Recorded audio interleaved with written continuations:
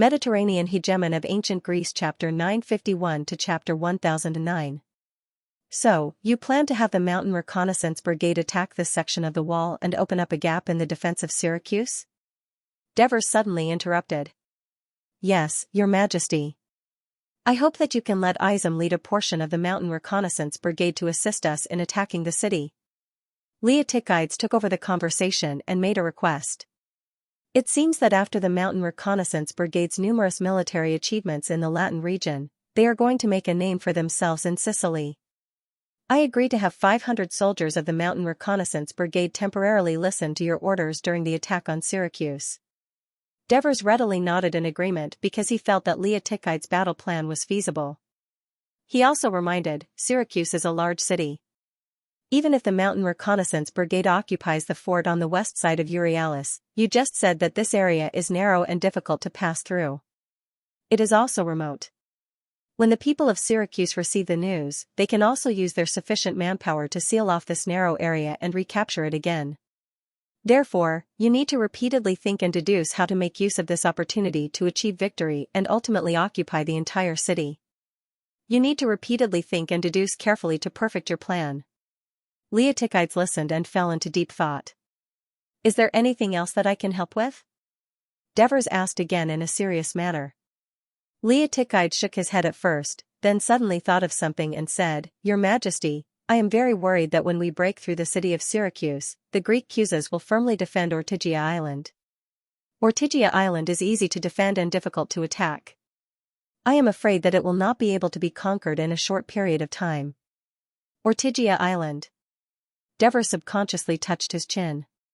He vaguely remembered that in the history of his previous life, the people of Rome were obstructed by Ortygia Island. It took them a few years to finally completely conquer the city of Syracuse. Archimedes played a big role in this. He waved his hand and said, If this really happens, there is no need to forcefully attack Ortygia Island and besiege it. In fact, it was also relatively easy to besiege. As long as a wall was built on the isthmus, it could be isolated. By occupying the main city of Syracuse and its port, we have completely eliminated the potential threat that Syracuse's army and navy poses to us.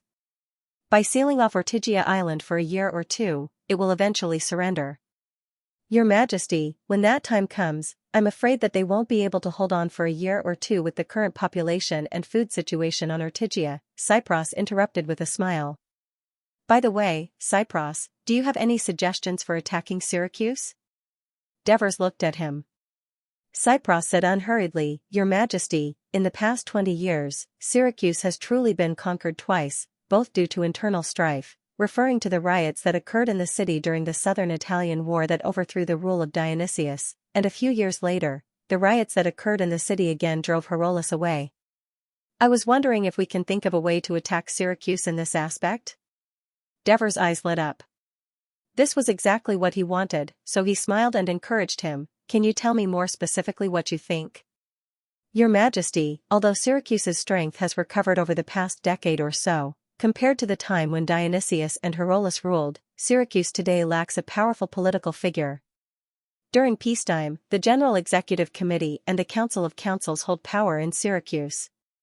During times of war, the General Executive Committee plays an important role, and this committee is made up of 20 generals.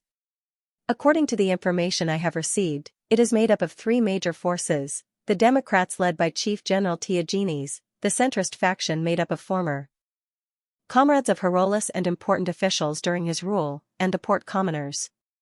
They each represent the interests of a portion of the people in Syracuse. Cypros, who had been the governor of Catarni for many years, had also done a lot of research on this neighbor to the south. He laid out his thoughts that he had carefully considered. Whether it was during Dionysius's reign or during Herolas's rule, the Democrats were always suppressed and were the weakest, but it was also because of this that Theagenes was able to remain as the chief general. The centrist faction is the strongest, but the situation is also the most complicated. They are all people who have benefited greatly from Herolas's rule, but some agree with Herolas's way of ruling, and some are against it, even inciting rebellions. This includes former close friends of Herolas, so they often fail to reach a consensus in the council. The port commoners, on the other hand, Cypros paused for a moment before continuing. It was with our help that they united and formed a powerful force that played an important role in the later stages of the Southern War. But as an independent political force, they were naturally ostracized by the traditional forces in Syracuse. From the composition of the General Executive Committee, it can be seen that the port commoners have never elected more than 3 generals, which is not commensurate with their strength. Over the past 2 years, there have been some changes. Originally, the people of Syracuse elected Xianxia as the chief general to maintain the political stability of Syracuse, but they underestimated Xianxia's ability to stir up trouble. On one hand, he took advantage of the fact that the people of Syracuse despised the port commoners to win over the middle faction and ostracize the port commoners. Not only did he reduce the number of generals elected by the port commoners to only 1, he also had people propose and pass several bills in the council that were unfavorable to the port commoners. Some of the benefits originally given to the port commoners in Heroles were retaken back and given back to the citizens of the city, making his reputation in Syracuse even higher. On the other hand, he took advantage of the conflict between the middle faction to divide and win over some of the middle faction, making some of them reach an agreement with him on certain interests. So his influence in the General Executive Committee and the council grew, and he was even able to convince them to form an alliance between Syracuse and Carthage, and declare war on Ionia. Of course, Devers knew about the situation in Syracuse. He said in a light tone, "It seems that General Xianxia is very ambitious. He wants to use this war to win more reputation for himself. Maybe he wants to become the second Heroles, or even the second Dionysius. This is also the tradition of Syracuse. They always walk a fine line between democracy and dictatorship. In times of peace, they choose a democratic government, but in times of crisis, there will be people who want to be a dictatorship," Cypros added. To be a dictatorship in Syracuse, one must have strong willpower and courage, and this Xianxia's. Devers's lips curled up slightly. Although he is shrewd and cunning, which allowed him to achieve some of his goals, it is all petty tricks. At least, I do not see him as having the strategic vision and courage of Dionysius and Heroles. I am afraid he never thought that Carthage's army would retreat so quickly, leaving Syracuse to face our wrath alone. Your Majesty, the political scene in Syracuse is indeed divided, squeezed, and complicated. There is also a strong opposition among the people, and there is a lack of a strong person to lead and unite them. But based on the tradition of Syracuse, we do not know if the war will lead to more internal conflict, or if it will lead them to unite. Cypros reminded solemnly. Just because the war may lead to more unity among the people of Syracuse, should we stop attacking them? Leotychides listened for a long time, and could not help but refute. As long as we have a complete battle plan and well-trained soldiers, we do not need to think too much about these things. Syracuse City will be conquered by us. Don't get worked up, Prosus. Cypros just wants to cause chaos in Syracuse, weaken their defense, and let us take over the city as soon as possible, explained Dives. Cypros just wants to cause chaos in Syracuse, weaken their defense, and let us take over the city as soon as possible. He paused and looked at Cypros. Are you planning to rope in the civilians of Port Syracuse, and destroy the friendly relationship between the Democrats and the middle parties? Your Majesty is wise. Cypros flattered, and then said, the civilians of Port Syracuse have been oppressed all these years, and there must be a lot of resentment. Most of them are poor and freedmen, and they do not cherish the glory of Syracuse in the past, and are more easily moved by benefits. We have a good relationship with them in the past, and now as long as we give them enough promises, I believe they will make the right choice. Some of the methods that Xianxia has used against the middle parties in the past have probably caused some dissatisfaction, and now that his plan has failed, and Syracuse is being attacked by the kingdom alone, as long as your Majesty allows Xenophanes to secretly send people to incite the people in Syracuse City, there will naturally be people who will seize the opportunity to attack Xianxia. Cypros' plan needed to rely on Xenophanes, the head of the intelligence department in Sicily, to carry it out, but the intelligence department was directly under the command of King Devers, and he had no right to command them, so he could only ask for instructions from Devers. Devers listened, thought for a moment, and said, both of your suggestions are good. We will use political means to break the unity of the people of Syracuse, and a military attack will successfully promote us to rope in and divide the enemy, thus speeding up the conquest of Syracuse. Therefore, I have decided that the two of you and Xenophanes will form a team to target Syracuse, and Cypros will be in charge.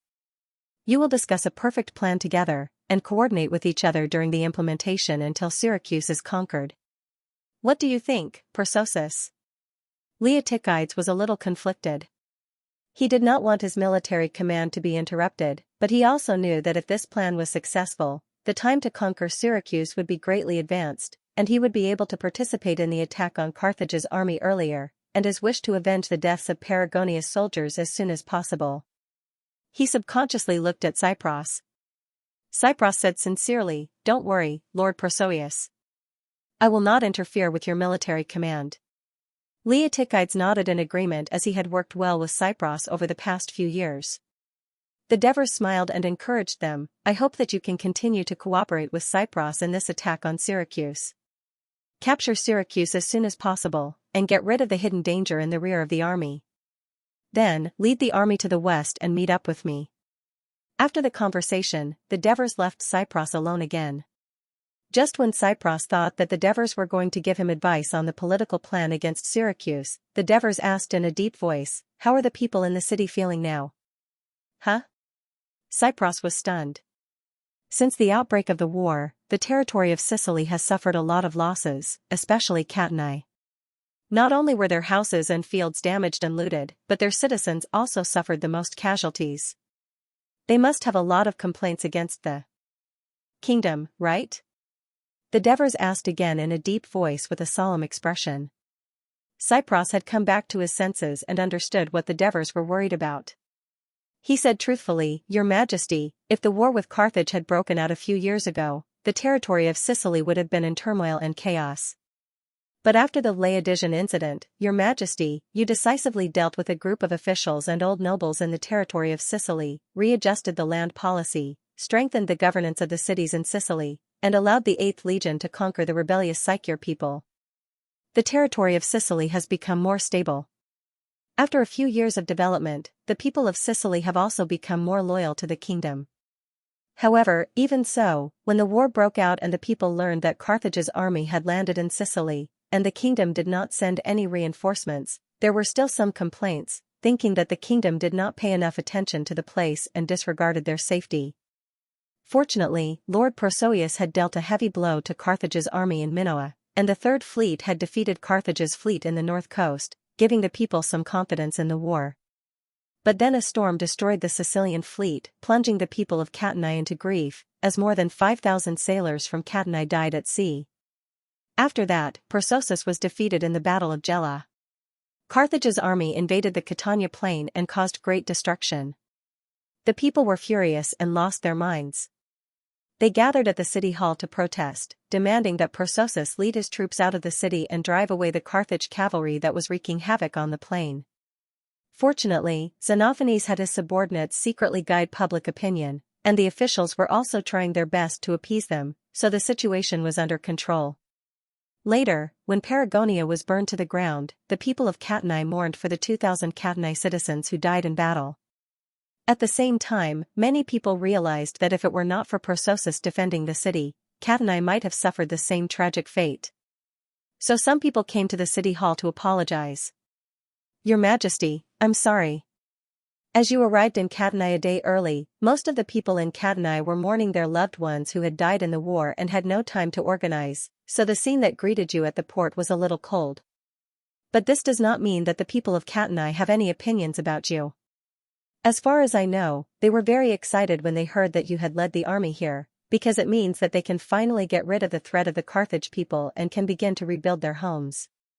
They are also eager for you to avenge them. You must know that the people of the city hate the Carthage people very much." After listening, the Devers was silent for a while, and then asked softly, "So far, how many people of Catanae have died in the war?" Including the sailors who drowned in the 2 naval battles, about 10,000 people died. In addition, more than 2,000 people were injured and could no longer fight. The Devers sighed. For this war, the people of Catanae have sacrificed a lot. But now that the national treasury is tight, I'm afraid that we can't give enough compensation to the families of the deceased in a short time. How about this? Give me a list of the people who died in the war, and try to gather the families of the soldiers and sailors who died in the local council. I will be there to express my condolences and gratitude. Your Majesty, if you express your condolences to them personally, they will definitely feel very comforted. But Cypros looked troubled. The local council hall can only accommodate 400 people at most, and the number of the families of the dead and wounded is far more than 10,000, I'm afraid. Then let them enter the hall in batches, and I will express my condolences in batches. But in this way, Your Majesty, Cypros said worriedly. The Devers understood what he was worried about, and said firmly, don't worry about me, they have lost their families for the kingdom. There is nothing sadder than this. As long as they can get some comfort, it's nothing for me to be tired. I understand, Your Majesty, I will arrange it well. Cypros stood up and bowed respectfully. At noon the next day, Dionia's 1st Legion, 2nd Legion, Legio III, Legio IV, Legio VI, 7th Legion, 8th Legion, Lucania Reserve Legion, 1st, 2nd, and 4th Cavalry Legions, Rome Reserve Brigade, and Mountain Reconnaissance Brigade arrived in front of the city of Paragonia. Then, according to orders, the troops spread out in formation, surrounded the city, and began to enter the city carefully. A month ago, Paragonia was a new fortress with a perfect defense system, but now it had become a ruin. The traps had been cleared, the abatis had been uprooted, the trenches had been filled, and arrows, javelins, stone bullets, swords, spears, and spears could be seen on the ground from time to time. The soil under the city had even turned blood red, dried up, and the sturdy outer walls had become dilapidated.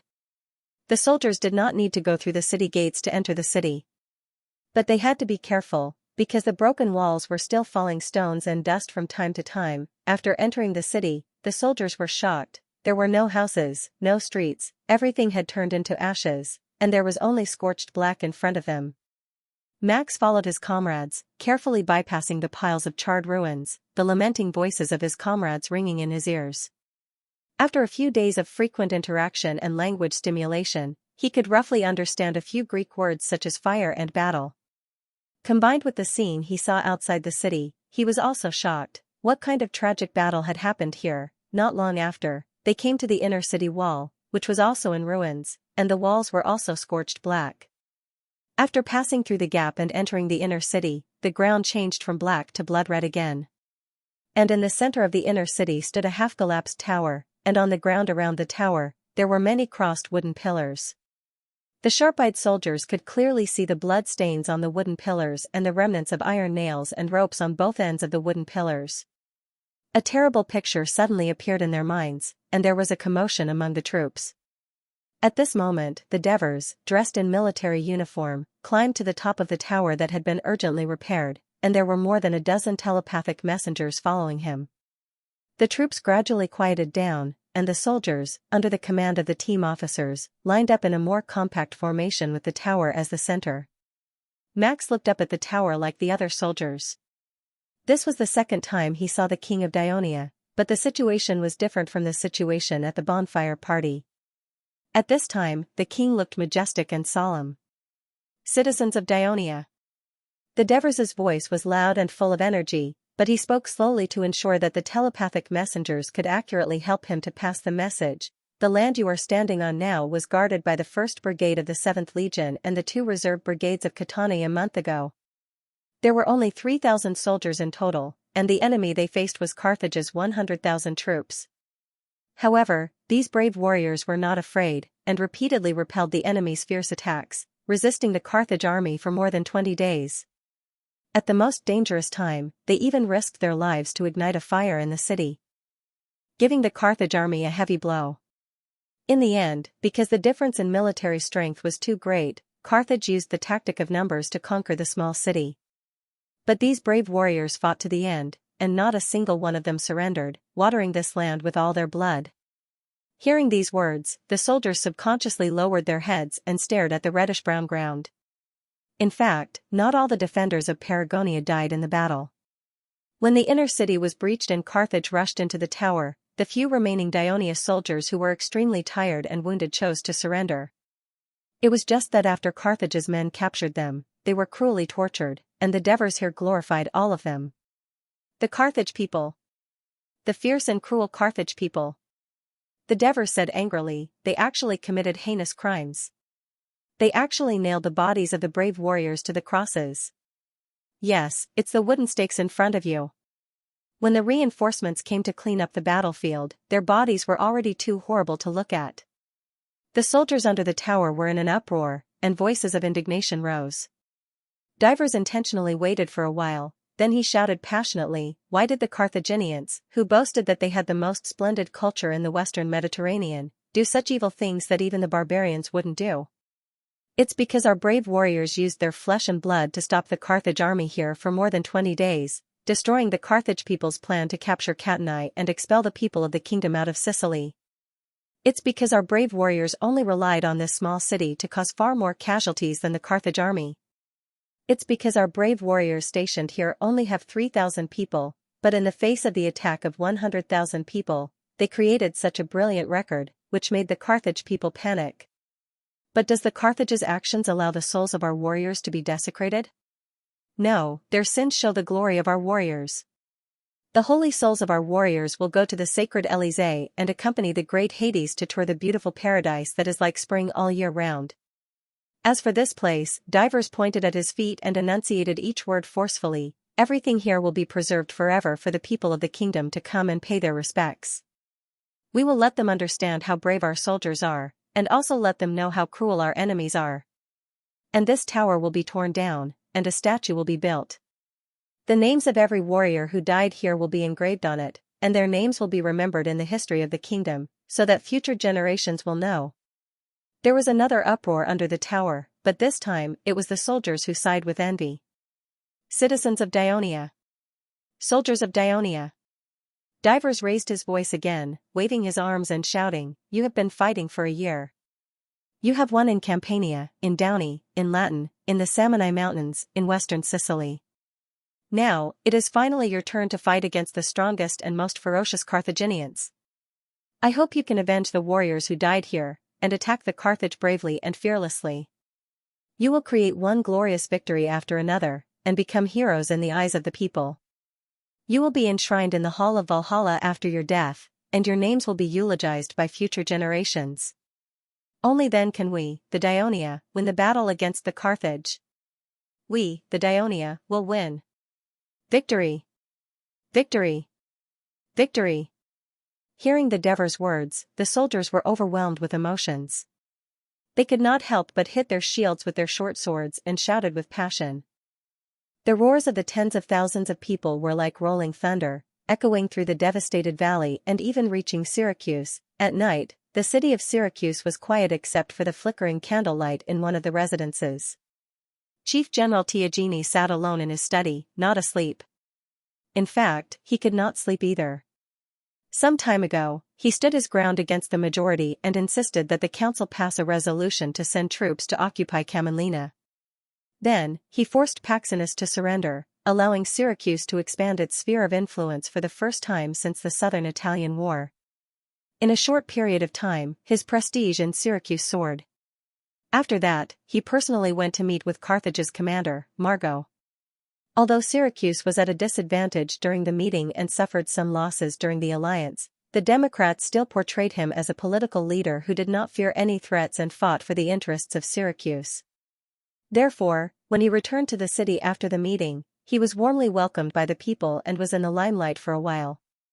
According to the new alliance with Carthage, Syracuse had to attack Tanis. However, under Tiagini's instructions, Syracuse's army played a trick. They only assumed an offensive stance and did not carry out the alliance seriously. However, what happened next was beyond Tiagini's expectations. He originally thought that with Carthage's large army, which was not weak in combat, they were able to defeat the Dionysian army in the Battle of Gela. They should be able to sweep through Dionia's territory in Sicily. However, although Carthage's cavalry ravaged the Catania plains and Carthage's infantry broke through Aegilion, the main force of Carthage's main force attacked a small Dionia village several times but failed. They were blocked for more than 20 days, which made Tiagines doubt the combat power of Carthage's army. Fortunately, Paragonia was finally conquered. When Tiagines received the news, he breathed a sigh of relief and was about to continue watching the battle from the sidelines. However, he suddenly received news that Carthage's army had begun to retreat south. Diogenes was shocked. He hurriedly climbed out of the messenger's tent and rushed to ask about it. He was told that Carthage's people had received accurate news that the main force of Dionia had conquered Rome, their enemy in the north. They were on their way to reinforce Sicily. Carthage's army had to return to the west of Sicily and prepare for war. When the messenger brought the news back to Syracuse, the whole council was in an uproar. During Dionysius's reign, Syracuse had a close relationship with the Campanian alliance in Italy, so they had some understanding of the situation in north-central Italy. However, after the Southern Italian War, the Campanian alliance and Dionia formed an alliance. Their contacts with Syracuse sharply decreased, and Syracuse's trade with north-central Italy became even less. Especially after Dionia launched the war against Rome, the Third Fleet deliberately blocked the shipping routes along the south coast of Italy. Unlike Carthage, Syracuse did not own Sardinia and Corsica. They received the news that Dionia's army had landed in Latin from Carthage's messenger. However, the people of Syracuse knew that Rome was a powerful state in central Italy and had many allies. Its position there was similar to that of Syracuse in Sicily 10 years ago. Moreover, the people of Dionia were fighting far away from their homeland, so it would not be easy for them to conquer Rome. It was bound to be a long war. Some people even hoped that the people of Dionia would suffer a crushing defeat in the region of Latin. This was one of the main reasons why they later agreed to form an alliance with Carthage and attack Dionia. However, there was suddenly news that the Dionians had conquered Rome, and their main forces were about to reinforce Sicily. The councillors of Syracuse felt as though they had suffered a heavy blow and were in a panic. If the Carthaginian army retreated to the west, Syracuse would have to bear the wrath of the Dionian army alone. Diogenes had to personally persuade Carthage's people. By the time he caught up with Carthage's retreating army, he had already reached Gela. No matter how much he begged, Margot did not come out to see him. Only Pamilca came out to tell him that since the upcoming battle with the main forces of Dionia would determine the fate of Carthage, the army had to retreat to the west and be fully prepared. No one could dissuade him from doing so. But at the same time, he also comforted Diogenes. Even if Dionia's reinforcements landed in Sicily, their main target would still be Carthage. Syracuse's walls were thick, there was enough food, and there were many soldiers. As long as we defended with all our strength, Dionia would not be able to do anything to you. When we defeat the main forces of Dionia, we will rush to the east and meet up with you in Syracuse. By then, not only will we be able to drive Dionia out of Sicily, but we will also be able to further advance into Greater Greece. Greater Greece has always been the territory of the Greeks. By then, it would be more appropriate for us to take control of the towns and cities. At this time, Diogenes was slightly attracted by the beautiful future that Carthage had created. At the same time, he knew in his heart that there was no turning back. Now that things had come to this, he could only say that Syracuse would defend with all its strength against the coming attack of Dionia, and that Carthage's army would return to the east as soon as possible. On the way back to Syracuse, Diogenes spent his time in a dilemma between his expectations for the future and his fear of the reality. When he rushed back to Syracuse, he received a piece of bad news. Dionia's reinforcements had begun to land at the port of Catanae and the naval base of Catanae. Due to the suddenness of the incident, the Syracuse army did not completely evacuate from the camp outside Tanis city. The naval base of Catanae was only a dozen miles away from them. The sailors on the cargo ships that were transporting supplies from the camp to the port of Syracuse were surprised to see dozens of Dionia warships waiting in the north. Behind them, outside the naval base of Dionia, there were many more ships coming from the north. The fleet of Syracuse was so frightened that they quickly turned around and sailed back to the port. Upon receiving the news, the navy of Syracuse hurriedly sent a few fast ships to investigate. The result was that the Dionia ships were either transport ships full of soldiers or cargo ships full of supplies. They kept entering and leaving the naval base of Dionia until evening. The next day, the same military operation was still going on in the waters where the naval base of Dionia was located. How many reinforcements did Dionia send? The people of Syracuse panicked when they heard the news. Diogenes, who had just returned to the city, was no exception. This was especially so when they learned that Carthage's army was determined to return to the west. Many people in the council felt as if they had lost their parents. Even the general of the port's civilian faction, Chictas, shouted, "Since Carthage has abandoned us, we don't need to abide by the treaty anymore. Let's just make peace with Dionia." Chictas's words did move a small number of people, but no one dared to take the initiative to agree. After all, the reason why Syracuse joined forces with Carthage to declare war on Dionia was to restore their former hegemony. In the end, before they actually fought with Dionia, they had already taken the initiative to make peace. Most of the councillors could not accept this, nor could the majority of the citizens of Syracuse. They debated until evening. Other than evacuate all the troops besieging Tanis as soon as possible and prepare for the defense of the city, they could not think of any other concrete and effective plan to solve the current predicament. On the third day, the council continued to discuss yesterday's topic. At noon, they received an urgent report from a scout. About 50,000 well-equipped Dionia soldiers had left the city of Katani and were marching towards the south. The councillors panicked and immediately ordered the citizens of the city to be mobilized to face the enemy. But soon, another scout reported that the Dionysian army had turned southwest and stopped in front of the ruins of Paragonia. The people of Syracuse breathed a sigh of relief, but at the same time, they were puzzled. What was Dionia up to? Not long after, another scout came to report, Dionia was holding a pledge ceremony, and their roar of revenge could even be heard by the people living at the northwestern border outside the city. The councillors immediately became nervous again. At this time, Diogenes finally made a suggestion. "Everyone, Carthage's army has breached the small city of Paragonia and killed all the Dionia soldiers in the city. Coupled with the previous invasion of the Catania plains and the wanton destruction, it will definitely enrage Dionia's reinforcements. They are the real target of Dionia's revenge. As for us, Syracuse, we were only forced to attack Dionia's ally Tanis under the threat of Carthage's army. However, we remembered our past friendship with Dionia and never attacked with full force, so Tanis is still safe and has not suffered many casualties. Now, we should thank Dionia's reinforcements for forcing Carthage's army to retreat. Without the threat of Carthage, Syracuse's safety is guaranteed, and we can restore peace with Dionia." Some of the generals and councillors were stunned. Previously, the alliance with Carthage and the declaration of war against Dionia was mainly proposed by this chief general. Now, in his words, Syracuse was the victim. This was too good at twisting the truth, but after hearing Diogenes' reminder, more people rushed to say, yes, we have never declared war against Dionia, nor have we directly attacked Dionia, so there is no question of asking for peace. The people of Dionia should thank us. It is because of our past friendship that we did not attack seriously, delaying Carthage's attack and saving Catania. Let us maintain peace with Dionia for the time being. Let Dionia and Carthage fight with all their might. When they are all injured and exhausted, it will be our chance for Syracuse. But we've occupied Camelina and taken control of Paxenus. I don't think Dionia will turn a blind eye to this, someone objected. Not attack, but protect. It is precisely because Syracuse protected Paxenus and Camelina from suffering like Gela and Agrigento. They should be grateful to Syracuse, not to mention that they are not allies of Dionia. Based on this, I don't think Dionia will have much of a reaction to this. Of course, this requires our emissary to go to Catani and lobby them.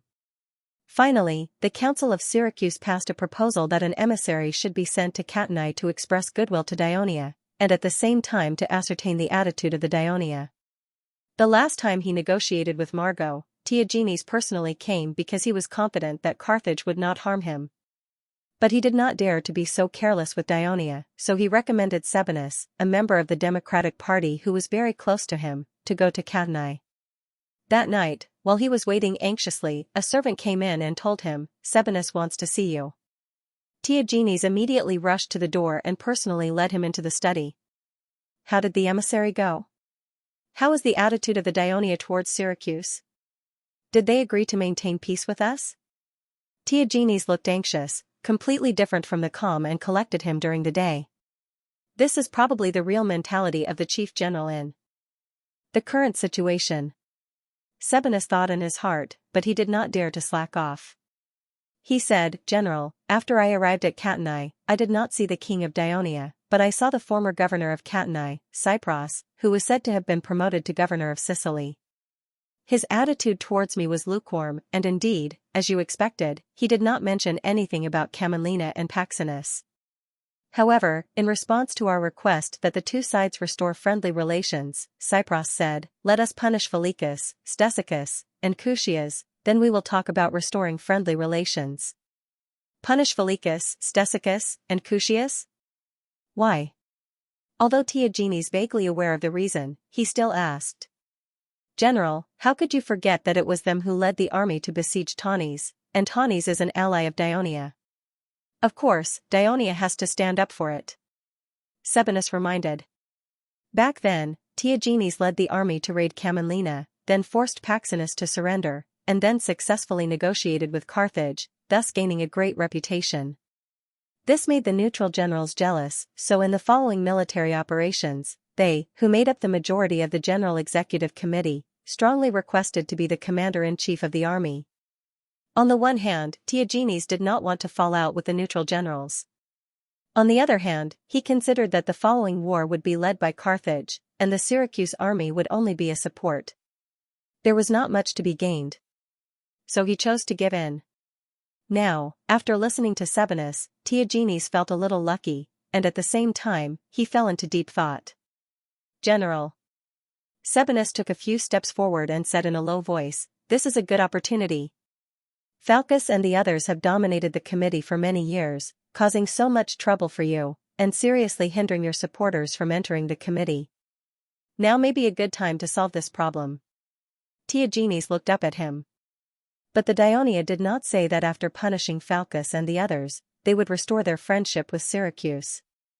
But they did not show any obvious malice towards us. "We have to try," Sebinus continued to persuade. Theagenes did not respond for a moment. After thinking for a while, he said hesitantly, "Be careful of Dionia's tricks. How about this? Tomorrow, in the council, other than telling the truth about your trip to Catani, do not say anything else. I will also inform our people in advance not to speak carelessly. Let's see how the others react, and then decide what to do." The next day, in the Syracuse council, when Sebinus stated Dionia's request, the entire hall was in an uproar.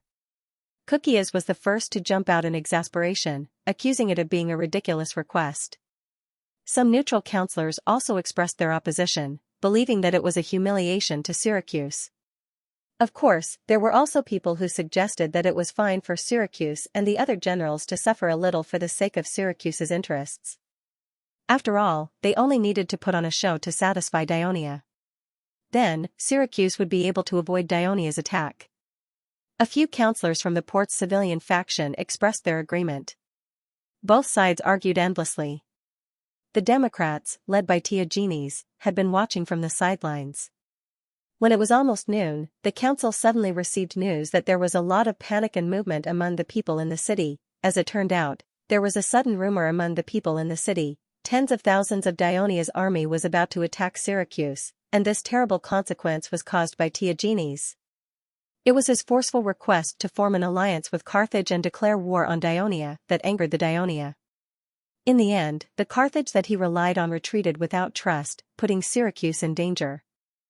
Theagenes had to take responsibility for this. And punishing Theagenes might appease the anger of Dionia. The rumor quickly spread throughout the city, and the people gathered together to discuss it.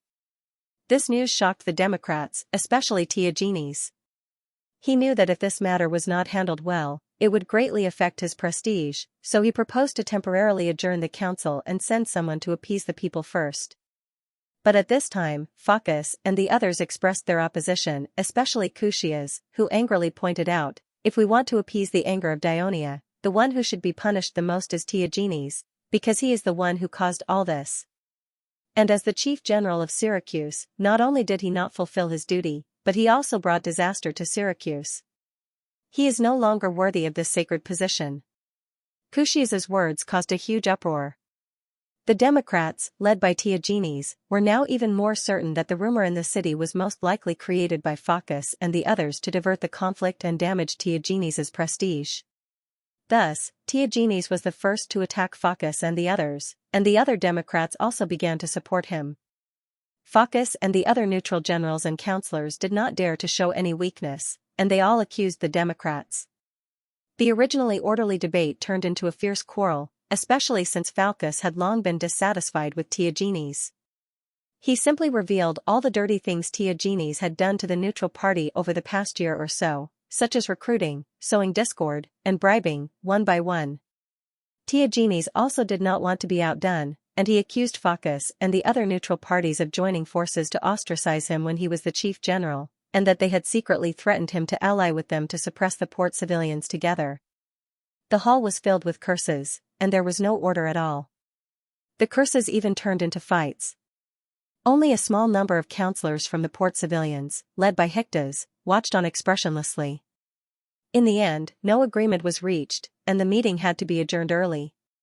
Not long after, what happened in the meeting spread throughout the city of Syracuse, and also affected the people in the city. Under the instigation of some people, the supporters of the neutral party began to criticize Theagenes for his hypocrisy, and claimed that the council should punish him to end the war. The people who supported Theagenes had the opposite view, and a dispute arose between the two sides, which then turned into a conflict. The high priest of the temple of Apollo was very worried when he saw the unrest in the city intensifying.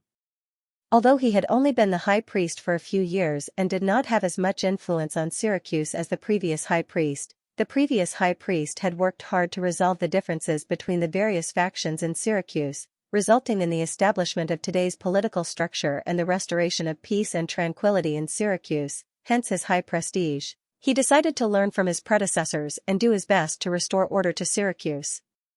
To this end, he took the initiative to find Theagenes and Phaucus, trying his best to persuade them to stop attacking each other. Otherwise, it would only give the enemy in the north an opportunity to attack. In fact, when Theagenes and Phaucus heard about the chaos in the city, they were afraid. After all, tens of thousands of Dionia's army was watching from the north.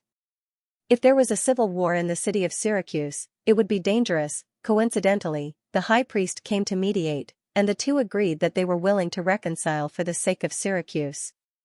On the morning of the third day, the councillors of Syracuse entered the meeting hall with solemn expressions. Before the meeting began, there was a sudden news: a Dionysian army had left the city of Catanae and was marching south. There were more than 50,000 of them. The councillors immediately became nervous. Is Dionia going to attack us? When everyone was panicking, Theagenes stood up and took the initiative to express his goodwill to Phaucus. He spoke generously, reminding everyone not to be fooled by Dionia and that they should unite and defend against the coming attack. Phaucus and the other neutral councillors responded positively and began to actively discuss how to deal with the coming war. There were no more arguments in the meeting hall. In fact, it was even more harmonious than the previous meetings, as if the quarrels, insults, and conflicts yesterday had never happened. However, even though the generals were able to reach a compromise in the face of crisis and restore order in the council, it didn't mean that the ordinary people could do it easily. Moreover, they didn't know that the situation in the council had changed. Although the city hall had sent more patrols, there were still conflicts in the city and it led to a tragedy. Several young Theagenes supporters got into an argument with a group of neutral supporters, which eventually led to a fight. They were outnumbered and beaten up. When the patrol team arrived and dispersed the crowd, they were shocked to find that a young man had been stabbed in the chest by a dagger and was lying in a pool of blood. Moreover, no one had seen clearly who had assassinated him. The patrol team didn't know how to deal with this matter, but the pro-democracy people had already arrived at the scene. When they saw the tragic scene, they were agitated and angrily demanded that the murderer be punished. When the news reached the council, the originally lively meeting hall suddenly became quiet. Both the pro-democracy and neutral parties held their own emergency discussions, discussing what measures should be taken to satisfy their supporters while ensuring that Syracuse would not become unstable under such a crisis. Just then, the scouts sent back another piece of news: the Dionia army had passed through the ruins of Paragonia and continued south. The vanguard of the cavalry might have already reached Gela. The councillors were stunned for a moment, but then they all looked happy. Some even burst into cheers. So the Dionysian army isn't going to war with Syracuse, but to attack the Carthage people. Without the dark clouds of war looming over the meeting hall, the atmosphere suddenly became relaxed. At this time, Tiagini stood up and said sternly, "Since we don't know who the murderer is, the neutral supporters who participated in the fight are all guilty. They should all be arrested and put on trial." Of course, Focus and the others firmly opposed this, and arguments were heard in the meeting hall again. Not long after, Sebenus' speech once again intensified the conflict between the pro-democracy and neutral parties. He said, "Although the Dionia people have begun to attack the Carthage people, we, Syracuse, are still hostile to Dionia. In order to ensure that there will be no accidents in the future, and in order to let the Dionia people attack the Carthage people with all their might, it is necessary for us to temporarily restore friendly relations with Dionia. Therefore, I think that we must also fulfill the conditions given by the Dionia people." The condition given by the Dionia people was to ask the Syracuse council to punish Focus and the others. Suddenly, the storm that was set off in the meeting hall became bigger and bigger. Although Hyctes did not participate in it, the contents revealed by the attacks between the Democrats and the neutrals made him feel sad and indignant. He understood a lot of things that he didn't understand before. Why did some councillors who had agreed to support the port civilians suddenly support a resolution that was unfavorable to the port civilians at the meeting? Why did the port civilians gradually become disunited and split? At dusk, Hyctes returned to the port house exhausted, but was told by his family that a civilian said he had something important to discuss with him and was waiting in the hall. As a general of the port civilians, Hyctes often met some port civilians and even freedmen at home, listened to some of their opinions and requests, and tried his best to help them solve some difficulties. While the servants were preparing dinner, he decided to meet this person first. Seeing Hyctes walk into the living room, the civilian calmly got up and saluted. Hyctes saw that he looked ordinary and had no impression of him in his mind. He should have never seen him before, so he asked, "What's your name? Why are you looking for me?"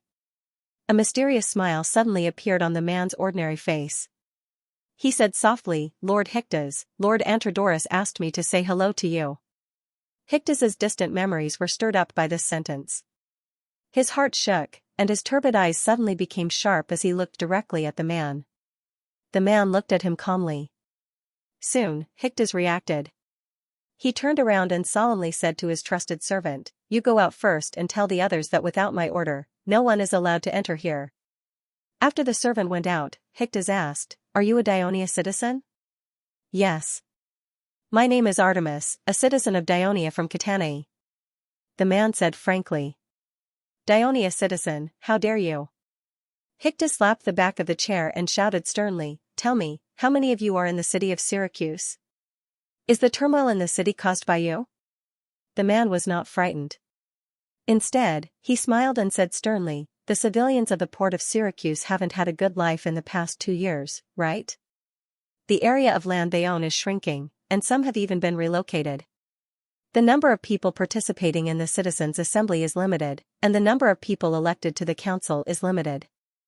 Even the number of people elected as generals has decreased. The civilians of the port can't unite and fight for their own interests. Instead, they are divided into several factions. They fight with each other because of the interests of unloading ships and fishing at the port. This gives the council a reason to suppress you. Hyctes, if Lord Antrodorus knows the situation of the civilians of the port today, he will be very sad."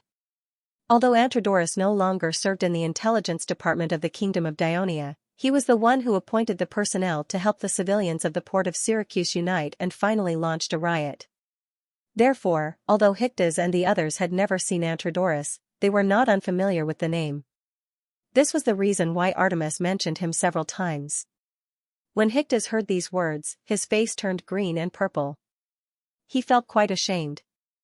The plight of the civilians of the port today was, of course, related to his lack of ability and poor leadership. However, he quickly came back to his senses. The person sitting in front of him was the enemy of Syracuse. His face immediately sank, and he wanted to refute. Artemis suddenly took out a papyrus scroll tied with a black rope from his arms and said in a deep voice, "Lord Antrodorus is far away in the north of the kingdom. Of course, he can't understand the terrible situation of the civilians of the port of Syracuse today. However, His Majesty the King of the Devers in Catanae has very seriously and carefully learned about the situation of Syracuse from us. He expressed unusual concern about your situation and said that he would do his best to help you.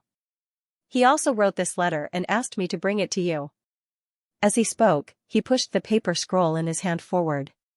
Hictus subconsciously took a step back and stared straight at the paper scroll. His pupils shrank sharply. This was a letter written by the most feared enemy of the generals and counselors of Syracuse, the king of Dionia. If he accepted it, he was afraid that he would be tempted. He was also afraid that once the matter was leaked, it would become evidence of him colluding with the enemy. However, if he did not accept it, he was worried that he would miss a great opportunity. The situation of the civilians of the port was indeed not good, and today's meeting was a blow to him. Hictus was very conflicted and stood rooted to the ground. Artemis, on the other hand, did not say a word and kept holding the paper scroll. The whole scene seemed to be still. After a long time, Hictus sighed softly. "I'm old." He cautiously took the paper scroll that was as light as a feather but as heavy as 1,000 caddies with both hands. The scouts of Syracuse did not notice that while the Dionia army was marching south, there was another Dionysian army that had left the west gate of Catanae earlier and was marching northwest toward the mountains. In the afternoon, the army approached Hegemon, which was not far from the western foothills of Mount Etna. Creru, who had received the news in advance and was waiting outside the city, came up to them. "Lord Creru, sorry to keep you waiting." Lazaru and Epitines hurriedly dismounted and apologized. Although Creru was more than 10 years younger than them, he was also a Senate elder. This time, he was specially ordered to temporarily give up administrative affairs to assist them. The two dared not be the slightest bit slow. "I was overjoyed when I received Sir Cypros's order at Hina," Breru said sincerely. "Sir Lazaru, Sir Epitines, you don't know how much the Carthage people have done to the Scythian tribe. Your arrival has given us a chance to take revenge on the Carthage people. Everyone has been waiting for you to come." As Clelu spoke, he pointed at the Sicor soldiers following behind him. Every single one of them was gazing fervently at the Dionian marching troops, whose flags were fluttering in the wind, and whose military formations were neat and imposing. The two commanders were also sizing up the auxiliary troops that Cleru had gathered. Most of them were Sicor light infantry who wore short-sleeved shirts and held javelins in their hands. There were also a small number of light-armored soldiers who wielded leather shields and spears, and wore black leather armor and leather armor. Seeing that the two legion commanders were puzzled by the attire of these light-armored soldiers, Crelu explained, "They are Sicor citizens who joined the kingdom in recent years. They are also recruited to participate in the military training at the Catanae barracks. They are also considered reserve soldiers of the legion." "How many people do you have under you?" Lazaru asked directly. "A total of 4,700 people. Those who have become Dionia citizens are 780. 780 people. The rest are all people from different tribes," Kelleru replied. Lazaru and Epitines looked at each other, and a smile appeared on their faces. Previously, the king of Devers had asked Crelu to gather the Sicor people to help him in battle. However, they did not expect Crelu to gather so many soldiers. Including the full Legio III and the 16,000 Lucanian reserve soldiers, and the additional 1,000 Rhone soldiers, the total number of soldiers had increased to 23,000. To them, this was already a huge number, and it filled them with confidence that they could defeat the enemies in the mountains. "Dear Legion commanders, it's getting late. Let's hurry up and let the soldiers enter the city," Crelu reminded them. "I think we should set up camp outside the city. We have 2 legions. I'm afraid the city won't be able to accommodate us." Epicthenes shook his head. He had been observing the city from afar. Although Hegemon was once the central city of the Sicor people, the city walls were not very tall and were made of wood. It didn't seem very big either. Considering that there were still residents in the city, he made this suggestion. Unexpectedly, Breru said hatefully, "You don't know, but when Carthage and his men retreated, they forced the Cycle tribe in Hegemon city and the surrounding areas to follow them to the west. Anyone who resisted was beheaded. Hegemon is now an empty city, and there are enough empty houses to house the soldiers. No wonder these Sicor warriors had such fervent gazes." Epictetus swept his gaze over the soldiers standing behind Clelu once more. He felt that this was a good thing, because hatred could bring strength. In the future, these Sicor soldiers would definitely fight with all their might against Carthage's men. "Do you know where Carthage's men have retreated to?" Lazaro was more concerned about the movements of Carthage's army. According to some of the Sikar tribes, Carthage's men have retreated to Enna. As for the exact situation, I've just gathered my troops and haven't done a detailed investigation, Kleilu explained. Pick 10 Sikar warriors from your troops who are very familiar with the terrain and have them lead our scouting team. We'll quickly find out the details of the enemy's situation so that we can formulate a plan of attack as soon as possible. Lazaro immediately made this request to Kleilu. He also said to Epiphanes, we shouldn't rely too much on Izum. He has to serve His Majesty first, and there will definitely be a delay when he relays information to us. It'll be faster if we obtain information ourselves. Epiphanes nodded in agreement and said, let's enter the city first.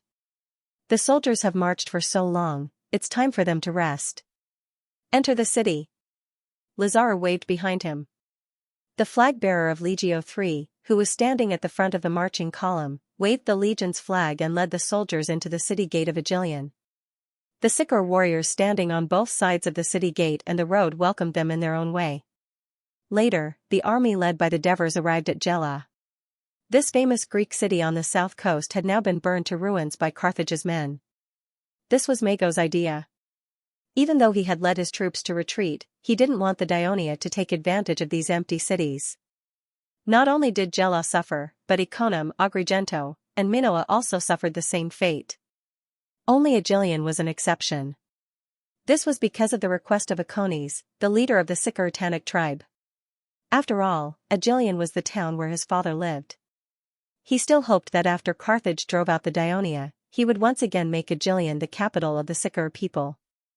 Of course, he didn't want it to be destroyed, and it wouldn't be good for his reputation among the other Sikar tribes.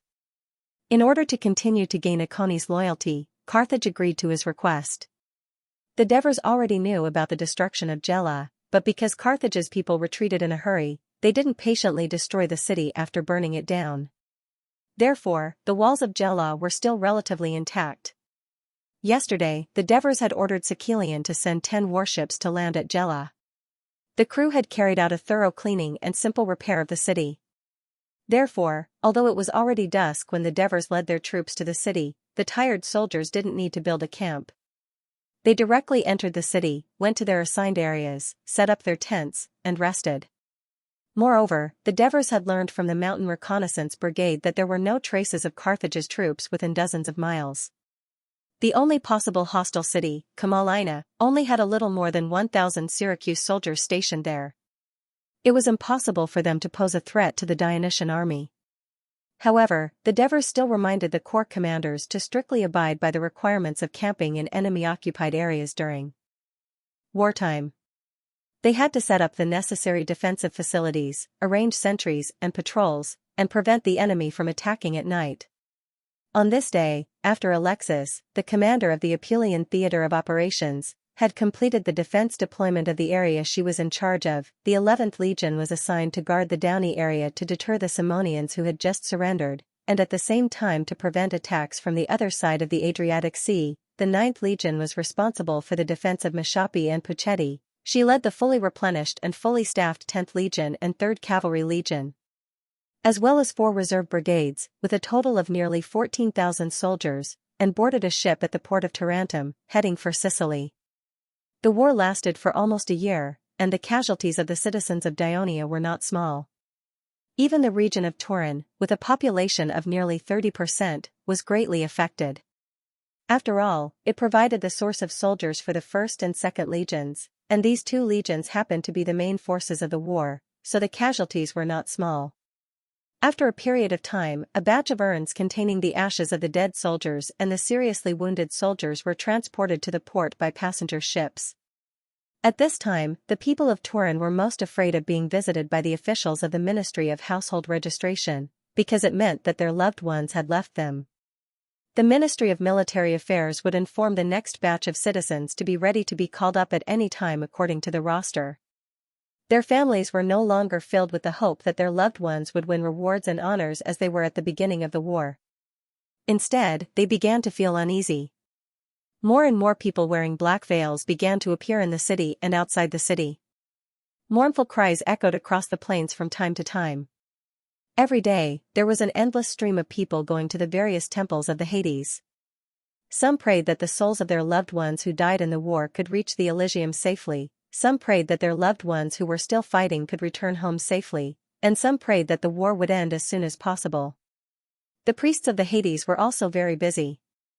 Not only did they have to solemnly place the ashes of the citizens who sacrificed their lives for the country, but they also had to comfort the grieving relatives and solemnly assure them that the Elysium was the final home of the souls of these brave soldiers. More often than not, they also had to use divination and oracles to comfort the uneasy people. Several markets in and outside the city began to show a significant decline in trade. This was mainly because the relatives of the deceased did not have a strong desire to spend for a short period of time. Of course, this was also related to the funeral culture of Dionia. Due to the strength of the Dionian navy, the sea routes were basically maintained smooth, but the downturn in the market also directly affected the prosperity of the port. The reduction in the number of merchant ships that arrived at the port directly affected the income of the people in the port, and the reduced income would affect their purchasing power, leading to a decline in consumption. This was a vicious cycle caused by the war. The only fortunate thing was that this year's harvest had just been harvested, and the people had enough surplus food in their homes. The fluctuation of food prices in the market did not affect them much. Only two markets became more prosperous at this time. One was the weapons and ironware market. As the army had won the final victory in several battlefields, most of the captured weapons were sold to the domestic weapons merchants at low prices. The merchants sold them directly or smelted them before selling them. The prices were lower than usual. Most of the citizens of Dionia, in order to build up meritorious deeds and better development in the future, would buy some weapons and equipment to be used in the battlefield. The other one was the slave market.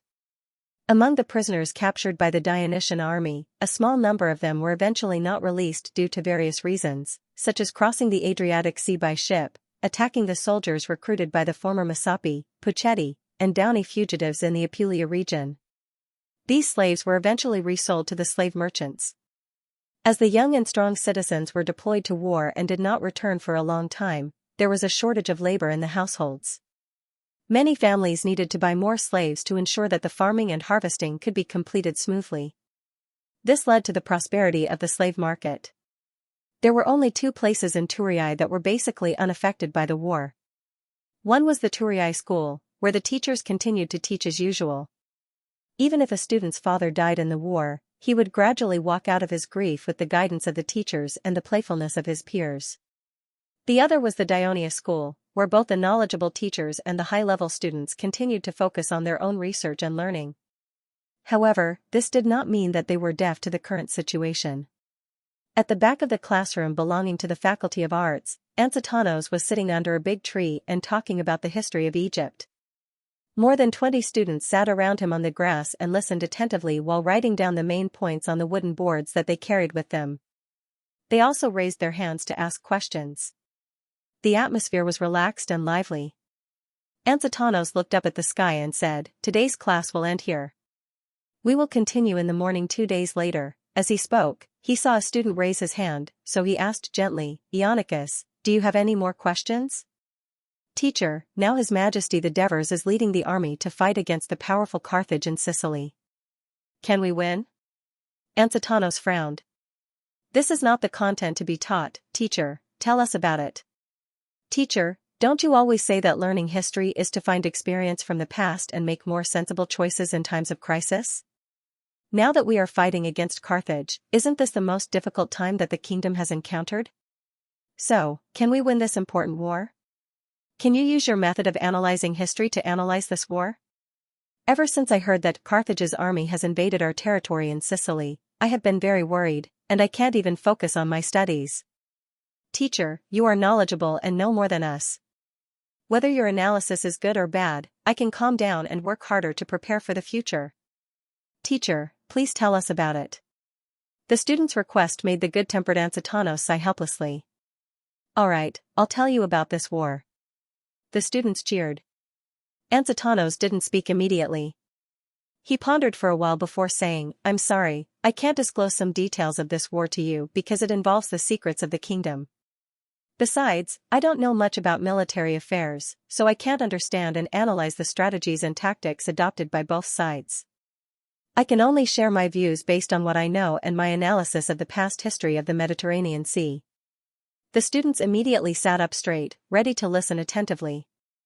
Ansatanos cleared his throat and slowly said, I just said that Egypt was once conquered by the Assyrians from the Mesopotamia. Before that, Egypt had always been a powerful kingdom in the eastern Mediterranean. Let's talk about Assyria. Assyria dominated the eastern part of the eastern Mediterranean, but it was later destroyed by the rising Persia. This is also mentioned in the book history written by Herodotus. The insufferably arrogant Persians tried in vain to conquer the whole Mediterranean Sea to the west, but they were defeated by the alliance of the Greek city-states, led by Sparta and Athens, which they despised. Herodotus describes in more detail. After that, Athens and Sparta began to dominate the eastern Mediterranean. What am I trying to explain by saying all this? If you carefully read the history of these countries, you will find that they all had a process from weak to strong, and from strong to weak. A country is like a person. It has to go through childhood, adolescence, youth, middle age, old age, the whole period, and it may also die prematurely. When it was young, because it was weak, it had to endure bullying and was forced to sign all kinds of unequal agreements. It worked hard to make friends with the strong men around it. When it was young, it had a strong body and exuberant energy. It wanted to compete with the strong men. When it was middle age, its strength and energy declined. It became steady, and it would work hard to maintain the honor it had won. When it was old, it would be old and weak.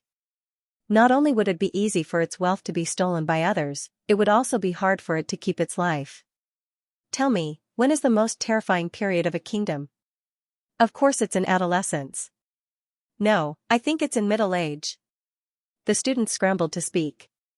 After they all expressed their opinions, Ansatanos said, I think it's in adolescence, because this is the time when people are the most energetic, enterprising, and united. Like a stream between mountains, even if there are tall rocks in the way, it will still rush down until it becomes a wide river.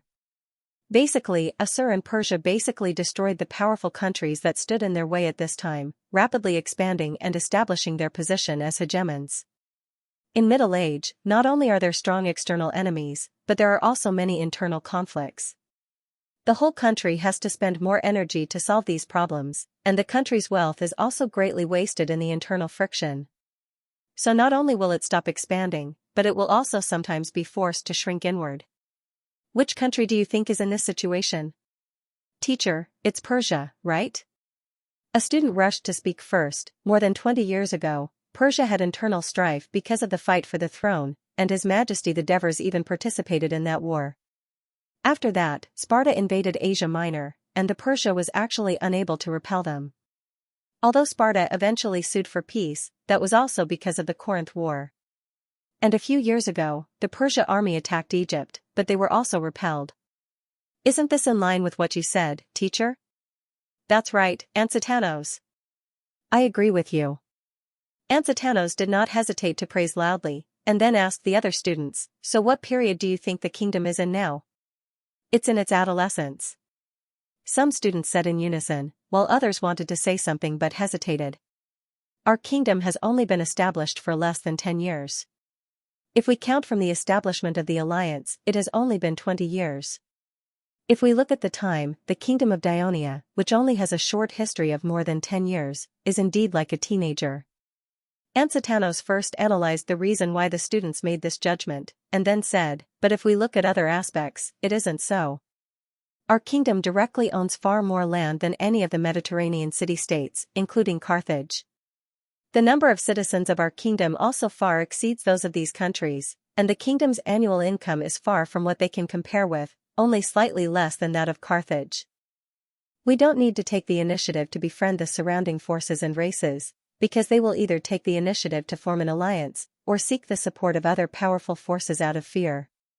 The kingdom is still expanding, and our territory is still expanding. Not long ago, we defeated Rome and Simone and obtained a lot of land. Although our citizens are also afraid of death, they are more eager to win glory in the war, and their relatives will try their best to support them, not hinder them. Our great king, our Senate will never succumb to external pressure, but will respond to the enemy's provocation with more active action.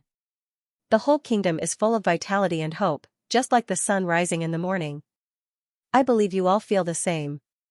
Isn't this the period of youth? The students nodded excitedly, expressing their agreement. Teacher, what about Carthage? Someone asked eagerly. The situation of Carthage is a bit complicated. Xianxia said thoughtfully, Carthage has been established for 200 years, which is a long enough time. It has suffered many defeats in the battle with Syracuse before, but it has also conquered Namibia and southern Iberia. There is no unified country in the Namibian area, and the tribes have been under the influence and control of Carthage for a long time. It is actually very easy to conquer it, and its resistance is also very weak. Carthage has a small population, and its citizens occupy a large amount of Namibian land. They command many Namibian slaves to farm for them, and they can easily enjoy a luxurious life without putting in much effort. His Majesty the Devers once said, living too comfortably will lead to the corruption of the Carthage people. His Majesty's judgment was correct. That was why when the Carthaginian army fought with us for the first time, we easily defeated them despite being outnumbered, but the situation of the Carthage people's conquest of southern Iberia is different. According to my understanding, the Carthaginians originally didn't have much influence there, and there were a large number of fierce indigenous people living in that area. The Carthaginians were able to conquer the southern part of Iberia and take the land, resources, and population for their own use. It was indeed not easy, but it also showed that the Carthaginians there had a strong spirit of enterprise. So when the Carthage army attacked Sicily again, and with the Iberian army as the main force, we were no longer their opponent by relying only on the Sicilian army. If we look at the Carthaginian and the southern part of Iberia together, I feel that Carthage is neither in its youth nor in its middle age. Instead, it is in the period of youth moving towards middle age. However, you have to know that southern Iberia is actually ruled by Carthage's Maginid family alone. There is a lot of conflict between them and the other nobles of Carthage. In such a long and difficult war, it is difficult to say whether the two sides can unite without any disagreement and fight with all their strength. So, in summary, Carthage is a young and strong man. He looks strong and powerful, but his development is actually not sound, and there are many hidden diseases. And our energetic, healthy, and enterprising kingdom is at war with him. I believe that even if there are a few failures in the middle, the final victory will belong to us. Thank you, teacher. You have given us confidence in the kingdom, a student said loudly, convinced. Almost all the students applauded hard and expressed their gratitude to Xianxia for his brilliant answer. Someone even shouted, Teacher, you should share your analysis with all the students in the academy. I still have all of you. Xianxia smiled and encouraged the students to spread his point of view. A voice suddenly sounded among the students. Teacher Xianxia, according to your analysis, are the Thebes also becoming young? Is it possible for them to defeat Sparta and become the new overlord of Greece? Not only Xianxia, but the other. Students also looked in the direction of the voice in surprise. The one who spoke was a young man who looked no more than 13 years old. Xianxia was even more surprised than the other students because he had never considered the question raised by the other party. Hence, he asked with interest, Apox, why do you think so? Teacher. Apox stood up and bowed.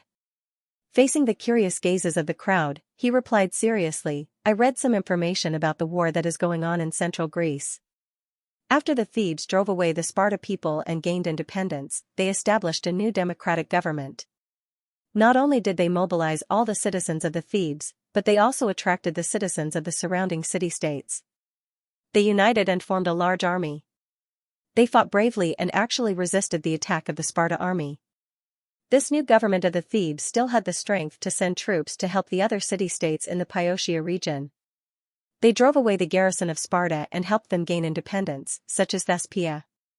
The city-states that received help naturally had a closer relationship with the Thebes. It has been more than half a year since the war broke out. The Spartans not only failed to reoccupy Thebes, but also made the Thebans more active. They led the local people to fight against the Spartans in various places in Boeotia, and they were not at a disadvantage at all.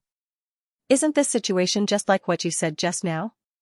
The new government of Thebes is united and enterprising, and the people of Thebes are full of vigor and courage to fight, like a grown-up youth. However, the current performance of Sparta, the overlord of Greece, is slow and clumsy, and has lost its former spirit. It is more like a middle-aged man. Mr. Ansetanos, do you think my analysis is correct? The students were very surprised. They could not believe that such a well-organized and insightful analysis came from the mouth of a young man. Ansetanos knew that the king of the Devers had a very smart child who performed very well in the school of Turii, which was adjacent to the Academy of Dionia, but he did not expect him to say such insightful words. His eyes became brighter and brighter as he looked at the young man. I haven't really thought about the Thebes seriously, Ansetanos replied calmly. Your analysis has given me a lot of inspiration. It seems that I really have to learn more about the Thebes in the future. This will definitely be of great help to the kingdom in dealing with the affairs of Greece in the future. However, according to the situation you just described, although the Thebes have shown signs of rising, they have just gained independence and have not yet fully unified the power of the Boeotia region. They do not yet have the power to become young. What's more, now that they have been attacked by the Sparta, they are likely to die halfway. Of course, if they can survive this war safely, they may have time to become a terrible force. Speaking of this, Ansetanos looked up at the sky again, and then said to the students, today's class will end here. We will continue in 2 days. Finally, let's thank Mr. Apox for lending me a lot of information about Egypt. Today, you can hear more detailed history of Egypt from me. As a student who was still studying in the advanced class of Turii, Apox did not actually have the right to attend classes in the Academy of Dionia. It was precisely because Ansetanos borrowed these materials that he took the opportunity to request to attend the class. That was how he got Ansetanos's permission. The students expressed their gratitude to Apox one after another. They did not look down on him because he was just a young man. Apox returned the greeting like an adult, neither servile nor overbearing. Ansetanos saw this and admired him even more. After the class, the students dispersed in all directions. Ansetanos stopped Apox and asked kindly, after graduating from Turii, which college are you going to attend? Every year, the schools in the cities of Dionia would report their outstanding graduates to the Academy of Dionia. The king of Devers, the highest person in charge of the Dionia Academy, and the dean and deputy dean of the various colleges would carry out a preliminary selection of outstanding students to enter the various colleges of Dionia for further studies based on the students' performance and their own wishes. Then, they would be notified to take a written examination and interview. Therefore, the students who could enter the academy were the best talents in the kingdom. Ansetanos knew Apox well. He knew that even without his father's help, this smart boy could easily enter the academy. The smart Apox understood the intention of Ansetanos's question. He became a little hesitant. I like history, but I also like mathematics. Ansetanos, who was indifferent by nature, felt a little headache when he heard this. As the dean of the school of mathematics, Mentodicus was 10 times more intelligent than Mardicus, who only knew how to do research. Apox was so excellent and was the son of his majesty. He was afraid that this guy had long set his eyes on him. If Ansetanos did not feel sad, it would be difficult to compete with him. He looked at the young but smart and calm Apox. He really liked him and could not bear to part with him. He could not help but say, in this case, you can study in the School of Arts and the School of Mathematics at the same time. Is that okay? Apox was surprised. As long as you can ensure that you perform well in these two fields, why can't you? Just like the famous scholar Pythagoras of Tarentum. He not only created a famous school of mathematics, but also had a lot of creative ideas in philosophy, music, art, and so on. Scholars like him who are proficient in multiple fields are not uncommon in the Mediterranean countries. I believe you can do it too. Ansetanos encouraged him patiently. Teacher, I'll go back and think about it. Apox was a little tempted. You're welcome to attend the class in 2 days, Ansetanos emphasized. Apox left the school and did not return to school because it was past the time for school to end. He walked straight south. There was a large area of beach between the south of the school and the Kreti River. A few years ago, the Turii City Hall had transformed it into a number of fields, mainly for the sports and exercise of the Turii school children. It had also become the favorite place for the children after school. By the time Apox arrived, all the stadiums were already filled with students. The entire area was shrouded in loud cheers and voices. Seeing the other children running happily on the field, Apox's blood began to boil. He quickened his pace and walked to the field in the middle. "Bryants, pass the ball. Pass it to me." An unusually high-pitched female voice passed through the noise and into his ears. Apox smiled. They were really here. On the field, a short but sturdy boy in a white shirt knocked away his opponent, grabbed the football, and passed it to the front field with a long kick. In the front field, a girl in white was slender and half a head taller than the opponent's defender. She stopped the ball steadily, quickly turned around and passed the defender who came up to grab the ball. Then, she passed the other defender and easily scored the ball before the goalkeeper rushed over. The girl shouted excitedly, and her teammates came up to applaud and celebrate with her. Since girls tended to develop earlier than boys, at this age, girls were not inferior to boys in strength and speed. They often had an advantage in height. In the relatively open social atmosphere of the Kingdom of Dionia, especially in schools, it was not uncommon for boys and girls to participate in sports together. It was often the children of high-ranking officials who took the lead. Naturally, there would be others who followed suit, such as Eunice, the Princess of Dionia. However, girls would not be seen participating in sports like rugby, which involved intense confrontation, frequent physical contact, and hugging. Football, on the other hand, was common. After the tall girl celebrated the goal, she turned to look out of the field and waved at Apox with dissatisfaction. "Apox, you're late again. Second brother, hurry up and get on the field." Bryant shouted. "What for?" The tall girl stared at him with her almond-shaped eyes. "The field is full now. Are you going to replace me?" Bryant immediately stopped talking. "It's okay, second sister, I can be a substitute," Apox said with a smile. Eunice's expression softened. She nodded and said, "You can be a substitute for a while. I'll replace you later. Our defense still depends on you. But don't be idle outside the field. Help me keep Neria company first." Neria? Apox was familiar with the girls that Eunice was friends with, but this name was obviously unfamiliar to him. "She's a student who just transferred to our class." Eunice had already walked to the sidelines and said softly, "Her father is Miltia's. I saw that she looked depressed all day, so I forced her to come here. She likes to read as much as you do. Go, help me talk to her." Eunice pointed in a direction with one hand and pushed Apox with the other. Apox saw the girl sitting in the corner of the field and involuntarily quickened his pace. He walked towards her because he was thinking, Miltias, the commander of the kingdom's 4th fleet, had died in Sicily not long ago. The Turii people were talking about his death a lot. Many people thought that it was because of his negligence that the Sicilian fleet suffered such a heavy loss. Under such a bad public opinion, his family must be feeling very bad. Neria was focused on reading a book made of papyrus when she suddenly heard a soft voice. "What book are you reading?" Neria raised her head subconsciously and saw a handsome boy standing in front of her. In Apox's eyes, the girl in front of him had a beautiful face, beautiful long hair, and a pair of big blue eyes that seemed to be covered with a layer of fine gauze. They were misty and poetic, giving her a melancholic and mysterious temperament. "May I ask who you are?" The crisp voice that sounded like an oriole woke Apox up from his daze.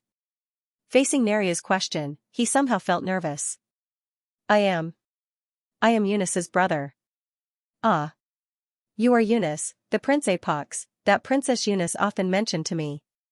Neria exclaimed and stood up hurriedly. "Just call me Apox. Otherwise, you will be violating the school rules." Apox forced a smile and corrected her. Although the children of the King of Devers were of noble status, the Devers had specially made the Turii school formulate a special school rule that forbade his children from using their power to obtain preferential treatment in the school.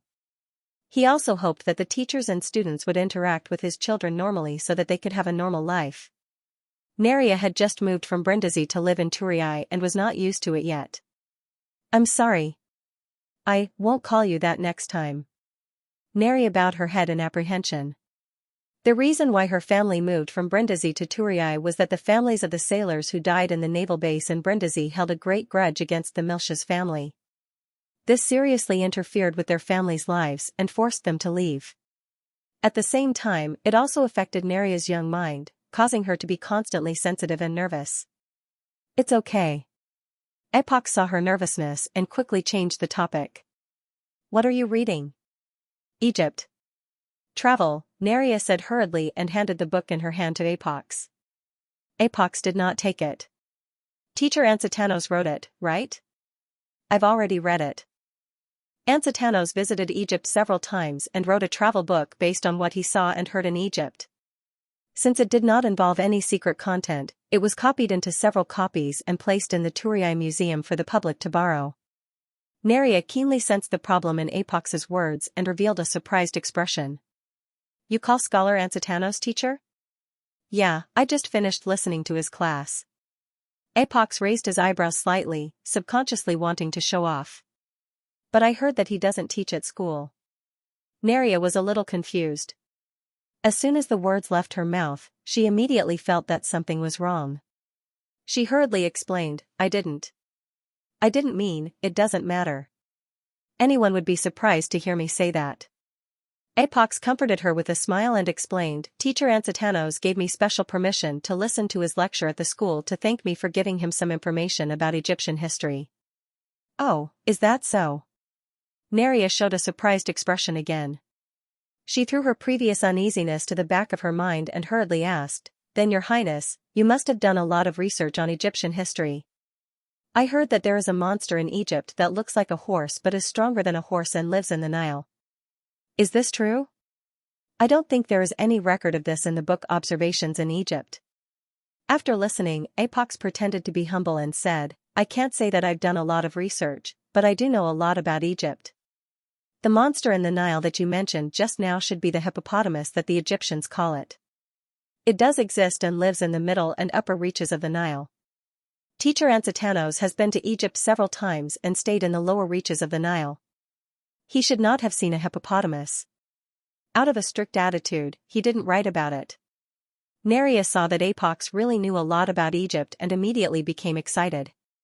She then asked, Then it's about, when Eunice wanted to call Apox on the field, she found the two of them talking and laughing on the sidelines. She looked at them with a strange expression. You two are not bad. You got to know each other so quickly. Neria's face immediately turned red. Apox forced himself to be calm and said, What's the matter? Second sister. It's your turn. Got it, Apox responded and turned his head to ask, Neria, do you know how to play football? Yes. I know how to play a little, Neria said softly. Then let's go and play together. The famous scholar Plato of Athens once said, the young people of the city should participate in more sports.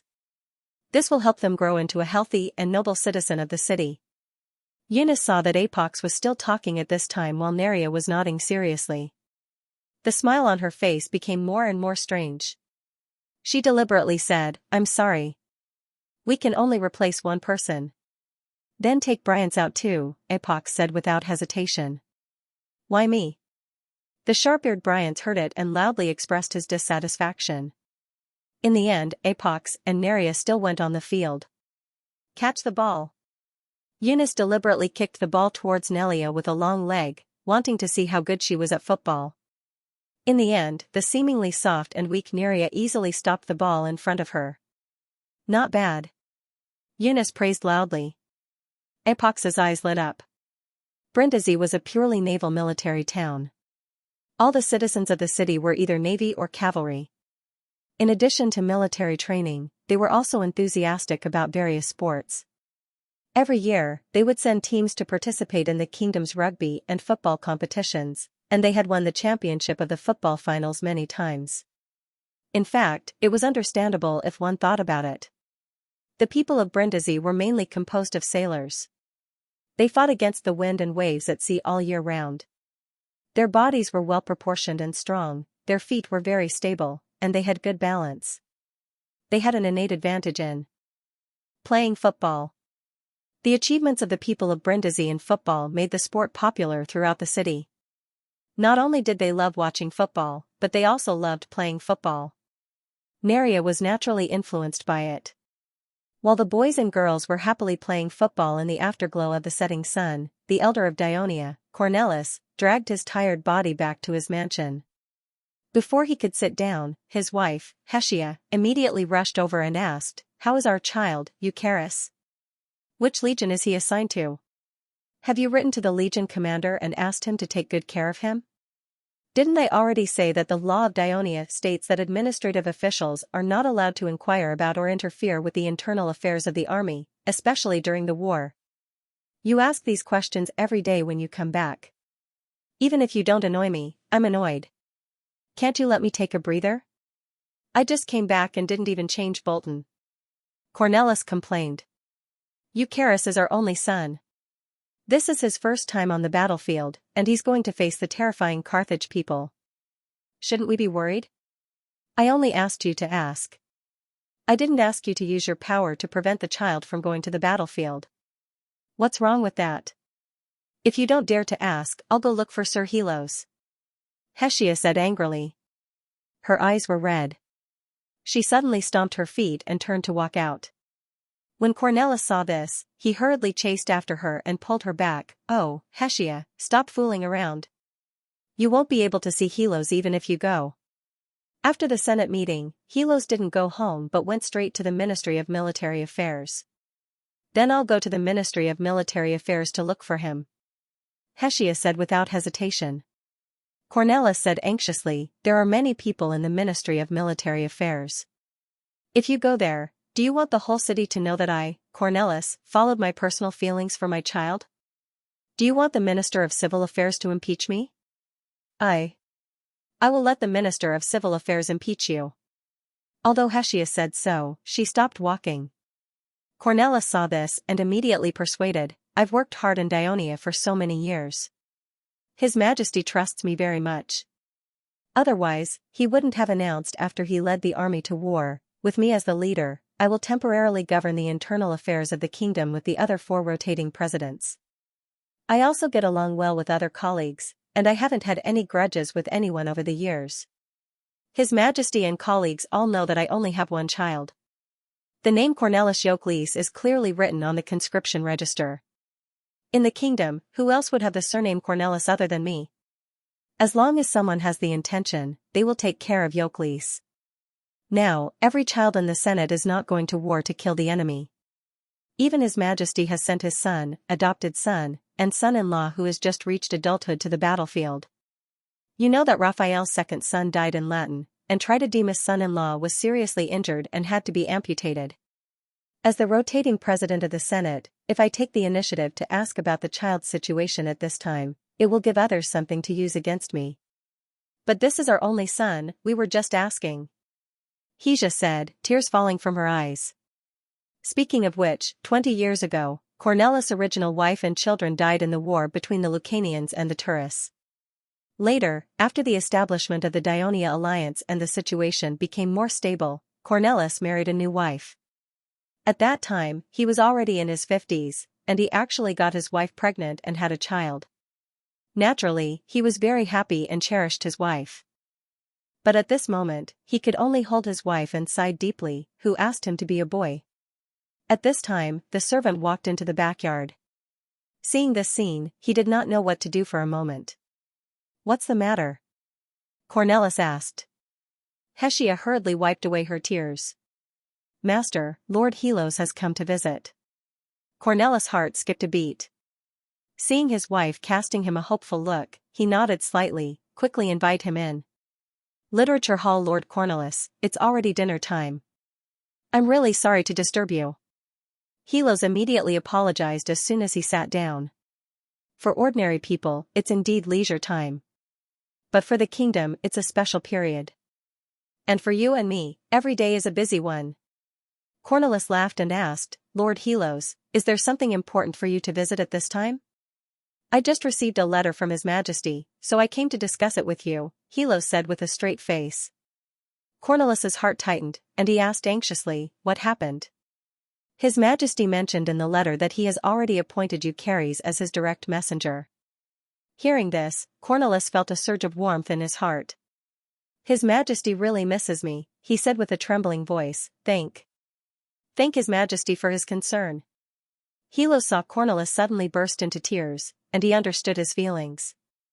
But as the Minister of Military Affairs, it was not his place to comment on this aspect. So, he coughed and continued. In addition, His Majesty also mentioned that within this month, all the new warships must be assigned to the Sicilian and Third Fleets. All the new warships? Within this month? Cornelis was a little surprised, and he was very hesitant. So far, the kingdom has 250 new warships built, and the crew needed is close to 50,000 people.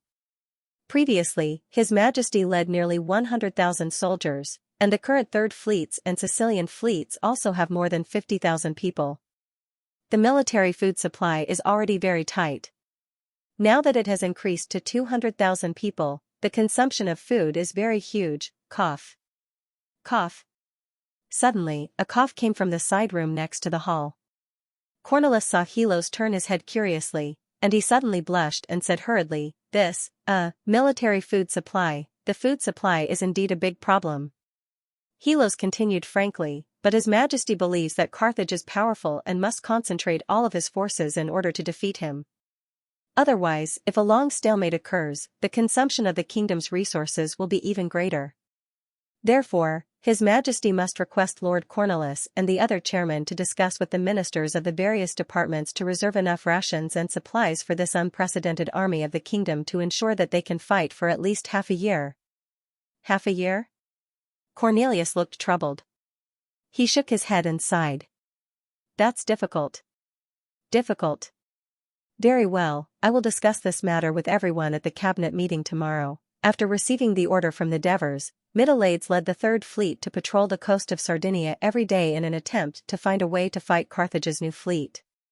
But for a few days, apart from sinking a few Carthage merchant ships, there was no sign of Carthage's fleet at all. This made the crew of the Third Fleet a little depressed.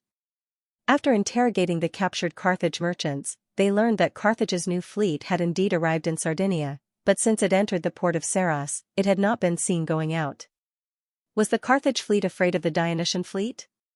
The crew of the Third Fleet felt that this was very likely. After all, it was a new fleet, and it needed a process of familiarizing and breaking in. But this gave Middleades a headache. If the enemy did not fight, the Third Fleet could not complete the task given by His Majesty, and they did not dare to harass the coast of Sardinia with all their might, for fear of a sudden attack by the new fleet. This morning, the weather was clear, with a slight southeast wind, and slight waves could be seen in the coastal waters. The Third Fleet sailed out of the port of Alenia and continued the cruise of the previous few days. It went all the way south from the north end of Sardinia to the west coast. At this time, a fast ship that was scouting ahead came and reported to Middleades. More than a dozen Carthage merchant ships had left the port of St. Iberia and were sailing south at a relatively slow speed. When Middleades heard this, he was overjoyed. A merchant fleet of this size leaving the port of St. Iberia was usually used to transport precious metal ores. Attacking it could not only complete the task given by His Majesty the Devers, but it was also very likely to attract reinforcements from Carthage's new fleet. Middleades immediately gave the order to pursue and attack. Under his instruction, the Third Fleet deliberately sailed closer to the coast when passing by the coastal waters of St. Iberia, and even blew the bugle to attack. Merchant ships carrying heavy loads could not outrun warships in terms of speed. Not long after, the Third Fleet saw Carthage's fleet not far ahead. In order to attract reinforcements from Carthage's fleet, Middleades did not give the order to attack immediately. Instead, he followed the fleet from behind. "There's a signal in front to turn west," the lookout on the mast shouted. Carthage's merchant ships were escaping to the west? Middleades was stunned for a moment, but he immediately understood that Carthage's merchant ships were trying to escape the pursuit of the fleet with the help of the wind. "Follow them." Middleades gave the order without hesitation. A new flag was raised on the flagship, and the Third Fleet began to sail away from the coast and into the distant sea. The color of the sea was gradually darkening, and the wind and waves were gradually getting stronger than those near the coast. A wave came and was split apart by the bow of the ship, turning into strings of water droplets that splashed onto the deck. Middleades felt a little uneasy when he was hit by the water droplets. He turned around and shouted, "Anything happening at the back?" The lookout at the stern replied loudly, "It's the same as before, there's no movement." Carthage's new fleet did not fall for their trap? Middle-Age was a little disappointed. He thought for a moment and gave the order decisively, have the first B squadron chase after them, sink the merchant ships, and then return. General, we're abandoning our previous plan, the flagship captain asked in surprise. Middle-Age thought for a moment and said, the military law of Dionia states that fleets are not allowed to go too deep into the distant sea. Also, judging from the current situation, the wind and waves in the distant sea are stronger than near the coast. Don't forget the lesson of the Sicilian fleet. The captain's expression immediately turned serious when he heard this. After receiving the flagship's flag signal, the sailors of the fast warships at the front of the fleet began to speed up. The speed of the warships was increasing rapidly. At the same time, however, the Carthage fleet was also speeding up. They maneuvered their sails agilely and moved forward in a zigzag pattern, causing the waves to become an obstacle for the fast warships. Therefore, although the distance between the two sides was gradually shrinking, it was obvious that they could not catch up in a short time. Not long after, Middle-Age received the terrible news that the fast warships have not caught up to the Carthage merchant ships yet from the returning clippers. While he was surprised, he also made up his mind, stop the chase immediately and return at full speed. General, they may be about to capture those merchant ships. The captain could not help but remind when he heard the order. Middle-Age did not explain immediately. Instead, he said firmly again, blow the bugle and raise the flag signal. Execute immediately. After everything was executed, he said faintly, every battle determines the life and death of countless brothers. Greed will blind our rationality and make irreversible mistakes. Middle-Age said this with emotion. Unlike Thurian, he was originally a more cautious person. However, after he used a scheme to seize Alenia, his mentality changed a little. He wanted to continue attacking the Phoenician city-states on Sardinia Island, but he failed and lost many fleets and infantrymen. However, the King of Devers did not punish him and continued to trust him. This made him feel guilty and constantly remind himself. At this moment, he decisively stopped the chase. It was a reflection from the bottom of his heart. He suddenly realized that he had been too eager to fight the Carthage merchant ships for the past few days, causing his mentality to be out of balance. He had neglected some principles of naval warfare that he should normally follow. The vanguard warships of the Third Fleet were about to bite the fat meat that was the Carthage merchant ships into their mouths, but they suddenly received the flag to retreat. Both the crew and the captain found it hard to accept, but Middle-Age had led the Third Fleet for 6 or 7 years. He had a relatively high prestige among the captain and crew, and with the deterrence of the military law of Dionia, the crew had no choice but to obey despite their dissatisfaction. Since they were only chasing after the merchant ships, the Third Fleet did not adopt a battle formation.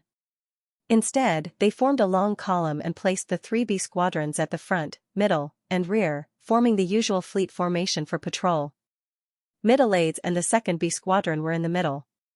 When the order was given, the vanguard quickly became the rear, and the rear became the vanguard. All the warships turned around one after another and swiftly sailed towards the coast. From the moment they discovered the Carthage merchant ships, to the pursuit, and finally to their return, it had only taken less than half an hour. However, the crew was initially excited and expectant, but after a period of strenuous running and getting nothing, their mood quickly turned to disappointment. On the way back, the crew did not chant in unison, nor did they talk or sing loudly in excitement. Middle-Age could understand their feelings, but he did not think that his order was wrong. The entire fleet sailed in silence. The only sounds that could be heard were the paddling of the oars and the cries of the seagulls circling above the fleet.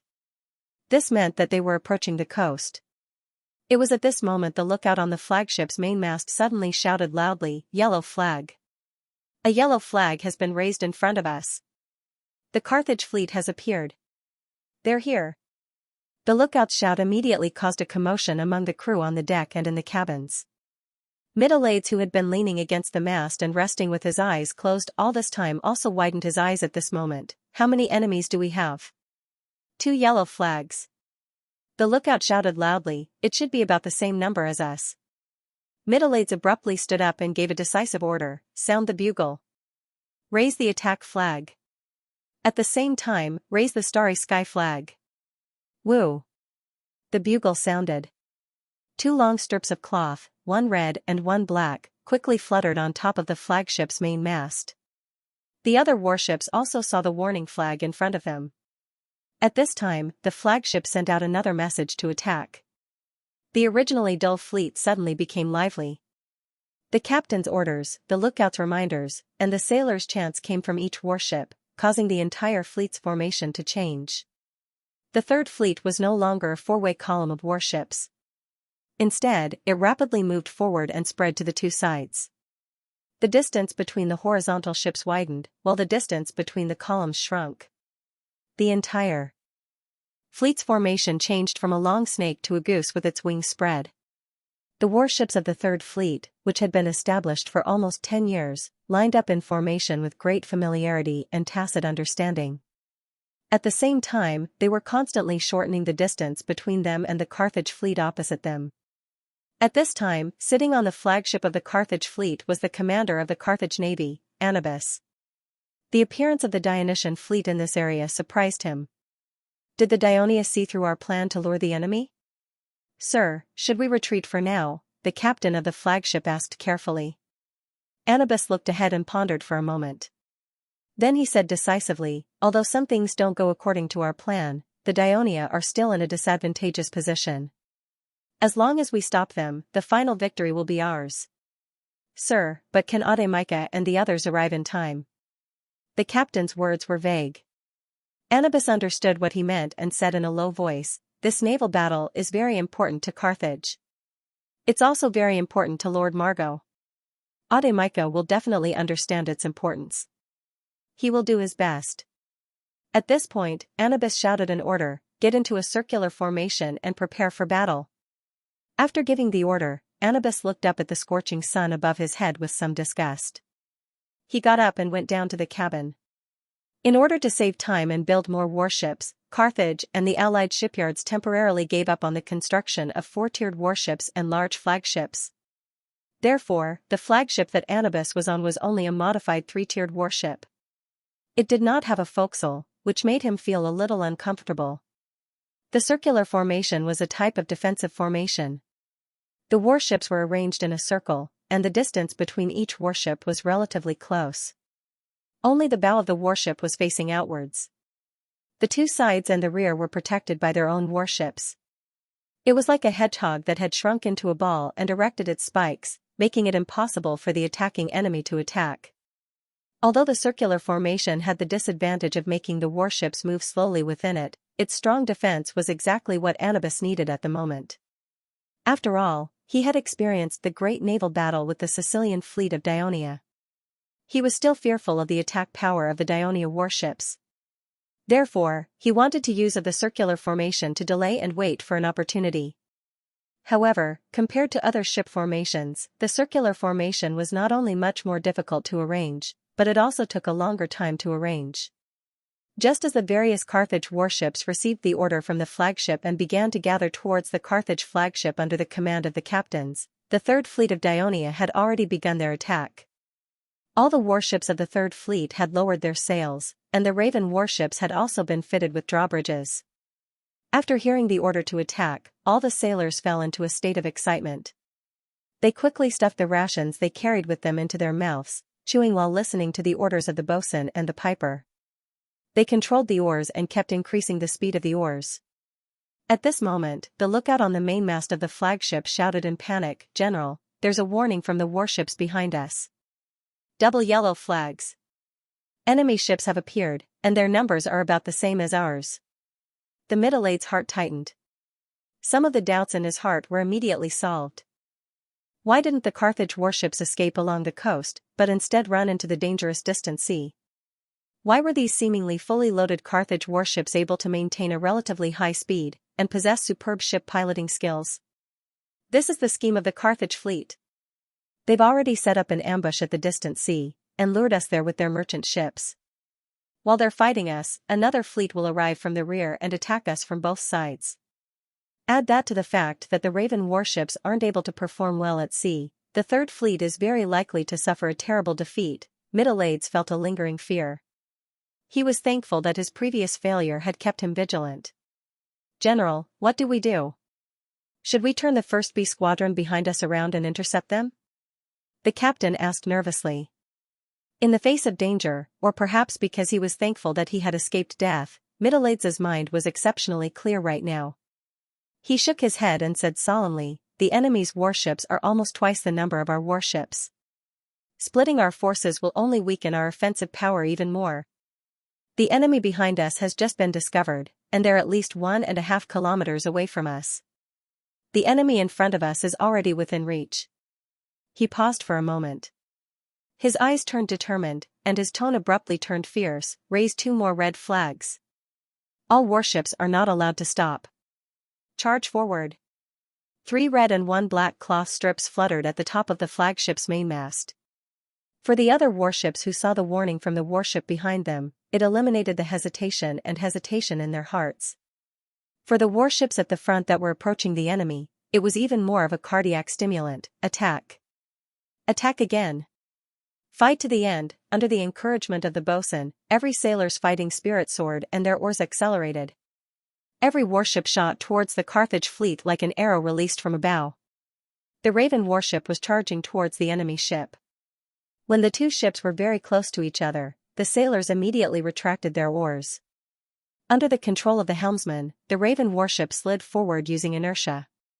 The operator on the deck tightly gripped the axle that rotated the drawbridge. When the 2 ships were about to collide, the operator pressed down on the handle, and the drawbridge quickly smashed down on the bow of the enemy ship.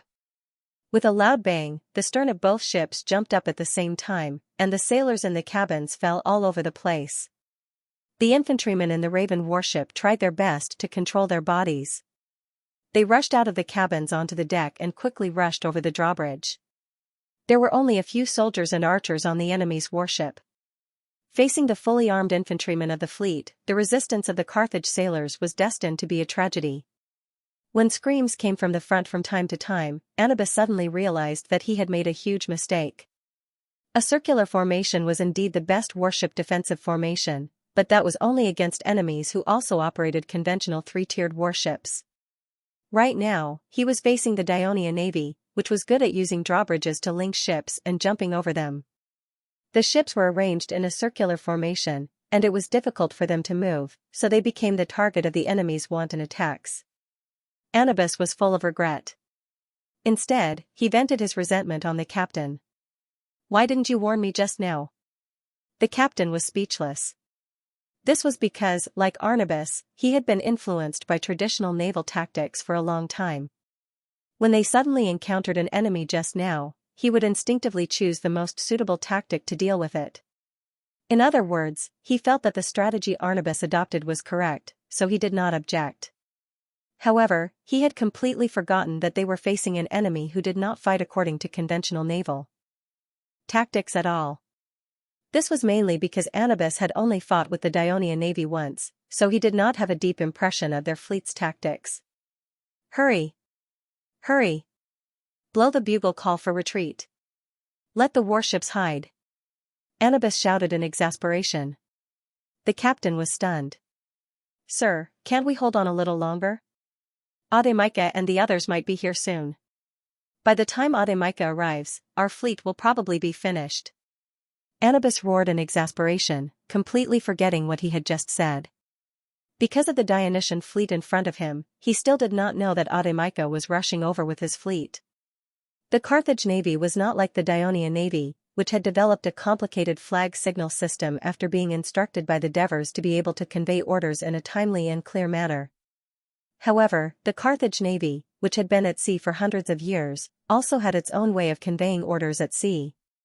The 10 buglers on the deck of the flagship blew the bugle call for retreat at the same time. The urgent sound of the bugle call spread out in all directions. Although the Carthage fleet's circular formation was not completely completed, the warships were all moving closer to the flagship, which was just enough for them to hear the bugle call clearly. However, it was impossible to execute this order immediately and have the entire fleet retreat immediately, because this was a circular formation. The warships on the periphery had to retreat first to make space for the warships on the inside to retreat. However, the warships of the Dionia Third Fleet quickly pressed forward, and in a short period of time, they came into contact with half of the periphery of the Carthage circular formation. Under the fierce attack of the Dionia warships, it was not easy to retreat smoothly.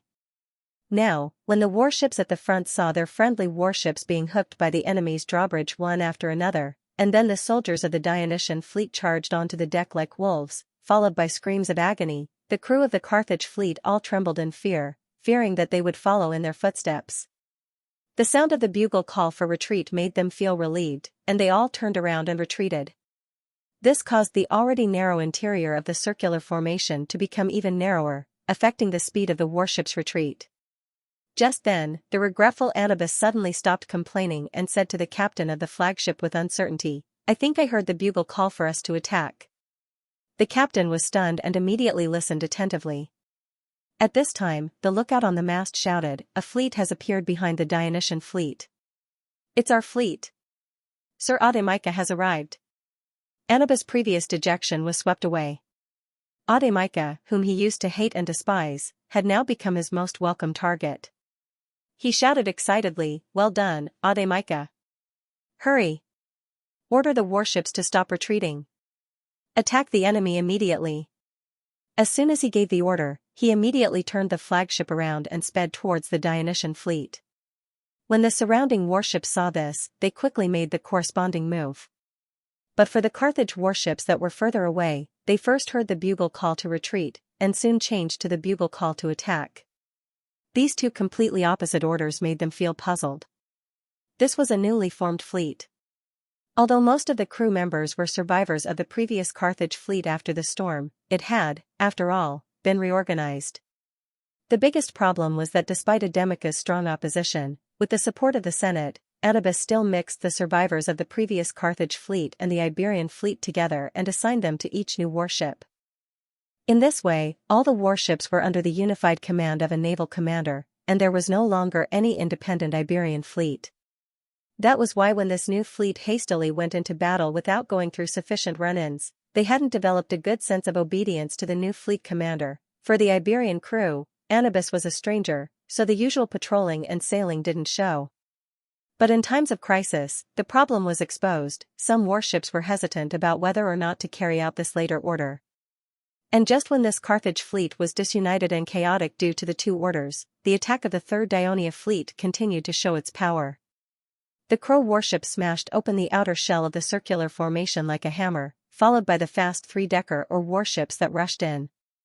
Their narrow hulls shuttled quickly in the narrow internal space of the circular formation, as agile as swimming fish, but when they found an opportunity, they turned into ferocious sharks, twisting the oars of the enemy ships and smashing their hulls, making the already somewhat chaotic Carthage fleet even more chaotic. At this point in the battle, some Carthage warships saw that the situation was not good and began to withdraw from the battlefield. Speaking of which, the new Carthage fleet originally had 190 warships. After arriving in Sardinia, it merged with the 40 warships that originally belonged to Sardinia's Phoenician city-state, bringing the total number of warships to 230. After Anubis formulated this plan, he divided the new fleet almost equally.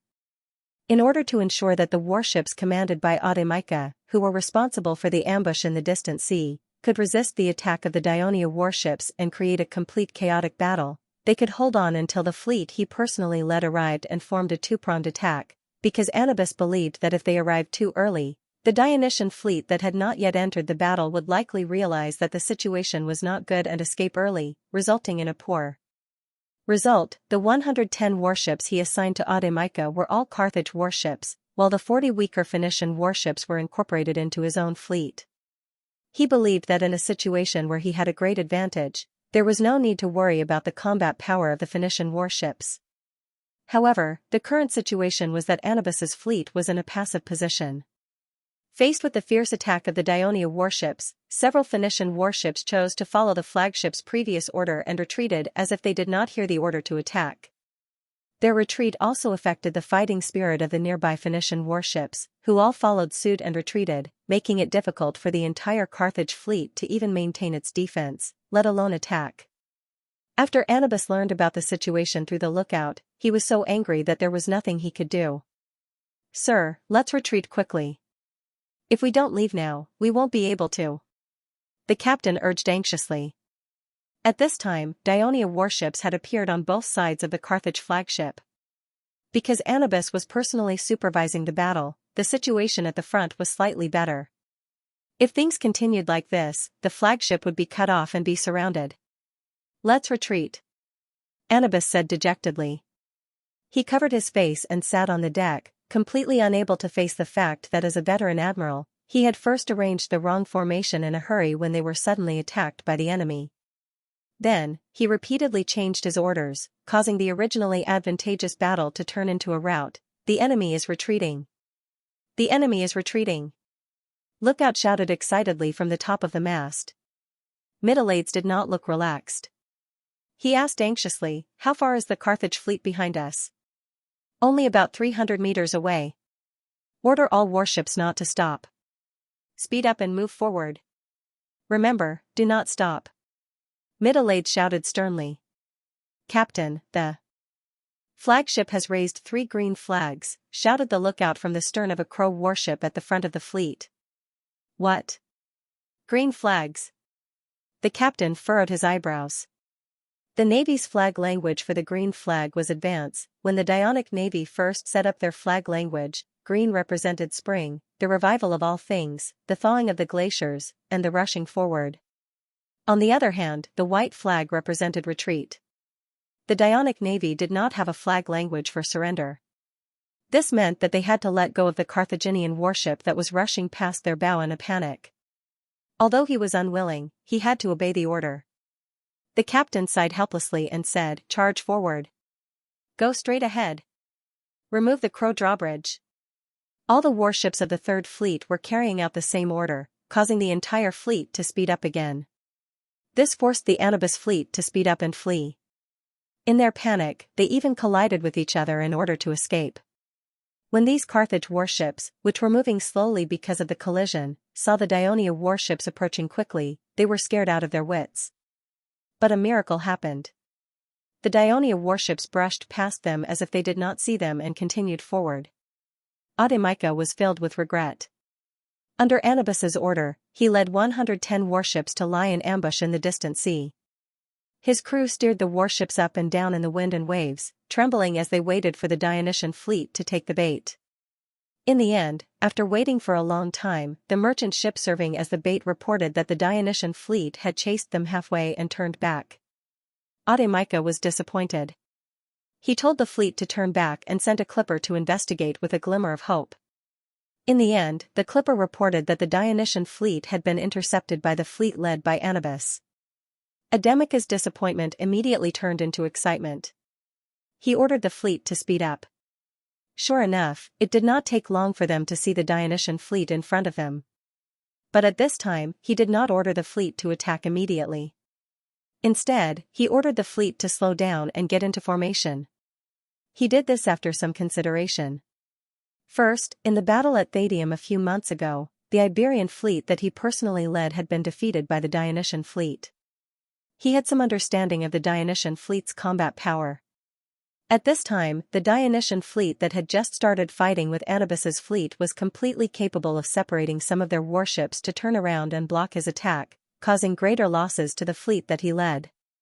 Second, although he was now under Anubis's command, he was not convinced. He hoped that in this battle, the fleet under Anubis's command would suffer more losses while he suffered fewer losses. This would help increase his prestige in the new fleet and increase his right to speak. Therefore, after Audiobook ordered all the warships to spread out and form a 2-column formation, he did not move and watched the development of the battle in front of him. At the same time, he was wary of the Dionysian fleet's possible escape. But he never thought that the commander of the Dionysian fleet would be so decisive, ignoring his threat and ordering all the warships to participate in the attack. He also didn't think that the fleet under Anubis's command would perform so poorly. The battle only lasted for about 10 minutes, and they were already somewhat unable to hold on. After Audiobook roughly understood the situation of the battle in front of him through the lookout, he had no choice but to immediately give the order to attack. It took the Audiobook's fleet about 7 to 8 minutes to accelerate the warship from a standstill to a maximum speed, traversing a distance of nearly 1.5 miles to reach the rear of the Dionysian fleet. In order to allow the Anubis fleet to do their best to keep the enemy occupied, Audiobook even ordered the buglers on the flagship to blow the bugles with all their might. But all their efforts proved futile in the end. By the time they reached the battlefield, the Dionysian fleet had already passed through the Carthage formation and sailed at full speed into the distance. Only the damaged Carthage warships and the Carthage warships with half of their sailors were left scattered on the surface of the sea. Many Carthage sailors floated on the surface of the sea, calling for help loudly to the fleet. Instead, they became obstacles to the advance of the Audiobook fleet. Of course, not all the Dionia warships managed to escape in time. 7 or 8 Dionia warships slowed down due to the damage to their hulls, or because they could not withdraw their infantry in time and had to wait for more time, or because enemy ships suddenly appeared in front of them in a panic and they could not avoid them and had to collide with them. As a result, they could not rush out quickly enough. In short, they did not manage to leave the battlefield and fell far behind the Dionysian fleet. The warships of the Audiobook fleet chased after them. When the Dionysian warships saw that they could not escape, they all turned around to fight. Even though they performed bravely, they were outnumbered, and the Carthaginians quickly won. During this process, the Dionia Third Fleet did not turn around to rescue them. Instead, they sped up and left. Looking at the Dionysian fleet that had almost disappeared in the distance, and then at the devastated battlefield around him, Audiobook hesitated for a moment. Since it was impossible to catch up to the Dionysian fleet, he decided to rescue his compatriots first.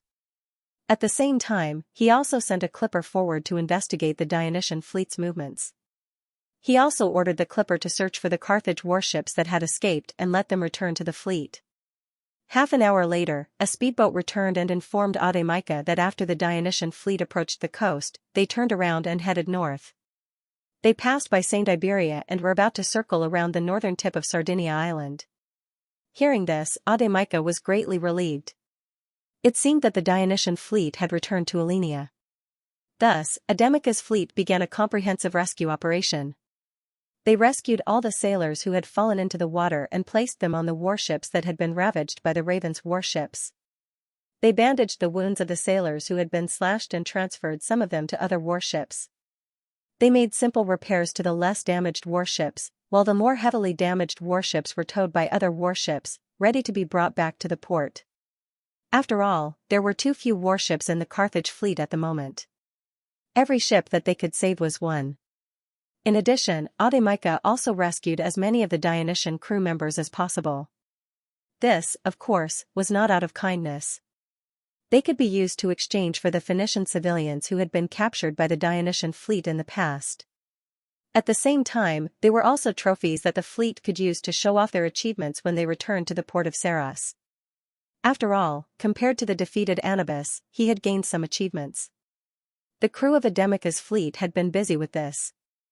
During this time, several warships that had originally belonged to Anubis arrived one after another and joined the fleet. It was not until the setting sun dyed the western sky red that the entire fleet slowly sailed east. During the voyage, the crew of one of the warships came up with a way to amuse themselves. They forced the captured Dionia sailors to run on the slippery deck naked. They could not slow down either. If they stopped, they would be beaten with wooden sticks, and if they fell, they would be whipped. Soon, the crew of the other warships followed suit and quickly spread the idea. Seeing the amusing and painful faces of the captives and listening to their shrill screams, they could vent their anger after losing to the Dionia navy several times. Some of the crew even came up with other ways to humiliate the captives, such as, in the flagship's cabin, the boatswain grabbed the leather helmet of a captive, touched the red tassel on top of the helmet, and asked, "Looks like you're a captain?" The captive who was tied to the pillar of the ship glared at him. "Boss, he doesn't understand what you're saying," a sailor said. "He will understand." The boatswain laughed coldly. He waved his hand and gave the captive a heavy slap. The captive screamed, and half of his face quickly swelled up. The boatswain shrugged at the sailors. "See, he understands." The sailors roared with laughter. The captive cursed angrily. The boatswain frowned and suddenly took the leather helmet and peed in it. The sailors showed looks of disgust. But when the boatswain put the cap before the captive, and made him drink, they were excited again. The captive glared at him and spat on his face. This infuriated the boatswain, who seized the prisoner by the neck with his right hand, and with his right put the helmet to his mouth. The captive struggled with all his might, his face flushed red, and in the end, he had no choice but to open his mouth and gasp for air. The bosun took the opportunity to pour the urine in the helmet into his mouth. The captive choked and coughed, while the sailors laughed loudly. Audiobook watched this scene in the cabin through the gap in the middle of the deck. Even though a smile appeared on his face, he had to remind the captive, "Be careful, don't kill him." "Don't worry, sir. We will entertain him very carefully," the bosun said respectfully as he patted the captive's head mockingly. Audiobook snorted, stood up, and walked to the bow of the ship. He looked ahead and fell into deep thought. He had already learned about the general course of the battle from the sailors he rescued, and realized the mistakes Arnabas made in the battle. He was thinking about how to write a letter to Margot, the leader of the Maganid family and the military commander of Carthage, so that he could use it to challenge the Hanoverian party in the Senate and take back the command of the navy. "Sir, a warship has appeared behind us." The watchman on the mainmast shouted loudly, interrupting his thoughts. Before he could respond, in Ao Wangsho's field of vision, another indistinct image appeared behind the warship on the horizon.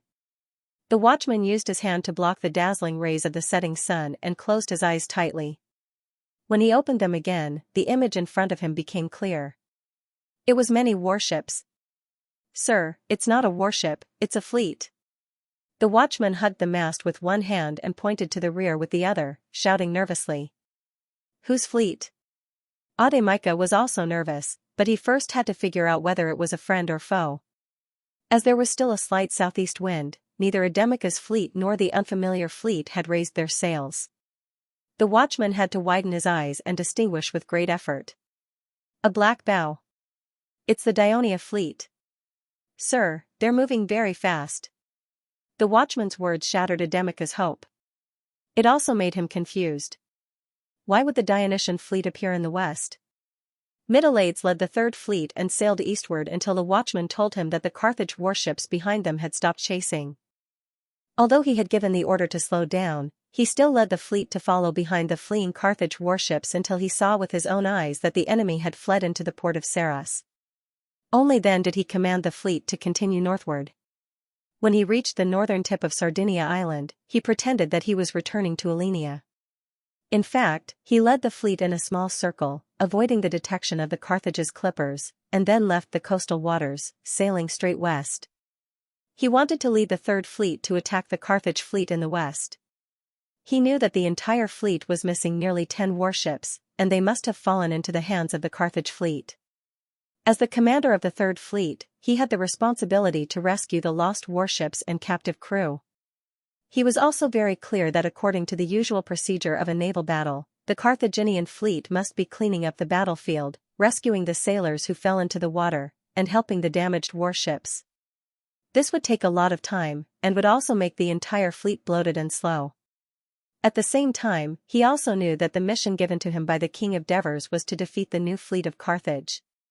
Now that he had such a rare opportunity, he would not let it go so easily. However, although Middleades and the captains were experienced in sailing, it was not easy to find a target in the vast sea.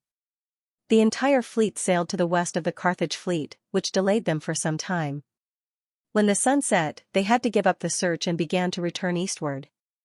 Unexpectedly, after a period of sailing, the clippers in front of them suddenly reported that they had discovered the Carthage fleet. Middleades immediately became excited and ordered all the warships to prepare for battle.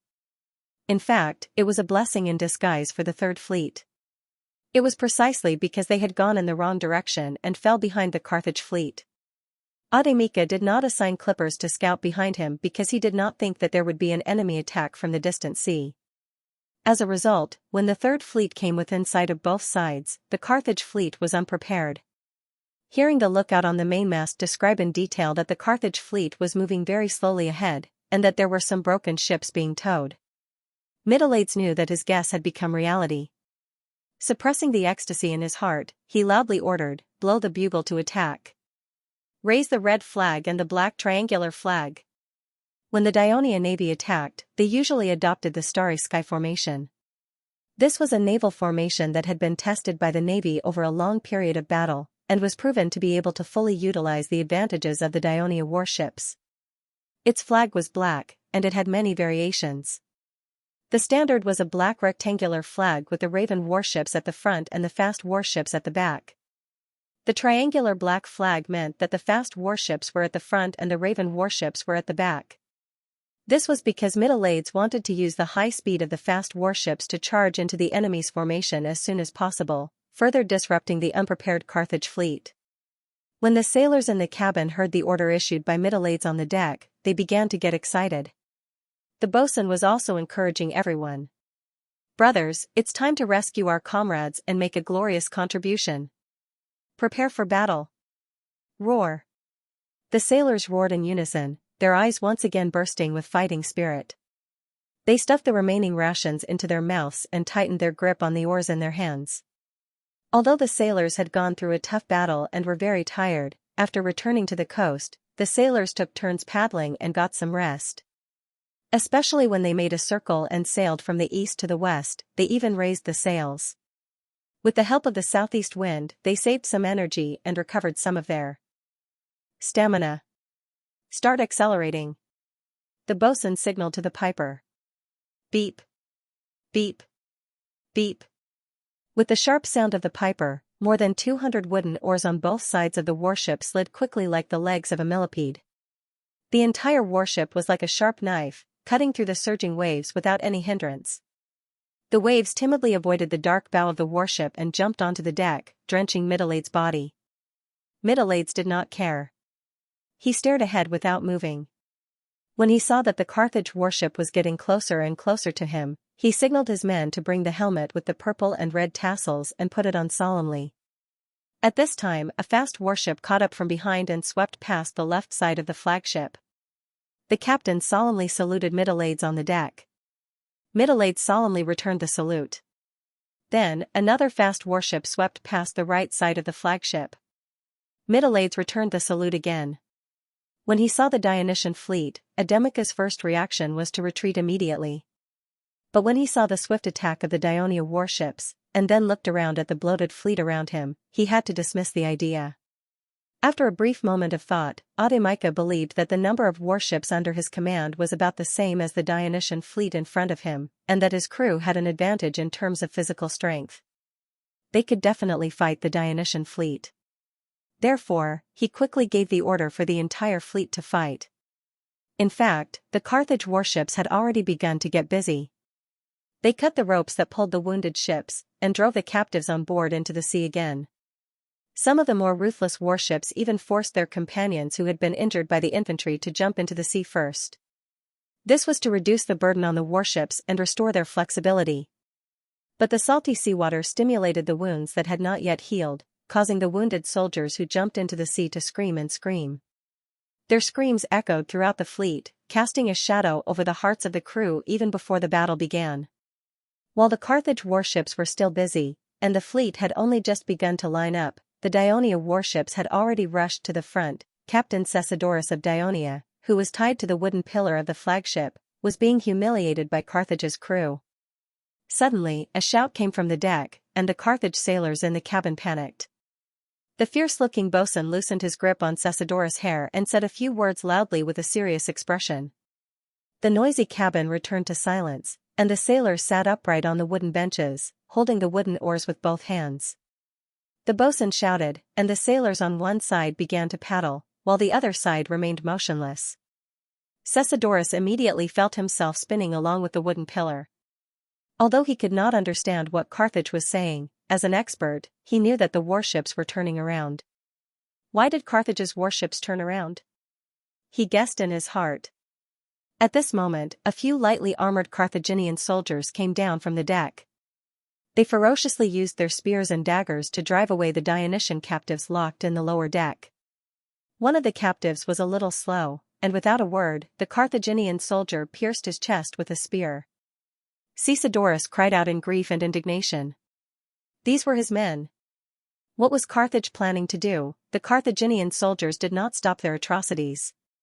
Some soldiers even came in front of him and wanted to drag him up. However, perhaps the ropes were too tight, or perhaps the fact that he was the only captive did not matter. In the end, they chose to give up. Great Hades! You are the king of the underworld, the ruler of justice, and the guardian of the kingdom. I have steered the warships, fought at sea, and protected the kingdom. If that day comes I went to your temple, I hope you will judge me fairly, give me the glory of a warrior. The captive captain suddenly began to chant. The captives who were still struggling suddenly quietened down when they heard the voice. They began to sing along.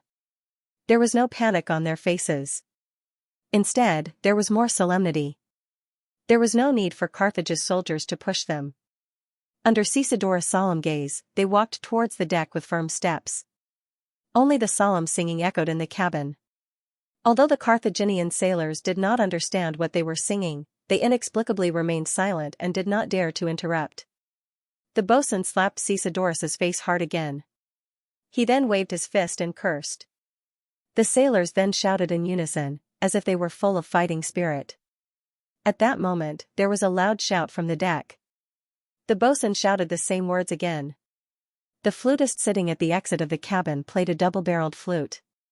The sailors listened to the rhythm of the flute and increased the speed of the oars in unison. Cisadorus swallowed the blood in his mouth and did not curse loudly. He knew that the warship was speeding up. It was preparing for battle. Its enemy was self-evident. Our fleet is coming.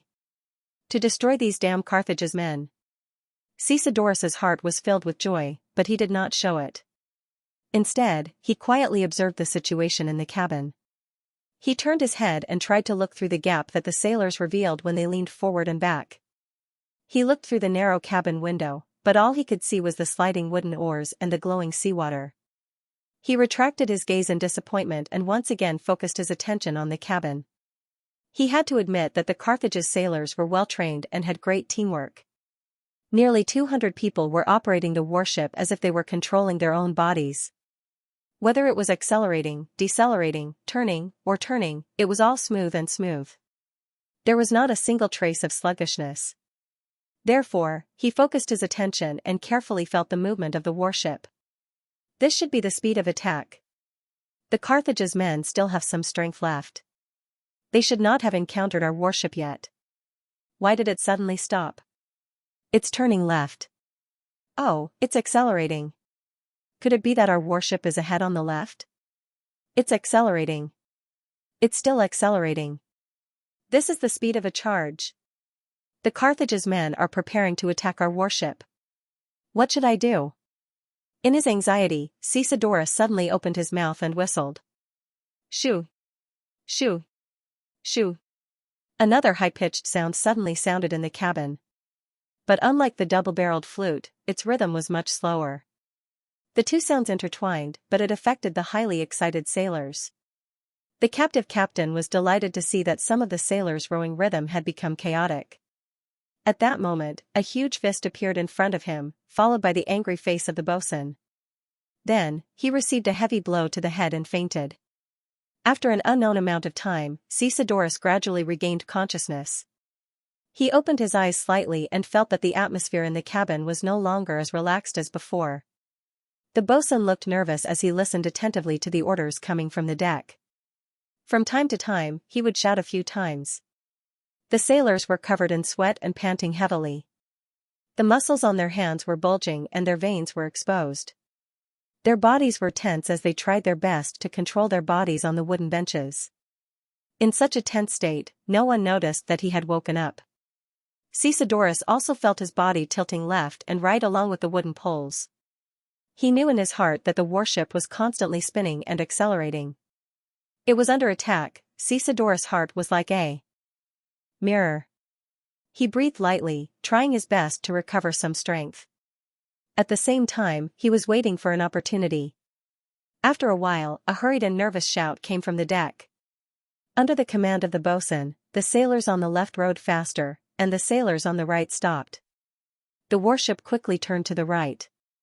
After a while, the sailors on the right rowed faster, and the sailors on the left rowed at a normal speed. Cisadorus knew in his heart that this was a difficult reverse S-curve maneuver. It was a tactical maneuver used to avoid being hit by the enemy ship and then escape the siege. In other words, the warship was under siege.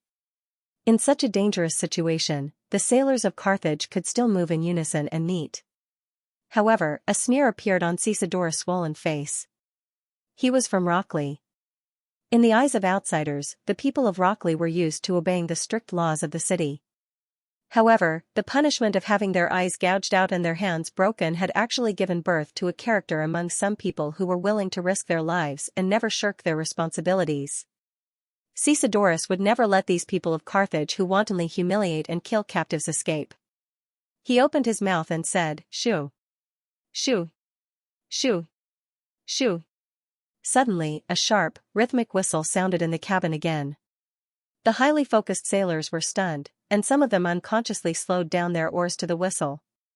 The boatswain roared, picked up a spear in the corner, and pierced Xianxia's chest. Blood flowed from the captive captain's mouth. Although his whistle weakened, it did not stop. When there was a loud bang, the whole ship trembled, and the warship suddenly stopped moving. The sailors of Carthage cried out in alarm, and he died with a smile on his face. After Carthage's flagship was captured by the Raven warship, the infantrymen of the fleet saw the body of Xianxia tied to a wooden pillar in the cabin with a spear piercing through his chest. Through the translation of the captive sailors, they learned about Xianxia's heroic deeds and were all moved. Not long after, Middleades learned about it and immediately ordered, carefully transport the body of Captain Xianxia back to the flagship and keep it safe. When the body of Xianxia was carried to the flagship of the Third Fleet, Middleades and the crew of the ship stood at attention solemnly saluted. The Third Fleet's surprise attack caught the Carthage fleet, which was full of wounded soldiers, captives, and dragging the damaged ship by surprise. The swift and fierce attack that followed completely disrupted the formation of ships that had yet to take shape. After half an hour of fierce fighting, the Carthage fleet was defeated, and even their flagship was captured. The Third Fleet won the battle. Considering that night was about to fall, Middleades ordered all the warships to stop chasing and quickly rescue all the sailors who had fallen into the sea. At the same time, Middleades also considered that the new fleet of Carthage still had some combat power left, and on the way back, the fleet had to pass by the coast of Sardinia, so he was worried that they would attack at any time.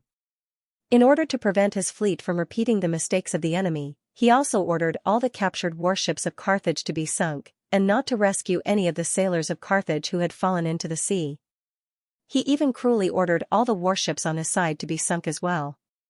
The consecutive victories raised Middleades' prestige, and under his insistence, the warships of the Third Fleet strictly followed his orders. Only the surviving Carthage sailors from the Carthage flagship were not chased into the sea. They were evenly distributed to the decks of the various warships.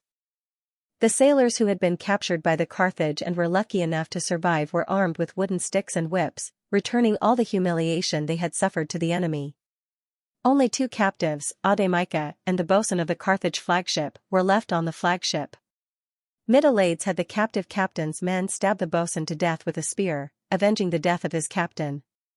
When Middleades turned his gaze to Audiobook, the former commander of the Iberian fleet, a member of the Maginid family, looked haggard but calm. "Do it." Middleades smiled. "You are the biggest prize of this naval battle. How can I let you die so easily?" As he spoke, he had his men take a helmet and had the crew pee in it.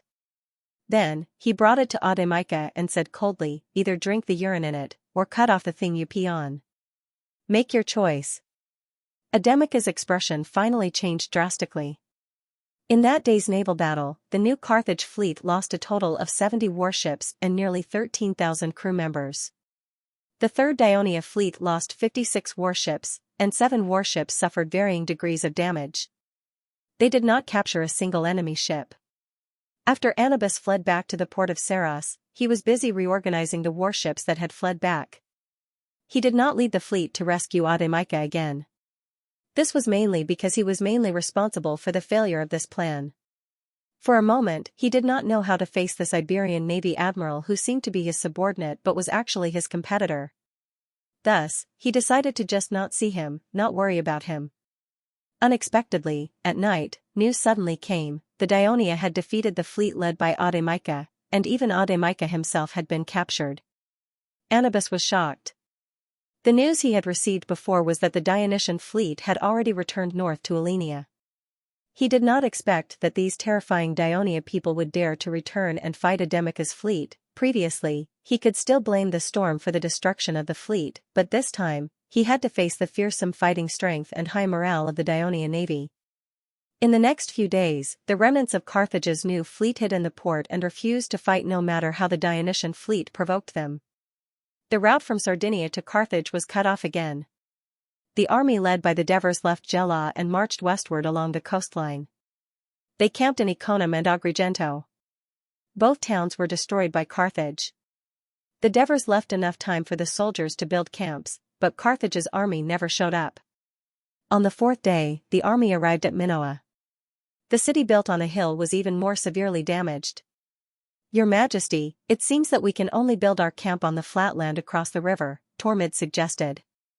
The Devers stood on the hill and looked down at the lowlands to the west. Although the fields had been harvested, they could still see a golden field. He asked, "Is this the battlefield where Persosus led his army to defeat Carthage's people?" "Yes, Your Majesty." Tormid pointed to the north. "It is said that Commander Persosus's camp was built there." The Devers turned and looked for a while, then turned to the front and asked, "How far is Serinus city from here?"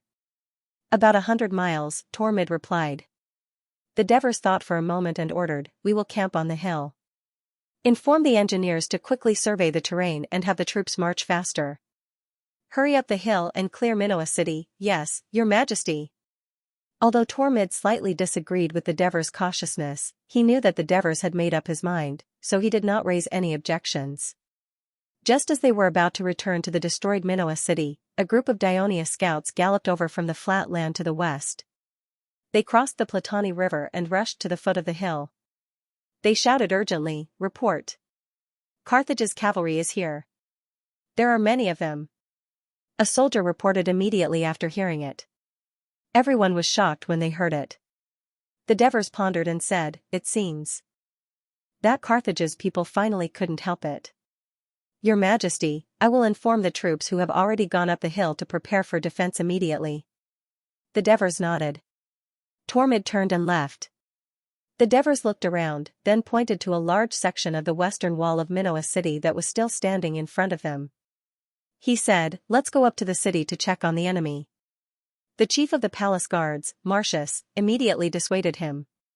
"Your Majesty, Minoa city is seriously damaged. I'm afraid that the wall is not strong enough. It could be dangerous.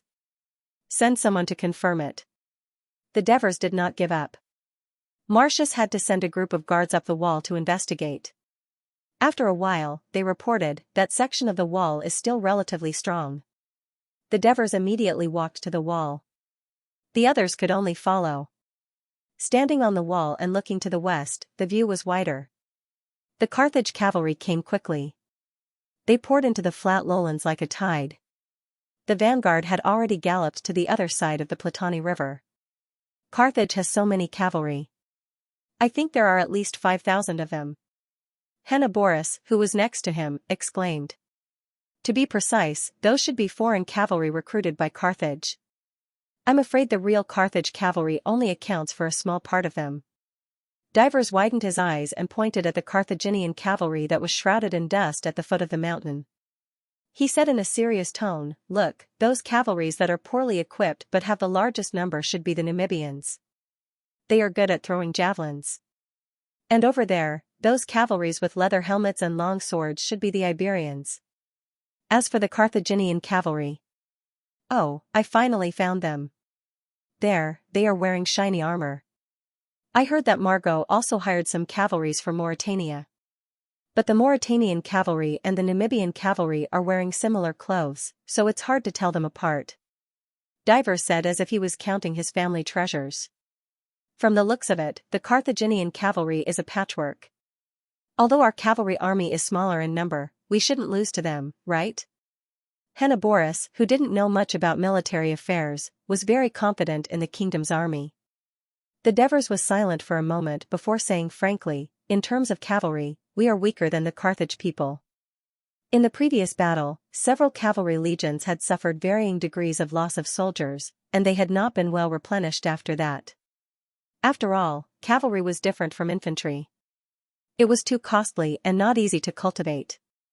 However, even if the 4 cavalry legions of Dionia were fully formed and gathered together, the Devers did not think that they would be able to defeat the enemy cavalry at the foot of the mountain. For cavalry to win, they mainly relied on horsemanship, numbers, and training. In terms of training, the Daionia cavalry was naturally better than their opponents, but in the other two aspects, Daionia did not have the advantage. When Henoboris heard this, he suddenly choked. After a moment, he comforted, "It's nothing. Our Dionysian army mainly relies on the infantry legion, and they are much stronger than the Carthage." At this time, Printos, who was also watching the enemy's situation, said in a deep voice, "The Carthage infantry is here too." The Devers did not speak, but stared intently at the battlefield. In the distance, teams of Carthage infantry entered the lowland plains from the west in an endless stream. The originally empty field was being filled by the Carthage army. The Devers put their hands on the cracked battlements and said thoughtfully, "It seems that Brother Mara is really ready to fight us here." When Henoboris heard this, he blinked and asked curiously, "Here? We are on the mountain, and they are at the foot of the mountain? This is not a good choice. Why don't they wait for us to march to the lowland at the foot of the mountain before they fight?" The Devers did not answer, but looked at Printos. Printos understood that this was a test from the king of Devers. He thought for a moment and said, "If the Carthage people let us enter the lowland below, we can send troops to block the coast road to the west, and it will be easy to organize a defense. It will be more troublesome for the Carthage people to attack, and their superior forces will not be able to spread out. Then why don't the Carthage people just occupy Minoa city? In this way, they will have the advantage of defense, and our army will be in trouble." Facing Printos, Henoboris' question was more direct and bold. Printos' answer was also very quick. "If that is the case, I think your majesty will not march to Minoa at all, but will return to Agrigento, or even Gela. In this way, the Carthage people will be anxious.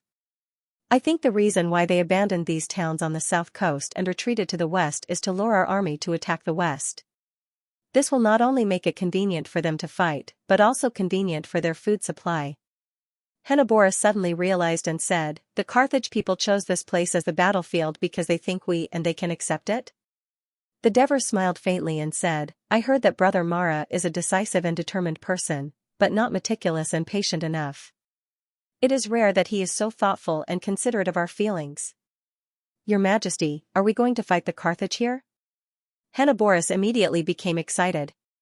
The Devers glanced at the solemn Printos and said softly, "Unfortunately, I am not going to follow the script that Brother Mara has made up." Henoboris said, "Oh." At this time, Amintas, Matones, Olivers, Trotiras, and several other senior generals rushed to the bottom of the city wall and shouted while panting, "Your Majesty, the First Legion has arrived. The Second Legion has arrived. The Legio IV has arrived. The Legio VI has arrived. The Rome Reserve Brigade has arrived." The Devers looked up at the sky, then looked down at the tired but excited faces under the city. He said calmly, "Everyone, you have worked hard. Please follow the rules of the Daionia military law regarding the construction of camps during wartime.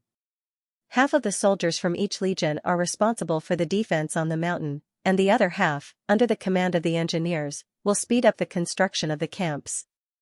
Go and execute it." The order of the Devers was far from their expectations. Amintas, Matones, and the others were slightly disappointed, but they still responded loudly, "Yes." Watching the generals go away, the Devers thought of something again. He looked around and asked, "Where is Tormid?" "Your Majesty, he has rushed to supervise the construction of the camps," Printos replied. "Go and find Tormid immediately. Ask him to inform the commanders of the legion to allocate some soldiers and the engineering battalion to repair the original port of Minoa as soon as possible so that the Sicilian fleet can be stationed there. I will leave this matter to you." "Yes, Your Majesty." Printos accepted the order and left. The Devers turned back and continued to stare down the mountain. At this time, a large number of Carthage infantry were arriving at the west bank of the Platani River. The Carthage cavalry that had gathered on the riverbank had retreated to the rear on both sides, giving way to the front. All the soldiers were lined up along the riverbank, gradually forming the embryonic form of a military formation. The Devers' eyes finally focused on a group of generals on horseback in front of the Carthage infantry phalanx on the west bank of the Platani River. In the middle, there was a general wearing a golden helmet without a tassel, a golden breastplate, a dark red armor skirt, and a blue cloak. He pointed to the hill and said something. The people around him gathered around to listen. The Devers looked solemn and whispered, "Brother Mara." The person the Devers saw was indeed Brother Mara. At this time, he was squinting at the mountain. Daionia's soldiers were constantly emerging from the ruins of Minoa, forming a line of defense. "Sir, the people of Daionia don't seem to have any intention of fighting us." One of the generals made a judgment. "If it were me, I wouldn't have ordered the soldiers to fight right after marching," another general reminded him. Brother Mara raised his eyebrows and said nothing. It was only when he saw that the Daionia soldiers not only had no intention of descending the mountain, but had even begun to set up a redoubt in front of their defensive formation that he had no choice but to issue an order: leave the cavalry to continue to monitor the enemy's movements, and be careful of any sudden attacks. Lead the soldiers to build the camp. While the Devers led the army westward along the south coast, the Dionysian army, with Legio III as the main force, did not rest for long after entering Aegilion. On the second day, the newly formed Psychier army took the lead and continued westward. Strangely, they didn't see any Sicar tribes along the way, nor were they attacked. 2 days later, the army successfully arrived at the central city of Sicily, Enna. It was another empty city. Lazaru and Epictetus, who had been through many battles for a long time, did not feel happy. Instead, they became more cautious and sent more scouts and Sicar warriors to investigate the enemy's movements. A day later, Lazaru received news that a large number of Carthage soldiers and some Sicar warriors had gathered near the city of Cephalotion. The preliminary estimate was that the number of soldiers was more than 30,000. Lazaru might seem rough, but he was actually meticulous. Whether it was leading Legio III alone to defeat the Catini in Campania, or attacking Rome from the bridge to the city of Rome while splitting up his troops to defeat the reinforcements from the north, these battles undoubtedly reflected this characteristic of his. This was the first time he had served as the temporary commander of several legions. After entering this unfamiliar mountainous area, he became quite cautious. After receiving this news, he immediately discussed with Epictetus and Creru, and finally decided that the army would continue to stay in Enna until the detailed deployment of the enemy forces in the west was clear, and this news would be reported to His Majesty the Devers in the south coast. Although it was already the beginning of November, the sun was still scorching at noon by the Minoa Sea. The Devers and a few high-ranking generals of the army stood by the temporarily repaired port, enduring the scorching sun, patiently waiting for a large fleet to enter the port. As the passenger ships docked one by one, countless soldiers boarded the pier. The deserted harbor suddenly became lively. "Your Majesty, they're here," Henoborus reminded softly. "Let's go and welcome the hero who conquered the Samni." The Devers smiled and walked forward with large strides. The others followed closely behind. "Your Majesty." Alexis also walked in front of the Devers and solemnly saluted. "You've worked hard." The Devers looked at him with unusual emotion. After returning the military salute, they even took the initiative to give this general, who had made many contributions, a strong hug. "Alexis, you're a little slow. We're only missing you." Aminta's mood was a little complicated, but this did not affect the friendship between him and his old comrade. He also gave her a warm hug. Then, Matones, Olivers, Trotyras, and the other generals greeted him one by one. "Your Majesty, Commander Melisande of the 10th Legion reporting for duty." Melisande nimbly saluted, his voice unusually loud. The smile on the Devers' face became even brighter. "Oh, Melisande, you've performed very well in the previous battle. I believe your parents will be very proud of you after seeing the battle report. Have you returned home after the battle with the Samni?" "Not yet." "Then, win more contributions in the upcoming battle with Carthage and return home full of glory." The Devers patted his shoulder and encouraged him. "Yes, Your Majesty." Then, Melisande braced himself to greet the other generals. Most of the generals present were his stepfather Felicius's comrades. When they spoke to him with the tone of an elder, he always felt a little awkward. Another person walked up and bowed to the Devers in a special manner. "Greetings, Your Majesty, Your Majesty." "Great leader Borit, I didn't expect you to personally lead the troops here." "Thank you so much." The Devers hurriedly helped him up and said with joy and gratitude. For more than 10 years, both Tia has always been under the protection of Daionia. With your majesty's generous assistance, the tribes of Potentia have survived many difficult times. We have always regretted not having the chance to repay this great kindness. Now that we have this opportunity, of course, we must do our best. Borat's words were spoken with sincerity. The Devers listened and nodded, but then smiled and corrected him. Dionia and Potentia have long been a family. Let's not talk about kindness and gratitude like outsiders. Let us continue to fight side by side like brothers. Yes. Yes. Borat nodded repeatedly in response. The Devers turned his gaze to another person next to him. You are Leader Tidoni of the Abenelum? You still remember me? Tidoni was a little surprised. For the past few years, you have led the Abenelum team to participate in the Hades celebration in Turii. How could I not remember? The Devers smiled and said seriously, this time, it was thanks to the great help of the Abenelum that we, Dionia, finally won the Samanese War. You don't have to be so polite. We are already a family, aren't we? Tidoni replied straightforwardly. The Devers was stunned for a moment, then laughed and said, yes. You are very right. It was a slip of the tongue. I will drink a glass of wine as punishment at the banquet later.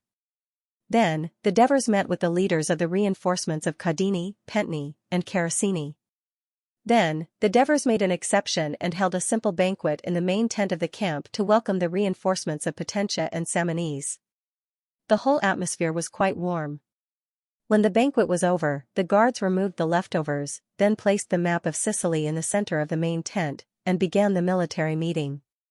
Tormid, the staff officer of the Ministry of Military Affairs, stood in front of the map with a wooden stick in his hand. He first bowed slightly to the Devers, and the Devers nodded to him. He turned to face the crowd and said, everyone, His Majesty asked me to first tell you about the current situation between us and the enemy in Sicily. In Minoa, where we have gathered the 1st Legion, the 2nd Legion, Legio 4, Legio 6, the Rome Reserve Brigade, the 1st, 2nd, and 3rd Cavalry Legions of nearly 50,000 people. Now, we have the 10th Legion, the reinforcements of Potentia, and the reinforcements of Samanese, a total of 16,000 people, for a total of 66,000 people. In the lowlands west of Minoa city, the army led by Carthage's military commander, Margo, has built a camp there. According to the information detected by the scouts and sentries in the past 2 days, there are about 60,000 infantrymen and more than 7,000 cavalrymen there. More than 7,000 cavalrymen? Melisande exclaimed. He immediately realized his impoliteness and cast an apologetic look at Tormid. Talmud took over the conversation and said, yes, the Carthaginians have a lot of cavalry, and they are very strong. This is why. The Carthaginians have been setting up a battle formation at the foot of the mountain, wanting to fight with us. However, His Majesty has always avoided fighting them at this time. As he spoke, Tormid pointed the wooden stick at a town icon not far north of Minoa city on the map. This is the town of Xianxia, Caphelotian.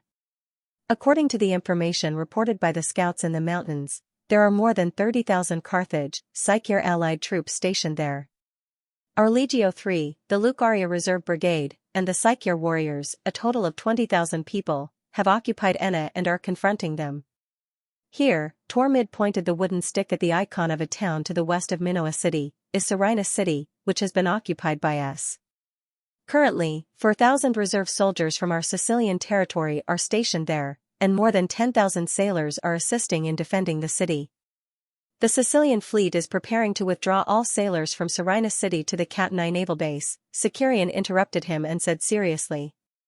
I have received orders from the Ministry of Military Affairs to send the sailors who have lost their warships to Castellan or Tarentum naval base, and prepare to receive the newly built warships. Seeing Tormid's stunned expression, Sicurian emphasized, this morning, I reported this matter to His Majesty.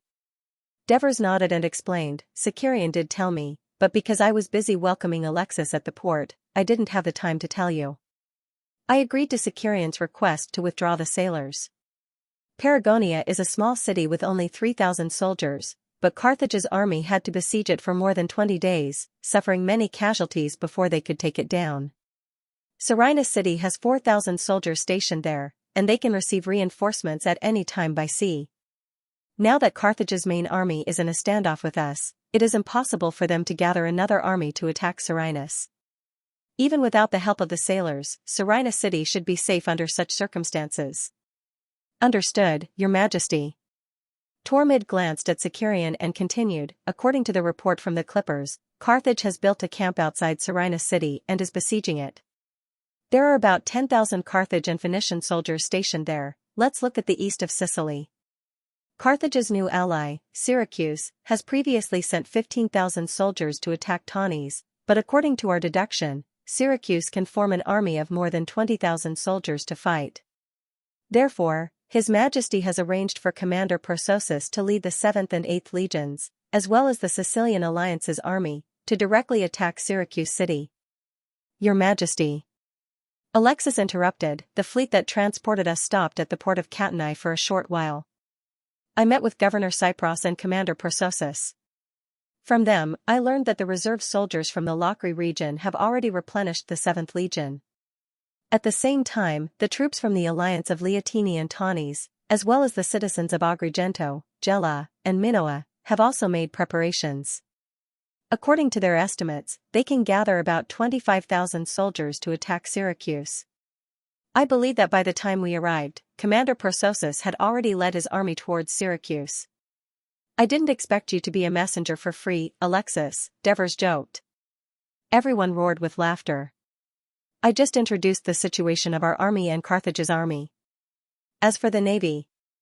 As soon as Tormid started, Syracuse stood up and said loudly, Your Majesty, let me explain the situation of the navy.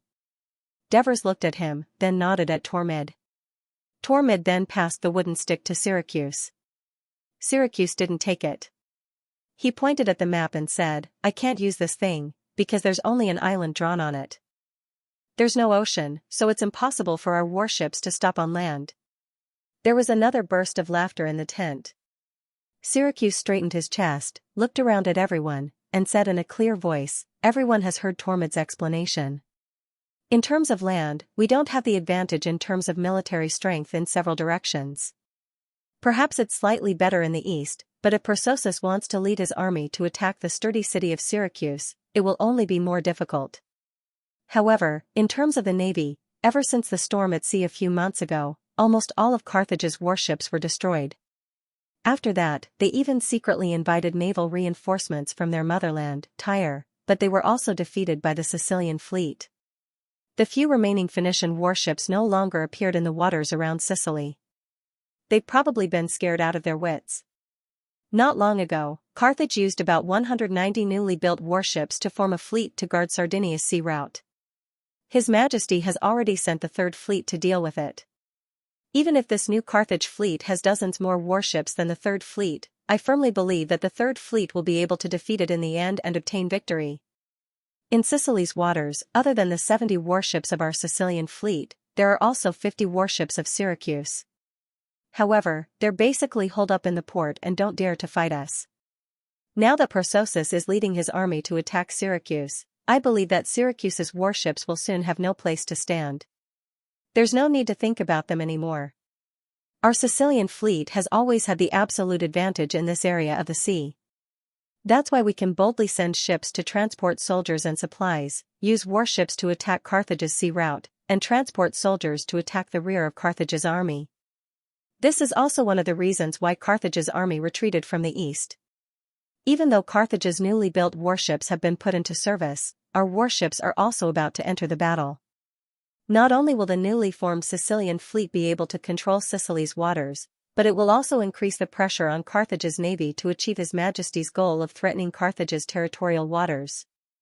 No one raised any objections after Sicurian finished speaking. After all, no one in the tent was more authoritative than Sicurian in terms of the navy. Now, everyone has some understanding of the current situation, right? Devers looked around and said slowly, Do you have any suggestions on how to fight against Carthage's army? As soon as Devers said this, the tent temporarily regained its silence. Many people fell into deep thought. The leaders of the Samni army were still in shock. Previously, the 4 major tribes of Samni united to declare war on Dionia. The 40,000 soldiers that they had painstakingly put together gave the leaders courage. But now, the kingdom of Dionia had gathered more than 100,000 soldiers to fight against Carthage. This did not include the number of people in the navy. Moreover, it seemed that they still had strength to spare. The strength of Dionia was evident. At this time, they deeply realized that the Samni people's extravagant hope was a mistake from the beginning. It was completely caused by their shallow understanding of the kingdom of Dionia. Alexis understood that the reason why Tormid was asked to explain the situation of both sides in detail before the start of the military conference was mainly for those who had just arrived in Sicily and were unfamiliar with the situation. So, he coughed lightly and said, "Your Majesty, with the addition of the 10th Legion, Potentia, and Samni reinforcements in Minoa, our military strength and that of Carthage's is already equal. Can we," he pointed to the lowlands west of Minoa city with his hand and said, "can we fight against the Carthage army and defeat their main force first?" Devers didn't even think about it and shook his head lightly. "Your Majesty, is it because the Carthage army of Caphalocian north of Minoa will return?" Melisande asked anxiously. Melisand's question was exactly what Amintas and Matonis wanted to know. Devers saw their expressions and said in a deep voice, "It's because of the cavalry. In terms of heavy infantry, I think our legion is better than the Carthage army, but in terms of cavalry, not only do they surpass us in number, but they also slightly surpass us in terms of the combat power of the cavalry. You should know that if we fight against the Carthage army on flat ground, such a large number of Carthage cavalry will inevitably become a decisive force that can determine the outcome of the battle. So, we can't take such a huge risk and fight against the Carthage army." While Devers was explaining, his mind was thinking about the glorious victories created by Alexander and Hannibal in the history of his previous life. Basically, the final victory or defeat was decided by the cavalry.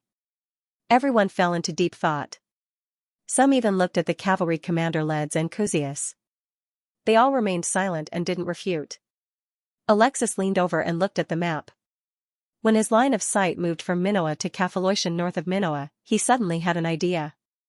He thought carefully and said, "Your Majesty, since we are at a disadvantage in terms of cavalry, can we start a battle with the Carthage army near Caphalocian? This way, they won't be able to use the advantage of cavalry. We have the Lucanians and Samni, who are good at fighting in the mountains.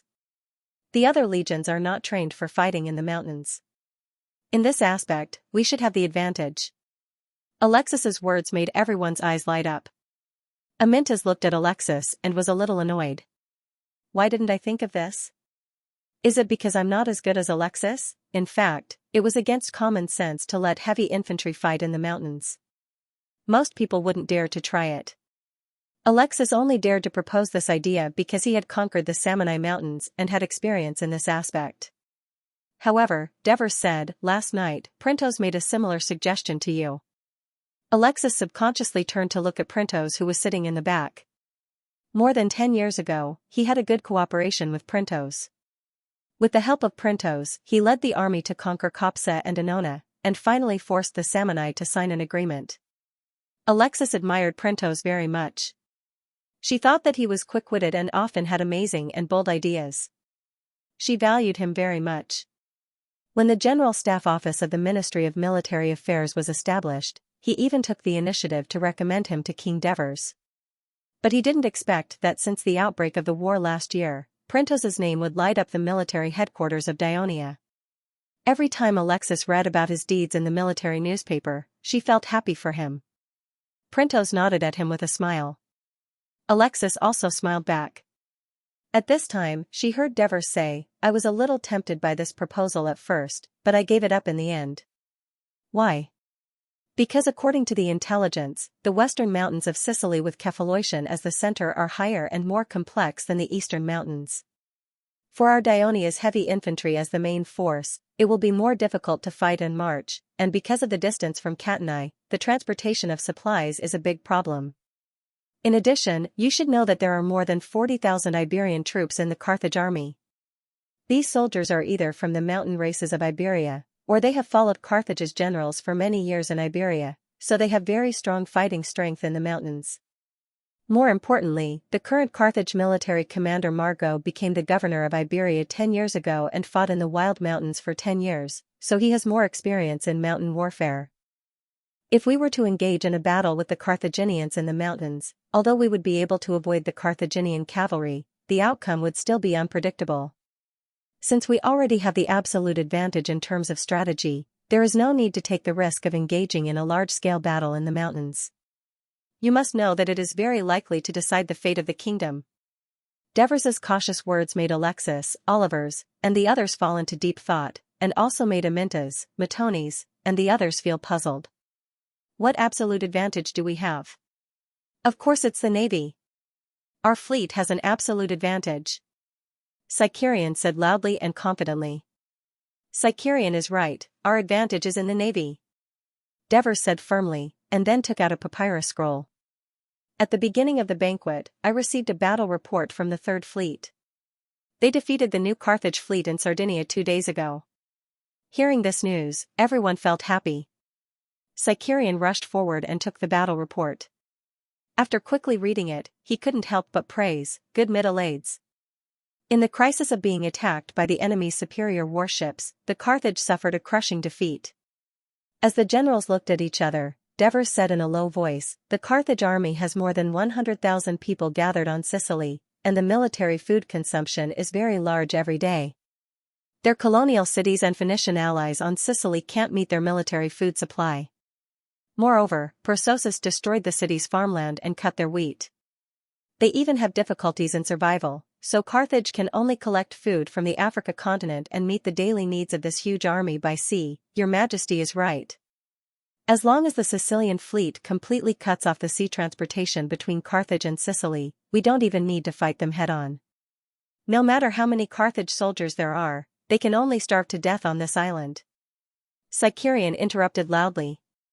Devers didn't take it seriously. Instead, he said to him with a serious expression, so next, after the Sicilian fleet receives the replenishment of the newly built warships, I request the Sicilian fleet to strengthen the blockade on the west of Sicily and intercept all the ships coming and going. This task isn't easy to accomplish. Although our navy has the advantage, for the sake of victory in this war and the lives of more than 100,000 Carthage soldiers, Carthage will definitely do everything possible to open up the sea route. The Sicilian fleet will definitely be attacked by Carthage from the sea. Xianxia, can you complete this task? Your Majesty, please rest assured. I will make sure that Carthage's fleet doesn't return. Xianxia replied confidently. I believe you can do it. Devers encouraged him, then reminded him softly, but I hope you can be more cautious. Don't let the fleet be destroyed by the storm again. Yes. Xianxia replied with his head lowered. Your Majesty. Amintas asked anxiously, according to your plan, does it mean that we don't need to take the initiative to attack? Yes. Devers's resolute answer made Amintas, Matoni's, Oliver's, and the other high-ranking generals show more or less disappointment on their faces. Devers took in their expressions, then looked at the silent Alexis and asked, Alexis, what do you think? Alexis looked around and said in a heavy voice, Your Majesty, this war has been going on for more than a year. The soldiers first fought hard in the north, and now they have come to the south. They haven't been able to rest and reorganize, and they have paid a considerable amount of casualties. As far as I know, almost all the people in the tourist region wear the black veil. Now we are going to fight against the stronger Carthage.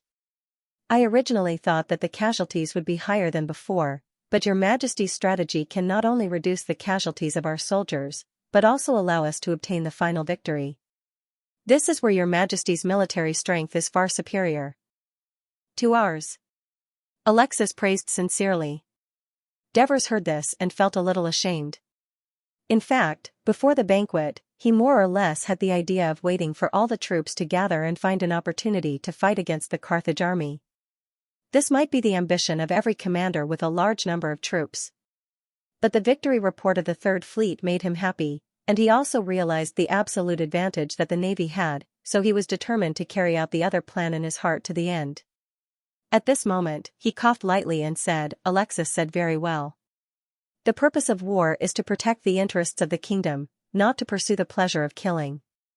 We must do our best to ensure that the soldiers who trust us wholeheartedly and fight for the kingdom can return home safely. Dever's eyes swept across the faces of Amintas, Matonis, and the others, and continued, "Our army won't take the initiative to attack, but it doesn't mean that we can relax our vigilance. In order to survive, the Carthage army will very likely take the initiative to attack us. For this reason, we must speed up the construction of the camp, build more defense facilities, and give our soldiers an absolute advantage in defense. In addition, even if the Carthage army on Sicily is defeated, I'm afraid this war will not end immediately. You must prepare to march to Africa, to the south of Iberia, so during this period, you must do your best to maintain the morale of the soldiers.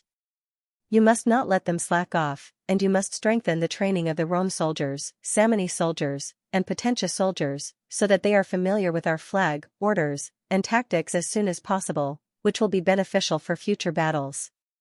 The Devers' words lifted the spirits of the generals, so when Devers asked again, "Do you have any other opinions?" everyone agreed to carry out the plan drawn up by Devers. Seeing that everyone had a unified understanding, Devers smiled and said, "There is another advantage for us in carrying out this plan. We can use fewer troops to defend against the attack of Carthage's larger forces, and depending on the development of the battle, we can divide some soldiers to support Serenus, Enna, or Prososus, or even attack the empty rear of the Carthage army. Everyone, because of the advantage of the sea route, we seem to be in a passive defense, but in fact, we have the initiative. The Carthage army will be defeated by us." On the west bank of the Platani River, in the camp built by the Carthage army, Margot's angry roar came from the central tent. "Damn you, Anrobas, you idiot!" Pamilka, who had rushed over after hearing the news, walked into the tent and saw Margot draw his sword and slash at the table. "What happened?"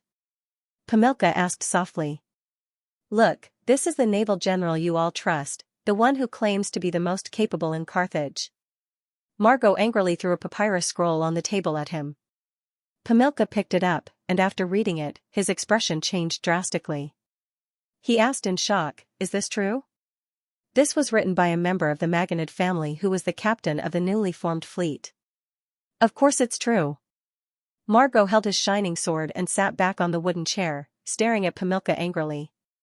Anrobas was incompetent and misplaced the fleet, causing the fleet to suffer a crushing defeat and causing Ademika's whereabouts to be unknown. According to this member of my family, after they escaped back to the port of Saros, Anrobas even reprimanded them, threatening them not to reveal the whole process of the naval battle. Obviously, he wanted to escape punishment. He's delusional. I'm going to write a letter to the Senate, explaining the truth of the naval battle, and request that he be escorted back to Carthage for trial and punishment. You and I will sign together." This, Pamilka showed a look of hesitation, but Margot snorted heavily. "You're not willing?" The new fleet suffered a defeat when it had the upper hand. Anrobas should have been interrogated by the Senate. "I'm willing to sign with you," Pamilka said with a worried expression. "But now is the time of war. If the commander of the navy is suddenly replaced, I'm afraid it will have a great impact on the entire fleet," Margot sneered. "In my opinion, replacing him will be of great help to the navy. Let me ask you, since he became the commander of the navy, has our fleet, which dominated the western Mediterranean, ever won a victory?" Pamilka was speechless, because that was the truth. Since the start of the war, the Carthage fleet had been defeated in every battle. Now, they could only hide in the port, not daring to compete with the Dionysian fleet. After the fleet was destroyed by the storm, Anrobas shouldn't have continued to be the commander of the navy, and the new fleet that was built with great difficulty shouldn't have been sent to Sardinia. It's all because of Hanno's selfishness that Carthage has paid such a high price. This can't go on anymore. This can't go on anymore. Otherwise, once the entire sea is controlled by the Dionysian fleet, our army will be finished. Margot pounded the table. Although Margot's words were too extreme, because it was not only the Hanoverians who made Anrobas the commander of the navy and sent the fleet to guard Sardinia, he was right about one thing: the connection between Sicily and Carthage could not be cut off. Otherwise, the more than 100,000 soldiers would have no food supply, and that would be the end of it. Pamilka was in the army and was mainly responsible for logistics. He was well aware of the huge consumption of food in the army. The most important reason for the withdrawal of the army from the east was food supply. The more he thought about it, the more frightened he became. He immediately said, "Lord Margot, I will write a letter with you to urge the Senate to immediately reorganize our fleet and fully protect the sea route between Sicily and Carthage. Marco's expression was a little better. He said with hatred, even if the Senate listens to our suggestion, whether our fleet can do it is another matter. Our current food supply can only last for about 10 days. After 10 days, all of our lives will be in the hands of the Navy. This is really unbearable. Pamilka listened and felt bitter in his heart. He reminded loudly, Lord Margot, the best way for us to turn this situation around is to defeat the main force of the Dionysian army and win the leadership of the war in Sicily. It's easy to say, but as you can see, I have been setting up a battle outside the camp for the past 3 days, but the people of Dionia on the opposite side have no intention of going down the mountain to fight with us. Margot was both helpless and puzzled. I have studied in detail the battles that the king of Dionia has participated in the past. He is a decisive, bold, adventurous, and very confident man. When he was still a mercenary leader, he dared to lead a far smaller number of mercenaries to attack the Lucanian army. When Dionysius invaded Greece, Dionysius clearly had the advantage, especially in terms of cavalry, but he still dared to fight with the people of Syracuse. Not long ago, a war broke out between Dionia and Rome. Rome is so far away from Dionia, but he actually led the army to attack. Why does such a man who loves to attack dare not accept our challenge this time? Could it be that the Dionysian army isn't ready yet? Pamilka thought about it and said, or perhaps it's because Caphiloiton's army is too close, that the king of Dionia is worried? Margot's heart skipped a beat. He put down his sword and muttered, perhaps. We should have Hasdrubal withdraw his army to the Cicons territory and lure the Dionysian army from the east to the west to occupy Caphilotion. This way, the king of Dionia will feel that the north is safe, and perhaps he will be at ease to fight with us? What if Dionia refuses to come out? Pamilka asked worriedly. Margot thought for a moment and said decisively, then we will surround the Dionysian army of Caphilotion and force them to fight us in the mountains. This is a good idea. Pamilka's eyes lit up, but he warned, I'm afraid our conies won't be willing to retreat from Caphilotion. That cycle leader who voluntarily surrendered to us? Margot picked up his sword from the table and slammed it heavily on the table. It's not up to him. He has to retreat even if he doesn't want to. After receiving Margot's order, Hasdrubal ignored Arcone's pleas and ordered all soldiers and cycles to retreat to the west. Some cycles did not surrender even though their families were in the hands of Carthage's men. They refused to enter the territory of their former enemy, the Cicons. Hasdrubal suppressed them mercilessly, forcing most of the sicker people to obey him. While retreating, Carthage's men completely destroyed Caphilotion. However, Lazaru, who received the Dever's order, did not take the opportunity to lead his army west. Instead, he kept his army in Enna and strengthened the city's defenses. The main force of Dionia stationed in Minoa city ignored Carthage's men who lined up at the foot of the mountain every day and built up their camp. After listening to the Dever's instructions, the engineers designed the camp as follows. The entire Dionia camp would start from Minoa city by the sea and extend northward along the entire mountain range until it reached the narrow lowland in the north, where Leotychides had lured Carthage's sacred army to the north and defeated them. The camp would then turn northeast and continue along the mountain range until it reached the upper reaches of the Platani River, forming a semi-arc-shaped line of defense. The simple port in the east was within its embrace. With sufficient supplies transported by Catanai's fleet and sufficient water provided by Lake Gergo, the Dionysian army was prepared for a long-term defense. Unlike the situation in the west, in the east of Sicily, Leotychides had already led his army to Syracuse. After arriving at Leontini and meeting up with the allied army, the entire army was divided into two.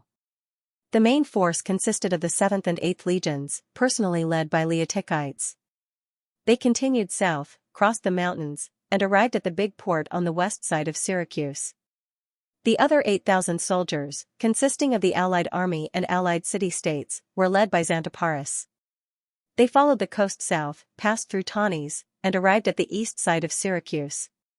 The people of Syracuse had been paying close attention to the movements of Dionia in the north. When they learned that the Dionysian army had left Catanai and arrived at Leontini, they were alerted to the possibility that they were coming for Syracuse. When the news spread, the people of Syracuse were in a panic.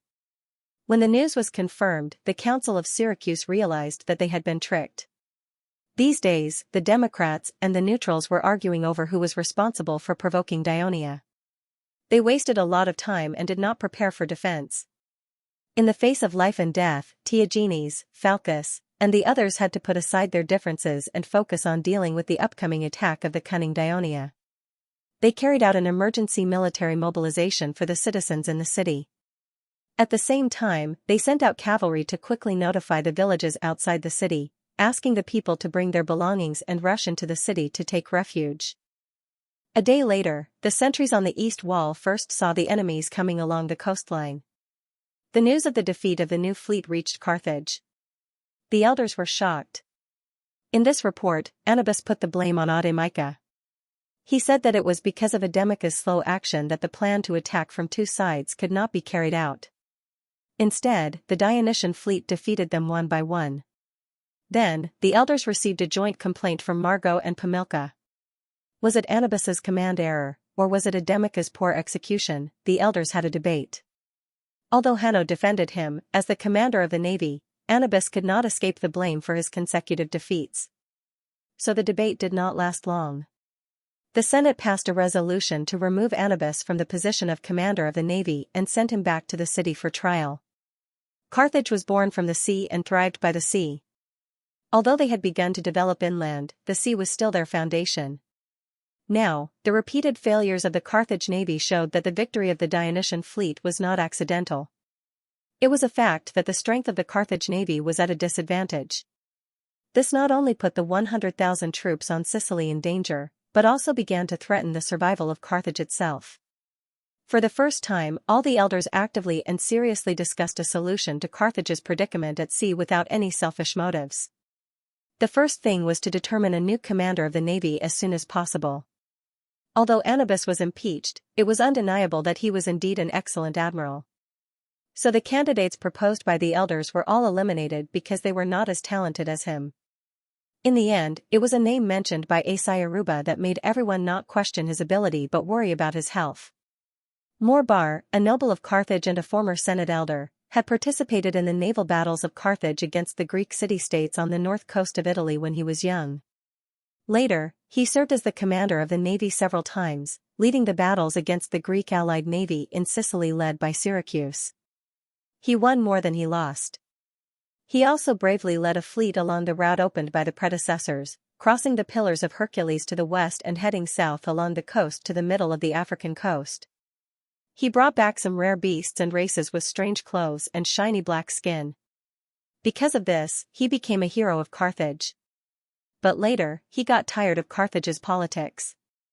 Coupled with his old age, he voluntarily withdrew from the Senate and lived in seclusion in Utica. After several elders who knew him confirmed that he was in good health, the elders unanimously agreed to send a messenger to Utica to consult the wishes of this old man who did not belong to any faction. They wanted to see if he was willing to serve as the commander of the Carthage navy. Secondly, the Senate discussed the matter of whether to transfer back the new fleet defending the waters of Sardinia. After all, this new fleet was originally meant to protect the sea route of Sardinia. Now that it was crippled and did not play any role, there was not much point in continuing to stay in Sardinia. Instead, there was the danger of the entire fleet being wiped out. Now that the army of Dionia had also landed on Sicily, the pressure on the army of Carthage had increased, and the problem of logistics and supplies became even more prominent. It was necessary to ensure that the sea route between Sicily and Carthage was smooth in order to ensure that the 100,000 troops on the island could fight with all their might without any worries. This became the consensus of the elders of Carthage. For this reason, not only did they decide to transfer back the remaining new fleet and place it in the direction of Sicily, but they also had to incorporate the newly launched warships into it. At the same time, they urged the shipyards to speed up the construction of new warships. Of course, it was not that there was no noise in the meeting hall. The Hanoverian senators repeatedly mentioned that Margot, the military commander, was afraid of the enemy and avoided war. Before the main force of Dionia had landed, he led the army to retreat in a panic, handing over all the previous gains to the enemy. He deserved to be severely reprimanded. In addition, there was a senator who cautiously suggested, from the current signs, Dionia may have pacified Rome and Samni in the north, and is concentrating on dealing with us, Carthage. The scale of the war will continue to expand, and the consumption of national power will also increase. If this continues, Carthage will not be able to support it. It is better to negotiate peace with Dionia. This kind of proposal did not cause too much of a stir in the meeting hall, because the knowledgeable people in the Senate realized that Carthage had reached the most critical moment. Just as Eziarobus said, this war with Dionia is related to the future fate of Carthage. We must do our best to win this war. Even if we want to negotiate peace, we must use war to force the other party to take the initiative to negotiate. Only in this way, Carthage will not lose his own interests.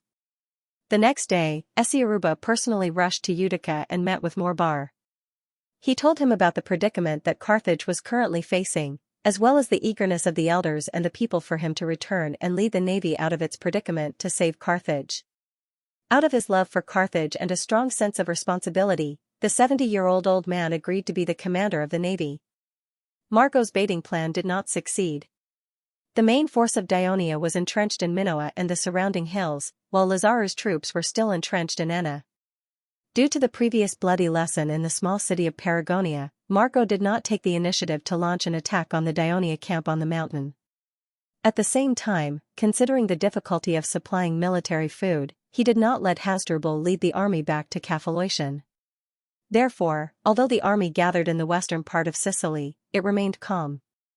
In the east, the battle was also calm, but the people in Syracuse were nervous. Although the two Dionia troops were busy building camps and building siege equipment, and did not launch an attack, the people in Syracuse knew that once the attack began, it would be very fierce. On the navy's side, Carthage's new fleet in Sardinia received the Senate's order. Onoba did not dare to disobey. While the Dionysian fleet had not started cruising in the early hours of the morning, he led the fleet back to the south. A day later, Middleades noticed this sign and immediately sent a clipper to inform Sicily of his speculation that the Carthage fleet had given up defending the waters of Sardinia. The Devers who received the news did not immediately let the Third Fleet give up on attacking Sardinia and go south to Sicily to strengthen the navy's strength. These days, new warships from Greece were constantly added to the Sicilian fleet, causing the number of warships in this fleet to soar to 300, and it was still increasing. It was fully capable of dealing with the challenge of the Carthage navy alone. Sicerian led the strengthened main force of the Sicilian fleet to re-station at the port of Serenus, and began a full blockade of the western part of Sicily. In Carthage, Anobas's mansion welcomed a guest. Onoba, who had already closed the door to welcome guests, heard the name of the guest from the servant, but he immediately went out to welcome him respectfully. After entering the living room, Morbar put his wooden staff aside and sat down on the main seat without any trace of politeness. He asked, "I heard that you will be questioned by the Senate tomorrow?" "Yes, teacher." Onoba was overjoyed and replied respectfully. "I've said before, don't call me teacher. Although I taught you how to command battles when you were the captain of the flagship, that is the inheritance that the Carthage navy should have. I do the same for every flagship captain," Morbar said without any trace of politeness. "I won't go to the Senate to plead for you, and I don't have that much time. I'm here to ask you, what are the combat characteristics of the Dionysian fleet? After all, you have fought with them a few times, so you should have a deeper understanding of them." Although Onoba was a little disappointed, he did not show it on his face.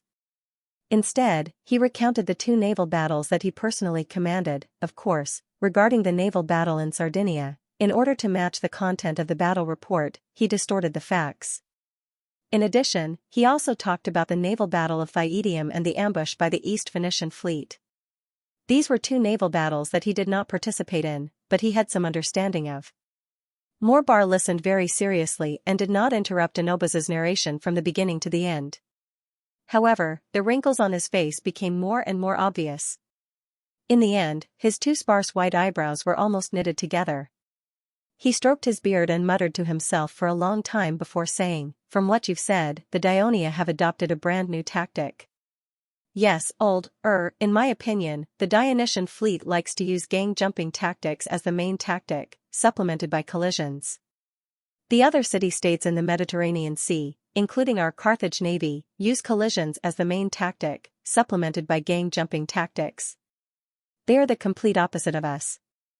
However, unlike ordinary gang-jumping tactics, the so-called Raven battleship of the Dionian Navy uses a kind of strange wooden bridge that can be used flexibly and steadily to connect with the battleships that approach it from all directions, thus maximizing the use of gang-jumping tactics. Hearing this, Morbar immediately pointed out, since the Dionian Navy has installed a wooden bridge on their battleships, it will inevitably increase the weight of the battleships and destroy their balance. The speed and agility of their battleships will also be reduced. Have you ever formulated an effective tactic to target these 2 points? Onoba was speechless for a moment. Then, he explained, although I have only personally fought with the Dionian Navy twice, they were both tactics that targeted the flaws of the Dionia battleships. Unfortunately, the first time, I wanted to make use of the wind and waves on the sea to aid our navy, but I didn't expect to cause a storm. The second time, I wanted to lead the Dionysian fleet far out to sea and defeat them through a pincer attack and the better control of our battleships, but in the end, I was seen through by the enemy. Morbar did not say anything. Onoba calmed down and continued, the Dionian Navy may have also realized the flaws of their fleet, so they have another type of battleship. It is narrower than the usual 3-oared battleship, but faster and more agile. It can assist the Raven battleship in battle and make up for its clumsiness.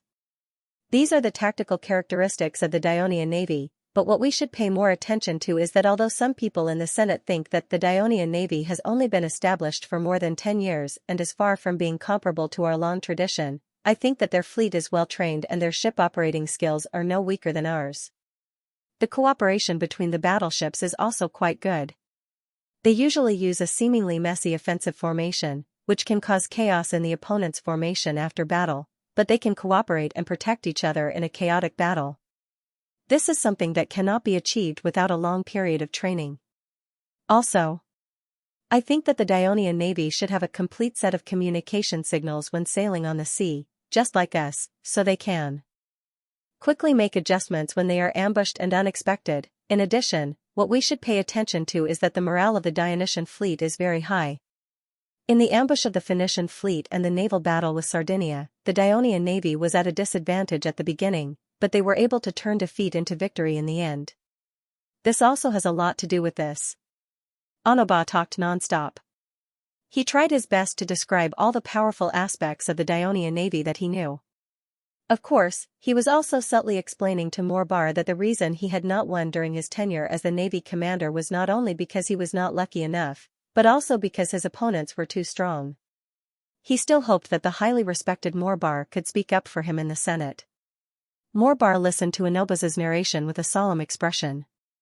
He still did not speak. He picked up his wooden staff, got up, and walked out. After all, Onoba had been by Morbar's side for a few years and knew his character. He did not try to persuade him to stay, but respectfully sent him out. Morbar walked out of the door and stopped in his tracks. He said to Onoba seriously, in Sardinia, it was a serious mistake for you to set up a circular formation to face the enemy. And it was even more wrong to lie about military intelligence. Onoba was greatly shocked. His hands and feet instantly turned cold. So this old guy had already found someone else to understand the details beforehand, but he still came here to talk about me. But if I were you, I might have also set up a circular formation at that time. Other than this, the tactics and strategies you implemented during your tenure as the Navy commander are not too wrong. Morbar's next words sounded in Inoba's ears like celestial music. Morbar raised his wooden staff and knocked Inoba's shoulder hard. He warned him, when you are questioned by the Senate tomorrow, tell everything honestly. I will also express my opinion. I believe that anyone with a bit of brains will be able to judge whether it is right or wrong rationally. Onoba was overjoyed. He did not hesitate and immediately said, "Thank you, teacher. I will definitely tell you the details of all the battles truthfully." In reality, Morbar did not appear in the Senate the next day. However, he wrote a letter and sent it to the meeting place. In the letter, he defended Inoba's failure from a military point of view. At the same time, he hoped that this defeated general could become his assistant and help him fight against the increasingly powerful Dionian Navy. Morbar's prestige and Hanno's protection allowed Onoba to escape punishment from the Senate in the end. Morbar, who did not show up at the meeting place, was dragging his aged body and leading his subordinates to travel between Carthage and the ports of the neighboring city-states. He was learning about the progress of the new warships and recruiting experienced sailors. In Minoa, after reading a battle report from the Ministry of Military Affairs, Divers was in a good mood. He said to his clerk, Tectonus led the 9th Legion and the 3rd Cavalry Legion to completely defeat the enemies who invaded Apulia. He also captured the former Prince Vardalca, Prince Puchetti. So, the war in Apulia is over? Henneborus asked in surprise. The Devers nodded. The staff in the tent cheered. The core area of the Kingdom of Dionia had returned to peace and tranquility, and they could finally devote themselves to the war against Carthage without any worries. Your Majesty, do we need to transfer the 9th Legion and the 3rd Cavalry Legion to Sicily? Tormod asked. The Devers pondered for a moment and shook his head. We have already made a plan before. For the next period of time, we will adopt a defensive posture to confront Carthage's army. The current military strength is completely sufficient. The key is to see the performance of the navy. It would be a waste to transfer them at this time. I think it is better to let them go to the Mytilades and strengthen the attack on Sardinia with the 3rd Fleet. Strive to capture the entire island and completely cut off its support to Carthage. At the same time, it will free up the 3rd Fleet to support Sicily. As for the defense of Apulia, judging from the current situation, there is no possibility of a major battle there. Let the 11th Legion take on the defense of the entire area. Yes, Your Majesty. I will convey your instructions to the Ministry of Military Affairs. Tormod agreed. He remembered something and reminded, do you want to assign an official commander to the 11th Legion? Master Capus has been acting as the commander of the 11th Legion for almost a year, and the Ministry of Military Affairs is now very busy. Helos has expressed to you several times, hoping to transfer him back to his original position to relieve their pressure. The Devers thought for a moment, nodded, and said, well, let Capus return to Turiae and continue to serve as the quartermaster. As for the commander of the 11th Legion, let Helos decide. But it must be done as soon as possible. We must ensure the stability of the 11th Legion. Woo! Woo! Woo! With the sound of the bugle, the Dionia soldiers gave up on attacking the city and began to retreat. The Syracuse soldiers, who had been fighting for a whole day, let out cheers of victory. Many of them laid down on the walkways on the walls, too tired to stand up. Tiagenes, on the other hand, was more excited. He took off his helmet and wiped the sweat off his face. Ignoring his fatigue, he walked along the walkway and greeted the soldiers one by one, thanking them for their bravery in defending Syracuse. In the case of victory, the militia would naturally pay their respects to the West City defense commander. Not long after, his adjutant rushed over. Sir, the casualty statistics are out. We have 352 dead and 517 injured. After hearing this, Tiagenes smiled and said excitedly, today should be the fiercest attack by the Dionia, but they did not put much pressure on us, nor did they cause many casualties. If this goes on, we can definitely defend our city. On the contrary, the Dionia must have suffered more casualties today than we did. I'm afraid they won't be able to hold on for more than a few days. Sir, you are right. The adjutant replied. It's a pity that the Dionia took their dead and injured soldiers with them when they retreated. We don't know how many casualties they suffered, but they left a lot of siege equipment outside the city, sent a small group of soldiers out of the city and burned them all. No. Tiagenes suddenly stopped in the middle of his sentence. He thought for a moment and said, dismantle a small part of Dionia's siege equipment and bring it into the city. Show it to the people as spoils of war. This will give them more confidence. The adjutant understood and hurried to supervise the operation. Tiagenes leaned on the battlements and looked down at the battlefield under the city. His heart was filled with pride. When the Dionia set up camp outside the east and west walls, everyone knew that the enemy outside the west wall was stronger. When the executive committee of generals discussed who should command the defense of the west wall, even Falcus, who had many military experiences, hesitated. As the chief general, he volunteered to defend the west wall, and naturally, it was passed easily. Judging from the battle over the past few days, he was more and more certain that his risk was right. The west wall was tall and strong, and it was close to the main city. Reinforcements could be received at any time, so it was completely defensible. Once the war was over, he could use the great achievement of defeating the Dionians to wash away the regret of not being able to join the rebellion against Dionysius all those years ago, establish a greater reputation among the people, and completely overwhelm the neutral faction led by Philippus. From then on, he would be free to unleash the vengeance in his heart. At this time, Theagenes stared at the blood-red sunset in the west. There was only one hope in his heart: Carthage's men could defeat the main force of Dionia as soon as possible. The people of Syracuse had gradually begun to get used to the life of war. Teams of sentries patrolled the long city wall in the middle of the night. After a day of hard fighting, the exhausted citizens slept soundly. The whole city was unusually quiet. Theagenes was no exception. He hurriedly ate his dinner and fell asleep until he was woken up by a servant. "Master, bad news. The Dionia have entered the city. The council has sent someone to summon you to the military council immediately." Theagenes, who was still drowsy, was suddenly startled awake. "What? The Dionia have entered the city? Nonsense. How is this possible?" He did not have much time to think. He hurriedly put on his clothes, mounted the horse prepared by the servant, and rushed to the council under the protection of a few cavalrymen. At this time, the sky was just beginning to brighten. It was usually the time when people were sound asleep, but now the houses in the city were gradually lit up, and there was a hubbub of voices everywhere. "Bad news. The Dionia have entered the city, we are doomed." "What are you panicking for? I have already said that it is a rumor. Hurry up. Hurry up. Bring me my armor, the city hall is urging us to assemble. Look after the children, hide at home and don't wander around." Cries, curses, dogs barking, horses neighing. The whole city was soon in an uproar, and the streets were soon filled with people. Theagenes finally made it to the council. Phalippus and the other generals were already in a heated discussion. "What the hell happened?" Theagenes asked anxiously. Phalippus looked at him and said with a serious expression, "The fortress of Mount Euryalus has been captured by the Dionia." "How is that possible?" Theagenes thought he had heard wrong. "That is the fortress of Euryalus, the most difficult place to capture in Syracuse. That is the truth."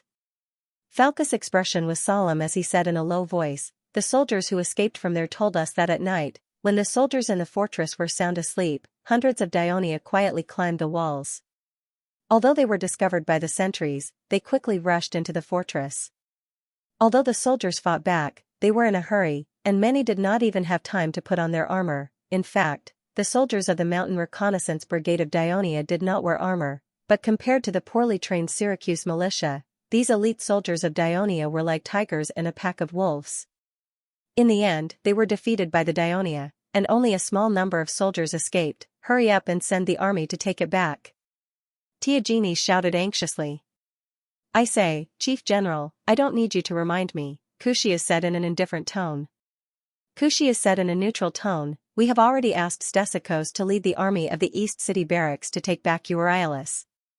The Syracuse General Executive Committee considered that if the Dionysian army suddenly attacked the city at night or early in the morning, the citizens of Syracuse would be able to defend the city in time to avoid delay and confusion during an emergency mobilization. Therefore, when the Dionysian army set up camp outside the city, the people of Syracuse also built two simple camps near the east and west gates. Every night, 2,000 militia camped there in case of emergencies. I still remember who was the one who boasted here a few days ago that he would definitely stop the Dionia attack and defend the West City. What about now? Xianxia smirked and continued, "War is not that easy. In the end, it is up to us to defend Syracuse." Euryalus was located at the intersection of the east and west walls. The reason Theagenes was assigned to guard it was because he had considered the number and strength of the enemies on the west side, so he assigned more citizen soldiers to Theagenes. Naturally, he was also in charge of the defense of the remote and distant Euryalus. Theagenes did not raise any objections at the time. After all, the terrain was dangerous, and it was difficult to attack but easy to defend. Also, considering the difficulty of supplying food there, he only sent 200 soldiers to guard it. It had been peaceful for the past few days. If not for tonight's incident, he would have almost forgotten about the fortress. Hearing Xianxia's sarcastic remarks and seeing the strange gazes of several generals focused on him, Diogenes felt his blood boiling. He tried to suppress the urge to explode and said in a calm tone, "Sending 200 soldiers to Euryalus is something that everyone agreed on. I don't remember anyone else realizing that the Dionia might attack from there and specifically emphasizing the need to strengthen the defenses there. But now that it has happened, we must take it back immediately. I will now lead the 2,000 soldiers of the West City Barracks to support Stesicos." Literary Hall, no, don't send any more troops. Falcus, who had been watching from the sidelines, said, "The terrain of the Euryalus citadel is narrow. No matter how many troops there are, they won't be able to spread out. Moreover, judging from the current situation, the number of Dionia attacking the citadel should not be too many. As long as Stesicos can lead his troops to arrive in time, there is a chance to recapture it. What I'm worried about now is whether the Dionysian army will take this opportunity to attack us again." Everyone was shocked when they heard this. What happened? The last Syracuse general, Hyctes, also arrived. "You're always the last to arrive." Xianxia knew that Hyctes lived at the port, which was the farthest from the council, but he could not help but complain, "If something happens to Syracuse, what can you do as a general?" Hyctes was used to his colleagues speaking to him in such a tone, but he always felt a little strange when he heard these unpleasant words in the past few days. Just like at this moment, his face became a little unsightly. Diogenes, who felt the same, quickly said, "The Euryalus citadel has been captured by the Dionia. We are discussing how to recapture it." "Ah." Hyctes looked surprised. He did not say anything more, but his heart was in turmoil. At this moment, the faint sound of a bugle came from outside the door. Everyone was shocked again. Xianxia shouted in a slightly panicked tone, "It's our bugle. There's an enemy." He quickly walked out of the door. After a while, he returned to the hall and said anxiously, "The sentries in the West City have reported that they found the Dionia soldiers gathering outside their camp. It seems that they are preparing to attack us." Everyone tensed up. "I'll go to the West City now and lead the soldiers in the barracks to organize the defense." Diogenes immediately responded, "Parnassus, organize the mobilized militia as soon as possible and reinforce the West City as soon as possible." "Okay." Parnassus followed Diogenes out of the hall. "I think the Dionia will attack from the east today." Xianxia, quickly gather the citizens in charge of defending the east side and rush to the eastern wall to defend, Phylacus said urgently. Xianxia accepted the order and left. "Hyctes, lead the port's militia here. If anything unexpected happens, immediately rush over to support them." Phylacus continued to give orders. Most of the citizens of Syracuse port served as the crew of the fleet, but 4,000 people were also deployed to participate in the defense of the city. Since most of them lived a difficult life, most of them served as light infantry and were not valued too much. Hearing this order, Hyctes thought more about it and did not respond in time. Phylacus could not help but be a little dissatisfied. "Did you hear what I said, Hyctes?" "I understand," Hyctes replied coldly. Phylacus glanced at him and did not have time to argue. He ordered another general to organize another 3,000 citizen soldiers to go to the north to provide support first. At the same time, he decided to personally organize the people in the city to go to the north to urgently build a defensive line. This was to prevent the enemy from easily advancing south in case they could not recapture the Euryalus fortress. The Euryalus fortress was a small square fortress surrounded by stone walls. There were residences, warehouses, cisterns, and other facilities in the fortress. At least 300 soldiers could be stationed here for a long time. The walls of the Euryalus fortress also formed one side of the fortress. Once the enemy appeared, the soldiers in the fortress could quickly go to the top of the wall and stop the enemy. However, the many days of peace and the steep terrain made the soldiers of Syracuse, who had been living in peace for a long time, relax their vigilance. As a result, the Dionia mountain scouts succeeded in a sneak attack. After Tarentus led the soldiers to attack and capture the Euryalus fortress, he did not continue to attack the city of Syracuse. Instead, he defended the fortress and actively provided support for the reinforcements. Originally, the terrain on the west side of the Euryalus fortress was somewhat flat and lush with trees. Back then, Dionysius led the people to spend a long time to change the terrain and burn the trees and weeds under the city wall so that the sentries on the city wall could see the enemy's movements clearly. Unfortunately, after Dionysius' death, Syracuse had been in turmoil. Coupled with the fact that the external environment was relatively safe, no one paid attention to the city's defense anymore. Weeds and trees grew under the walls of the Euryalus fortress again, which helped the soldiers of the mountain scouts to sneak under the city wall. However, the narrow terrain also meant that not many soldiers could get close to the city wall. Therefore, most of the soldiers of the mountain scouts, as well as 2 heavy infantry battalions and 1 light infantry battalion of the 8th Legion, hid in the dense forest at the foot of the mountain to avoid being discovered by the sentries on the city wall. It was only when the ambushing soldiers climbed over the top of the city wall and snatched the torches from the sentries' hands. They waved the torches according to the rules and sent a signal to the foot of the mountain. The soldiers of the mountain scouts, the light infantry, and the heavy infantry then sped up the mountain. The soldiers of the mountain scouts charged at the front. These soldiers had undergone special training all year round. Even when they were climbing the mountain, their speed was still very fast. Very few of them fell behind. When they reached the bottom of the city wall, they did not stop to rest. Instead, they grabbed the ropes that the soldiers had hung down from the top of the city wall and climbed up quickly. When they reached the top of the city wall, they took down the leather shields and short swords on their backs and rushed into the fortress that was filled with the sounds of killing. The reinforcements arrived one after another and finally defeated the defending soldiers of Syracuse. While Tarentus was defending the fortress and the city wall and waiting for reinforcements, he also carefully examined the situation inside the fortress. In the end, what gave him a headache was that there were 2 openings on the wall facing the south of the fortress. However, there was no wooden door or anything else to open or close it. It turned out that when Dionysius built the fortress, he had purposely designed it this way so that the fortress could only defend against external attacks and not internal attacks. It could be said that Dionysius's plan was very thorough. However, he did not expect that the sentries who came later had specially made 2 large wooden planks to cover the entrance of the cave at night so that it would not affect their sleep. Due to the high terrain, when the mountain wind blew past the entrance at night, not only was it cold, but it would also make a whoosh sound, which would seriously affect their rest. Tarentus found the 2 large wooden planks at the entrance of the cave. He then asked the soldiers to find many wooden blocks and stones from the warehouse and used them to block the entrance of the cave. However, he was still worried. In a moment of desperation, he thought of another solution. When the light infantry entered the fortress one after another, Tarentus heaved a sigh of relief. Back then, the ambitious Dionysius included the Epal highlands, Acradina, and other areas into the city of Syracuse, expanding the entire city area by a few times. In order to increase the population of the new city, he actively recruited as many mercenaries as possible to become the new citizens of Syracuse.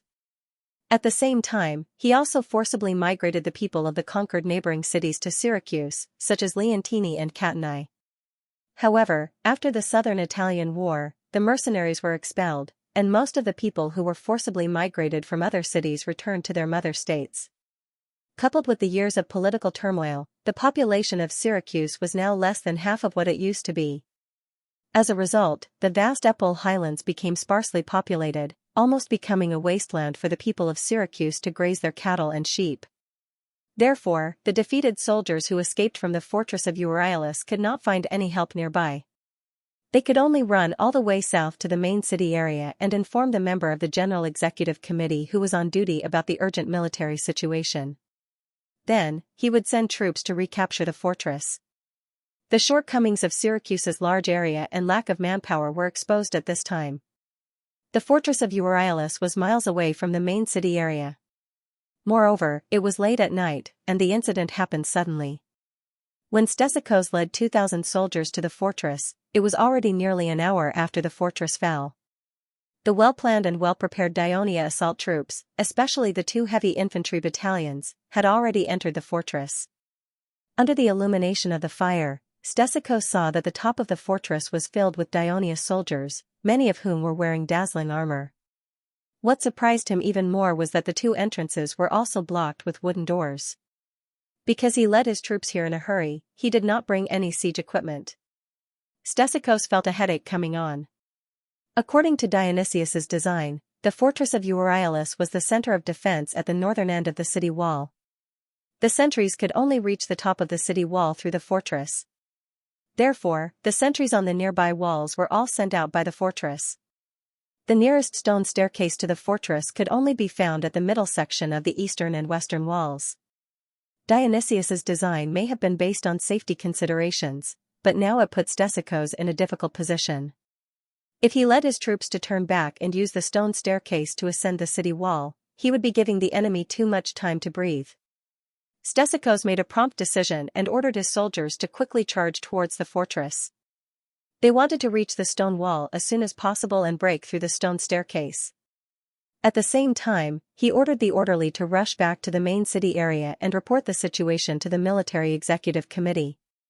The terrain of the fortress of Euryalus was high, so the Syracuse soldiers had no choice but to use their shields to protect their heads and attack forward. The Dionia infantrymen on the fortress did not need to shoot arrows at all. They lifted the stones and logs they brought from the warehouse and smashed them down. The stones and logs bounced along the terrain and rolled down, injuring several people at once. This caused the attacking Syracuse soldiers to complain incessantly. Not long after, their formation was broken. Stesichos had no choice but to regroup his soldiers and personally charge at the front. With great difficulty, he led his soldiers to the bottom of the wall, but they were immediately attacked by the Dionia soldiers on the wall. Javelins, arrows, stones, and logs rained down. Many of the Syracuse soldiers were injured, and even Stesichos was shot in the arm by a sharp arrow. The Syracuse army retreated in defeat once again. Not long after, another Syracuse general arrived with 3,000 soldiers. They saw the groaning wounded soldiers and a demoralized army. After understanding the entire battle with the injured Stesichos, both sides realized that the Dionia had made thorough preparations.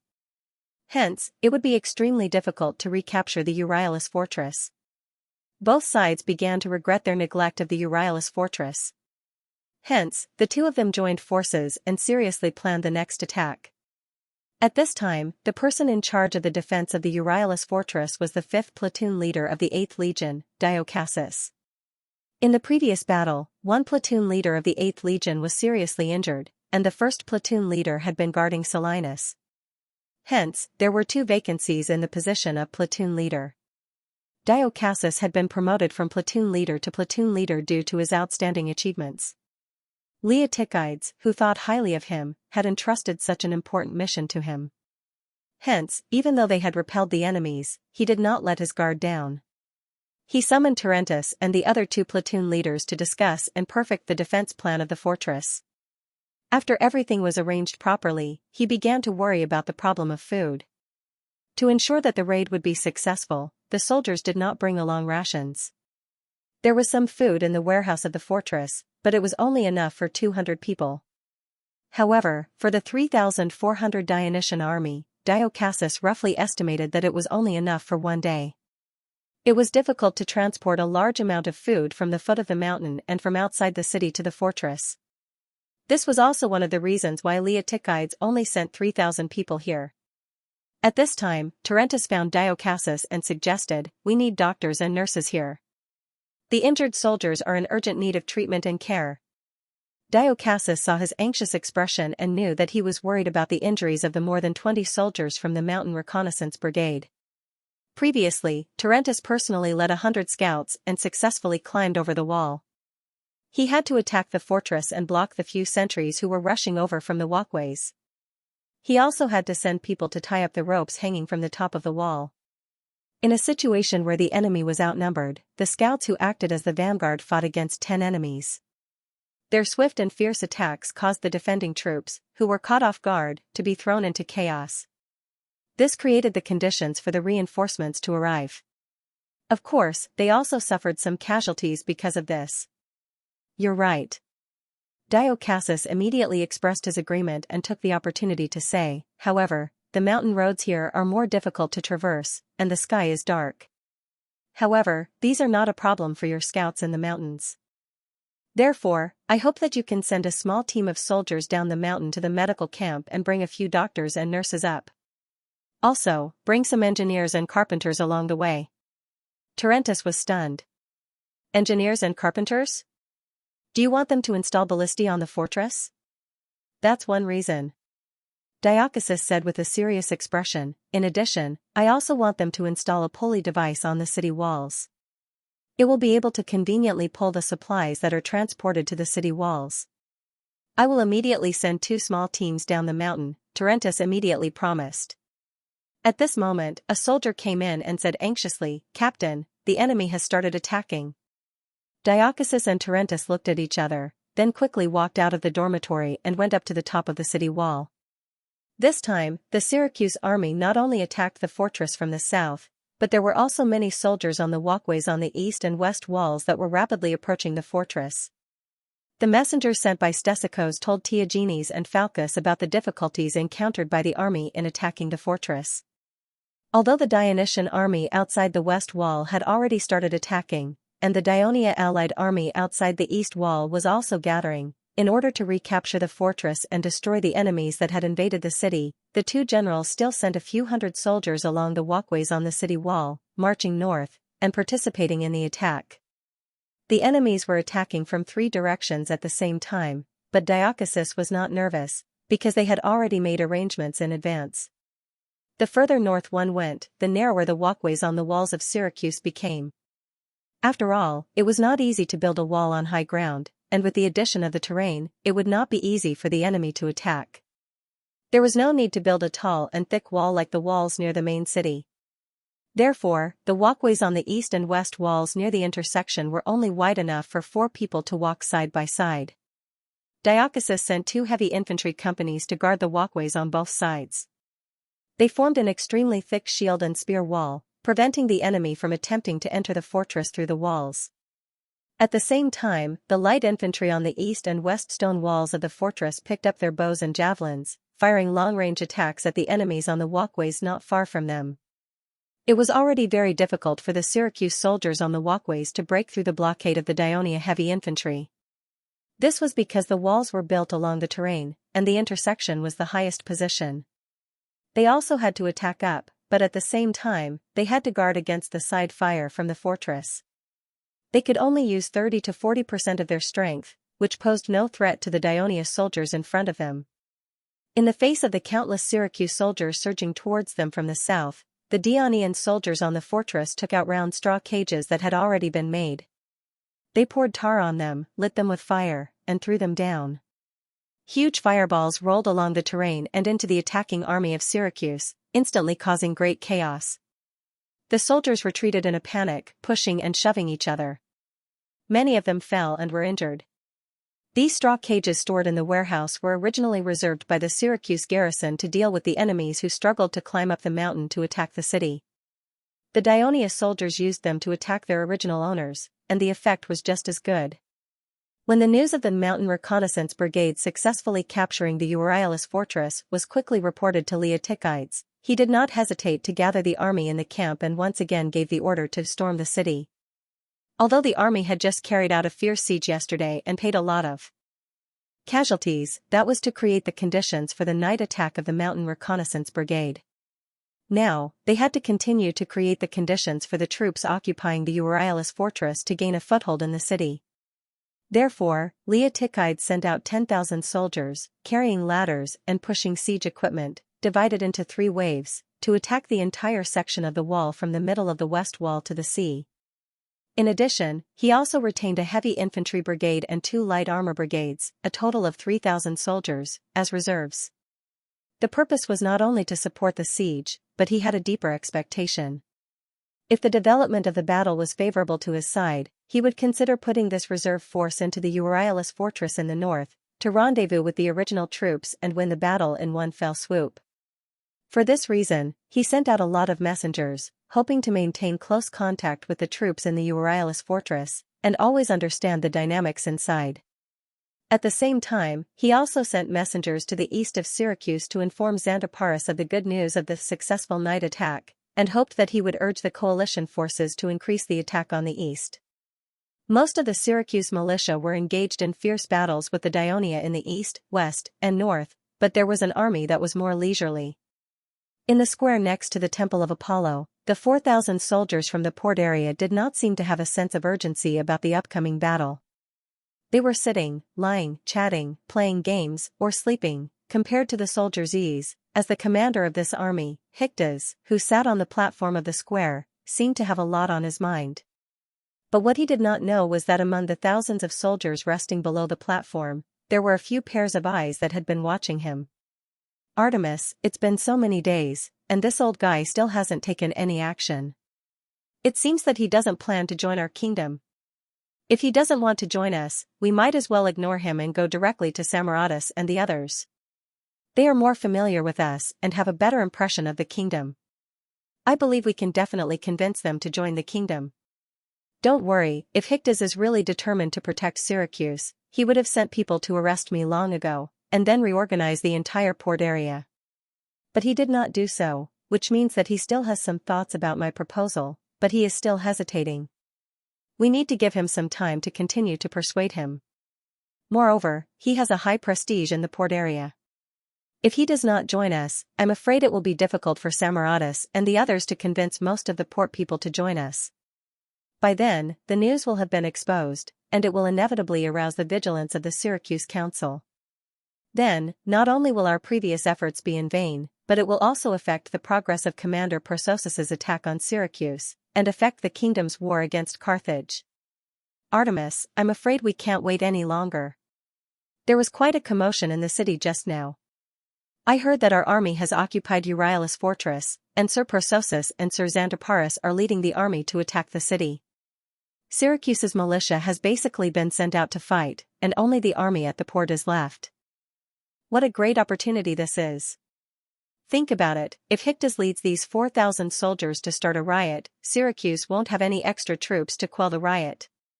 Whether he leads the army to the west or the east to attack the defending army, it will cause the defeat of Syracuse's army, and our army can successfully break through the city.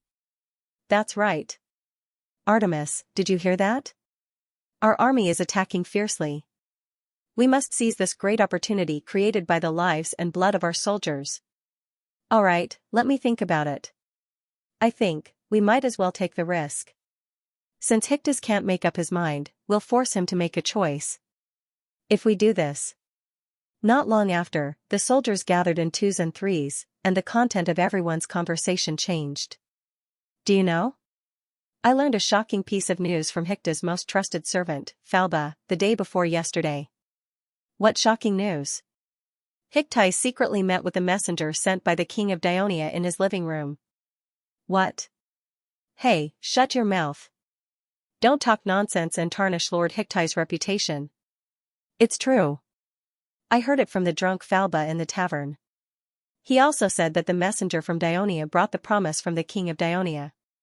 As long as Lord Hictas leads the people of the port area to surrender to the kingdom of Dionia, then we can immediately become citizens of the kingdom of Dionia. We can have a fertile land and can take up various public positions in the kingdom according to our abilities. Our children can also enjoy an almost free education. We can also serve in the military. The Greeks are proud of serving in the military, but this mainly refers to cavalry and heavy infantry. For the poor and free people with low status, they can only serve as light infantry and sailors. There is no honor to speak of. We can also receive rewards according to our military achievements and even be promoted to become generals. Just like the current Catanians? Yes, by then, we will be citizens of the kingdom of Dionia like the Catanians and naturally enjoy the same rights. As Catanians' neighbors, the people of the port area not only witnessed it develop from ruins into a bustling city over the past 10 years, but also learned from the sea merchants that the Catanians lived a generous and free life. They had long been envious of them. Many of the Catanians were originally free people and even slaves living in the port of Syracuse. They can live such a rich life, why can't we? The people of the port area felt puzzled and unwilling more than once. Now that the opportunity seemed to be in front of them, the audience couldn't sit still. Did Hictas agree? Sigh, if he agreed, we wouldn't be here. But haven't you noticed that his mood is a little off these days? Oh, no wonder I felt that he was acting weird these days. I met him on the road and greeted him, but he didn't seem to hear me. He was thinking about something with his head lowered. Hey, I said we're citizens of Syracuse, and Dionia is our enemy.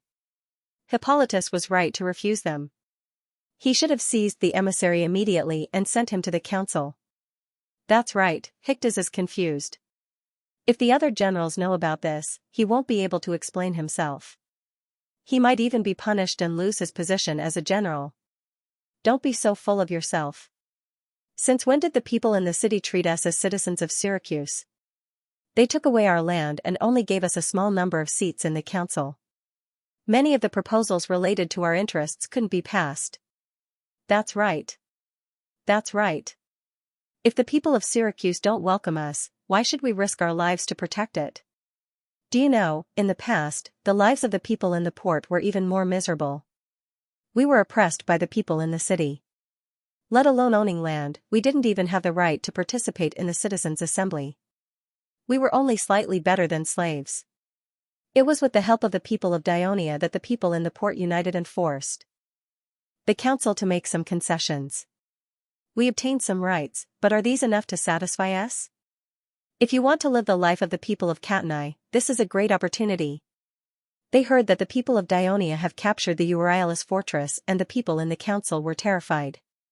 They have sent all the men in the city to defend against the attack of the people of Dionia. Otherwise, they wouldn't have transferred us to the most sacred place in the city as a backup.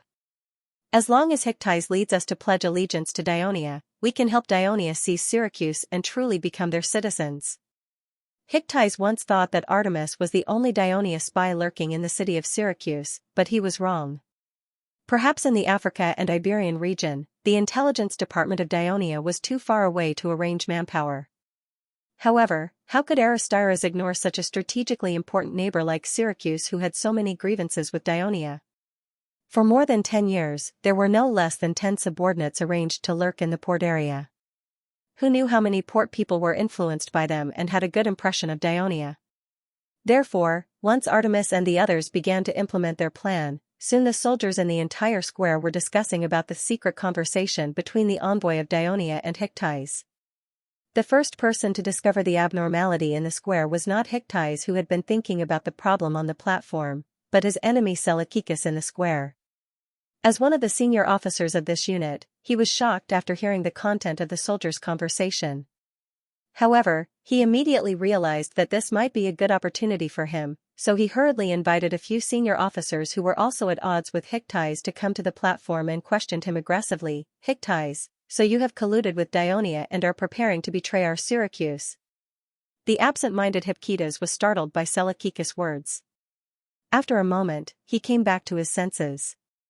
Glaring at Seleucus and the others, he said angrily, Seleucus, have you lost your mind for the sake of the position of Generalissimo? Colluding with foreign enemies is a great crime of treason. Don't blame me for being impolite if you slander me like this. Seleucus was not afraid at all and sneered, I'm not slandering you. Use your ears and listen carefully to what the thousands of people in the square are saying. They are all witnesses to your judgment of the enemy. You don't have to be angry at me. When the council sends someone over. Haha. You will have the chance to be angry. Seleucus laughed wantonly, taking the opportunity to vent the resentment he had been suppressed by Hyctes. He and Hyctes had been fighting for years, so he had a better understanding of him. Just by looking at the sudden change in Hyctes' expression when he was suddenly questioned, he knew in his heart that this matter was likely to be true. Hyctes' expression changed when he heard this. Without waiting for him to defend himself, Seleucus, who already had an answer in his heart, did not want to argue with him anymore. He turned around and walked down the platform, ready to return to his unit and wait for the council to deal with Hyctes. Then, he would smoothly take over the long-awaited power. However, a group of people blocked his way. Zamorites. Seleucus raised his head proudly and said disdainfully, your uncle is finished. No one will protect you in the future. If you go against me again, don't think about staying in the port anymore. Get lost. Zamorites looked at him coldly, I'd like to see who is in the port. Before he could finish his words, a man beside him suddenly rushed forward, took out a dagger hidden in his arms, and stabbed Zamorites' chest several times in a swift and agile manner. Seleucus immediately spat out a mouthful of blood. Unable to speak, he suddenly fell to the ground, no longer alive. Zamorites was stunned by the sudden change in front of him and could not react for a moment. What are you doing? The high-ranking officers who were following Seleucus panicked and cried out, "Murder! Murder!" They wanted to turn around and escape, but they were caught by Artemis, who was already prepared. Then, Artemis patted the assassin on the shoulder and praised loudly, "Good job. You deserve the credit today." The assassin smiled. The blood on his face intertwined with his dark skin, making him look a little scary. "Thank you, boss." Chryskis. Zamorites finally recognized the assassin and was very surprised. This Chryskis came to the port of Syracuse 2 years ago. He claimed to be a refugee from Greece and had been working as a laborer in the port.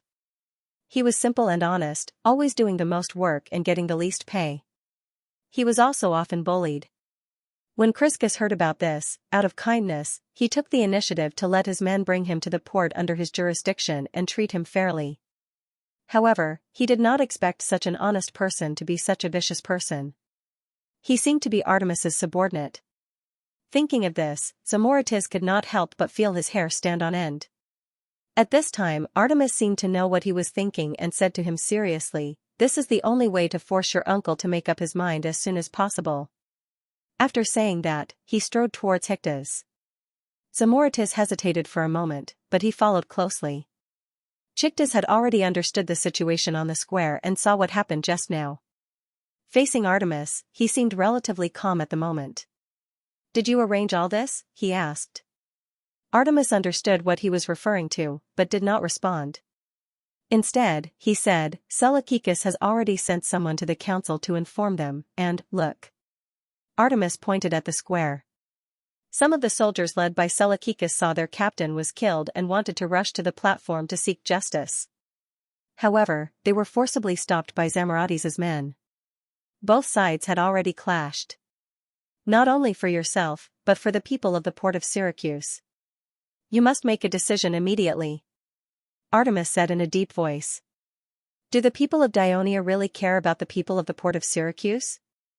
Hyctes was depressed and could not help but mock Artemis. "Uncle."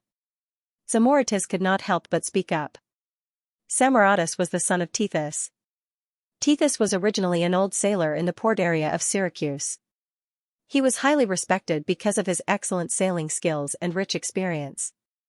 During the Southern Italian War, he and a few others united the people of the port area with the help of the people of Syracuse and helped Herolas overthrow the tyranny of Dionysius. Later, during Herolas's first rule in Syracuse, he was elected as a general. However, Theagenes and Phylacus conspired to drive Herolas out and rescinded some of the policies implemented by Herolas during his rule. This involved the interests of the people of the port area, such as asking the people of the port area to return the land of the former mercenaries. Tethys was furious when he heard about this. He rushed to the council and argued with Theagenes and Phylacus. In the end, they had a huge argument and he returned home in anger. When he got home, he fell to the ground and died of depression. Samaratus was still young at that time, but he hated Theagenes and Phylacus because of this. Moreover, Tethys would often talk about how the people of Dionia had helped them in the past, so Samaratus had always had a good impression of the people of Dionia. How could the people of the port forget that Tethys had died for the interests of the people of the port area? When the situation in Syracuse stabilized, the people of the port area gained some more power. They elected Tethys' younger brother, Hyptes, as their general. Because of Tethys, Samaratus, who had grown up, gradually gained popularity in the port area. At this time, Samaratus reminded loudly, "Have you forgotten how my father died? Have you forgotten what they did to you?"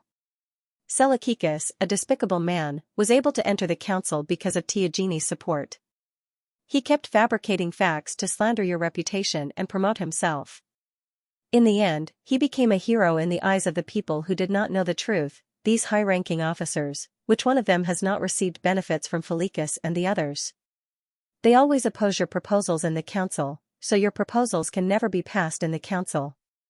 As a result, the people of the port area think that you are incompetent and unable to get anything done. And why are the soldiers below the stage so willing to follow Seleucus and the others, but you can't command them? Because only their fertile land has not been taken away by the council. Diogenes and the others are doing this on purpose so that the people of the port area will no longer be united, hate each other, and fight each other. If this goes on, my father and uncle's hard work will all be in vain. We will lose everything and become the poor people of the port area again, completely at the mercy of the people in the city. Uncle, we can't go on like this. We have had enough of Syracuse's treachery and of Syracuse. We want to live anew, a rich life. Samaratos's words hit Hikitas's heart. He looked at his nephew with a painful and dignified gaze, but in the end, it turned into a gentle one. He said emotionally, Samaratos, you've really grown up. Your father will be very pleased. Then he strode to the platform. Facing the chaotic square, he pointed at the soldiers who were rushing to the platform with his right hand and shouted with a serious expression, Brothers of the port, I am your commander, Hypus. These soldiers are traitors to the people of the port. Now I order you to pick up your weapons, attack them, and take them all down. Hypus had been a general representing the people of the port area for several years. Although he was suppressed and isolated by the Democrats and neutrals of the council, causing some port area people to be dissatisfied with him and misunderstood him, he was still the most prestigious person in the port area. There were still many people who believed in him and followed him. What's more, shouting, Hypus is killing people. He is a traitor. He is going to betray Syracuse. Most of these soldiers who wanted to kill their way to the platform and rescue the captured senior officers were deliberately taken care of by the council. Their lives were not bad. The disparity in wealth and political rights made them naturally feel superior when facing their former companions. Arrogance and contempt led to deeper and deeper estrangement. And Septicus's order gave the inferiority complex soldiers a chance to retaliate. Coupled with the intentional guidance of Artemis's men, more than half of the soldiers brandished spears and daggers and attacked the enemy that Septicus had pointed out. These soldiers who were anxious to snatch back their officers were basically gathered under the platform. When they heard Hypus' words, some soldiers felt that something was wrong and wanted to turn around and escape. Some soldiers instead increased their attacks, wanting to rush to the platform and capture Hypus to solve their own crisis. Some soldiers even dared to throw javelins at Hypus. Because they were located in the center of the front of the square, other soldiers responded to the call and quickly surrounded them, attacking them from all sides. The soldiers on the platform also threw javelins at them from above. Without the command of a senior officer, it was difficult for them to organize an effective defense. The fierce attacks around them made them even more terrified. It did not take long for the voices of people asking to surrender to continue to ring in the encirclement. However, the murderous port soldiers did not stop attacking. They constantly stabbed the weapons in their hands at their former companions, and the shrill screams lasted for a long time. Uncle. Even Zamorites, who had previously asked to betray Syracuse, felt a little reluctant. Since we have decided to rely on Dionia, we need a group of soldiers who are willing to follow us and are very united. So it is very necessary to kill them. Hypus was indecisive and hesitant before, but once he made a decision, he seemed to have changed into a different person. After saying this sentence coldly, he silently looked on with his hands folded. Samaratos was deep in thought when he heard this. At this time, the guard on the side suddenly shouted, Sir Hypus, look. The council has sent people. Hypus quickly turned his head and saw two people in white Bolton appeared on the edge of the south side of the square, followed by a small group of soldiers. Samaratos, take a team and capture them all. Hyptis immediately said. Zamorites took the order and left. The people sent by the council, although their line of sight was blocked by the dense crowd in front of them and they could not see what was happening in the square, the screams clearly reached their ears. So, they felt that something was wrong and turned to flee without stopping. Seeing that the capture had failed on the platform, Hypus's face became even gloomier. He turned to the guards and said in a deep voice, Hurry up and attack. More than 10 minutes later, the sounds of fighting and screams in the square gradually subsided. The platform was full of corpses, and blood flowed like a river. The soldiers held spears in their hands and looked at the corpses of their former comrades. The fighting intent in their eyes gradually turned into confusion. At this time, Hypus, who was on the platform, said loudly, Brothers, we have no way out. Follow me, we will join the kingdom of Dionia together. More than a decade ago, Tethys and your fathers won our dignity through battle. Today, we will also fight for a brand new future for us. As soon as his voice fell, someone below the platform responded loudly, Hypus, we are willing to follow you and fight those damn people in the city. Defeat the people in the city and take back everything we have lost. Join Dionia, we want to live like the Katanai people. The atmosphere in the square was boiling again, and the mood of the soldiers became fanatical again. Hypus took advantage of the situation and shouted, Follow me, let's go back to the port first. The soldiers responded loudly. However, Samaratus was a little puzzled. Go back to the port? Why not directly attack the city? You don't understand, Hypus said seriously. Hyctus said sternly, although it seems that there are no extra troops in the city, the council did not recruit citizens over 50 years old before. Most of these citizens have participated in the Southern Italian War and the subsequent civil strife. Although their bodies are not as good as before, they are experienced and most of them are heavy infantry. The council has already discovered the changes here. I am afraid they have already begun to recruit these citizens. In the main city, they can gather at least more than 3,000 people. Look at us.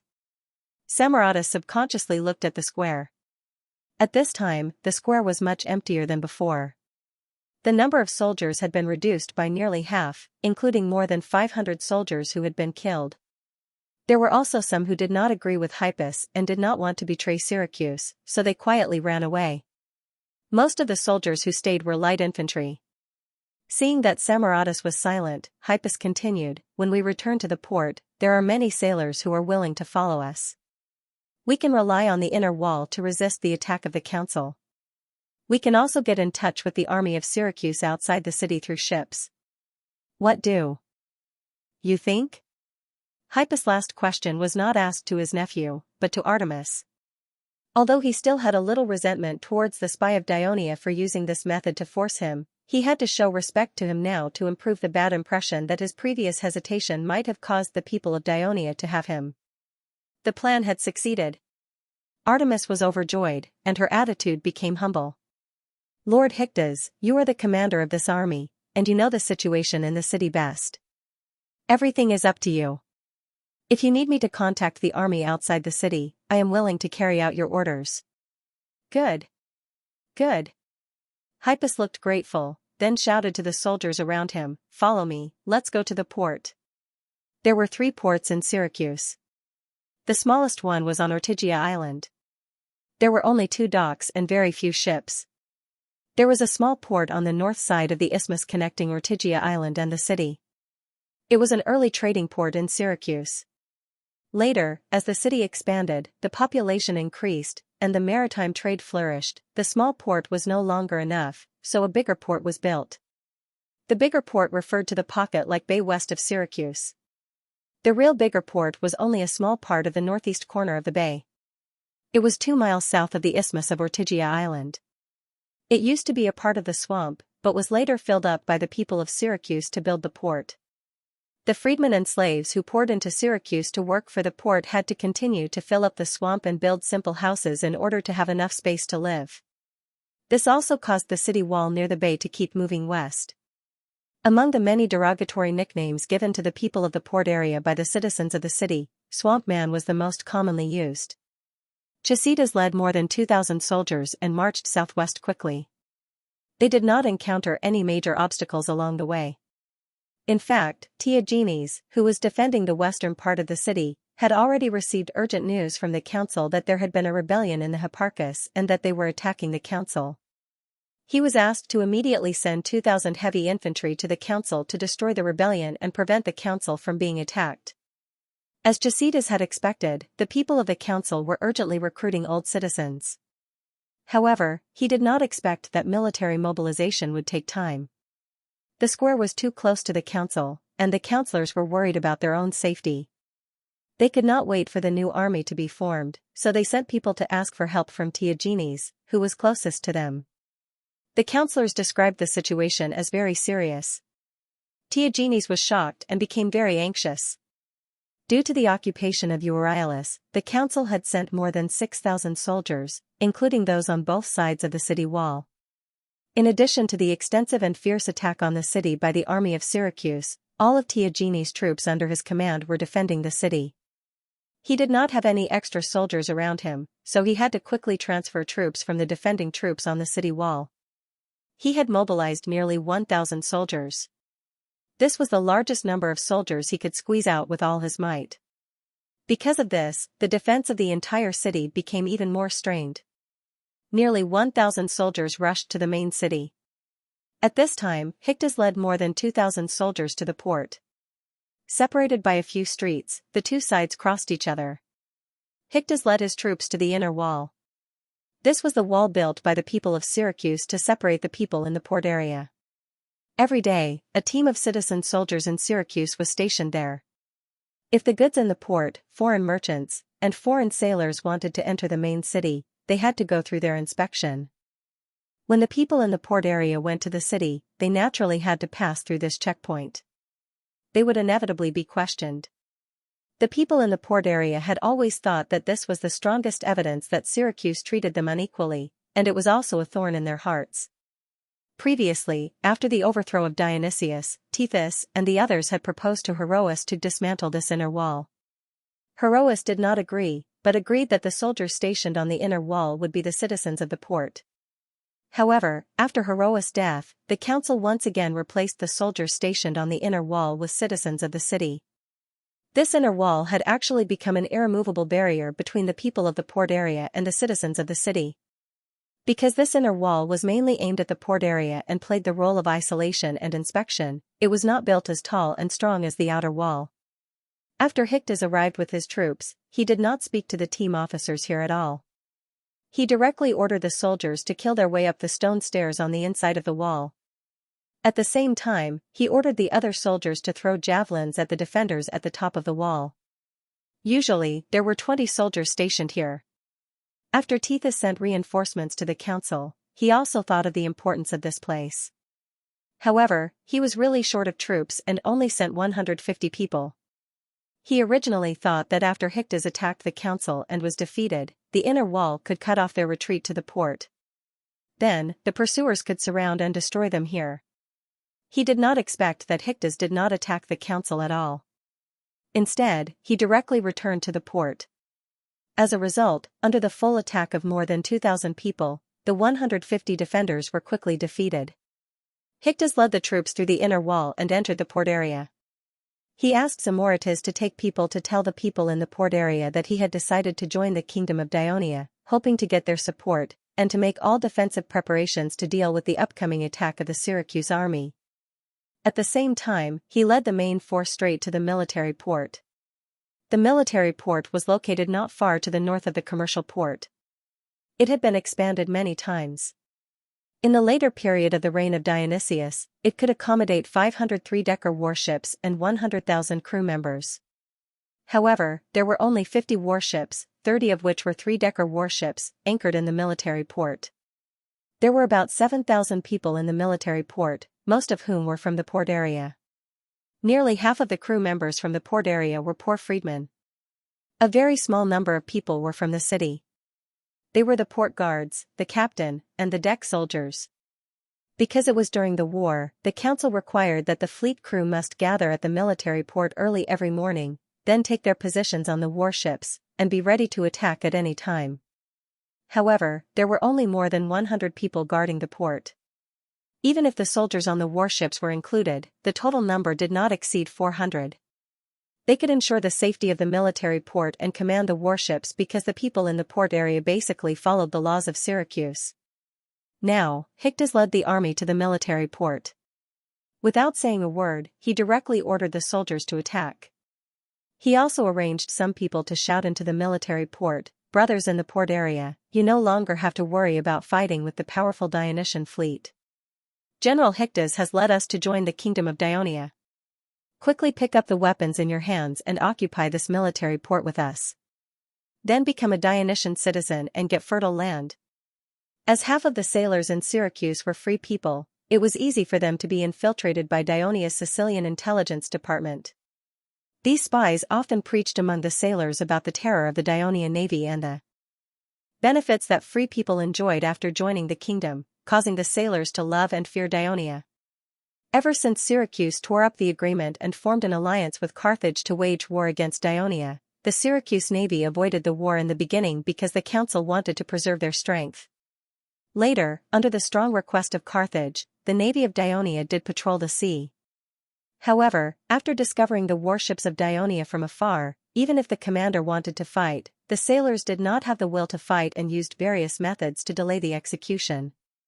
Therefore, until now, the navy of Syracuse had not fought with the Dionysian fleet, nor had they attacked the ships of Ionia.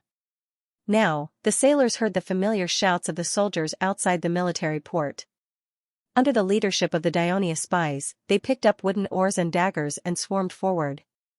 They quickly knocked down the captain and deck soldiers of the warship, then jumped off the ship and rushed to the garrison of the military port, who was struggling to defend against the attack of Hikitas.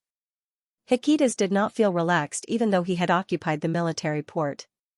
He knew that the council would soon send troops and time was very tight, so he solemnly said to Artemis, "I've done what you wanted me to do. I need your help next." 100 meters away from the west gate of Syracuse, Leotychides, who was fully dressed in military attire, stood facing the city wall like a statue. The battle had lasted for 4 hours. The sun had risen to the middle of the sky, but he basically stood there and did not move at all. He was focused on the battle in front of him. The soldiers who fell from ladders, the soldiers who were smashed by stones and wood, the siege vehicles that were set ablaze by fire arrows, and the soldiers who were trapped in the siege towers screamed incessantly. However, none of them moved his frozen face. On the other hand, his adjutant, Tagru, was worried about the fierce battle. At this moment, a messenger rushed over from the front. Tagru quickly went to greet him. After a while, he rushed to Leotychides and said, "Sir Commander, the 1st Battalion commander of the 7th Legion, Amphides, said that the siege troops he led have suffered too many casualties. He hopes to withdraw immediately and let the next wave of troops take over." Leotychides said without hesitation, "Tell him that he is not allowed to retreat. Continue the attack, or else he will be punished according to military law." After hearing this, Tagru hesitated for a while and said, "Sir Commander, they are the 7th Legion." "What about the 7th Legion?"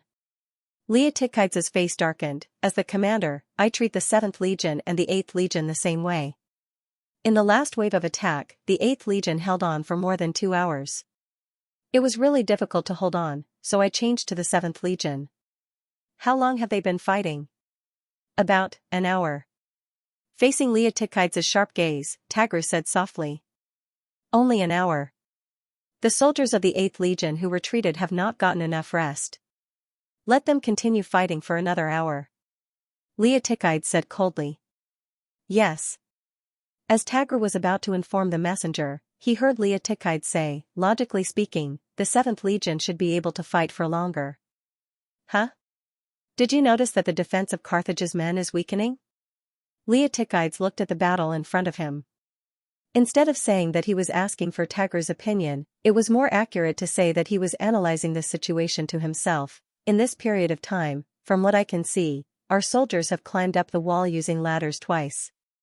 They held on for at least 5 minutes before they were chased down. This situation did not occur yesterday at this time. Also, our light infantry soldiers standing on the mobile towers have not been replaced. They have been replaced twice at this time yesterday. What does this mean?" Leotychides' voice suddenly became louder. "This means that the defense of Syracuse is weaker than yesterday. They must have transferred a lot of soldiers to retake Euryalus citadel. That is why the defense at the top of the wall is not strong enough." As Leotychides spoke, he looked at the top of the city wall in front of him. The enemies on the wall were closely lined up, and there were no obvious gaps. He could not see the distribution of troops behind them, but he was still very confident. "Since the defense of Syracuse is weakening, you will personally inform the captain of the 7th Legion. Tell him to ignore the casualties and continue to attack. Put more pressure on the defenders of Syracuse." Yes." Tagru had no choice but to accept the order and leave. Leotychides turned his gaze towards the northeast. Although he could not see the location of Euryalus, he was hoping that Diocassus would be able to lead the army to repel the enemy's attack. When that happened, he might be able to send the 3,000 reserve soldiers to Euryalus. While he was deep in thought, a scout galloped towards him from the south. Reporting, Lord Commander. There are about 40 warships of Syracuse sailing out of the port, and they are heading towards our camp. Leotychides was stunned. The people of Syracuse are planning to attack my camp from the sea? He then thought, could it be that the defense of Syracuse is weakening because they have deployed their soldiers to attack my rear while I am busy attacking the city? Since the Dionia camp was only 4 miles away from Syracuse, there were only 200 soldiers stationed at the camp. Moreover, there was a large amount of food stored in the camp. Of course, they could not afford to lose it. However, Leotychides was not nervous. He even hoped that the people of Syracuse would attack the camp. That way, he could destroy more of the enemy's forces. Therefore, he sent a messenger to inform the 3,000 soldiers who were resting not far away to return to the camp. However, they had to move slowly. Just as Leotychides gave the order, a small group of cavalry galloped towards them from the south. The captain beside Leotychides led his guards to welcome them. Very quickly, he returned with a few people. When the first person saw Leotychides, he immediately shouted, "Lord Commander, I am Lord Xenophanes' subordinate. I have important information to report to you." Although this person was unfamiliar to Leotychides, he could not help but feel moved when he heard the name Xenophanes. Xenophanes was the person in charge of Dionia's intelligence department in Sicily. Whether it was in quelling the Xianxia rebellion a few years ago, or in this war with Carthage, he had provided great help to Leotychides. Therefore, Leotychides suddenly had a lot of hope in his heart. However, he did not show it on his face. He still maintained his vigilance and said faintly, "I have never seen you before." "How can you prove it?" The person quietly took out a thumb-sized object from his pocket and handed it to the captain. Then, he said softly, "Baal Harmon." Previously, when Leotychides led his army to the west of Sicily, Xenophanes could not always be by his side and provide intelligence. Therefore, he told Leotychides that as long as there was someone in the west of Sicily who held the iron statue of the sleeping god Xianxia and could say the password at that time, that person would be a member of the intelligence department. Leotychides had to trust the information he provided. Leotychides had met them a few times in the west, and the information they provided had benefited him greatly. This time, when he went to Syracuse, Xenophanes also reminded him and told him the name of the person in charge of the intelligence department in Syracuse. According to Xenophanes, just like how the symbol of the legion was a 3-headed dog, the symbol of the intelligence department was the sleeping god Xianxia. This was because the sleeping god could make people fall asleep without them noticing and then do whatever they wanted. This was in line with the style of the intelligence department. He looked at the iron statue of Xianxia and found that there was a set of Devers numbers at the base. It was said that it represented the identity of the owner and the area they were in charge of. Furthermore, the person had said the password correctly. Leotychides returned the statue and asked, "What is your name?" "Artemis. I am in charge of Syracuse." "Everything is correct." Leotychides looked at him and found that his appearance matched Xenophanes' description. He then asked, "What important information is it?"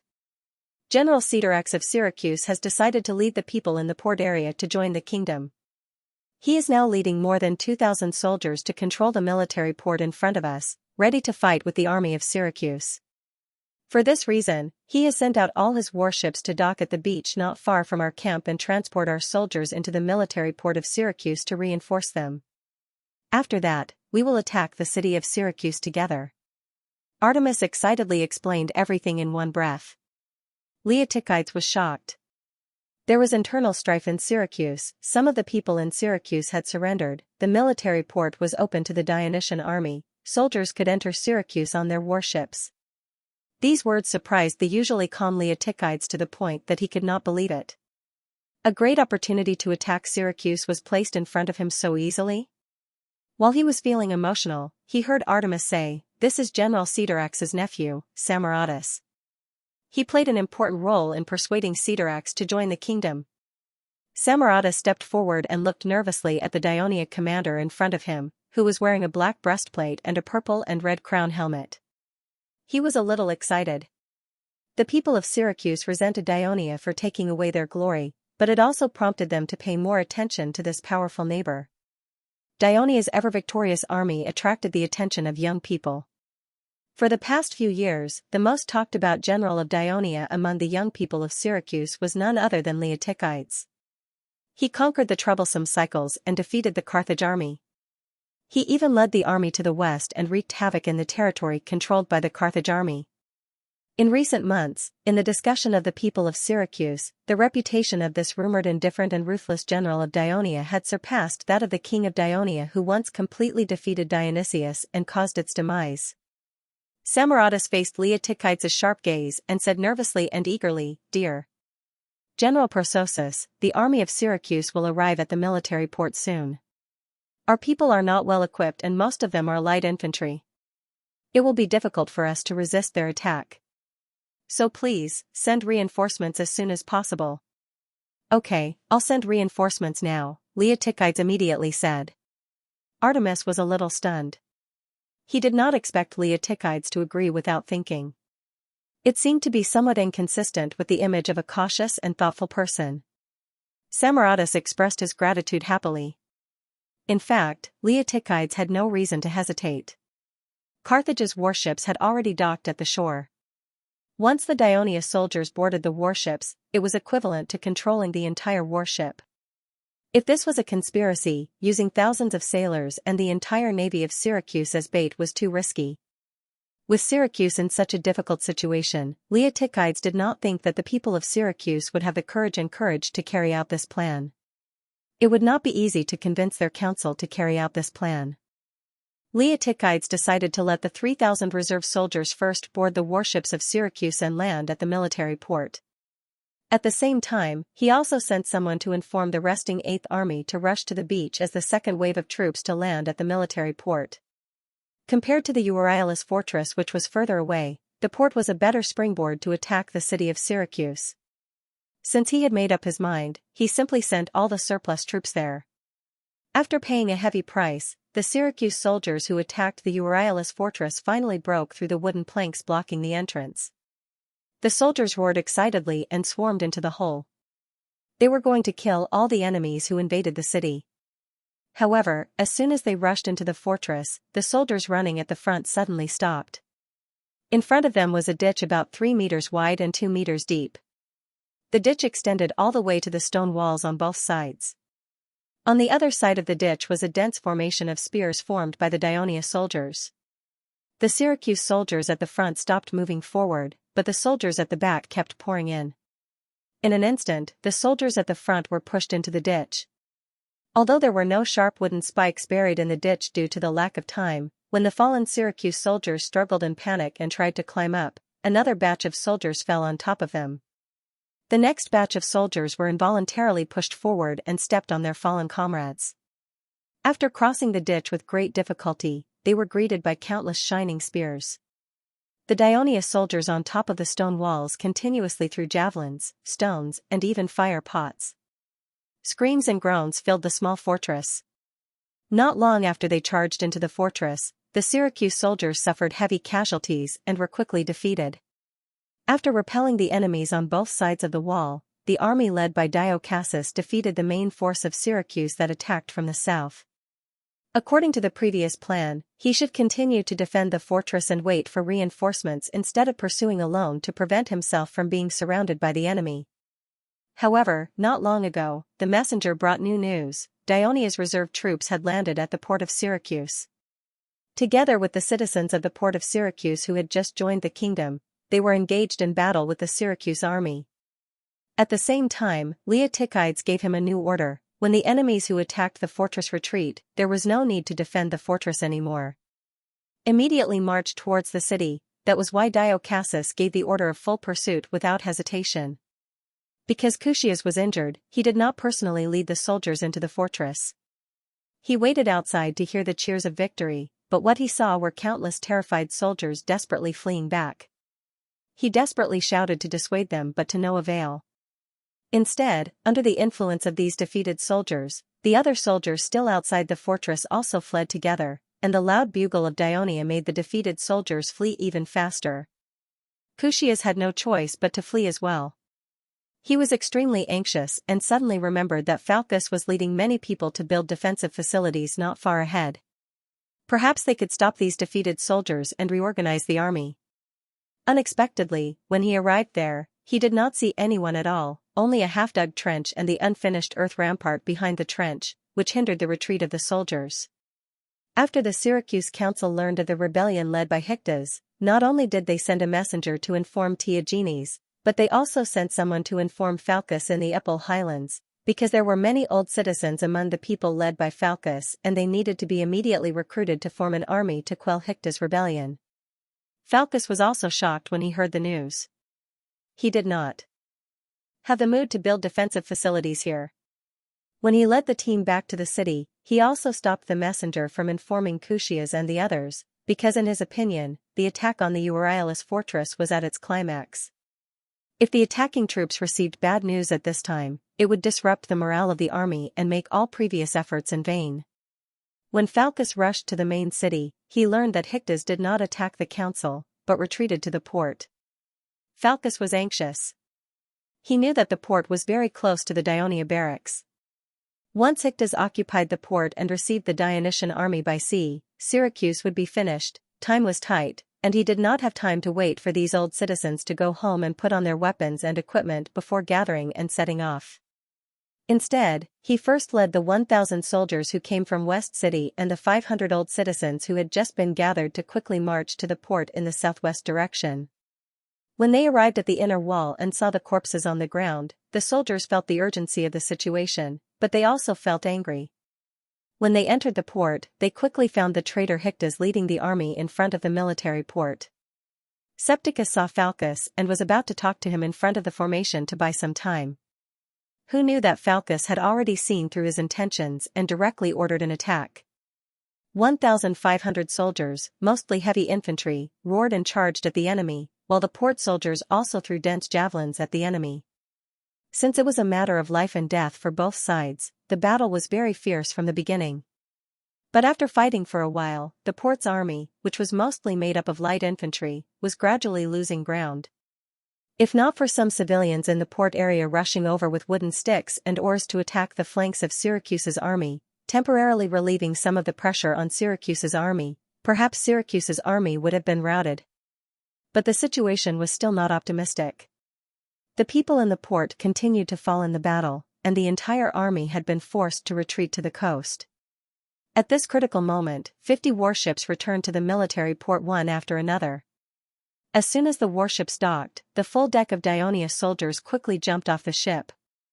They did not have time to regroup, and under the leadership of the team officers, they attacked the flank of the Syracuse army in small groups. As the commander, Falcus took the lead and fought at the forefront, so he did not know that the situation had changed. It was only when he found that the soldiers around him began to retreat that he was shocked. The Dionysian army had landed. He threw away his helmet and breastplate and retreated with the defeated soldiers. The Dionia soldiers were in hot pursuit, while the soldiers in the port hurried to take care of their injured comrades and the people. When the Dionia soldiers were about to reach the inner wall, they found that Syracuse's reinforcements had arrived. Although forcing the defeated soldiers to disrupt the enemy's formation was a good choice, the problem was that there were not many soldiers involved in the pursuit. They were afraid that it would be difficult to completely disrupt the enemy's formation. Instead, they might be defeated by the enemy because of the chaos in their own organization. Therefore, the team officers of the Dionia pursuing army chose to retreat temporarily and return to the military port to meet up with the main army that was still disembarking. Falcus, who had escaped from danger, did not let the more than 2,000 soldiers formed by the old citizens meet up with the defeated soldiers to retake the military port and prevent the Dionia army from continuing to disembark. After the battle just now, he felt that the entire port had probably betrayed Syracuse. If they continued to fight in the port, it was likely that the army that they had painstakingly gathered would once again fall into a tight encirclement. After hesitating for a while, Falcus did not dare to take the risk. He could only let the army defend the inner wall, and at the same time, he sent someone to inform the council. Not long after, 3,000 Dionia soldiers joined forces with Septicus's troops to approach the inner wall. The inner wall only served to isolate the port area and interrogate foreigners. Therefore, it was not built as tall and strong as the outer wall. It was only 3 meters high, and the walkways on the wall were relatively narrow. There were also no stockpiles of stones, wood, asphalt, and other defensive weapons. As a result, when the Dionia coalition army approached the city, Falcus was surprised to find that the Syracuse soldiers who were defending from the high ground were at a disadvantage. This was because the heavy javelins thrown by the Dionia heavy infantry and the light javelins thrown by the port soldiers covered the sky, causing a lot of casualties to the Syracuse soldiers on the city wall at close range. At this time, there were not many light infantry in the army led by Falcus. The army could only take a beating, but could not make an effective counterattack. This made Falcus's heart sink. Not long after, the people in the port area sent over some wooden ladders used to repair houses and logs used to build ships for the coalition soldiers to attack the city. Falcus saw this scene from above the city wall, and only felt depressed and uncomfortable. The soldiers used their shields to defend against the long-range attacks under the city wall while cursing the port people's betrayal. The Dionia coalition soldiers quickly put these wooden ladders on the 3-meter-high stone wall, and while the enemy on the city wall was suppressed by the javelins, they nimbly climbed up the city wall. At the same time, the coalition soldiers also used logs to break open the city gate and rushed through the hole in the inner wall. The frontal battle gradually unfolded on and below the city wall. Meanwhile, at the top of the city wall, Falcus saw another huge black army, the second wave of landing troops, the 8th Dionian Legion, appear at the port area. They were majestically pressing towards the inner wall, and his heart instantly sank to the bottom of the valley. Just then, another soldier pointed to the rear and shouted in panic, "The city is on fire!" Falcus hurriedly turned around and saw thick smoke billowing in the northwest direction, and he could not help but be shocked. Such a large fire could not have happened by chance. Could it be that the Dionia army had already killed their way into the city? Even he had such thoughts, the soldiers panicked even more, and their morale plummeted. Fortunately, these old citizens who had experienced many wars were still rational, and they knew very well that if they chose to retreat at this time, Syracuse might be finished. Therefore, under Falcus' constant encouragement, they could barely hold the line of defense. But when it rains, it pours. The western city wall was very close to the port area, and the Syracuse soldiers stood on the more than 10-meter-high wall. Not only did they clearly see what was happening in the port area, but they also saw thousands of Dionia soldiers landing one after another at the military port and storming the crumbling inner wall. They also saw the perpetrators of the city fire were also the Dionysian army in black helmets and armor, and they were quickly marching towards the core area of the city. When these Syracuse defenders saw this scene, they were extremely frightened and extremely worried about the safety of their families. How could they still have the morale to continue fighting? They began to flee into the city. In order to escape punishment, they shouted as they ran, "The city is on fire! The Dionia army has entered the city! The Dionia army has entered the city!" Their retreat left the southern part of the western city wall defenseless. The Dionia soldiers quickly occupied the top of the city wall, and along the walkway, they attacked northward. The defense of the entire western city quickly collapsed. It was the army led by Diocassus who ignited the city fire. They chased after the defeated Syracuse soldiers, not giving the enemy a chance to rest and regroup. They chased them from the Euryalus fortress all the way to the edge of the main city. Although they ran for a few miles, because the terrain was from the top, the soldiers were relatively relaxed. In the process of the pursuit, Diocassus had been thinking, after the army he led entered the city, how could they better help the whole siege force to capture the city faster, because he knew that in order to let his assault force gain a foothold in the Euryalus fortress, Commander Persosus once again ordered the whole army to launch an attack on the city of Syracuse. This was using the lives of his comrades to create an opportunity for himself. Therefore, he must destroy the enemy's fighting spirit as soon as possible, and reduce the casualties of the soldiers. In the end, the best method he could think of was fire. Therefore, he sent a company to break into the houses, collected olive oil and tar, poured it on a series of houses at the edge of the main city, and then set them on fire. Then, he led his troops to continue the pursuit of the defeated soldiers. Cucius, Stesicos, and the others fled in the direction of the council.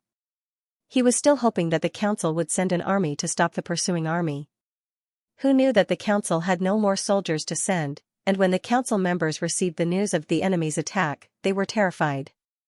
They did not dare to stay in the council hall any longer, and they all fled to the west, hoping that the troops of Diogenes and Phaucus could protect them.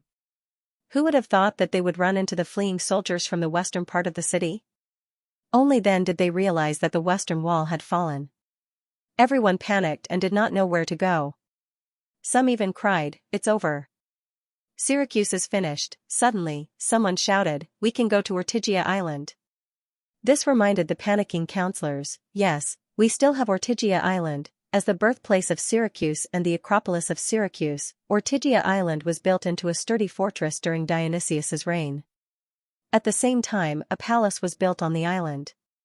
After Dionysius was overthrown, Herodotus allowed the original inhabitants of Ortygia Island, who had been forcibly driven out by Dionysius, to return to the island. Someone in the council once proposed to tear down the walls of Ortygia Island to prevent it from becoming a gathering place for ambitious politicians. However, this was opposed by many. The reason was that Ortygia Island, as the Acropolis of Syracuse, should have a strong defense.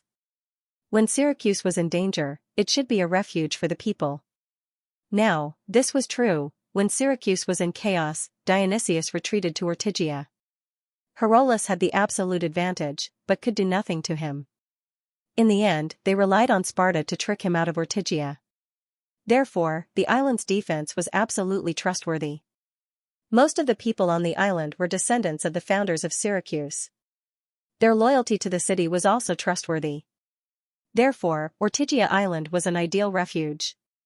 The councillors calmed down a little. They gathered the fleeing soldiers and retreated to Ortygia Island. Many soldiers refused to go there because they were worried about their families. They also sent people to inform Phaucus and Diogenes, hoping that they could hold on for a while longer, so that the people in the city could have some time to retreat to Ortygia Island. In particular, the port area was very close to the isthmus. If the enemy broke through the inner wall, the isthmus might be cut off. The inner wall's defense was already crumbling, but Phaucus was doing his best to hold on. However, when Diogenes learned that the southern section of the western city wall had fallen, he did not insist on defending the city wall. Instead, he led the few soldiers who were willing to follow him and fled to Ortygia Island. The defenders on the east wall also saw the fire in the city, and their reaction was not much different from the defenders on the west wall. The Dionia allied army had finally broken through the defenses of the eastern wall. As the commander, Xanthoparis was finally relieved. Compared to the main force of Dionia on the western front, the troops attacking the eastern wall were made up of citizens of the Legion of Dionia. Of course, they would not obey orders and commands like the Legion of Dionia and attack without any regard for casualties. It took Xanthoparis a lot of persuasion just to convince the generals of the Legion of Dionia to lead their own troops to attack continuously. That was why the battle on the eastern front was not fierce, but at least a few thousand defenders were held up, creating the conditions for the Dionysian army to break through in other directions. At dusk, the troops from the east and west successfully met at Apollo Square in Syracuse.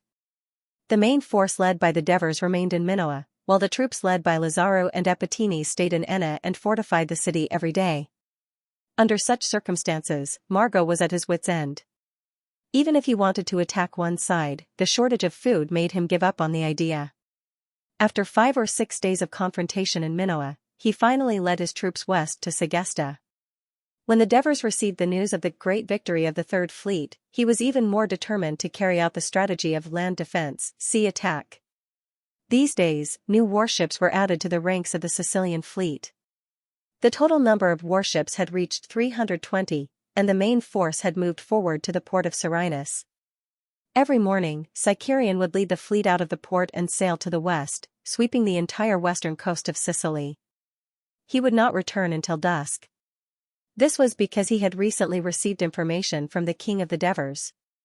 Recently, a large number of ships had gathered in the ports of Carthage and its surrounding Phoenician allies. At the same time, the city was also rushing to gather food, which was likely to be transported to Sicily. In the early morning of this day, it was drizzling in the western waters of Sicily. The sky was a little dark, and although there was a slight breeze, the waves were not strong. Xianxia, who had once again become the commander of the Sicilian fleet, had learned his lesson from the last time. He specially hired several old sailors who had lived here for decades as consultants to provide him with analysis of the sea conditions and climate of this area. Once again, they all made a positive judgment: there was not likely to be a big storm in the western waters today. Therefore, although Xianxia was hesitant, he still ordered the Sicilian fleet to leave the port as usual and head west along the coast. Due to the rain, the sea was shrouded in mist, resulting in poor visibility. To prevent accidents, all the warships slowed down. The entire fleet of 280 warships maintained a relatively dense formation as they moved forward. The other 40 warships were anchored at the simple port of Minoa to ensure the needs of the main force led by the Devers. Therefore, a voyage that usually only took an hour now took 2 hours. The fleet finally reached the sea near Mazara and began to sail northwest. At this time, the drizzle had stopped, and the sky gradually brightened. The mist gradually dissipated, revealing the blue sky and the blue sea. It was endless, and a gentle breeze caressed one's face, making one feel relaxed and happy. Only then did Xianxia feel relieved. He smiled at the 2 consulting sailors and said, "Your judgment is very accurate. As expected of the person who is said to be blessed by the sea god." The 2 old sailors from Serenus hurriedly responded modestly. As Greek sailors, they had a low status in Serenus. They relied on fishing and transporting goods for a living. They had never had the chance to speak to a noble general of the kingdom who led hundreds of warships on equal footing. Seeing them nod and bow, Xianxia frowned, but did not say anything. He turned to the captain of the flagship and ordered, "Inform the fleet to return to normal speed. Send out the clippers and carefully search for the target at sea." Not long after, the speed of the entire fleet increased. More than 10 clippers also left the main fleet and quickly moved forward. After tens of minutes, the clipper at the front was already close to the clear sea. The lookout on the mast moved his already numb limbs and lowered his head to shout, "Captain!" When the captain of the clipper heard this, he immediately asked excitedly, "Is there any sign of the enemy?" The lookout originally wanted to say, "Is it time for the shift? It should be time for the next person to replace me." However, the captain's question made him subconsciously look at the sea in front of him again. Then, he was stunned. He blinked, widened his eyes again, and stared ahead. After a moment, he also shouted excitedly, "There's an enemy ship. 1, 2, 3. There are so many Carthage ships. Commander, the warships in front have raised a white flag." The lookout on the mainmast of the flagship saw the flag signal transmitted by the flagship of the B squadron in front and shouted excitedly, "It's 2 white flags. It's an ordinary fleet with the same number of warships as us." Xianxia immediately understood the meaning behind this. He also became excited. To encounter an ordinary fleet in this sea area, it could only be from Carthage. It seemed that the information given by His Majesty was correct. Carthage was indeed here to deliver military rations. He ordered without hesitation, "Tell Stephacas to lead his B squadron and sink all these Carthage cargo ships. If even one escapes, let him receive military punishment." After receiving this order, Stephacas, the commander of the B squadron, immediately exerted 120% of his spirit and ordered the warships of the B squadron, which he commanded as the vanguard, to spread out in a straight line and advance quickly in the direction where they had discovered the enemy. These more than 200 Carthage merchant ships formed 2 columns and were moving in the direction of Lille. On the leading merchant ship, a sailor was standing at the top of the mast and looking ahead nervously. Suddenly, he shouted anxiously, "Old man, Dionia warships.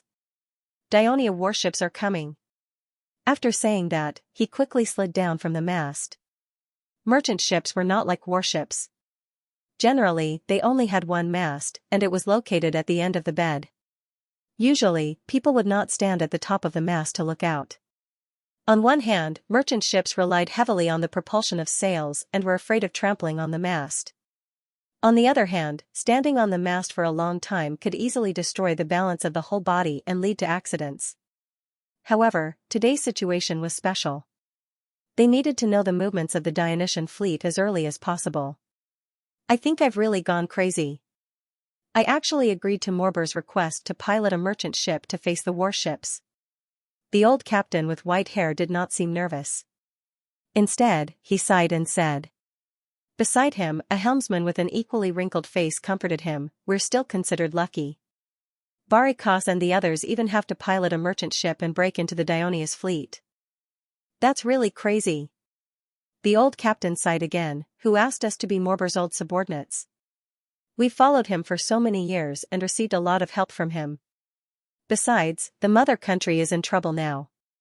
If old people like us who are about to die can play a little role and provide some help to it, I believe that even if we die, it will be an honor for us. The old helmsman nodded in agreement. Old man, don't reminisce about the past. The Dionia warships are coming soon. Hurry up and follow the plan. Steer this ship to the designated place. This place is too far from the coast. If the ship is hit and sunk, we may not be able to swim to the shore. The young sailor who was looking out from the mast urged. Don't worry, the old captain said unhurriedly. Then, he closed his eyes and focused on sensing the direction of the wind. It seems that the wind is slightly stronger. Literature Museum. After a while, the wind will get stronger. The old helmsman also expressed his judgment. The old captain nodded. Fortunately, there's this southeast wind. Otherwise, I wouldn't have dared to do such a risky thing today.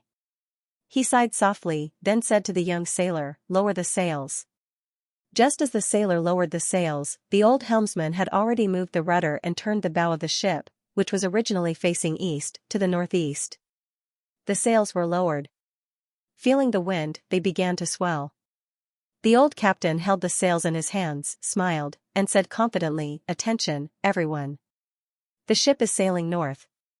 The Dionia warships will chase after us. But don't worry, we'll get home safely. Everyone responded with solemn expressions. This merchant ship was 13 meters long and 4.5 meters wide. Apart from the captain and helmsman, there were only 10 sailors on board, a total of 12 people. It was the opposite of a warship. It was lighter at the front and heavier at the back. The bow was narrower and raised, and the stern was wider. The sails and rudder were at the stern. The 10 sailors were on both sides of the hull. The center of the hull was covered with linen and bulged with cargo. The old captain pulled and released, and the sails quickly rotated to a suitable position. The sails quickly inflated, and the speed of the entire ship suddenly increased. The merchant ship behind it followed closely behind, speeding towards the northeast. Sir Commander, Carthage's fleet is fleeing north. Stephakis is leading his fleet to chase after them. Hearing this news, Sikorian turned to look at the waves and frowned slightly. Fleeing north. It seems that Carthage's people want to take advantage of this south wind.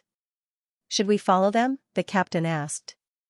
Sikorian made a decision without hesitation. Just 300 merchant ships are far from enough to transport food for Carthage's army of 100,000. Since Carthage wants to lure us away from here, no. We'll stay here and not let their next fleet easily enter the port of Lily. However, we can't be careless. Have the clippers strengthen their communication with Stephakis. I want to know the movements of the 1st B Squadron at all times. Yes. Sikorian ordered 200 warships to cruise around the sea near Lily. The 80 warships led by Stephakis were chasing after Carthage's fleet and were approaching Mocha. Mocha used to be an important military town for Carthage in Sicily. Dionysius led an army of 100,000 and painstakingly destroyed it. Instead of rebuilding it, Carthage's people built a new military town, Lily, nearby. Therefore, after more than 20 years, the city of Mocha was still the same as when it was first destroyed. It had not been cleaned up, including the causeway that Dionysius mobilized to build from the coast to Mocha. Due to the existence of this causeway, the shallow sea between Mocha and the coast became a pocket-like bay. Stephakis concluded that Carthage's fleet did not dare to enter. Otherwise, they would be caught like turtles in a jar. Stephakis had correctly judged the course of the Carthaginian fleet. Since he had led the fleet to make preparations in advance, he had the upper hand and was able to close the distance with the Carthaginian fleet. In particular, the fast warships had sunk several merchant ships that had fallen behind, causing some confusion in the Carthaginian fleet. There were even collisions and capsizing. This was because Carthage's fleet was now located on the west side of Mocha, and on the west side of Mocha was another small island, Igusa. The distance between the two islands was less than 10 miles and was relatively narrow. The merchant ships at the back felt the danger and scrambled to speed up, immediately making the entire Carthage fleet crowded. But soon, the situation improved because after passing this section of the sea, another small island, Farbantia, appeared diagonally ahead. The Carthage fleet immediately divided into two teams. One team continued to move forward, and the other turned west. The Carthage's crew who had fallen into the water swam up to these small islands unhurriedly. After learning the enemy's movements from the lookout, Stephacus frowned. He roughly knew what Carthage's people wanted to do. There were many small islands in the sea ahead, as well as some reefs that could not be called islands. During this period of time, Sequirian had led the fleet to cruise the western waters of Sicily. On the one hand, it was to cut off Carthage's sea transportation, and on the other hand, it was to familiarize the new fleet with the sea conditions here. All the crew members regarded the sea ahead as a dangerous area, especially when the tide was high. Some of the reefs would be submerged by the rising water, and ships that were not familiar with the sea could easily collide with them, causing damage or even sinking. The new Sicilian fleet had learned their lesson, so Sequirian specially asked someone to draw a separate map of the sea for every captain to remember. But even so, they were certainly not as familiar as the Carthage's people who had sailed here all year round. These cunning Carthage's people must have wanted to use the sea area to get rid of their pursuit and at the same time create some trouble for them. Stephacus thought for a while and issued an order for all the warships to slow down and be vigilant. At the same time, he also decided not to split up the fleet for the time being, but to chase the fleet that was heading straight north. They had to block the coast and prevent them from entering the port of Eryx not far ahead. Unexpectedly, when the Carthage fleet that had turned west saw that the Dionia warships did not follow them, they immediately circled around Augusta Island and turned south. The fleet that was heading north was once again divided into two groups, separated by a reef, and turned west one after another. Under such circumstances, Stephacus had no choice but to order the warships to disperse and weave between the various islands to intercept and attack the enemy ships. He could not allow the Carthage fleet, which had barely suffered any losses, to slip back to the south. Although there was definitely a main fleet in the south, it would be embarrassing for them to see that they had chased after them for a long time without any results. Moreover, Sequirian had specifically emphasized that not a single Carthage ship should be let go.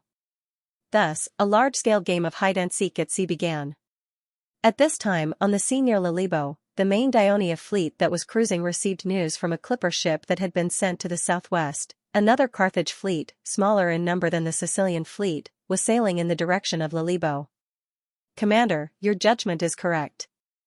The Carthage merchant ships are coming again," the flagship captain praised. Sequirian, however, seemed a little dissatisfied. "The number is a little small. Inform the fleet to spread out in the southwest direction. Before the Carthage have discovered them, quickly meet them and eat them up as soon as possible. Maybe another wave of merchant ships will arrive soon." Just as the Dionia warships received the order and began to line up, the lookout on the clipper ship widened his eyes in surprise. He saw that the Carthage fleet in front of him had begun to change from a column to a horizontal line, and the direction of the sails was adjusted. The merchant ship suddenly sped up. "Are the Carthage people crazy? They should be able to see our warships at this distance. Why aren't they running away but rushing forward instead? Do they want to fight us with their merchant ships?" The lookout did not know that in the middle of the Carthage fleet, Captain Barikos was maneuvering the sails and shouting loudly to the nearby merchant ships, "It's time to test your courage. If you're afraid, you can still retreat now. I've sailed for decades and have seen all kinds of storms. I've even followed Morbal, crossed the Pillars of Hercules, went to the distant coast, and seen the two-wheeled chariot of God, today's Mount Cameroon. Isn't it just death? What's there to be afraid of? That's right. We old fellows have lived until today for this moment. If we die, we can reunite with our former comrades in the Temple of Baal Harmon. Don't just talk about us. Compared to us, you're still young. You haven't enjoyed enough life, and you haven't seen enough war. When the Dionia warships come close to you, don't be so scared that you don't know how to maneuver the sails." Barikos laughed loudly. "Don't worry, my ship will rush to the front, avoid the collision of all the Dionia warships, and enter safely. I want the people of Dionia to know that the people they have defeated before are not the real Carthage people. The real Carthage people are the heroes of the sea, and they can't defeat them. That's right, Barikos. Show the ignorant people of Dionia what real sailing is. The crew on the ship waved their arms and responded enthusiastically. Barikos smiled. Brothers, get ready, the adventure is about to begin. He maneuvered the sails, and the small merchant ship, which was less than 10 meters long and only 3 meters wide, with a total of 8 crew members, rushed towards the Dionia warships like an arrow shot out by the wind. Under his leadership, the 60 merchant ships, which were almost the same size as him, rushed into the arms of the hungry wolves, like sheep that had their heads broken. The captains of the Dionian warships were astonished by the performance of the Carthaginian fleet. However, they would never be merciful because of the stupidity of their opponents. Under their orders, the Dionian warships retracted their sails. Relying on the oars of nearly 200 oarsmen who worked together to paddle with all their might, the gigantic warships dashed forward at an astonishing speed. The bow of the warships that flickered with a dark light sliced through the incoming waves, causing water to splash onto the deck. The Carthage fleet was like a row of waves pushed by the southwest wind, surging towards the Dionysian fleet.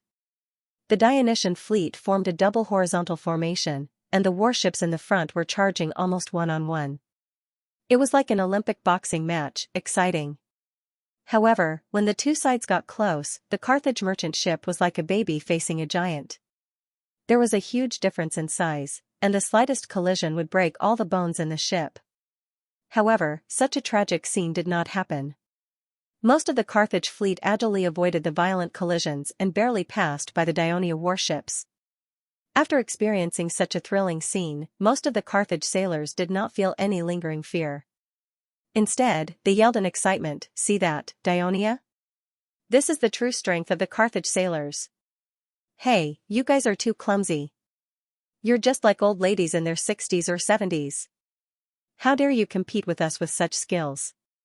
Even if we collide with you 100 times, you won't be able to touch me." The Dionia could not understand the shouts of the Carthage sailors, but they could understand the humiliating gestures of the enemy. Some of the Carthage sailors even lifted their clothes, took out their things, and peed on them. It was a great humiliation. Even the calm captain of the flagship could not help but curse, "Damn the Carthage. If there were bows and arrows on the ship, I would have shot them to death with one shot." Xianxia was also angry, but as the commander, he could not show it. Instead, he said in a low voice, "It's too early for the Carthage to be happy. Our fast warships will send them to Poseidon." Xianxia had chosen to form a double horizontal line in order to use the more agile fast warships as the rear line to eliminate the merchant ships that had avoided the first round of attacks. However, he did not expect that the warships at the front would not be able to gain anything from the charge. So, he turned around and looked at the back of the ship with an expectant gaze. In the end, he could not believe what he saw. The Carthage merchant ships were like fish swimming in the water.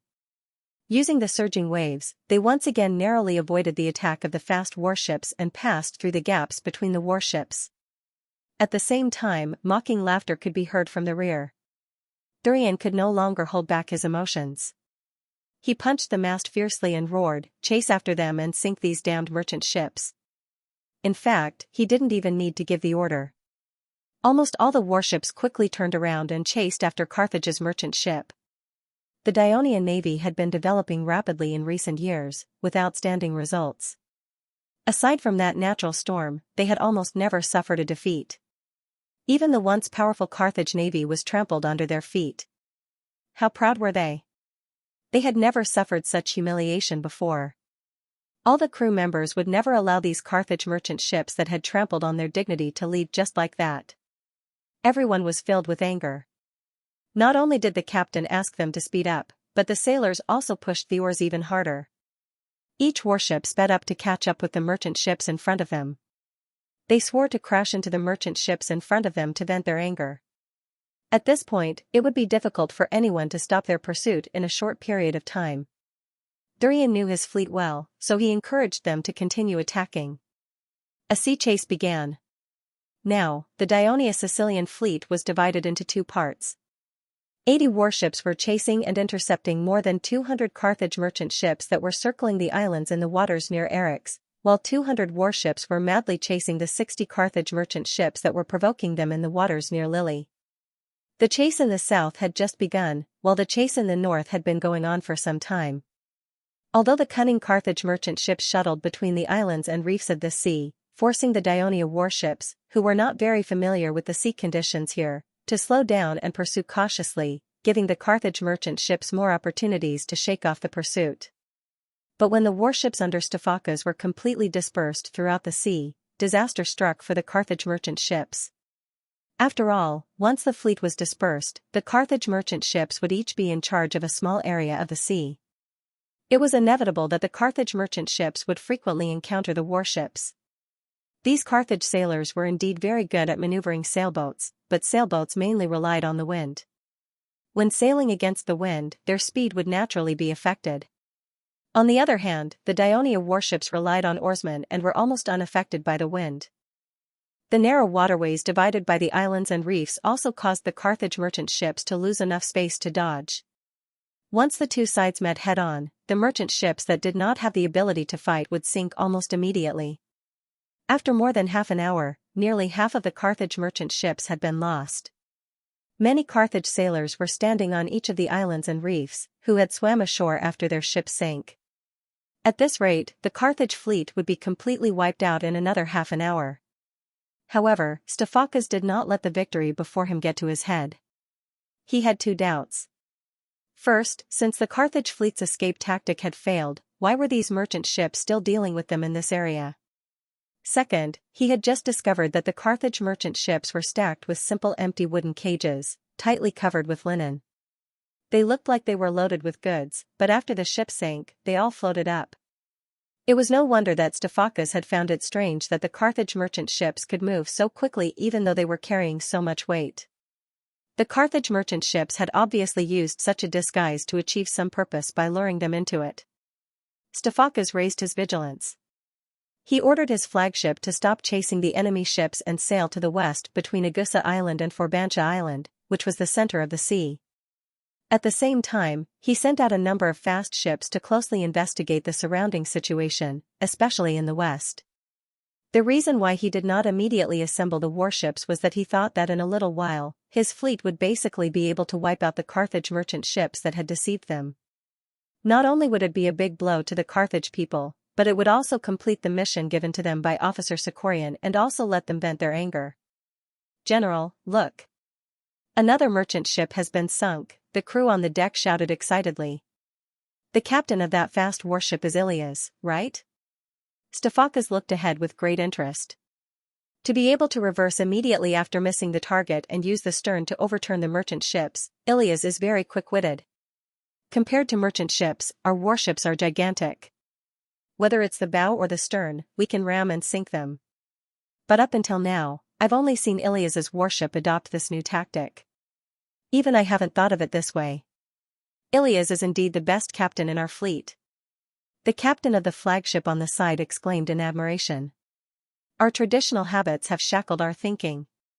Stephacas nodded his head and said seriously, "When we go back, spread this new tactic. In the future, when our fleet encounters the Carthage merchant ships again, we will have another weapon." "Yes, sir." "Enemy sightings." The lookout on the mainmast suddenly shouted nervously, "The fast ships in the west have raised their yellow flags." "There are 3 yellow flags." Stephacas was greatly shocked. What he had been worried about had come true.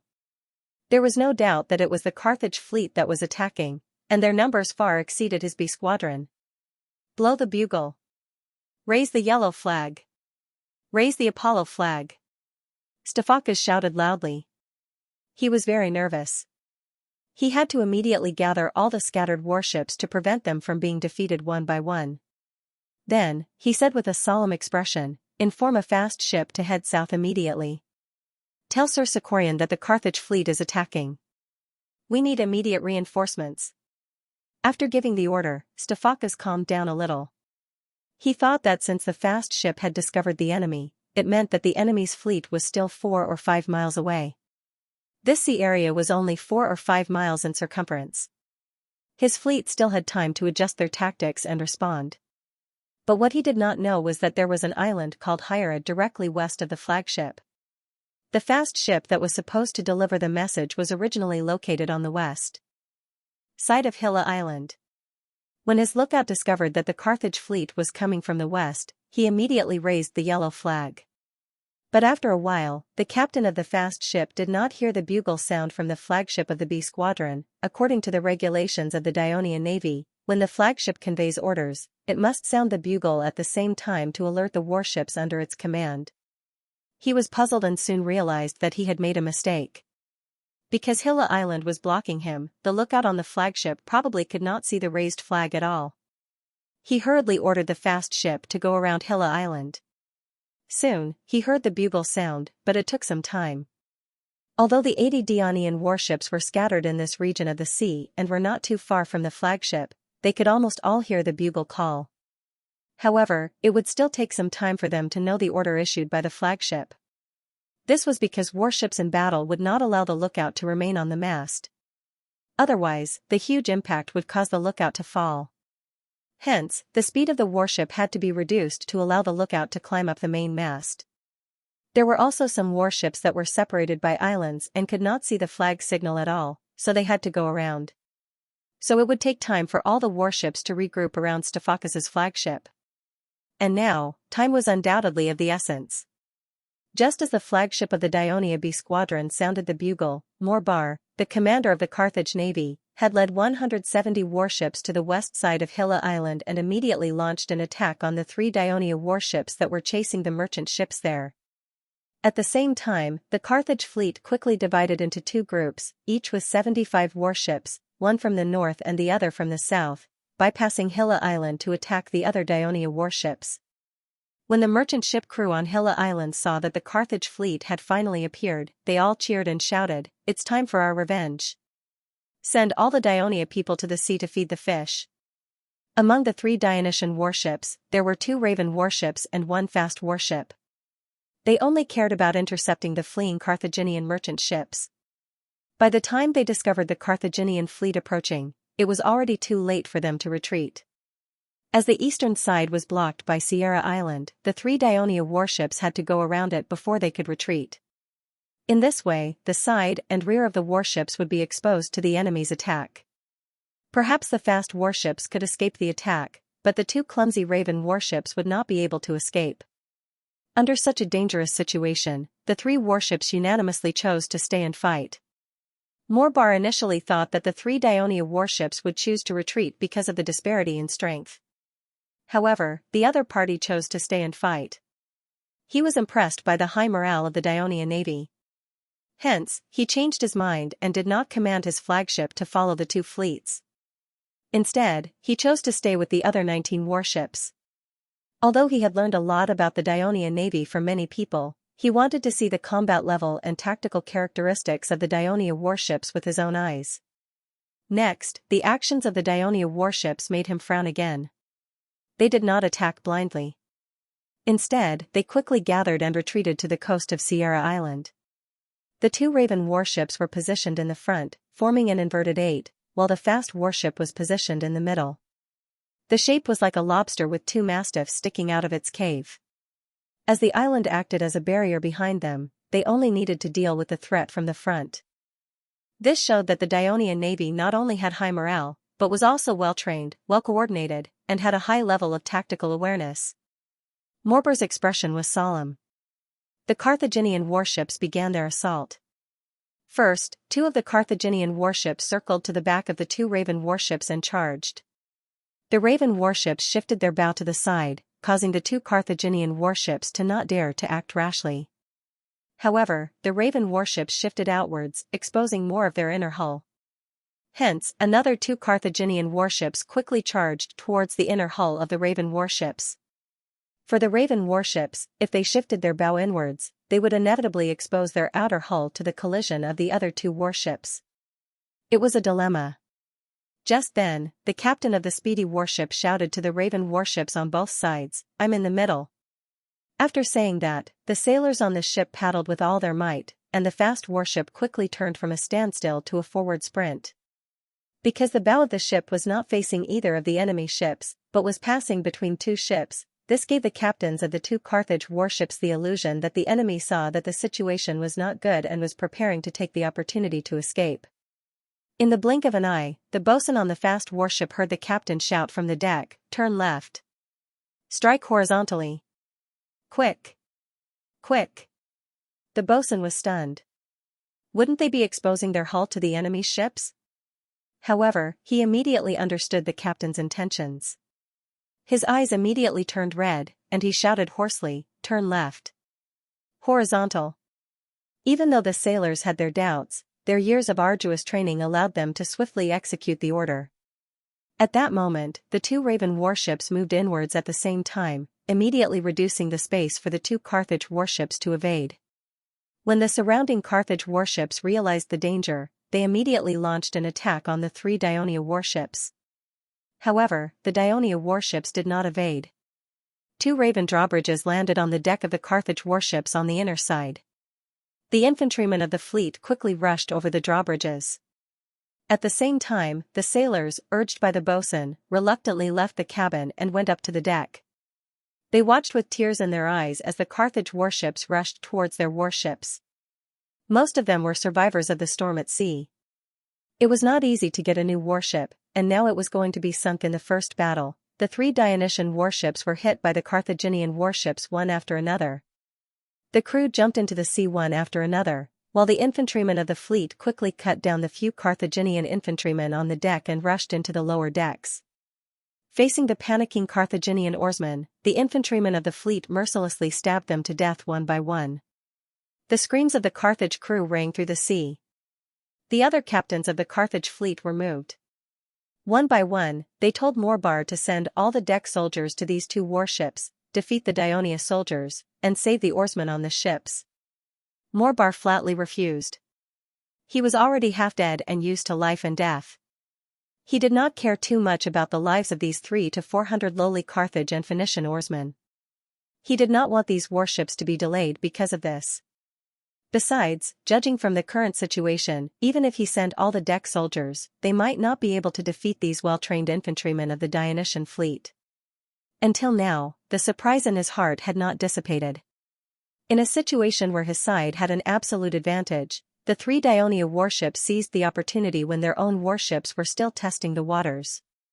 They quickly and decisively adopted effective tactics and successfully seized two warships in an instant. The outstanding performance of the Dionia warships made him shudder.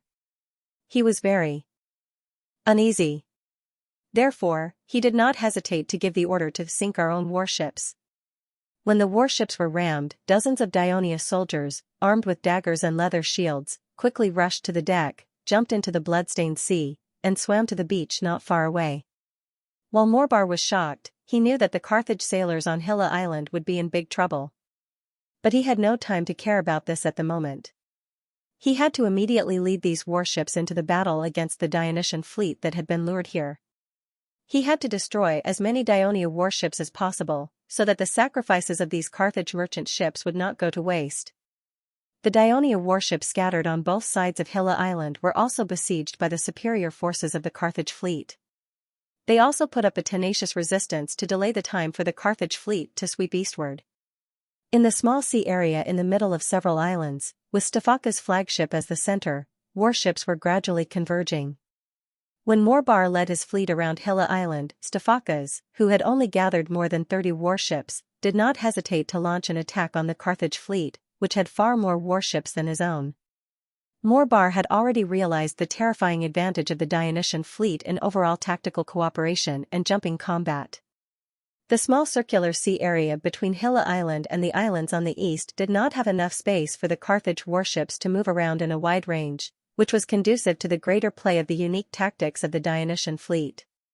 Having finally gained a huge advantage in a local area, Morbar was certainly unwilling to fight head-on. Therefore, he issued the order to sweep the outside of the island first, destroy the scattered Dionia warships, and finally bite the hard bone in the center. Of course, Morbar also hoped to see the enemy in the center continue to pursue and sail out of this narrow sea area. Then, the Carthage fleet would not hesitate to concentrate all its forces and destroy them. The Carthage fleet led by Balikos took a zigzag route, trying to keep a moderate distance from the Dionysian fleet. The main fleet led by Sequirion pursued them relentlessly, especially the fast warships that gradually closed in and sank many merchant ships. Another 10 fast warships, under Sequarian's order, did not follow closely behind like the other warships. Instead, they sailed straight to the port of Lily at the fastest speed, cutting off the retreat route of the Carthage fleet and gradually forming an encirclement. When Balico saw that there were enemy ships intercepting ahead, he did not panic. Instead, he issued a crazy order: turn around. In a situation where the wind was completely against them, the ship that had just turned around had almost no speed. Relying on the delicate control of the helmsman and oarsmen, they once again narrowly avoided the Dionia warships that had to move forward due to inertia. The other Carthage merchant ships did the same, but in the process, at least 7 merchant ships were hit and sunk. The crew of the Dionia fleet was not happy because the rest of the Carthage merchant ships had once again broken through their encirclement. This was simply a silent humiliation to the Dionia navy. The Dionia warships turned around to give chase. However, Balico and his fleet turned their bow again, facing east. The sails turned to the right, and with the help of the southwest wind, they brushed past the Dionia warships. At this time, the crew of the Dionia warships were already red with anger. Some of the infantrymen on the Raven warships even threw the daggers in their hands at the approaching Carthage merchant ships. Leading more than 30 merchant ships, Balico passed through the gap between the Dionia warships and sailed directly to the coast not far away. Then, they stuck close to the coastline, turned around, and sailed south. He did not expect the Carthage people to play such a trick. That was the coast. The Carthage merchant ships were small and light. The position they could maneuver in might cause the warships to run aground. Moreover, there were many reefs near the coast. The Carthage people were familiar with the sea conditions here, but the Dionia people were not. It was easy for the warships to crash into the reefs and be damaged. The Carthage merchant ships toyed with the Dionia Sicilian fleet in the palm of their hands. This infuriated the always confident Xianxia. In order to restore the navy's honor, he swore to sink these audacious enemies today. He sent a small number of warships to speed up to Mazara and Lily, while the other warships cruised near the coast between the two cities, keeping an eye on the Carthage merchant ships. Unless they abandoned their ships and went ashore, the Sicilian fleet would confront them like this. Xianxia was even prepared to call back a few fast ships to try to approach the Carthage merchant ships. After a while, a few fast ships came under orders, and the extra one brought urgent military news. Our fleet is being attacked by the Carthage fleet in the north.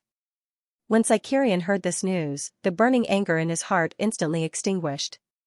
Some of the doubts he had about the previous 2 Carthage fleets were instantly solved, but his anxiety increased rapidly. This was obviously a conspiracy planned by the Carthage navy. They must have made sufficient preparations. The fleet was in a very dangerous situation. At this moment, Xianxia could not care less about the Carthage fleet in front of him that repeatedly challenged his dignity. He quickly recalled the warships scattered in the waters between Lily and Mazara. It took some time. Morbar, of course, did not forget the main Dionia fleet in the south. When Xianxia gathered the warships and headed north, he soon received the news. It should be said that Barikos had successfully completed his mission. The fleet he led had stalled the main Dionia fleet for more than 3 hours. However, for Morbale, the results of the battle were not satisfactory. 35 Dionia warships sank and 7 of his own ships were lost. This was achieved after he carefully watched the first attack by the Carthage warships on the Dionia warships and changed his tactics. However, it was still far from his original plan. His original plan was to destroy all the Dionia warships that were lured out. The reason for his failure was that the Dionia commander of this fleet had gathered more than half of the warships in time. However, he did not lead them out of the narrow area to rescue the warships scattered on the periphery. Instead, they formed an irregular circular formation in that area and focused their defense on the relatively open west side. After the Carthage fleet destroyed the other lone Dionia warships, they regrouped and surrounded the remaining Dionia warships. They also launched several tentative attacks. However, the Dionia fleet's defense was tight, so Morbale did not dare to make up his mind to launch a forceful attack. After receiving the news that the Dionia fleet had come to help, Morbale finally made up his mind. Inform all the warships to gather on the west side of Hilla Island and complete the final mission. Sir, what about our sailors on these islands? His subordinate reminded him. Everyone will die one day. You and I are the same. Although Morbale said so, he still felt a little regretful. He sighed again. He should have reminded them to swim to Sicily after they fell into the water. During this period of time, the Carthage fleet had the upper hand in this sea area, but on the islands and reefs, the Dionysius sailors who fell into the water dominated. Although most of the Carthage sailors who fell into the water were rescued by the nearby ships, most of the merchant sailors who had been sunk by the Dionysian fleet had swam to the various reefs. How could they be a match for the Dionysius sailors who had fleet infantry? They were either killed or captured. After Sicurion led the fleet into the sea area, his mood suddenly became very bad. From time to time, he saw the fragments of warships floating on the sea and heard the joyful cries for help from the Dionysius sailors on the nearby reefs. What did that idiot Stephacus do? The worry in his heart grew so strong that he could not help but shout angrily. But when he saw that there were still more than 40 warships left and heard Stephacus narrate the entire battle, Sicurion did not get angry anymore. Instead, he said unwillingly, "We were all fooled." When Stephacus continued, according to the report from the clippers, the Carthage fleet is in formation on the west side of Hilla Island. Sicurion's anger burst out again. The Carthage fleet attacked us and won a small victory. They think so highly of themselves and actually want to fight with us. Very good. Very good. Very good.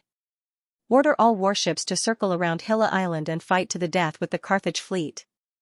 Sicurion first ordered a few warships to pick up the crew on the various islands and reefs. At the same time, he led about 240 warships and rushed to the west side of Hilla Island. As expected, he saw the Carthaginian fleet lined up and waiting. Sicurion did not hesitate to blow the bugle and raise the red and black flags. All the warships of the entire fleet quickly lined up in a starship formation as they advanced toward the Carthage fleet. However, the Carthage fleet suddenly turned around and moved away from the Dionysian fleet, heading south. "We can't let them escape into Lily Harbor." Sicurion, who was unwilling to give up, gave the order to pursue. However, the Dionysian fleet was originally about 2 miles away from the Carthage fleet. The speed of the Raven warships was relatively slow.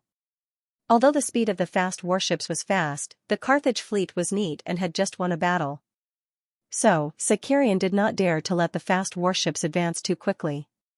Otherwise, if they were too far away from the Raven warships, it would be easy for them to be counterattacked and cause losses.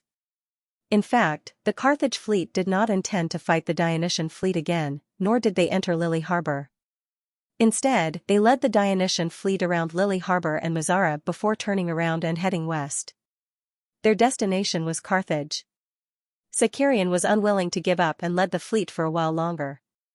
In the end, they had no choice but to turn back. It was already afternoon and almost dusk. In the past half a day, the Sicilian fleet had experienced a series of humiliating events such as being toyed with, ambushed, and chased to no avail. Be it Sicurion or the crew, they were both physically and mentally exhausted. How could they have the strength and energy to continue patrolling the western waters? All of them steered their warships back to Selinus Harbor sullenly. The main force led by the Devers was stationed in Minoa, not far from Selinus. The news that the new Sicilian fleet had been defeated in their first battle could not be hidden from him. Of course, Sicurion did not intend to hide it. Although it was not a big failure, he did feel a little ashamed. Hence, he wrote a battle report truthfully and prepared to send it to the king of the Devers on a clipper the next morning with the excuse that he had to carry out the task of patrolling the Sicilian waters. He would not personally go to the king of the Devers for the time being. Instead, he would lead the fleet to the western waters to look for an opportunity to win the battle as soon as possible. After winning back his dignity, he would go to see the Devers. But what he did not expect was that before he could lead the fleet out of the harbor, a messenger from the king of the Devers came from Minoa and read him the order of the Devers, asking him to go to Minoa immediately to see the king of the Devers. Sicurion arrived at the Minoa barracks with a restless heart. When the Devers saw him, they did not wait for him to speak and handed him a papyrus scroll. After reading it quickly, Sicurion was surprised. Yesterday, there were thousands of merchant ships full of military provisions docked in the bay north of Irius. North of Irius, there were 2 slender hills that extended westward into the sea for about a mile or 2, like the curved horns of a cow. Thus, a large bay was formed. There were indeed 2 ports built by the Phoenicians in this bay, but they were not large. There had never been so many merchant ships docked there before. The Devers said coldly, "This is the information obtained by the secret agents of the kingdom's intelligence department in Sicily. It was sent to me late last night. There can't be any mistake."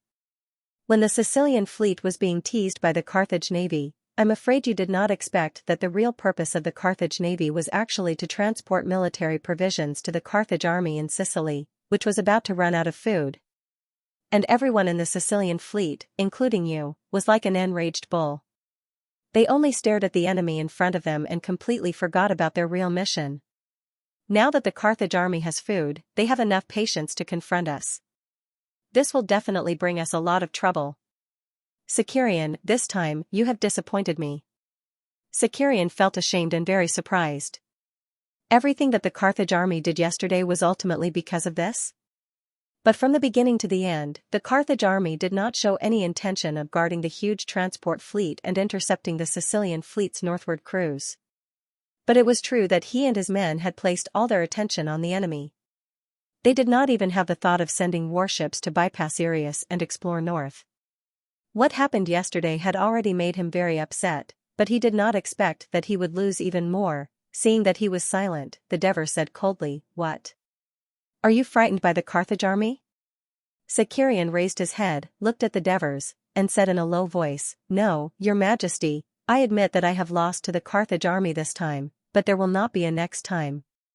"Well, this is the ever-victorious general of the Dionian navy that I am familiar with." The Devers nodded and said in a gentle tone, "The military law of Dionia emphasizes that as a commander, you must always remain calm. You must not let any negative emotions affect your rationality and make a wrong judgment. This time, anger has blinded your eyes and caused you to make these mistakes. I hope you can learn from your mistakes. Please remember that you are the commander of the Sicilian fleet. The orders you give not only affect the life and death of the Sicilian fleet, but also the victory of the entire Sicilian war. Don't be like a captain who is obsessed with sinking the enemy's ship. Instead, you should open your mind and focus on the whole war. Do you understand?" This time, Sicarian nodded with a thoughtful expression. Since the establishment of the kingdom's navy, it has been developing smoothly and has not encountered any major setbacks. This has led to the navy's high morale, but it can also easily lead to arrogance. The Devers continued to remind him, yesterday's defeat is also a good thing. It allowed the navy to calm down and look at the enemy more seriously. After all, the Carthage army is a powerful navy in the western Mediterranean Sea. They have a deep foundation, and their new commander is not a simple person. He was once a hero of the Carthage army who led fleets across the ocean and has been fighting at sea for decades. If you can defeat such a commander, it will make your victory more worthwhile. The Devers looked at Sicarian, who had thrown away his depression and regained his fighting spirit. "What do you think about the Carthage fleet that made a fool of you?" Sicarian's heart was no longer in turmoil. He thought for a moment and said seriously, "Your Majesty, I admit that the Carthage fleet is indeed very good at sailing, but we interrogated the captured Carthage sailors last night. From them, we learned that the commander of the Carthage navy, Morbar, had specially gathered all the skilled sailors in Carthage and the nearby Phoenician cities. More than half of them were his former subordinates. He used the news that Carthage is in trouble and urgently needs a hero to save them, to motivate them. At the same time, he also promised them very high compensation. That was why he formed these 2 Carthage fleets and used them to lure the Sicilian fleet. Although his tactic worked in the end, it was a method of killing the goose that laid the golden eggs. In fact, it was overly exhausting the Carthage fleet's naval forces. This just shows that after our successive naval victories, the Carthage navy is strained and had no choice but to use this extreme method to gain some advantages. However, this method can neither be sustained nor deceive our navy. Your Majesty, I have already formulated a new plan of action based on the current situation of the Carthage navy. I believe you will hear the news of our victory soon." The Devers stared at the confident Sicarian. After a moment, he smiled. "This is the Sicarian I know.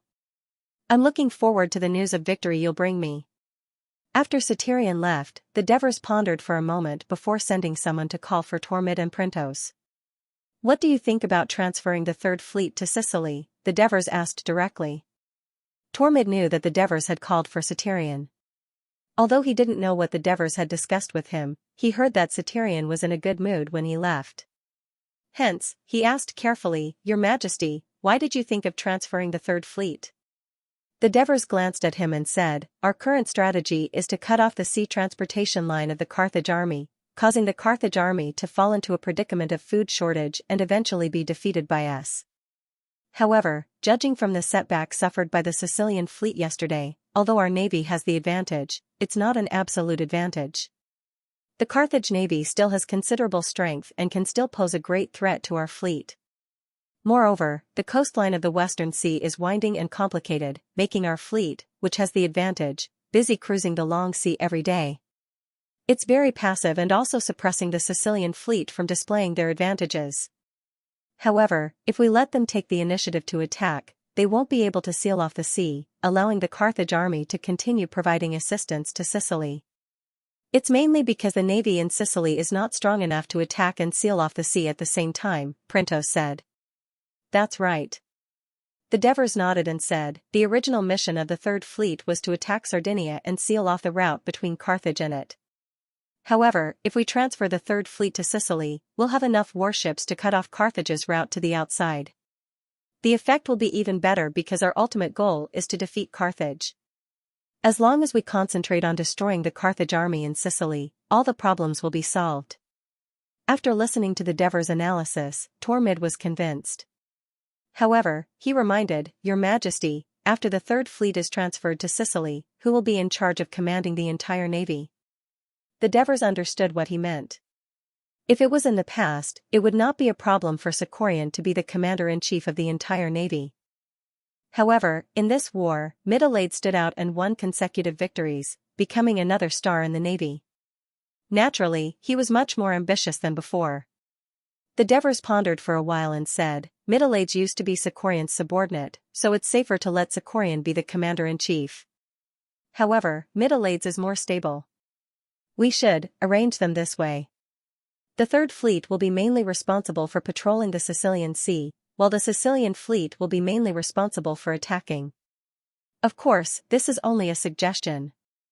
As for how to implement it, we still need Sicorion and the others to come over and discuss it together." "Your Majesty, why don't we station the Third Fleet on the north coast?" Printos suggested. This time, the reason why Carthage was able to successfully transport the supplies to Sicily was because the Sicilian fleet fell for it. On the other hand, the coast north of Eryx was relatively far from Serenus, where the Sicilian fleet was stationed. From the port of Serenus, it would take the fleet more than 3 hours to reach Eryx at the fastest, and more than 5 hours to reach Palmos. In the future, Carthage may continue to use this time to target the coast north of Eryx and transport rations for the Sicilian army. And if the Third Fleet was stationed on the north coast, they could better monitor the sea around Palmos and Sorus, so that Carthage's plan could not be realized. In the friendly city-state of the north coast, Thadium is the closest to Sorus and Palmos, but it's a small city. I'm afraid it doesn't have a good military port to accommodate our Third Fleet. The situation of the other friendly city-states on the north coast is similar. I'm afraid that the only town on the north coast that can accommodate the Third Fleet is Messina, but it's too far from the west. It's not as good as Serenus." Tormid raised his own objection. Printos's proposal greatly moved the Devers. Even with Tormid's reminder, he still said, "There are no military ports on the north coast. We can build simple ones first." "Isn't that what we're doing here?" Seeing that the Devers agreed with this proposal, Tormid did not raise any further objections. Instead, he brought up another matter. "Your Majesty, you previously asked the 9th Legion to assist the Third Fleet in attacking Sardinia. I'm afraid that they've already begun their operation. If we called back the Third Fleet at this time, should we let the 9th Legion return to Apulia?" "The 9th Legion." The Devers thought for a moment and said, "Then let the 9th Legion act together with the Third Fleet. Carthage's army is now concentrated on the south coast and the territory of the Sicans. The north coast is defenseless, and the 9th Legion can attack Sorus or even Palmos. Once they succeed, not only will the Third Fleet have a better port, but it will also shorten the fleet's cruising distance, which will be more conducive to sealing off the Western Sea. Even if it doesn't succeed, it can also divert Carthage's forces. Henoborus, immediately write a letter in my name to the Mytilades and Tegthenos, and ask them to lead the army to Thadium as soon as possible. Yes, your majesty. Henoborus dexterously cut a piece of papyrus, then picked up a pen and began to write. At this time, Marcius walked into the big tent. Your majesty, a battle report from Syracuse. The Devers took the papyrus scroll tied with a black rope. After quickly reading it, his face was full of smiles as he glanced at the others in the tent and said excitedly, "Good. Well done, Prososus. Everyone, let me tell you a piece of good news. The main city of Syracuse has been seized by us, on the day that Thurian went to Minoa to be criticized by the Devers, in the middle of the west coast of Sardinia. The sky had just brightened when 5 Carthage cargo ships arrived outside the port of St. Iberia. During this period of time, such a situation was very common. Due to the Dionysian fleet's harassment in Sardinia, many of the Carthage merchant ships that came to transport goods could only take advantage of the time when the Dionysian fleet had not come to Sardinia's waters to rush to the various Phoenician towns and ports on the island to transport the goods that were accumulated in the port. As the cargo ships were all manned by Phoenician crew members, coupled with the lack of time, the patrol ships did not carefully interrogate them, and they were allowed to enter the port. In the early hours of the morning, in the middle of the west coast of Sardinia, the third fleet that was originally traveling south along the coast suddenly approached the sea. The coast here was densely covered with reefs, and the shore was also mostly cliffs. There was no suitable place for ships to dock, but there was a river called Munnu that flowed into the sea from here. On both sides of the estuary, there was a relatively wide area of mudflat, which was especially obvious when the tide was low. The mudflat was covered with slippery, soft, black silt. It was easy for people to step on it, and it was very difficult for them to pass through. However, the third fleet was fully prepared. The Crow warships sailed into the mudflat near the north bank of the estuary. The infantrymen of the fleet carried bundles of wheat straw that they had prepared in advance and carefully disembarked from the ships. They placed them on the mudflat, and then laid wooden planks on top of them. Soon, a wooden plank road leading to the riverbank was built. At the front was the mountain reconnaissance squad of the 9th Legion. They staggered on the wooden planks and finally reached the riverbank. Using the climbing tools they carried with them, they easily climbed up the not-too-steep riverbank. Then, more than a dozen rope ladders that had been prepared beforehand were hung down, and the infantrymen of the fleet quickly climbed up.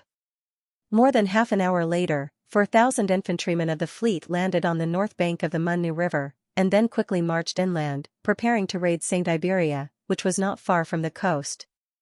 The city of Santa Iberia was a metal processing center of the Phoenicians on the island of Sardinia. Hundreds of years ago, it was originally a town of the Nuraghi, the indigenous people of Sardinia. Because of the rich iron and silver mines in the nearby mountains, they used these precious metals to trade with the Etruscans on the Italian peninsula, which was located in central Italy, across the Tyrrhenian Sea. After the Phoenicians colonized this island, through trade, marriage, assimilation, war, and other means, 100 years later, the original indigenous Nuraghi of Sardinia basically retreated into the mountains in the north, and the south became the territory of the Phoenicians. Apart from the city of Olbia at the northeast end, St. Iberia was the northernmost town of the Phoenicians, and the Phoenicians developed it into an important metal processing center on the island of Sardinia. St. Iberia was located in the low hills not far from the coast, close to a river called Temo to the north. Because the terrain around it was relatively flat, it was easier for the output of the mines established by the Phoenicians in the north and the ores dug in the mountains by the Nuraghi to be traded here. Then the people of St. Iberia processed and smelted the ores into metal ingots, shipped them through the port of the Temo River, and transported them to Carthage or other places. The annual production of precious metals in St. Iberia accounted for almost half of the metal production of the entire island of Sardinia. Because of this, St. Iberia was very important to the Phoenicians of Sardinia and to Carthage. In the past, when the navy of Carthage dominated the western Mediterranean, Sardinia was safe. The Phoenicians on the island could fish, farm, and develop metal processing with peace of mind. They did not have to worry about foreign enemies invading. However, since the war between Carthage and Ionia, the navy had always been at a disadvantage, and the security of the island of Sardinia had also been threatened. Fortunately, the geographical location of Saint Iberia was not conducive to the landing of the Dionia people from the sea, and the previous Dionia attacks on Sardinia had never happened near Saint Iberia. Library of Literature. Of course, the people of Saint Iberia did not let down their guard. When the infantry of the Dionysian fleet climbed up the river bank and appeared in this relatively flat and hilly area, they were discovered by the sentries of Saint Iberia who were on guard duty. They immediately informed the city of this terrible news. The people of Saint Iberia panicked and ran into the city to hide. However, the Mano River was only more than 10 miles away from the city of Saint Iberia. As a metal processing center, there were smelting fields everywhere outside the city. Some of them were even built directly under the mountains a few miles away. When the infantry of the Dionysian fleet arrived outside the city, there were still many people and slaves working in the smelting plants and mines who did not manage to escape into the city in time. A small part of the fleet's infantry was sent to capture them, while most of the soldiers bypassed the city of Saint Iberia and went straight to the port of the Temo River. The port was not connected to the city of Saint Iberia. Although the lower reaches of the Temo River were different from the Mano River, there were some relatively flat land on both sides of the river that could be developed into a port. However, there was a height difference of tens of meters between the lower reaches of the Temo River and the city of Saint Iberia. Therefore, the people of Saint Iberia only built a wide, flat stone road to the port to facilitate the transportation of goods. The infantry of the Third Fleet followed the road and approached the port. Since the port was so important, of course, it was also protected by walls. Although the focus of its defense was at the mouth of the river to prevent the invasion of the fleet from the sea, there were also walls on the side near the city, but there were no sentry towers or trenches. Moreover, the Dionia army came too quickly, and the panicked people of Saint Iberia were busy fleeing into the city. As a result, there were not many people defending the port. However, the defenders still climbed onto the city wall and put up a tenacious resistance. The infantry of the fleet brought more than a dozen scaling ladders brought from the warships and set them on the wall of the port. After more than 10 minutes of fighting, about 100 sailors from the 5 cargo ships that entered the port earlier suddenly gathered, took out the weapons hidden on the cargo ships, and began to attack the defenders in the port. The Saint Iberians were caught off guard. Under the pincer attack from both inside and outside, the Dionysian army quickly broke into the port and successfully occupied the breakwater and tower at the mouth of the river. They then raised the wooden lock that blocked the river. The 160 warships of the Dionysian fleet that were already parked nearby, after the naval battle, the Third Dionysian fleet was replenished with some new warships, so the number of warships did not decrease but increased, smoothly squeezed into the port. After discovering the enemy's presence, the Saint Iberians immediately sent messengers to the south on horseback to ask for help. The nearest Phoenician town to Saint Iberia was Theros. It was located in the middle of the west coast of Sardinia. It not only had an excellent port, but also had a fertile riverside plain. It was about 70 miles away from the city of Saint Iberia. Although there were mountains in the middle, the road near the sea was relatively flat. In the past, because of the large metal output of Saint Iberia, the capacity of its river port was small, which often led to a backlog of goods. Later, under the coordination of the Carthage judges who were stationed in Sardinia and supervised the Phoenician city-states, part of the precious metal goods were transferred south to Theros, and then transported to Carthage through its port. For this reason, the people of Theros had also painstakingly built a wide and flat road connecting Saint Iberia and built 2 wooden bridges over the Manlu River. It was precisely because of the alliance with Saint Iberia, coupled with its own good conditions, that after decades of rapid development, Theros had become one of the top Phoenician towns on the island of Sardinia. It was not inferior to Caralis. Caralis was the southernmost Phoenician town on the island of Sardinia. It also had an excellent port and fertile riverside plain. In addition, because it was closest to Carthage across the sea, it had more frequent trade with Carthage. Therefore, since the Dionysian fleet attacked Sardinia, the Phoenician coalition army, which was temporarily formed by the Phoenician towns on the island, was stationed in the city of Theros. Previously, the new fleet of Carthage was also stationed in the port of Theros. Its main purpose was to protect the safety of Saint Iberia. Hearing that the Dionia was actually attacking Saint Iberia, the coalition army, composed of 10,000 citizen soldiers from various Phoenician towns on the island, immediately marched north on the flat road rushing to the rescue. On the way forward, they once again met the messenger of Saint Iberia and received the latest news. The Dionia had occupied the river port and were also wantonly destroying the smelting field outside the city. The commander of the coalition army was a young noble from Carthage. He was originally a judge from Carthage. When he heard the news, he was both worried and excited.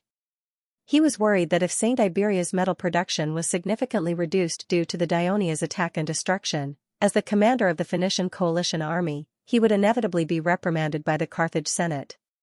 He might even lose his lucrative job as a Sardinian judge and be ordered to return to Carthage. He was excited because he learned from the letter that the Dionysian army was only about 3,000 to 4,000 people. If they could arrive in time, it should be easy to defeat them. Coupled with the previous victory, his outstanding performance would definitely attract the attention of the people of Carthage and the Senate, laying the foundation for him to enter the Senate in the future. Therefore, he did not hesitate to give the order, let the whole army advance faster. In the afternoon, the Phoenician coalition army finally arrived at Saint Iberia. The infantry of the Dionysian fleet who received the news hurriedly gathered and began to retreat towards the Temo River. The Phoenician coalition army pursued them closely. On the river bank, the infantry of the Dionysian fleet stopped retreating and began to form a formation. The Phoenician coalition army also stopped pursuing and also spread out 300 meters away, preparing to completely defeat the Dionysian army through a frontal battle. When the Phoenician soldiers were taking the opportunity to form a formation and let their bodies, which were very tired after a few hours of rapid marching, get a little rest, suddenly there was a commotion at the front of the formation.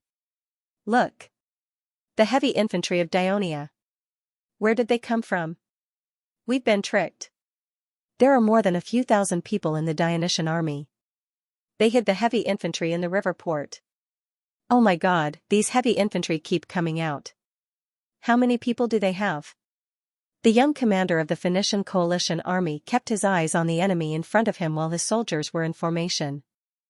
He was mainly worried that the Dionysian army, which was smaller in number and all in light armor, would suddenly escape. He regarded the infantry of the Dionysian fleet as light armor. However, he suddenly saw that the Dionysian army, which had just formed a formation, began to move to the right, giving way to the road leading from Saint Iberia to the river port. Then, neatly arranged groups of soldiers of the Legion of Dionysia wearing black armor and holding long spears and shields appeared in front of him. They quickly followed the troops in front of them and moved to the right. The soldiers of the Legion of Dionysia continued to appear. The length of the Dionia army, which was originally very short, quickly approached the length of the Phoenician army. At this time, how could the commander of the Phoenician coalition army not know that this was a conspiracy of the Dionia? This sudden change not only made the soldiers panic, but he was also panicking. However, at this moment, he blamed the people of Saint Iberia for not investigating carefully, giving him the wrong information, and causing him to be unprepared. These were all meaningless. He also did not have time to think about where the regular Dionia army in front of him came from.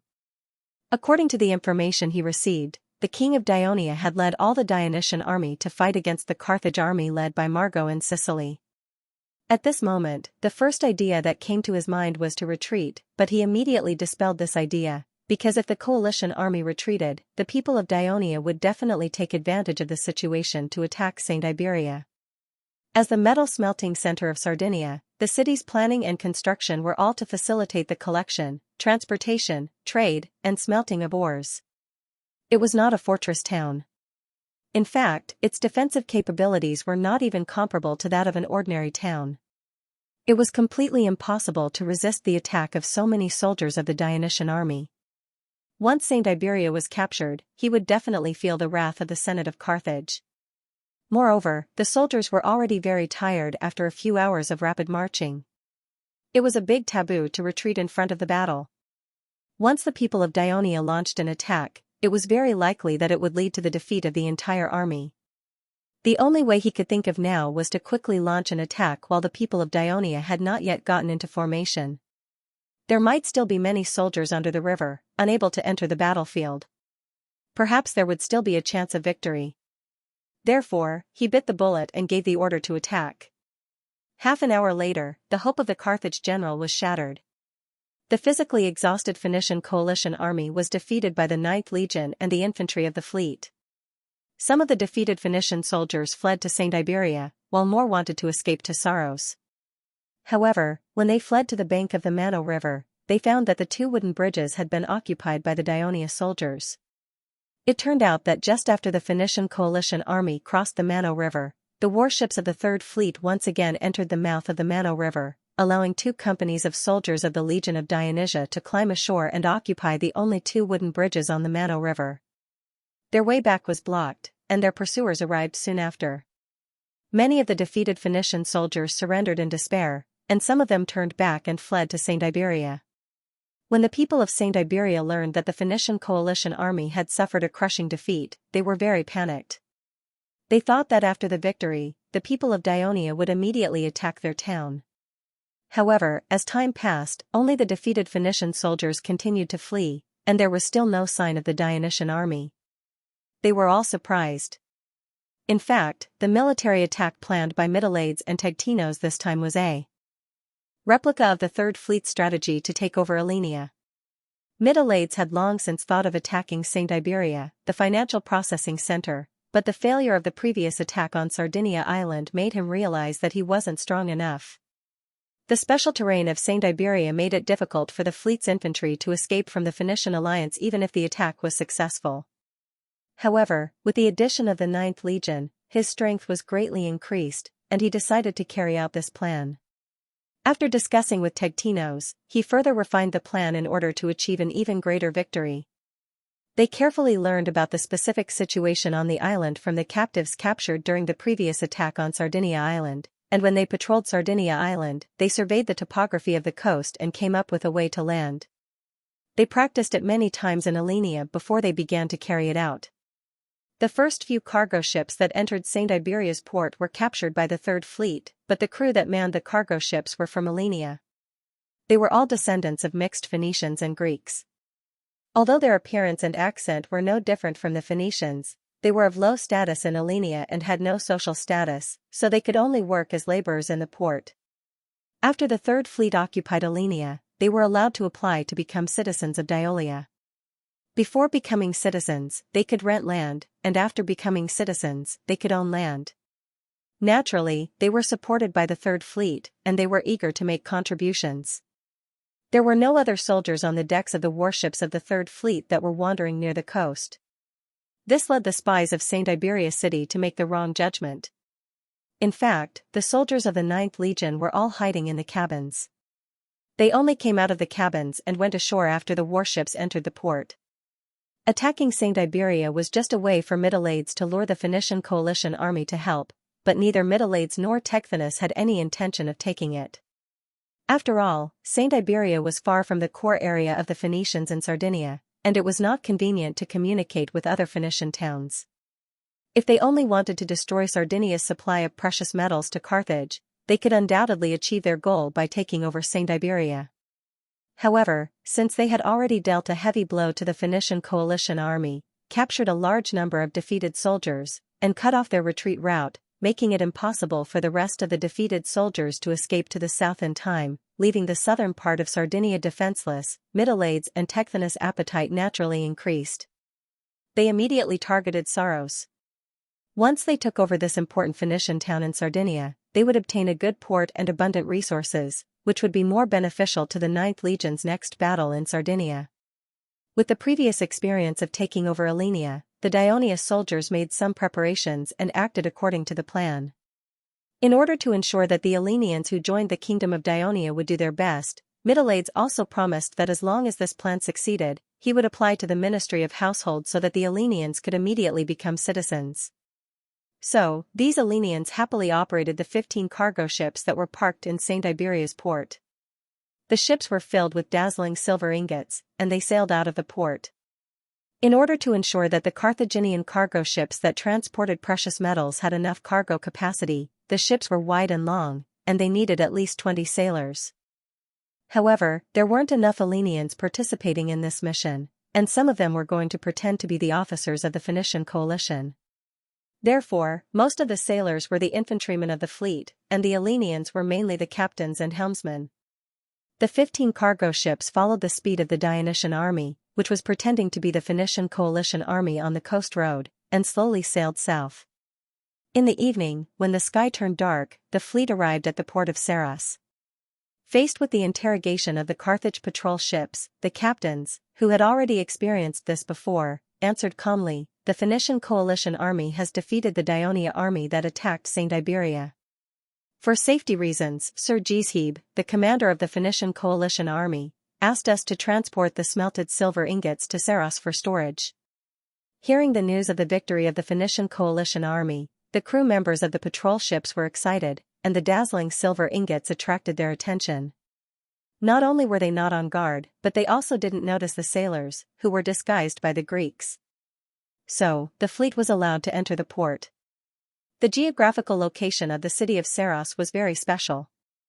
It was built beside a large lagoon, and the lagoon had a long and narrow channel that connected to a large bay outside. Therefore, Saros had two ports, one was built in the bay, and the other was built in the city. Considering the importance of the silver ingots, the patrol ships decided to let the fleet enter the inner port. However, the distance between the bay and the inner port was 8 miles, and they had to pass through the long and narrow channel and 2 water gates. Because it was night time, the patrol ships in the front were sailing very slowly. The crew members of the fleet following behind them were very anxious, but they didn't dare to show it. According to the original plan, the fleet would stop at the outer port, occupy the port, open the water gates, and let the Third Fleet, which was full of soldiers of the 9th Legion, enter the port. Then, they would rush to reinforce the troops of the City of Deception. Now that their plan was disrupted, the Hellenians, who were pretending to be captains, didn't know what to do. The infantrymen, who were pretending to be sailors, also panicked a little at first, but they were brave enough to attack the Phoenicians. They quickly calmed down, comforted the Hellenians, and started to make preparations for an emergency. At the same time, the sentries on the city wall of Saros saw thousands of Phoenician soldiers escorting more than 100 captives. They were punching and kicking the captives to the bottom of the city wall. Then, the officer told the soldiers on the wall, "Master Xianxia has already defeated the Daionia and is on his way back." As the vanguard, he came back to tell the people the good news. At this time, the news of the victory of the Allied forces came from the water gate of the lagoon. After comparing the two, the sentries did not suspect anything. Not only did they open the gate, but they also excitedly ran down the wall, wanting to ask about the victory of the battle. However, they were greeted by sharp spears. After the 1,000 infantrymen disguised as Phoenician soldiers killed the sentries on the wall, they left 100 soldiers and the 100 soldiers disguised as captives to control the north gate. The remaining 900 soldiers were sent out to kill the people of Saros and create chaos on the streets as they advanced toward the center of the city. On this night, most of the citizens of Saros did not sleep peacefully. They were worried about their loved ones in the Phoenician coalition army. Suddenly, they heard the sounds of killing, and heard the fleeing citizens shouting, "The Daonians are coming." They were all panicking. At this time, the alarm bell in the center of the city rang. Although the Allied forces had recruited many people of Saros, there were still some people left in the city. When they heard the alarm bell, they subconsciously put on their armor, picked up their weapons, and quickly rushed to the city square. Saros was a Phoenician town with a relatively large urban area. Since it was night time, the Third Fleet's infantrymen followed the map and ended up taking many wrong turns. By the time they arrived at the city square and the city hall next to it, more than 400 Saros militia had already gathered in the square. Thus, a fierce battle broke out between the two sides. Although the people of Saros were few in number, they fought to protect their homeland and performed very bravely. The infantrymen of the Third Fleet, who outnumbered them twice as much, could not defeat them in a short time. After the initial panic, the people of Saros rushed to the square under the organization of the officials of the town hall and surrounded the infantrymen of the Third Fleet. The infantrymen of the fleet were wearing the light armor of the Phoenician coalition army. They only had a leather helmet, a round wooden shield, and a long spear. They did not have any breastplates, so their defense was not strong. However, they were not afraid at all. Under the command of the team officers, they quickly formed a defensive circle and fought the enemies on all sides. The people of Saros were stabbed from time to time, but they were quickly replaced by people from the back. The sounds of fighting and screams continued, but it gradually calmed the people of the city. With the officials of the town hall running around and informing them, the square became the focus of the people of Saros that night. In order to drive the enemies out, people kept mustering their courage and rushing to help with rusty spears and wooden sticks. The whole square was brightly lit by torches. The infantrymen of the Dionysian fleet were surrounded by 3 layers of people. The Dionysia's disguised fleet finally docked at the inner harbor. Although it was already night, considering that the cargo on the ships were all precious silver, to ensure safety, they had to unload the silver at night, transport it to the warehouse, and keep it safe. Therefore, the officials of the harbor went to inform the workers who had already gone to bed and asked the crew of the cargo ships to help unload the silver. The captains of the Hellenian fleet were afraid that if they refused, it would cause a quarrel and raise the vigilance of the enemy. Therefore, they agreed, but they deliberately delayed the time. Just then, the crew saw a group of people walking toward the harbor. They were half naked, and they seemed to be laborers who were here to unload the cargo. However, many of them were holding spears and shields, and the crew immediately became alert. There were 15 cargo ships, and on average, there were 20 sailors on each ship. There were more than 300 people in total, including 240 infantrymen. As the actual commander of this fleet, the captain of the infantrymen of the Third Fleet shouted decisively, "Prepare for battle." The crew immediately fished out leather shields, spears, and daggers from the pile of silver and jumped onto the dock, charging at the incoming enemies. "They really are the enemy," the leading port official shouted, commanding the freemen at the dock to kill all the enemies who had ambushed them. It turned out that after the infantrymen successfully attacked the north gate and entered the city, the news of Dionysia attacking quickly spread throughout the city. This was the complete opposite of the good news of the Phoenician coalition defeated the Dionysian army that came from the Watergate. The city hall officials quickly realized that there was something wrong with the fleet that had rushed to the port in the middle of the night, so they urgently sent someone to inform the port. As the infantrymen of the Dionysian fleet had just entered the city, there was no fierce battle yet. Although the inner port was within the city, it was located in the most remote part of the south. The distance between the north and the south was relatively far, so the crew had not yet felt the changes in the city, and so the port was prepared. Because of the many benefits promised by the Saros officials, the laborers at the port swarmed forward, and the infantrymen of the fleet calmly lined up to meet the enemy. The battle at the port happened before the city. The infantrymen of the fleet were well trained, and unlike the unruly Saros free folk, they were able to inflict significant damage to the enemy. But the port officials kept organizing new laborers to surround them, using the advantage of numbers to suppress the foreign enemies at the port. At the same time, the area with the most young men in the city of Saros could not support the fierce battle in the city. The Dionysia's army was surrounded at the city square and the port. This stalemate was extremely disadvantageous to them, because the Saros people, who were gradually stabilizing, gathered as many people as possible to surround and attack them, and they were isolated and helpless. When the fake Carthage fleet was lured into the Saros waterway, the Dionysia fleet, which had lagged far behind, noticed the anomaly and immediately turned back to the north. To avoid being discovered and alerted by the Saros people, all the warships of the Third Fleet were anchored near the mountain range that separated St. Iberia and Saros. At the time, the 9th Army Commander Tectonus was on the flagship of the Third Fleet. When he heard the news, Middleades was the first to feel nervous.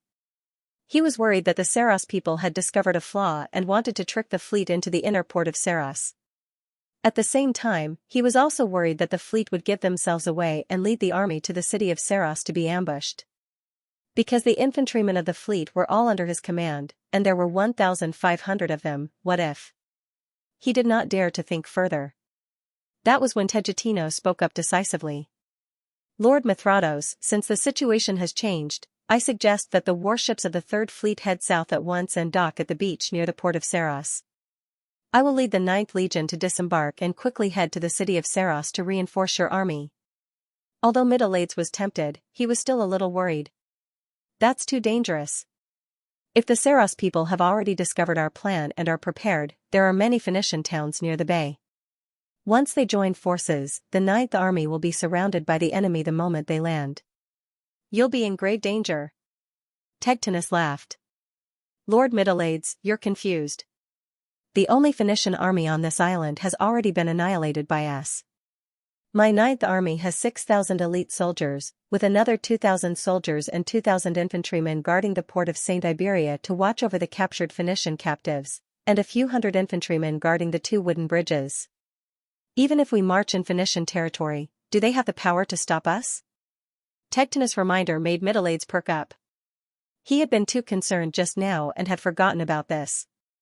Thus, the order was given, and all the warships of the 3rd Saros fleet made use of the weak moonlight and the exquisite skills of the crew to quickly head south. When they saw the flashing lighthouse of the outer port of Saros in the distance, they knew that they were almost at the bay. With the lighthouse as a marker, the 3rd Saros fleet safely docked their warships on the beach, and the soldiers of the 9th Army quickly disembarked and assembled. Such a huge commotion naturally caused panic among the citizens of the outer port of Saros, but Tectonus did not care. He led the soldiers, following the directions on the map, along the shores of the lagoon, and hurried north. Along the way, he unexpectedly met a messenger from the infantrymen of the fake city, who had come to ask for reinforcements.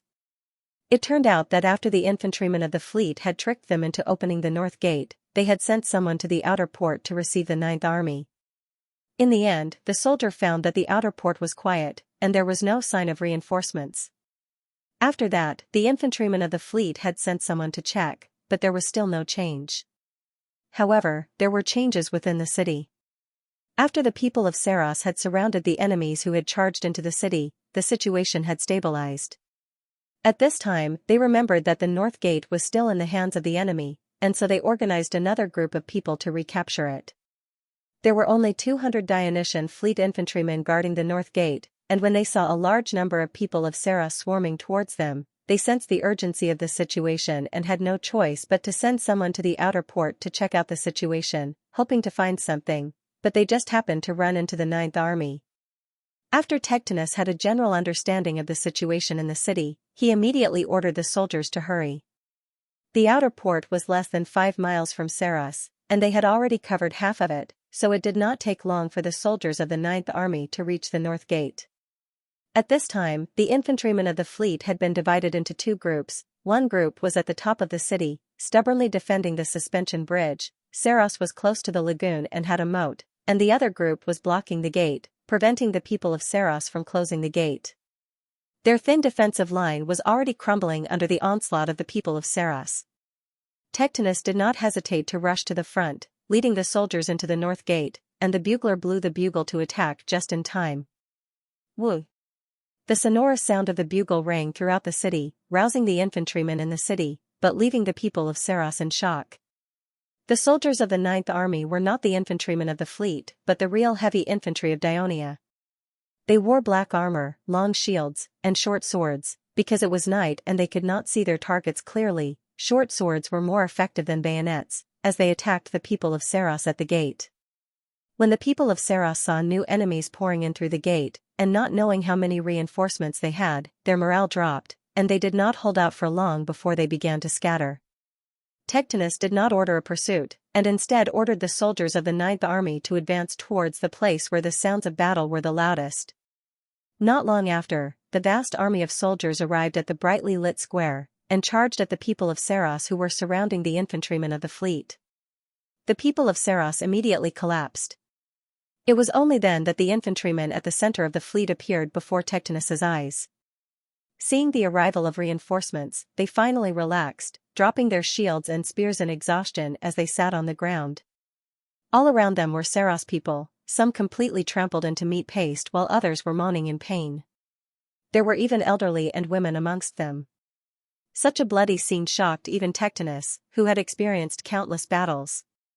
But he immediately sent out 3,000 men to pursue the fleeing people of Saros, and ordered them to kill any Saros that appeared on the streets. Tectonus felt uneasy about the resistance of the people of Saros, and was determined to crush them once and for all. What he did not know, however, was that the people of Saros were not as brave as he had imagined. If it had been the 9th Army who had attacked Saros from the start, the people of Saros would have given up long ago. It was only because there were less than 1,000 infantrymen who entered the city, and compared to such a large city, this number was not enough to intimidate them, which gave the people of Saros hope. At the same time, Tectonus sent another 3,000 men to the inner port, but the free citizens of the port had long since dispersed, leaving only a little more than 100 infantrymen at the docks to help their wounded comrades. In the latter half of the night, the soldiers of the Ninth Army patrolled the streets of the city, and whenever they saw the people of Saros roaming the streets, they would cut them down without a word. Tectinus also interrogated the people of Saros who had been captured, and sent his men to arrest the most important officials of Saros City Hall. The people of Saros had long since lost their courage to fight, and they all fled home in fear, not daring to make a sound. All they could do was hug their families helplessly, and pray silently to the god they worshipped. Gradually, the entire city returned to silence. According to the casualty statistics, the Dionysian army had suffered nearly 600 casualties in this battle, mainly the infantrymen, while the people of Saros had suffered 4,000 casualties. Including the 2,000 Saros militia from the defeated and captured Phoenician coalition, the city of Saros had lost two-thirds of its population and suffered a heavy blow. But this was not the worst for the people of Saros. In the early hours of the second day, Tectinus sent his men to seize the outer port and the waterways, capturing 5 Phoenician warships that had not managed to escape. The Third Fleet entered the inner port through the waterways, and the Mytileids and Tectinus, who were heartbroken over the casualties of the infantrymen, had a discussion.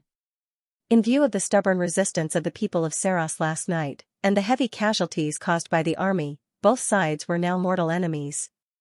For the safety of the army, and to intimidate the other Phoenician towns on the island, they decided to reduce all the people of Saros to slaves, and immediately use the warships of the Third Fleet to forcibly transport them back to Trine.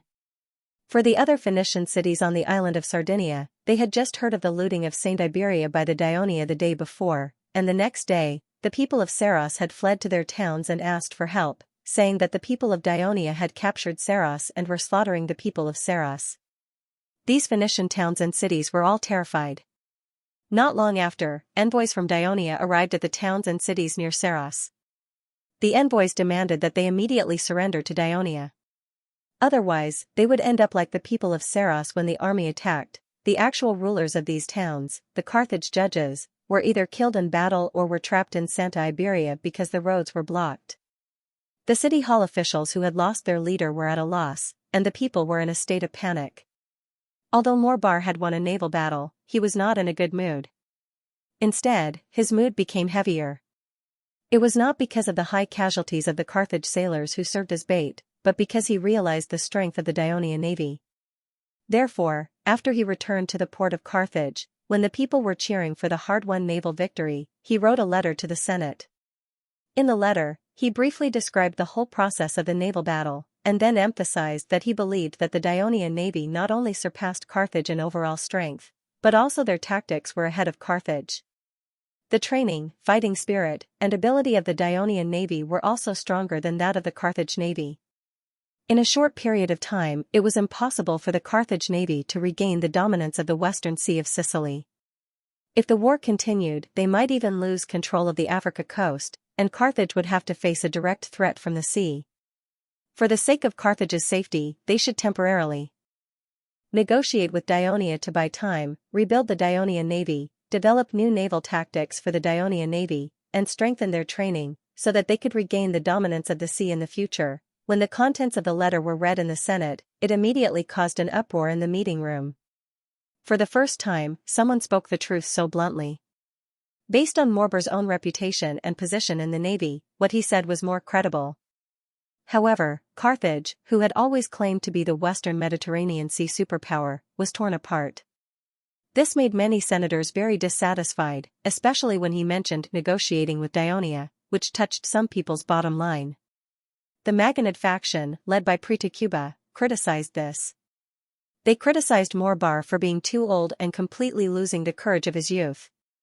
At a time when both countries had spent a huge amount of resources, gathered such a huge army, and were about to fight an unprecedented war to decide the fate of the country, he said these words that shook the morale of the people.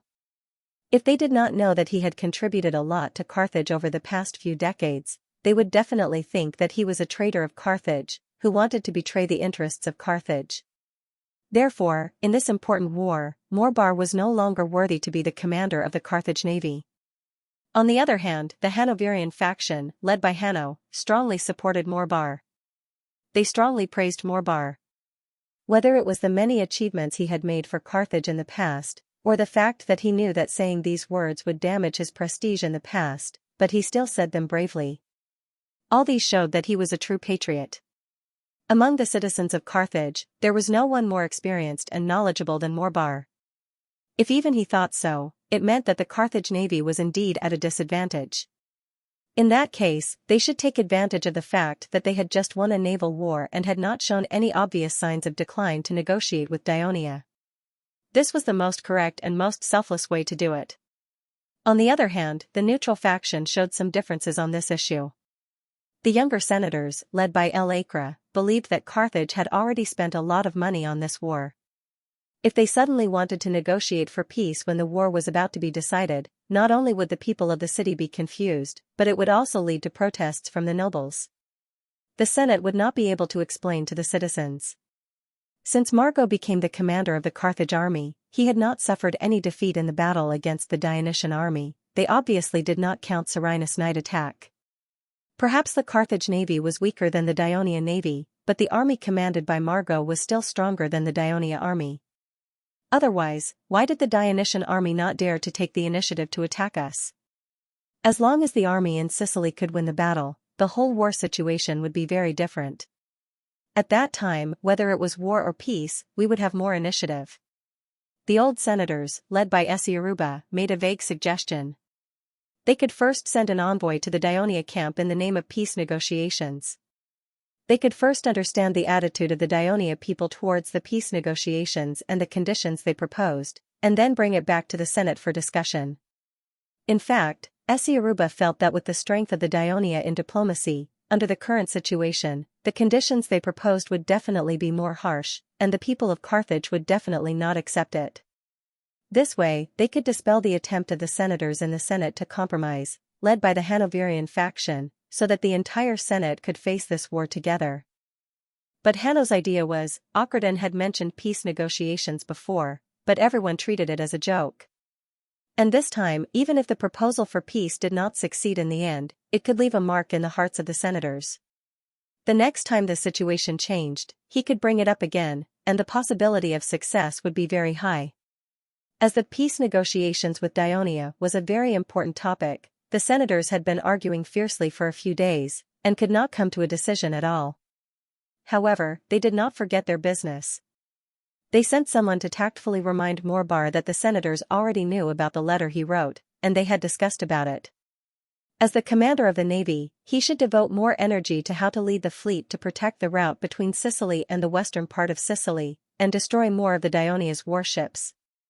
Morbar was very displeased, and he drove the Senate's envoy out of the Carthage military port. As one of the founders of the Dionian navy, Sicilian had never tasted defeat for more than 10 years.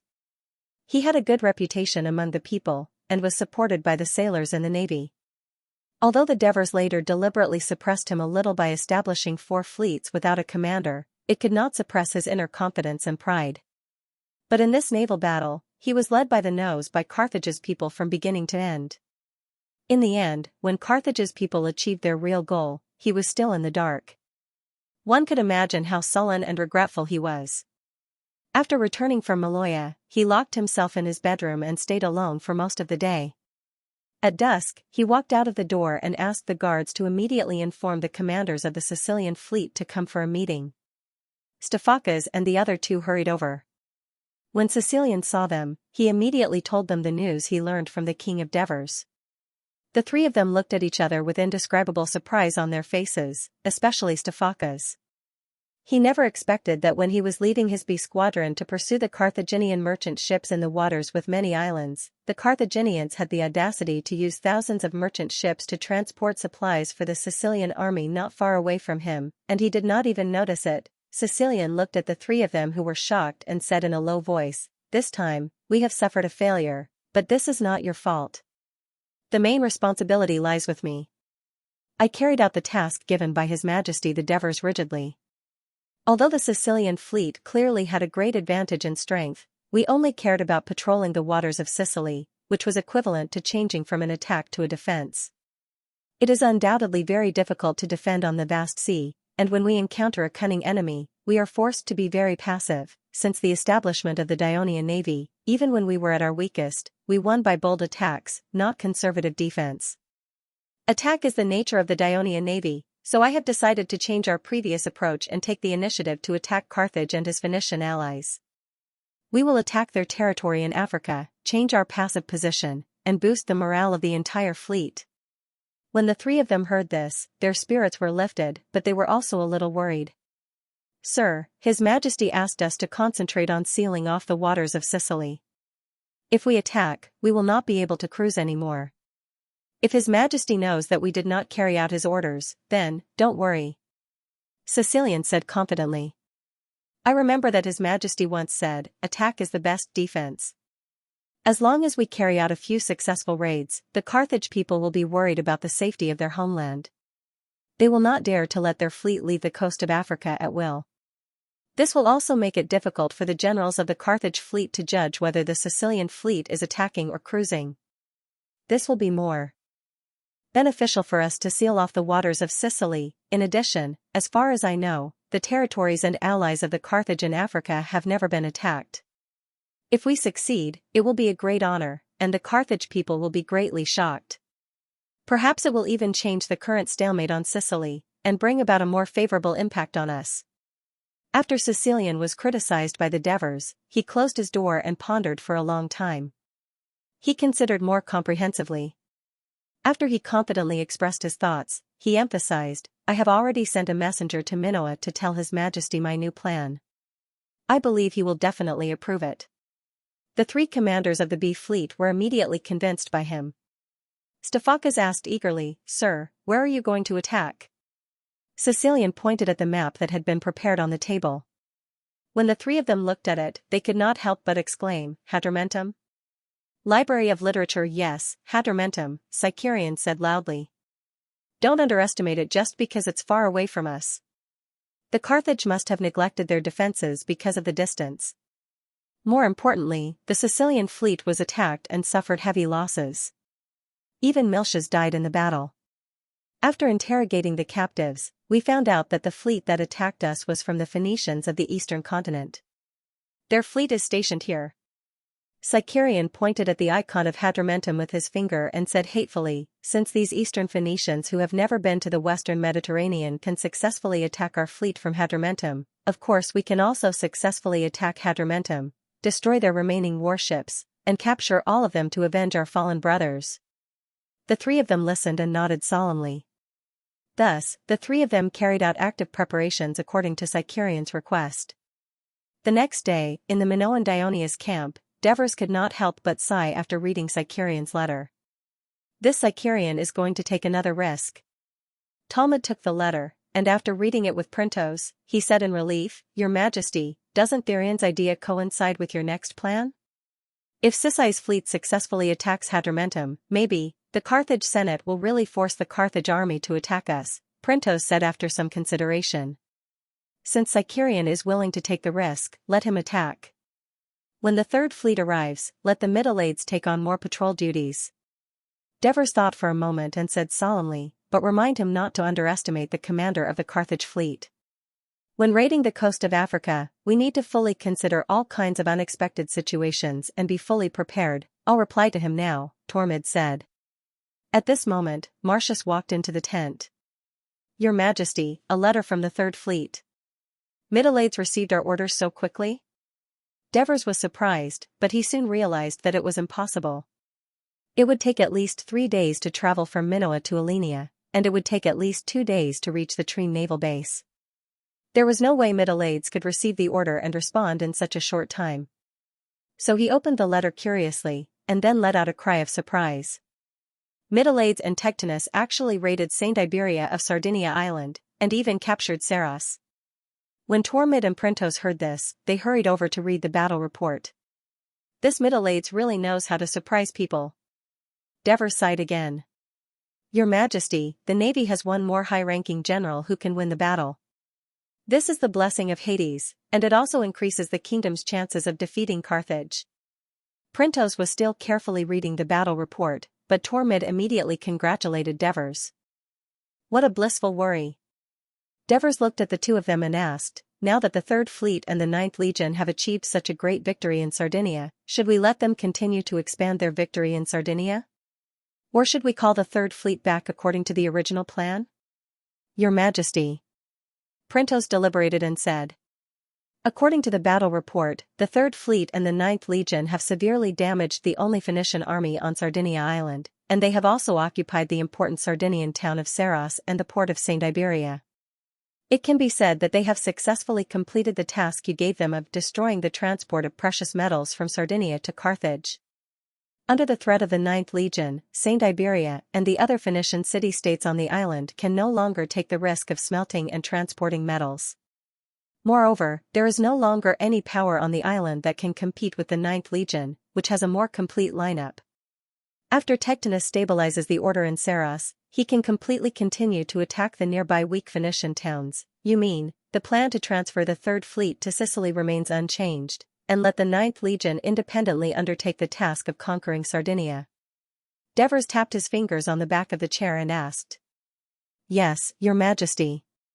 Devers pondered for a moment, then said in a low voice, Carthage needs Sardinia's precious metals to support their war, and our treasury is also in urgent need of gold and silver. It's just that Tectinus only knows how to fight and doesn't know how to govern cities and towns. He thought again, then turned to look at Henoboris, who was sitting at the side quietly taking notes, and said loudly, Henny, immediately write a letter to the Senate and ask them to immediately elect an elder with strong administrative ability to be the administrator of Saros. His main task is to manage the Phoenician towns conquered by the Ninth Legion, restore the production of precious metals there, and provide the kingdom with enough precious metals from Sardinia. Manage the Phoenician towns conquered by the Ninth Legion? If the Ninth Legion conquered all the Phoenician towns on Sardinia Island, wouldn't the administrator of Saros become the governor of Sardinia Island? When Henoboris heard this, he wanted to remind Devers, but he changed his mind and dispelled the idea. After all, as half a scholar, Henoboris had read about Sardinia Island. During this period of time following Devers, he knew some secrets. In order to better control Sardinia, Carthage did not allow the towns of Sardinia to be too strong. Therefore, he consciously controlled the population of the various Phoenician towns. The most common methods were to reduce the import of food and encourage, or even force, towns with excessive populations to build colonial cities. The new towns were all built on the Afrikaans continent and within the area that Carthage could control. Therefore, other than Saros and Calaris, which had a population of tens of thousands, the other Phoenician towns in Sardinia had a population of less than 10,000, and many of them had a population of less than 5,000. The reason why Saros had a large population was not because they had fertile plains along the river, but because Carthage needed Saros to have a sufficient population to provide labor for the smelting and transportation of precious metals in St. Iberia. In addition, when St. Iberia was in danger, Saros could provide swift military protection nearby. Of course, the power to dispatch troops was in the hands of Judge Carthage. As for Calaris, because Carthage used it as the main port for the trade of goods on Sardinia Island, it certainly needed enough manpower to load and unload goods, transport goods to other towns, and provide accommodation, entertainment, and other services for Carthage's merchants. Therefore, according to the estimates of the intelligence department of Dionia, the Phoenician population of the entire island of Sardinia is far less than the population of the city of Thurii. It is about the same as the population of the large cities of Crotone, Catanae, and Tarentum. Perhaps because of this, His Majesty felt that the position of administrator was enough. Henoboris looked at the Devers, but his mind was filled with thoughts. Of course, the Devers did not know that Henoboris was thinking about so many things at this moment. He continued, Tormid, write a letter to the Ministry of Military Affairs and ask Helos and the others to find a way to send 3 to 4 companies of reserve soldiers to Tectinos to ensure that the Ninth Legion has enough troops to complete the conquest of Sardinia. Tormid did not respond immediately. He wanted to say something but hesitated. Is there a problem? The Devers asked. Your Majesty, the Ministry of Military Affairs will send another 4,000 reserve soldiers to Sardinia. This should not be a problem. But according to Your Majesty's plan, the more than 10,000 soldiers led by the Ninth Legion will probably stay in Sardinia for a long time. This will be another huge consumption of military rations. Now, the kingdom has done its best to supply the Sicilian army with rations. The Devers smiled and said unhurriedly, "It is precisely because I know that the kingdom has done its best to support this war that I want Tegtinos to conquer Sardinia. When the administrator of Saros is in place and the reserve soldiers arrive, Tegtinos' first target of attack should be Santa Iberia. After capturing it, the administrator will reorganize manpower to mine ores, smelt metals, and transport the precious metals back to Turii. The kingdom's treasury will be replenished, and the new money can be used to buy food in Cyrenaica, Egypt, and Yoke. Not only will it be able to satisfy the food supply of the more than 10,000 people in Tegtinos, it will also greatly ease the kingdom's financial burden." So, the letter to the Senate and the Ministry of Military Affairs should emphasize this issue. Henneborus had already guessed what the Devers were thinking, so his expression was relatively calm. Tormid and Printos were suddenly enlightened, and Tormid repeatedly expressed his admiration for the Devers' decision. Any war must serve the interests of the kingdom. If it's just for the sake of fighting, even if we can win, it won't do us any good, so there's no need to start this war. The Devers could not help but say a few more words. Seeing that the two were deep in thought, he paused for a moment and then changed the topic. "Our original plan was to transfer the Third Fleet over and station it on the north coast of Sicily, under the command of Sicarian, and jointly blockade the western seas of Sicily. But now that Middleades has made a new contribution, if I transfer the Third Fleet to Sicily and listen to Sicarian's command, won't he be dissatisfied?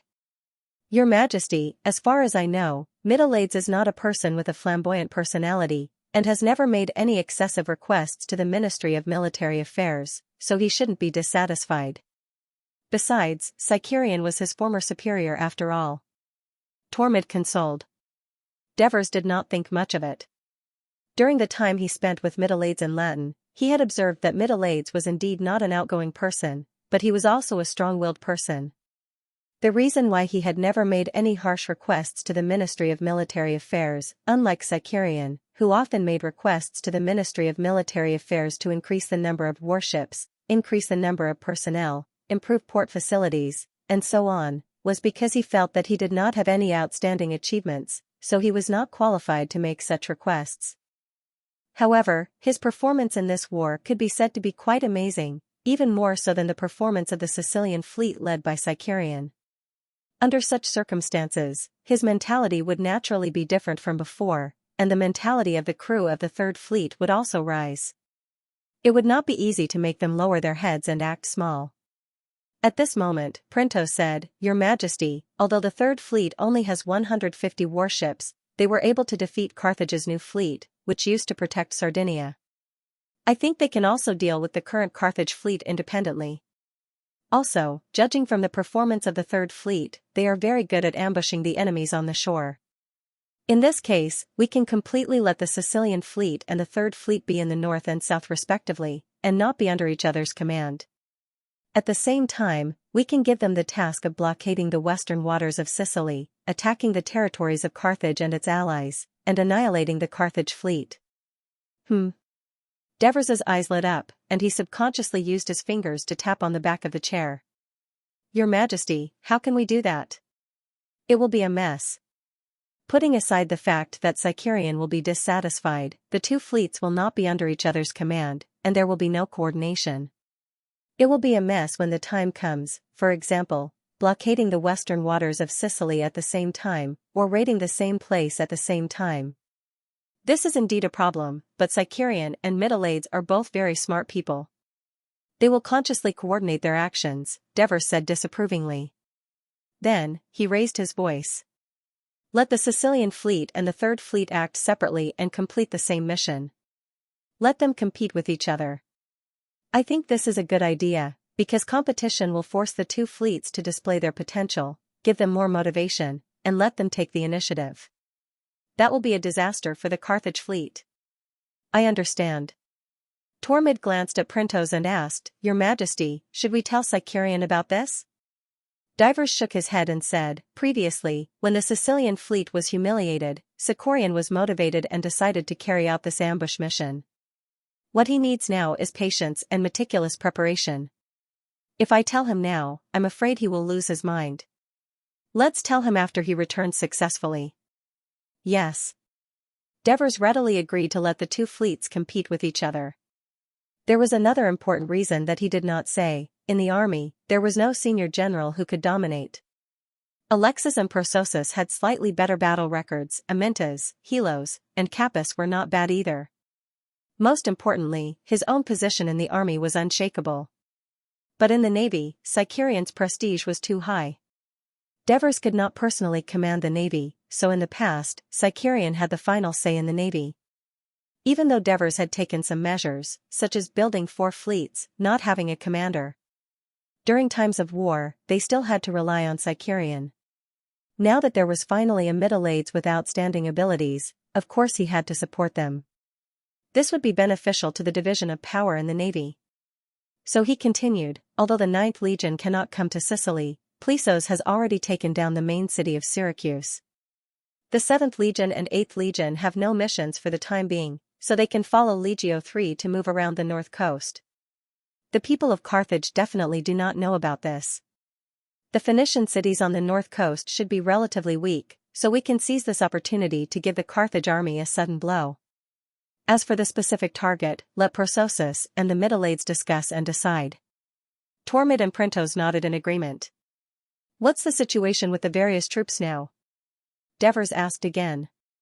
As there are many new recruits in each legion, and there are also the Roman soldiers who have joined the legions, they have been training these days. To integrate these new recruits into the legions as soon as possible. Tormid said. Ask them to hurry up. It may not be long before they enter the battlefield. At dusk, Sicarian received the order from Devers to attack. He quickly ordered all the crew to go to bed as soon as possible to ensure that they had enough strength for the next day's adventure. On the other hand, he discussed with a few old sailors of Selinus to determine the sailing route. Then, he discussed with the 3 subfleet commanders and the infantry commander of the Sicilian fleet based on the information revealed by the Phoenician captives from the eastern Mediterranean Sea on how to attack Hadrumetum. They worked until late into the night. On the second day, before dawn, Selinus port was already bustling with activity. The crew woke up early, washed up, dressed, and had breakfast. Then, under the lead of the bosun, they went to the warship dock they belonged to. Everyone worked together to drag the warship into the water, boarded it, and took their positions. Next, the fleet's infantrymen, who were already assembled, quickly went up to the deck of the Raven warship. By the time everything was ready, a ray of sunlight had just appeared on the horizon. Sicarian boarded the flagship with large strides. The captain welcomed him with a face full of joy. My lord, Poseidon has blessed us. There is a slight north wind. Good, this is a good omen. Sicarian smiled as well. He took a large wooden cup from the captain and walked to the side of the ship. He prayed and thanked Poseidon sincerely, then solemnly poured the wine in the cup into the sea. Let's go, he said. The flagship raised the green flag, but did not blow the bugle. This was because they were worried that the Carthage army outside Selinus would be alerted and notify Carthage's own fleet. However, the captains of every warship were watching the flagship closely. As soon as they saw the flag signal, they were ready to set off immediately. The first to leave the port was the subfleet led by Stephacas. The last time they were ambushed by the Carthage fleet, Stephacas was calm and eventually succeeded in saving more than half of the warships. That was why Sicarian still trusted him with the heavy responsibility of being the vanguard because of his steadiness. Stephacas's ship sailed at the head of the fleet. 2 old sailors of Selinus sat on the deck. In this era without a compass, it was relatively difficult to determine the direction in the vast sea, especially at night. Experienced old sailors were good at observing the stars in the night sky to determine the direction. Now that the sky had just brightened, the stars could still be seen in the gray sky. At the same time, with the sun on the horizon as a marker, it was easier to determine the direction. All the warships of the Sicilian fleet hoisted their sails and headed south with the north wind. More than 2 hours later, Stephacas's lookout on the mainmast shouted, "There's an island ahead." Stephacas immediately leaned over the railing at the bow and stared ahead. At the same time, he asked, "Is it Cossula Island?" The 2 old sailors widened their eyes and looked ahead, but it was too far away for them to see clearly. After a while, when they saw the outline of the island, they nodded repeatedly and said, "Yes, that's it." Raise 3 green flags. Order the sailors to sprint forward. Stephakis gave the order decisively. What he was most worried about was that the people on the island would discover their fleet and escape in advance. But he was obviously worried too much. At this time, the sun had just risen over the horizon. Many of the Cossulans had not yet woken up, and no one had gone out to sea to fish so early. As a result, the battleships of the subfleet led by Stephakis quickly arrived and blocked the only southern port of Xianxia Island. The 1,500 infantrymen of the fleet had already taken off their armor and only tied leather shields in front of their chests, because they were buoyant, and tied daggers to their backs. They all jumped into the sea, swam past the simple iron chains and water gates, swam into the port, and quickly boarded the dock. By the time all the fleets of Sicily gathered in front of the port of Xianxia Island, the entire island had been captured by the fleet's infantrymen. The success of the first step did not let Sicorian relax. He ordered half of the clippers to stay with Xianxia Island as the center, mainly to explore the southwest waters. If there were any abnormalities, they would immediately rush to the coast of Hadrumetum and inform the entire fleet. And all the warships did not stop here. They continued south, heading straight for the city of Hadrumetum. Puzerica, the commander of the Phoenician combined fleet in the eastern Mediterranean, was actually very reluctant to lead the army to the western Mediterranean. However, Tyre and the other Phoenician city-states were extremely dependent on the precious metals provided by Carthage to ensure the status of the Phoenician region in the Persia Empire. Therefore, he had to help Carthage win the war at sea and ensure the smooth sea route. And as the admiral of Tyre's service to Persia, he was the undisputed candidate to be the commander of the combined fleet. The people of Tyre, especially the nobles, had complicated feelings for Carthage. It came from the internal strife of the Tyre royal family hundreds of years ago. A group of rebels were expelled from Tyre and eventually wandered to the western Mediterranean, where they established Carthage. At that time, the officials sent by Tyre to the western Mediterranean to be in charge of the mining and transportation of precious metals did not even bother to stay in the city-state established by the rebels. Who knew that after hundreds of years of changes, the Phoenician region was first conquered by Assyria and later became a dependency of Persia? Tyre's control and influence over the Phoenician colony in the western Mediterranean was greatly weakened, while Carthage gradually rose and gradually took over the power and wealth of Tyre, Sidon, and other eastern Phoenician city-states in the western Mediterranean. Finally, it became the most powerful Phoenician colony in the western Mediterranean. In the process of taking over, Carthage and Tyre had conflicts, but in the end, the handover was completed relatively smoothly, and no major war broke out. The political situation in the east was really bad at that time, and Tyre could not even protect himself. How could he have the ability to start a war with Carthage? The two sides finally reached a century-long agreement, not because they were of the same race, but because Carthage needed the eastern Phoenician region headed by Tyre to provide more colonial population and trade markets. Tyre, on the other hand, needed the precious metals of the western Mediterranean. It was a win-win situation. For 100 years, Carthage and Tyre had close contacts and had pleasant cooperation, but this was all in trade. There had never been political exchanges between the top officials of the city-states, and this was the first time they had cooperated in military matters. Why didn't Puzerica directly enter the port of Carthage when he led his fleet to the western Mediterranean? One reason was to avoid being discovered by the Ionian navy early. Another reason was that Carthage was now powerful and rich in the western Mediterranean, which Tyre, who was now living under someone else's roof, could not compare to. Hence, the pride of the Tyre aristocracy made him choose to stay in the colony once established by the Tyre people, which was now called Hadrumetum, rather than go to the prosperous Carthage to avoid feeling disappointed. At the same time, Puzerica also wanted to use victory after victory to show the people of Carthage that Tyre and the eastern Phoenician region were still the most powerful support for Carthage. Who knew that the first ambush that he had meticulously planned would be reversed by the Daenians even though he had an obvious advantage? Furthermore, many of his crew members had been captured. Puzerica led the remaining warships back to Hadrumetum and immediately sent someone to inform the Carthage Senate, hoping that they could ransom the captured Phoenician crew members.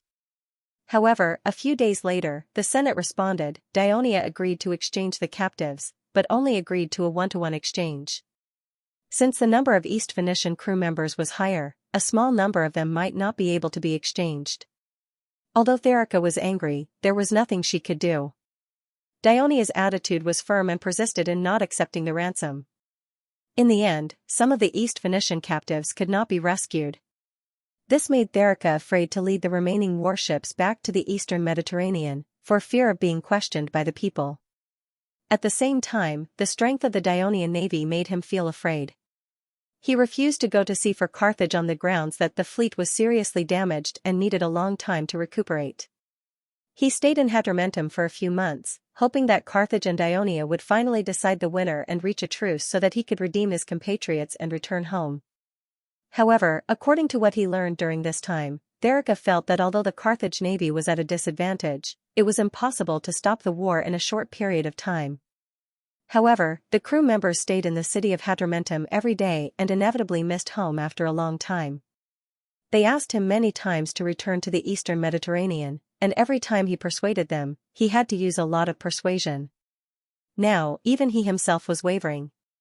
Should he return to the eastern Mediterranean first, wait for the war to end, and ask Carthage to help him redeem his compatriots? For the past few days, he had been struggling with this problem. He could not eat or sleep well. He only fell asleep late last night and was still asleep this morning. Suddenly, he was woken up by someone. "General, Dionia has entered the city." "Are you kidding me? This is Africa, not Sicily." Therica scolded his men loudly, but then he heard the deafening screams and cries outside. His face suddenly changed, and he hurriedly said, "Quick! Go to the port. Drive our warships away from here." Therica did not know that one of the main purposes of the Sicilian fleet attacking the city of Hadrumetum was to destroy the East Phoenician coalition fleet. Because it was far away from Carthage, and the port of Hadrumetum where it was anchored was not very strong, it was very easy to succeed. The Sicilian fleet docked directly on the beach south of Hadrumetum. 7,000 fleet infantrymen quickly jumped off the Raven warship, carried the prepared ladder, and went straight to the city of Hadrumetum not far away.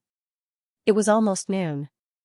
The people of Hadrumetum, who lived a comfortable life, had just finished their breakfast.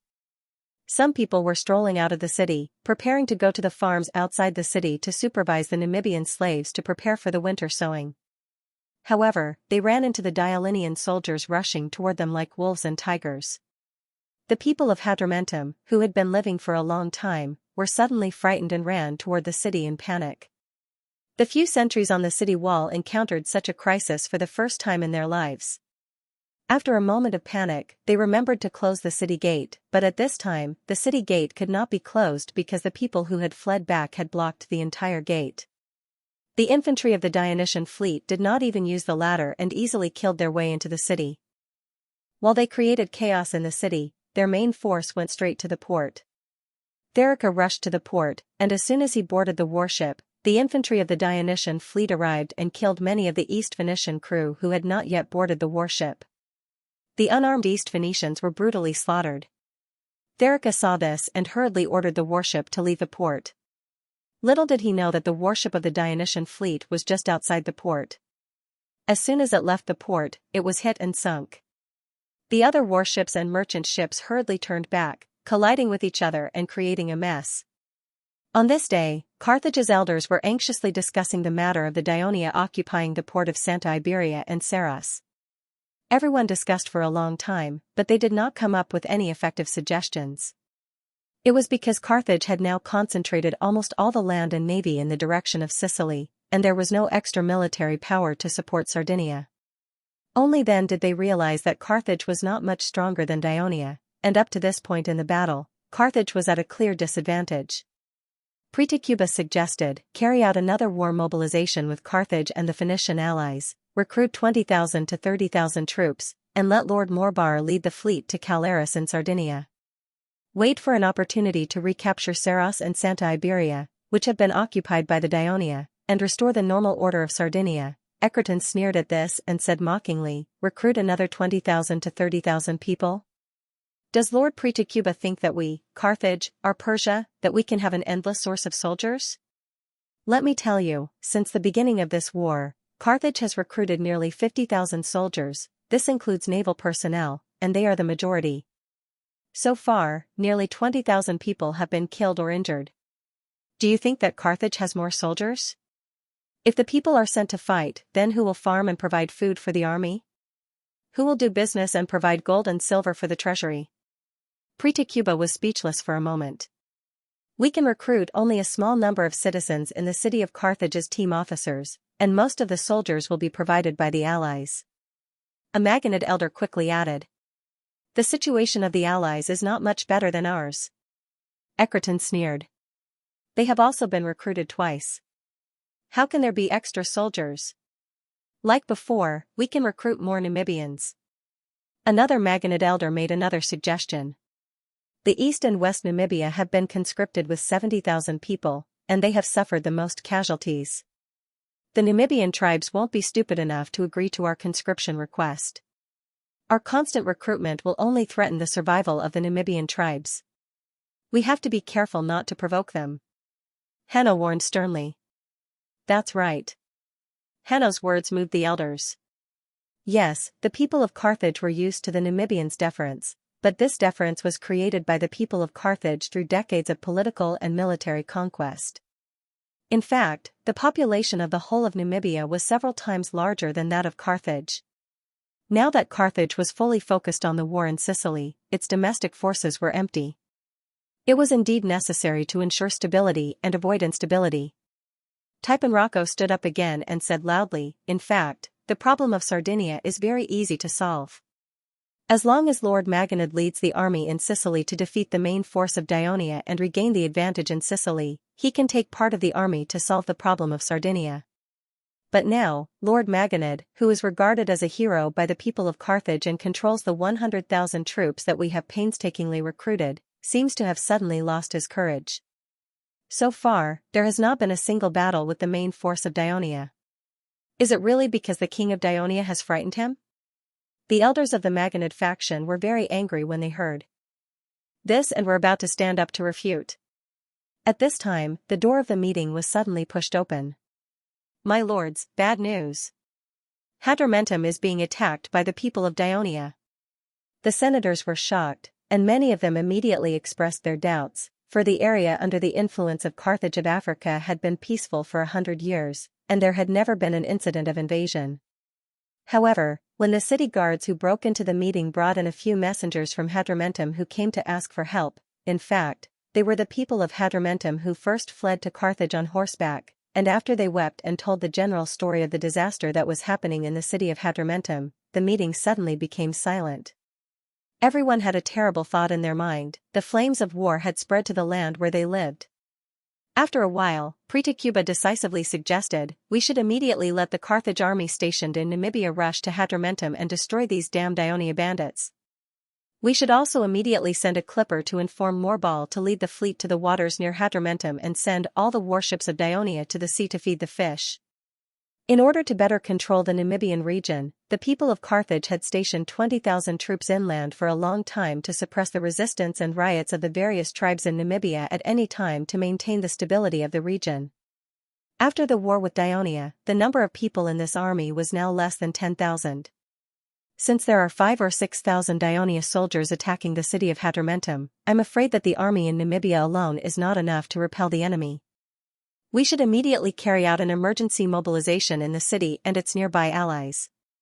I believe that the people will participate as much as possible in order to protect their homeland. We should form a sufficient number of troops to meet with the army in Namibia and go forward to repel the enemy.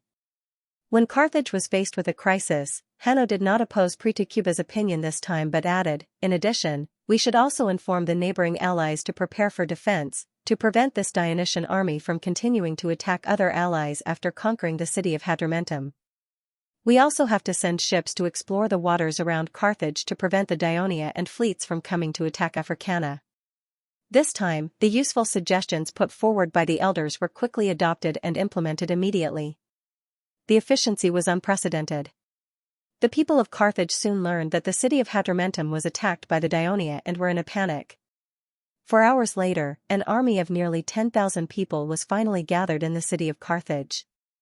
Under the leadership of Tapanrako, they rushed to the east and met up with the army from Namibia on the way. In the process of moving east together, the sky had darkened, but they did not need to light torches because in the direction of Hadrumetum, the fire soared into the sky, illuminating the sky in the east. The people of Dionia not only slaughtered the people of Hadrumetum but also burned the entire city. The Carthage soldiers looked at the fire in the distance with anger and fear in their hearts. When Tiponracco arrived with his army, he found that the situation was not as bad as he had imagined. The city of Hadrumetum was indeed in ruins, but most of the people were safe and sound. When they saw that the fire was about to go out, they rushed into the ruins and searched for usable items in the ashes. When they saw the arrival of Carthage's army, many people rushed over and told Tiponracco about their tragic experiences. After the Dionysian army killed their way into the city, a small number of soldiers killed the people of Hadrumetum who still tried to resist, while most of the soldiers rushed to the port. The terrified people of Hadrumetum suddenly realized that the people of Dionia did not seal the city gates, nor did they stop them from escaping, so they fled out of the city and hid in the neighboring cities. More than an hour later, they suddenly saw a fire burning in the direction of the motherland. Some people boldly came over to check, only to find that the enemy had disappeared without a trace, and the entire city was on fire. There was no way to extinguish the fire. After confirming that the Dionysian fleet and the army had left, Tiponracco breathed a sigh of relief. But then he had a headache. Because what about the thousands of people of Hadrumetum who had lost their homes and had no food and clothing? As the leader of the Phoenician city-states in the western Mediterranean, Carthage had to take care of these people who had suffered a disaster. At this time, the Sicilian fleet had already left the port of Hadrumetum and had entered the western waters of Sicily. They were about to reach the sea near Minoa. On the way back, Sicarion made sure to keep an eye out. In order to prevent the Carthaginian fleet from lying in wait along Cyrenius's route, he also ordered the fleet to make a small detour to the east and head straight for Maloa. But he did not know that Morbar, as usual, led the Carthage fleet to the western waters of Sicily and the Carthage waters. On the one hand, it was to explore the movement of the cruising Dionysian fleet and look for fighters. On the other hand, it was to strengthen the training of the fleet in a state of battle, speed up the integration of the new warships, and explore ways to fight against Dionia's tactics. So when the clippers found the Carthage fleet and told Morbar the news that the Dionysian fleet had launched a sneak attack on Hadrumetum, he was also shocked. He really wanted to lead the fleet to the sea near Cyrenius and wait for the Dionysian fleet to attack the returning fleet. But just as he ordered the fleet to change course and head in the direction of Cyrenius, the Sicilian fleet had already bypassed Caucasus Island and was closer to Cyrenius than the Carthage fleet. Sicarion led the Sicilian fleet to attack quickly and return quickly. He captured the city of Hadrumetum, destroyed the East Phoenician coalition fleet, and burned the entire city. It did not take much time, and the infantrymen of the fleet did not kill too much. Of course, one of the main reasons for this was the request of the king's devers. He did not want the citizens of the kingdom to become bloodthirsty monsters, nor did he want excessive killing of unarmed people, which would lead to extreme hatred between Carthage and the Phoenicians. Burning the city would not only cause panic in Africa, but it would also increase the financial burden of Carthage. Although the crew of the Sicilian fleet was tired, they were all singing happily. The shadow of the defeat a few days ago had been swept away. They happily operated the warships and sailed into the port of Minoa. A few of the warships were carrying the loot from the treasury of Hadrumetum, as well as some of the captured crew of the East Phoenician coalition fleet. The burning of the city of Hadrumetum had an unprecedented impact on the people of Carthage and the Phoenician allies of Africa.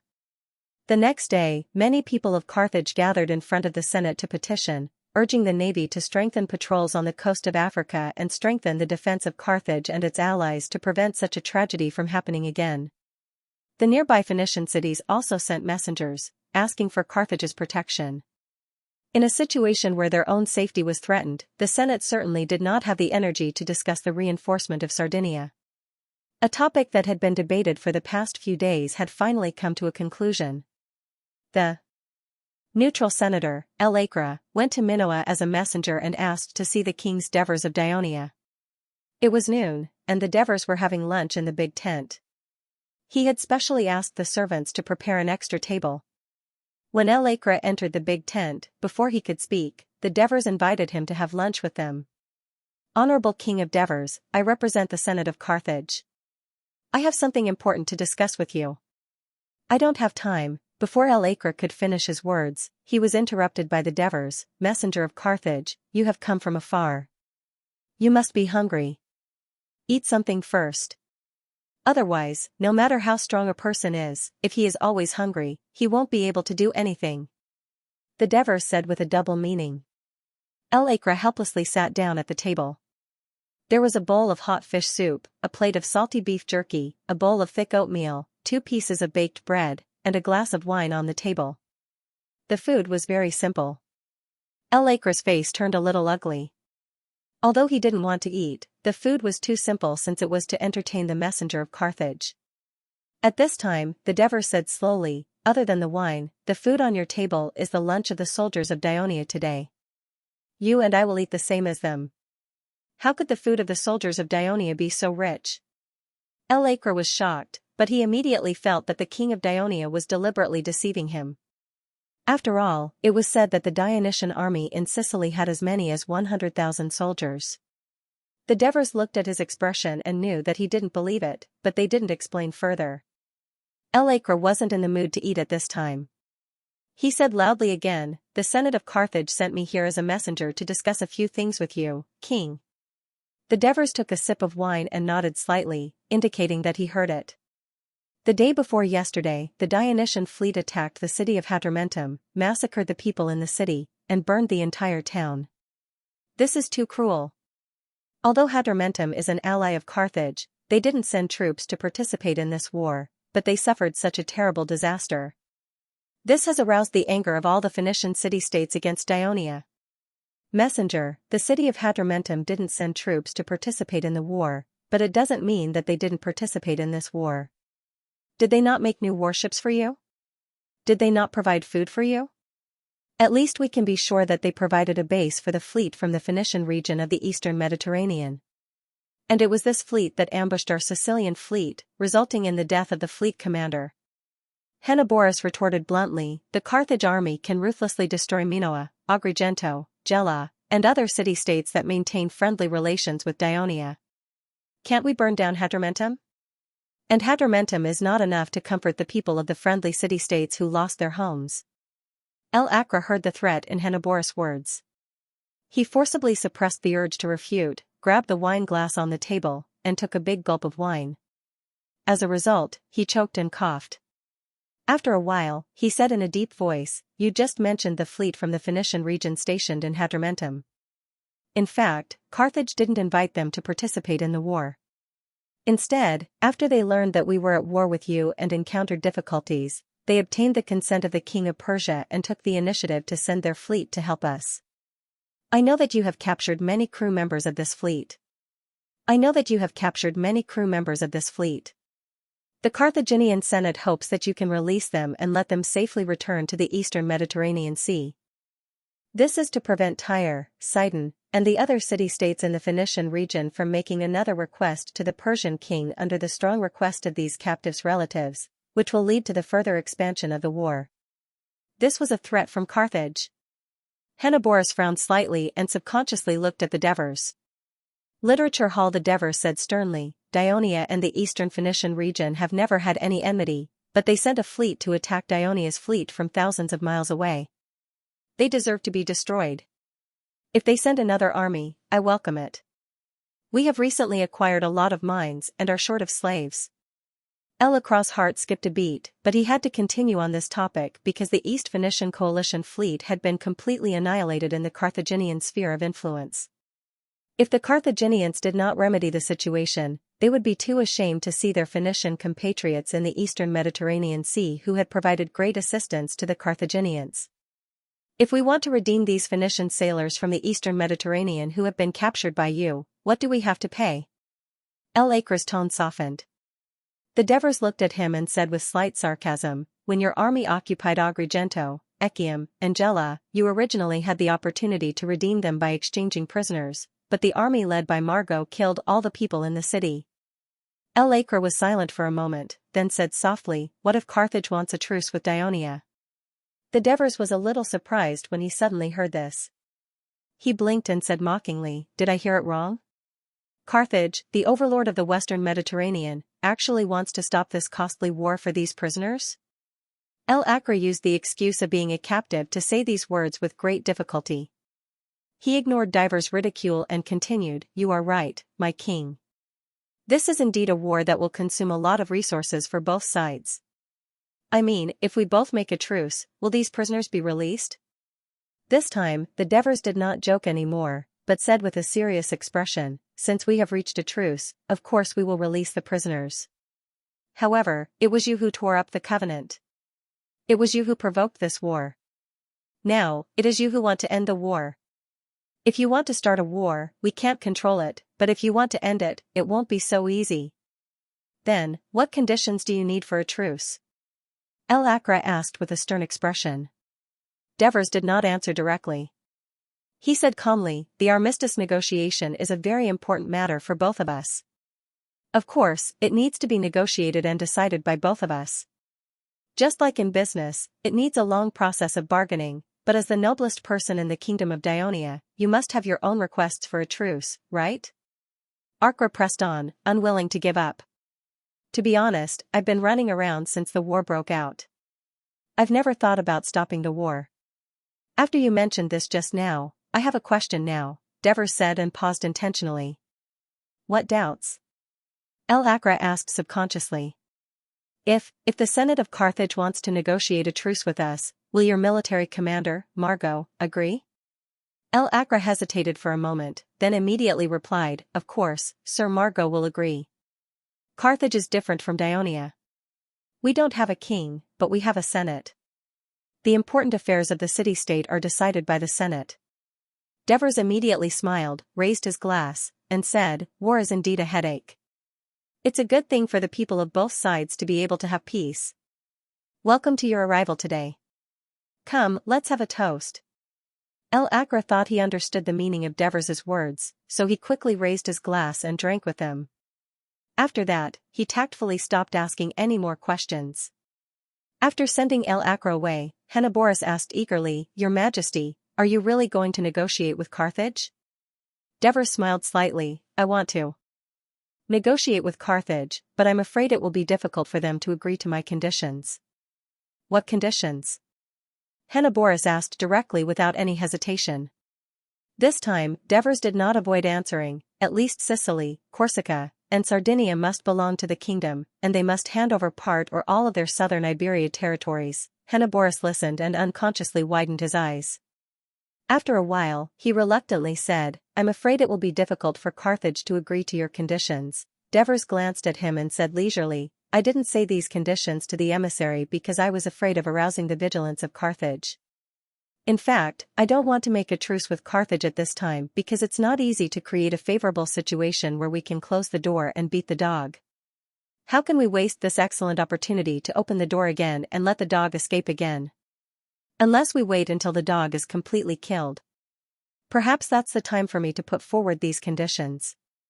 Henoboris suddenly understood, but he was also a little worried and reminded, "Your Majesty, what if the Phoenician region of the eastern Mediterranean sends reinforcements, or even Persia really sends reinforcements?" Devers said indifferently, "Persia sends reinforcements from thousands of miles away to fight with us, and there's also their enemy, Egypt, and the native Greek city-states that may become their enemy at any time. This is a very big risk. When the Athens army attacked Syracuse, they suffered a crushing defeat. I'm afraid that Artaxerxes does not have such courage. And according to the information we received, the Persia is still preparing to attack Egypt again. In addition, the Dukia people have rioted in the hinterland of Persia. Now Persia neither has the ability nor is it possible to send troops thousands of miles away to help a foreign city-state that has no close relationship with them.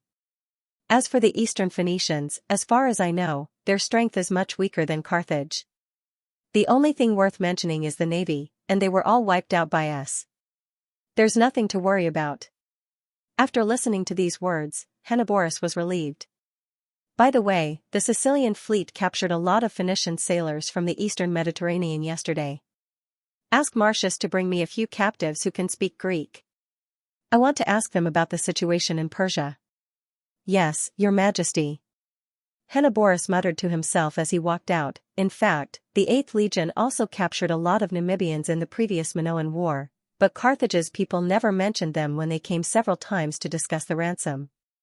It's as if they've completely forgotten about them.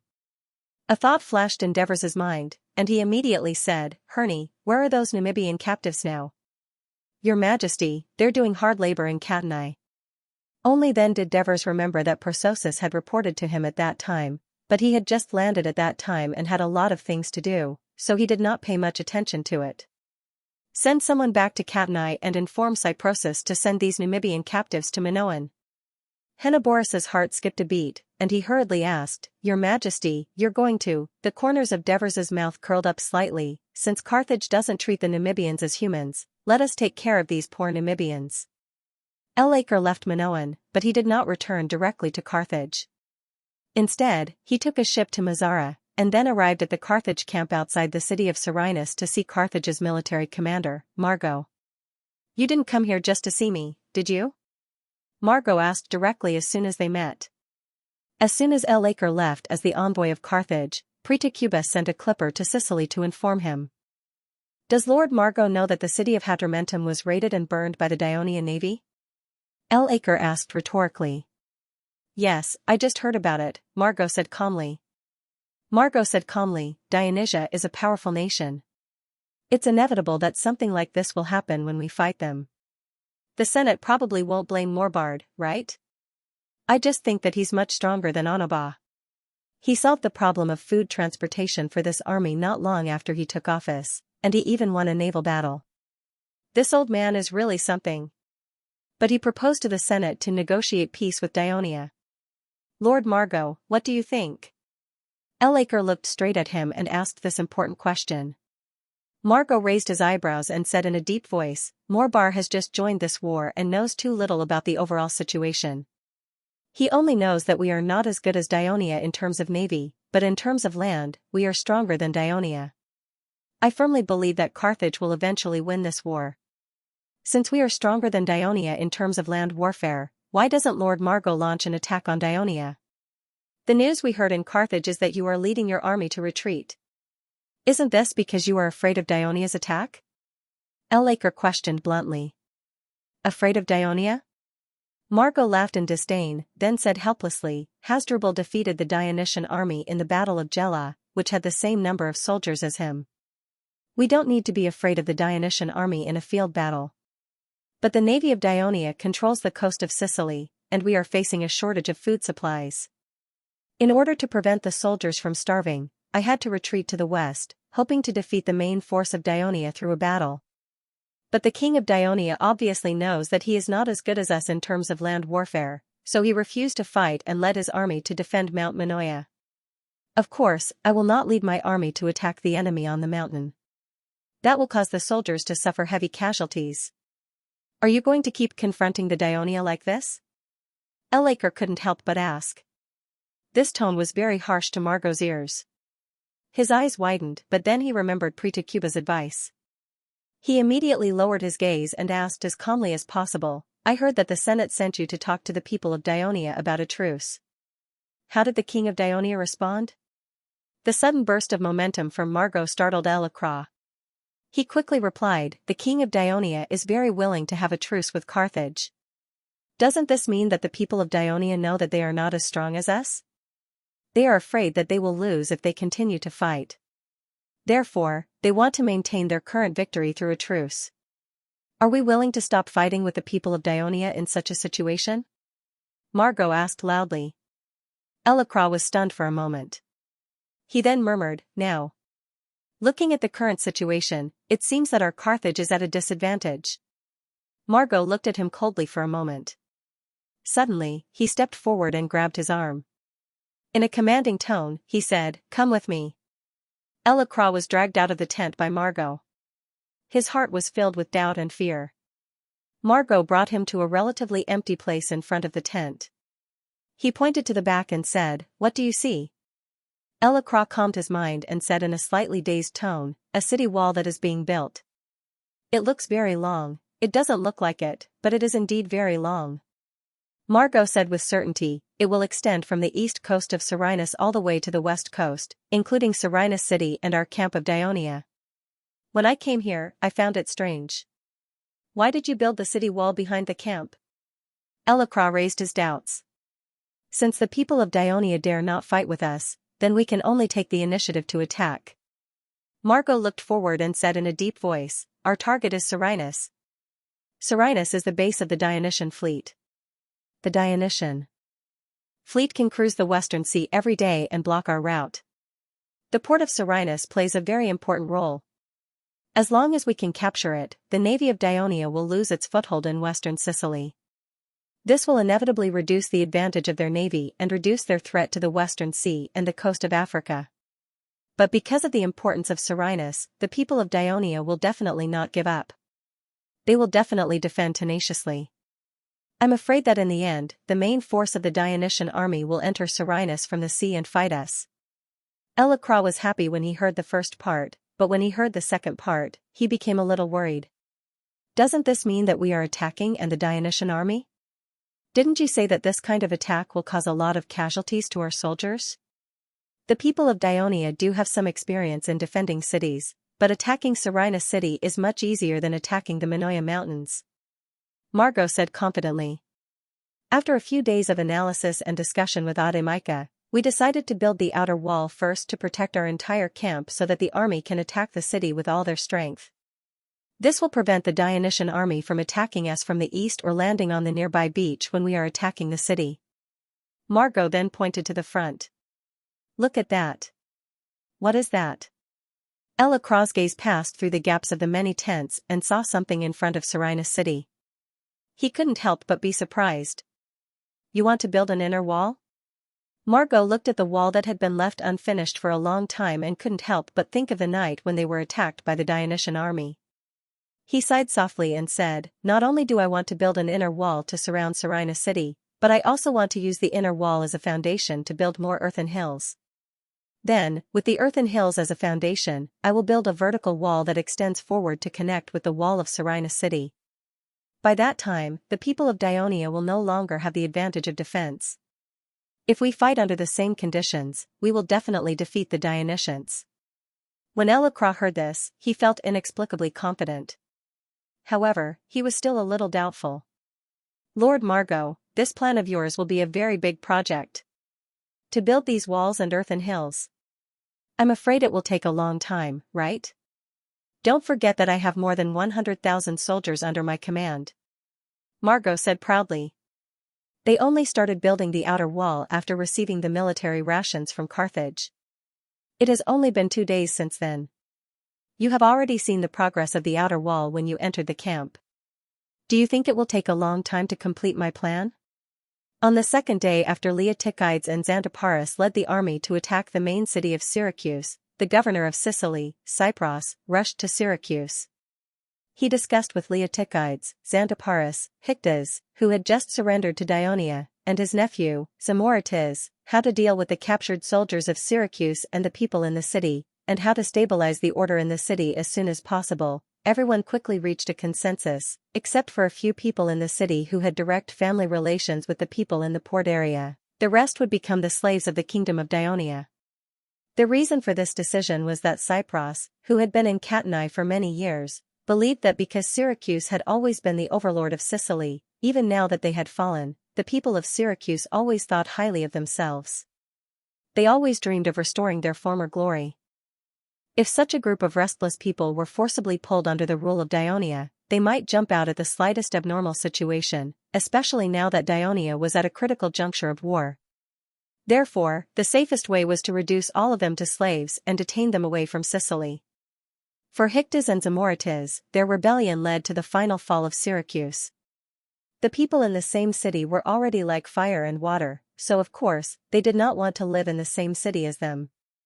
Moreover, after the people in the port area became citizens of Dionia, they certainly hoped to live in Syracuse, and the land they deserved would also be in Syracuse. Most of the land in Syracuse was in the hands of the people in the city, so for all parties, the people in the city of Syracuse could only become victims. At the same time, the officials from the finance, household registration, agriculture, commerce, courts, and other departments brought by Cypros had begun to take over the affairs in the city of Syracuse. They counted the property and spoils of war obtained, counted the houses in the city, measured the land in Syracuse, registered the people in the port area, and earnestly informed them about the rights and obligations they should enjoy as citizens of Dionia. The long-cherished wish of the people in the port area of Syracuse for many years was about to be realized. They were full of enthusiasm. Under the leadership of Hyctas, they actively assisted the officials of Dionia, especially the soldiers of the 7th and 8th legions.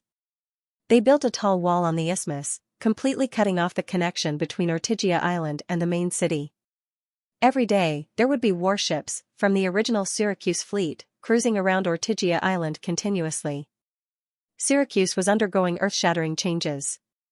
The people of Tanis and Leontini, who were not far from it, could see it. They were envious. Tanis was located on the coast and had very little land. Leontini's situation was slightly better, but it still could not meet the needs of the growing population. Now, when they saw that the people of Syracuse, who were originally much worse off, could now obtain fertile land and good houses, they felt it was unfair. Because they had also participated in the battle against Syracuse, they had sacrificed more than the people of Syracuse, but they could only get a small share of the spoils of war. This was too unfair. Under the strong request of the people, the higher-ups of the two cities rushed to Syracuse to plead with Cypros. Cypros had a troubled look on his face.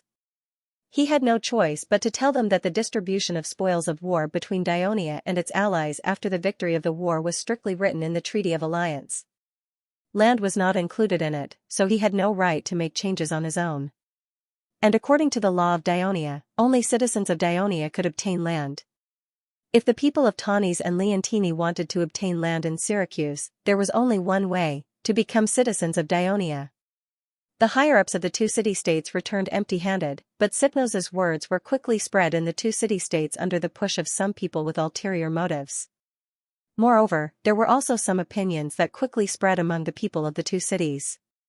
For example, even after the distribution of land in Syracuse to the people of the port area, there would still be a lot of land left, but the Senate of Dionia would use this situation to allocate the landless citizens of other regions of Dionia to Syracuse, and by then, there would be no more land left.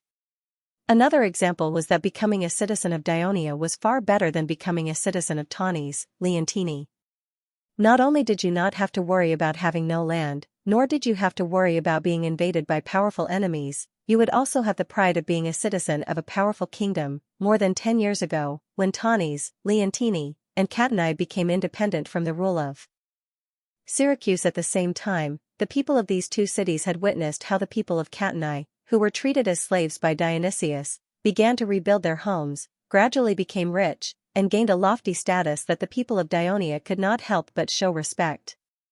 More than 10 years had passed quietly, and the seed of wanting to become a citizen of Dionia had long been planted in their hearts, and the impact of the attack on Syracuse this time was only to finally cause the seed in their hearts to blossom and bear fruit. Library of Literature. The citizens of Tanis gathered and collectively proposed to the council that the entire city should be annexed to the kingdom of Dionia, and that the citizens of Tanis should become citizens of Dionia. The council quickly decided to convene an emergency meeting to vote on whether to join the kingdom of Dionia. The result was that more than 90% of the citizens agreed and the proposal was passed. Tanis immediately sent messengers to Syracuse to express the strong will of the people of Tanis to join the kingdom of Tanis. Of course, Tanis was very welcoming, but he said that the matter was of great importance, and that he needed to consult the king of Devers and report to the Senate. The people of Leontini soon learned of the matter, and they followed suit and soon sent messengers to Cypros. In the meantime, the Devers' order regarding Leotychides' expedition to the north coast and the arrival of the Third Fleet meant that Leotychides and Xanthoparis no longer had to worry about having nothing to do. Cypros, Leotychides, Xanthoparis, and the Mytilades quickly convened a military meeting. His Majesty has sent a letter, requesting us to carry out military operations on the north coast as soon as possible. As the host of the military meeting, Cypros was very humble. I hope that we can come up with a plan in this meeting and present it to His Majesty. Of course, this plan is up to you.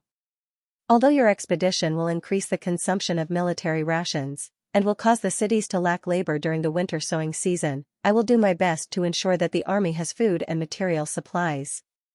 As soon as Cypros's voice trailed off, Leotychides said, His Majesty has ordered us to choose a foothold on the north coast, so that the Third Fleet can easily patrol the waters west of Sicily. My plan is to seize this place.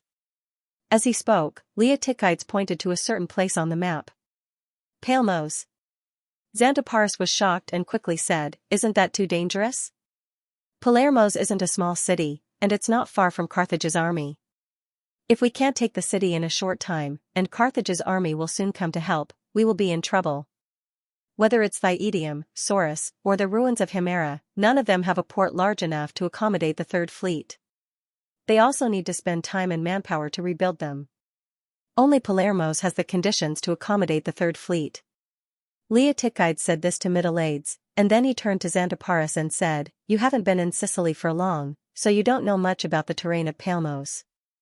It is surrounded by tall mountains, and there are only 3 roads on land that connect it to the outside world. A long and narrow mountain road connects it to the south, a rugged coastal road connects it to Alux, and a coastal road to the east leads to Sorus. As long as we block the southern mountain pass and the coastal path, we can easily block Carthage's reinforcements. As for Sorus, if he sends reinforcements, we can annihilate them and then take down Sorus as well. I heard you say that there are some native warriors in Carthage's army who can cross mountains," Xanthoparis reminded. "Yes, these natives are from Iberia. They once crossed the mountains during Carthage's attack on Thyedium and attacked the rear of Thyedium's garrison, causing the fall of this friendly city. But as long as we raise our guard, Carthage's sudden attack will not happen. Also, the mountains around Palermo's are more than 500 or 600 meters high, so it's not that easy to cross. Even if those Iberian natives can come over, I believe they will be exhausted." "We can wait for them to be exhausted and defeat them," Leotychides said confidently. "Persosus, you've convinced me," Xanthoparis said seriously. The reason why he asked so many questions just now was because he wanted to remind Leotychides of these problems. Although they were both mercenary generals in the expedition to Persia, he was very different from Amyntas. He had a gentle personality and knew his position very well. He did not refuse to follow the young commander's orders just because Leotychides was less experienced than him. On the contrary, during the attack on Syracuse, he had always tried his best to carry out Leotychides' orders and seriously assisted him in the battle. As a retired general, he was already very satisfied to be promoted to the commander of the Legion of Dionysia.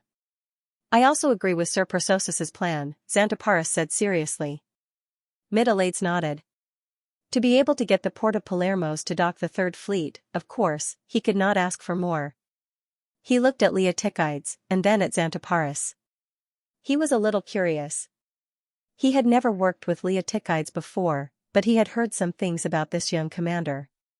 Today, he had seen him in person. Just as the rumors said, Leotychides had no respect for his superiors, and liked to do things his own way. Fortunately, Middle-Aides was a navy. "If you want to attack Palermo's, I agree. But don't take all the soldiers away. Don't forget that there are still enemies on Ortygia. The main city of Syracuse has just been occupied, and it's not very stable yet. There are still thousands of captives in the city." Cypros reminded. "I'll take the 7th and 8th legions to the north coast," Leotychides said simply. "Only 2 legions? You're taking all the regular troops of the Sicilian territory." Cypros thought to himself. Fortunately, he knew Leotychides and was already prepared. "Can you keep the injured soldiers in the 2 legions? On one hand, it will help them recover, and on the other hand, I want them to temporarily serve as team officers, responsible for training and commanding the citizens of the port area of Syracuse, and the citizens of Tanis and Leontini who will soon join the kingdom. In addition, can you temporarily lend me the thousands of sets of heavy infantry armor and weapons you obtained in the previous battles to arm the citizens of the port area, stabilize the order in the city, and defend against the enemies on Ortygia?" Leotychides thought for a moment and nodded in agreement.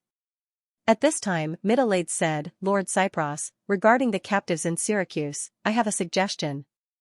The 9th Legion has occupied the city of Saros on Sardinia Island, and His Majesty hopes that we can control the production and trade of precious metals on Sardinia Island as soon as possible. This will require a lot of manpower. Can you transport all the captives in Syracuse to Saros, and the 9th Legion can transport the captives of Saros to Syracuse to become the laborers you need to rebuild Syracuse?" Cypros's eyes lit up. "That's a good idea. But first, we need to get the approval of His Majesty and the Senate. The people of Syracuse would never have thought that decades ago, they had sent more than 6,000 captives of Athens to the quarries as laborers, and in the end, none of them survived.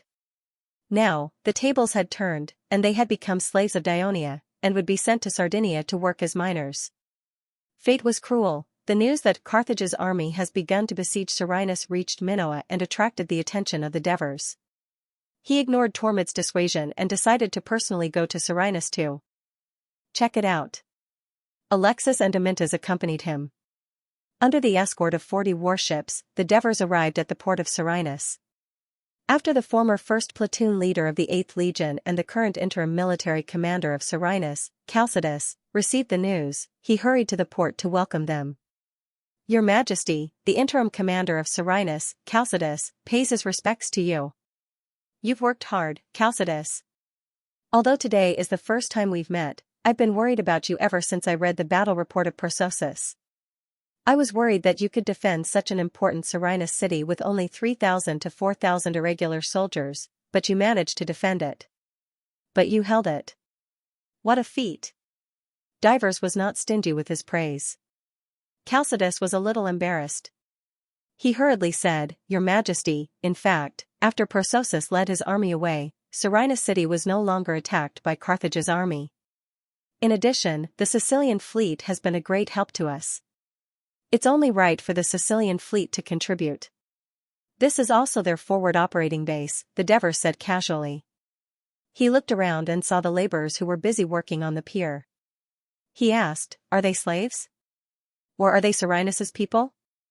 Your Majesty, after we took over Selinus city, we gave freedom to the slaves of the city.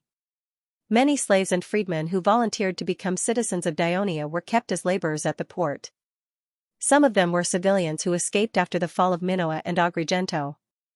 They were unwilling to seek refuge in Catanae and were willing to come to Selinus to help defend against Carthage's people. The real Selinus citizens have long been escorted to Catanae and Naxos. They have become slaves of the kingdom. Now, there are no Selinus citizens in Selinus city. Selinus is at the front line of the war. Maintaining the stability and safety of the city is very important. I'm very happy that you've done this, the Devers said approvingly. Chalcidas led the Devers out of the port and into the city. Then, they were surprised to see dust flying in the city. Some Dionia soldiers were demolishing the houses near the city walls. What are they doing? Amyntas asked immediately. There are only 4,000 of our soldiers living in the city. Most of the houses are empty. We're going to dig trenches and set up traps on the land where the houses were demolished. At the same time, we'll use the stones and bricks we obtained to build an inner wall. This way, even if Carthage's people break through our outer wall, they won't be able to take over Selinus city, Chalcidas said firmly. A very good defensive measure.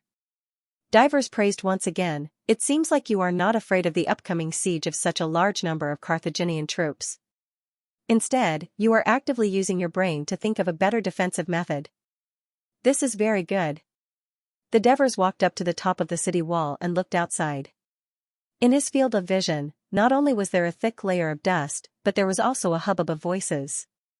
Through the haze of dust, he could see countless silhouettes 100 meters away from the city like diligent ants. They were digging a long trench around the city, and at the same time, they were piling up the soil behind the trench. Behind the unfinished trench was a continuous campsite. Tents were as numerous as the stars in the sky. Further away, there was another earthen wall around the city that had already been built. The Devers stared for a while, and his expression became serious. It seems that the Carthage army is serious this time. They are really preparing to attack Selinus. I'm afraid that the Carthage army has no other choice but to attack Selinus, Alexis said. The Devers nodded and did not say anything. When he walked down the city wall, he observed the patrolling soldiers. They all looked nervous and their muscles were tense. After arriving at the mayor's mansion, the Devers immediately called for a military meeting. The situation in Selinus is grim. The Carthage army's attack is imminent. What do you think? The Devers went straight to the point. Your Majesty, we must immediately send reinforcements to Selinus. I am willing to lead the 1st Legion to defend Selinus. Amyntas volunteered.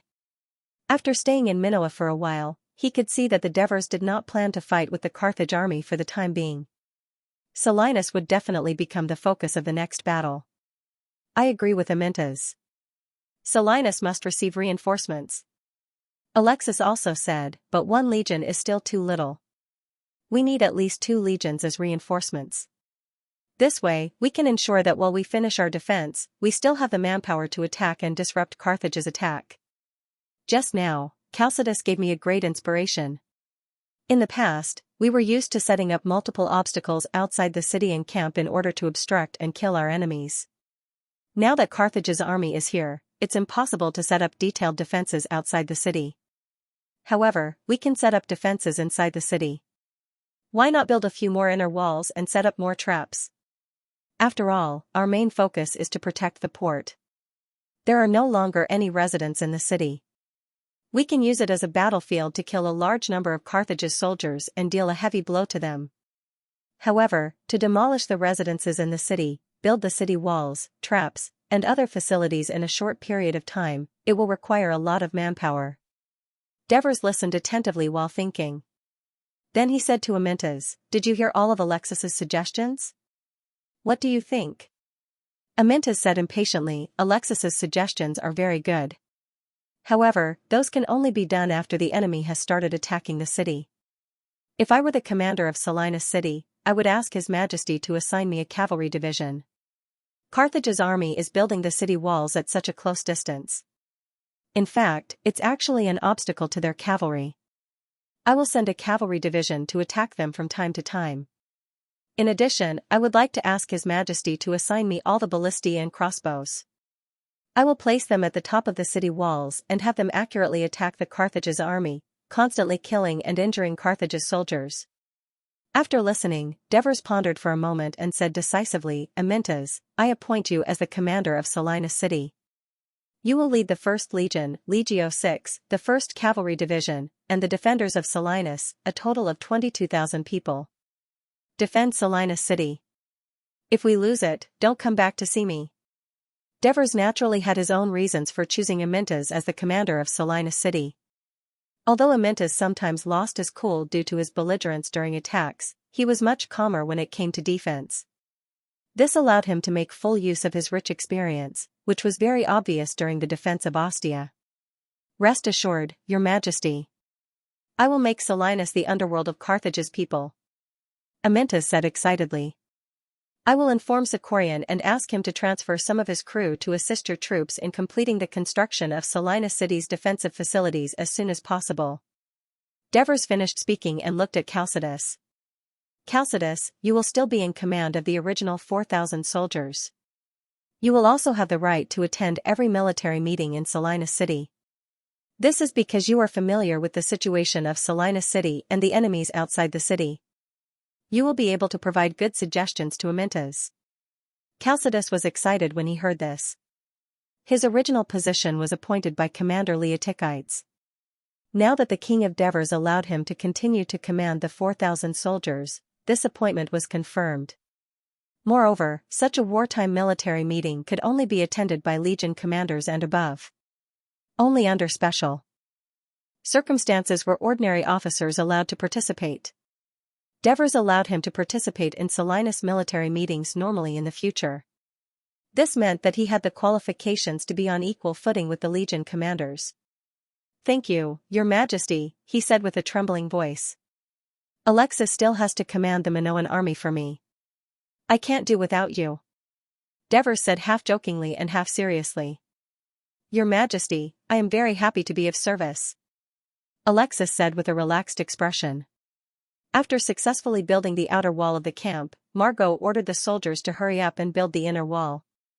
Half of the trench was dug, and the earth rampart was gradually built and tamped down. However, the situation changed. The originally peaceful Silenus city suddenly had hundreds of cavalrymen rush out from the north, east, and west gates. They suddenly attacked the Carthage soldiers who were building the inner wall of the camp.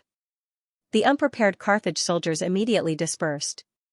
When the heavily armed Carthage reinforcements arrived, these Dionia cavalrymen retreated back into the city in time.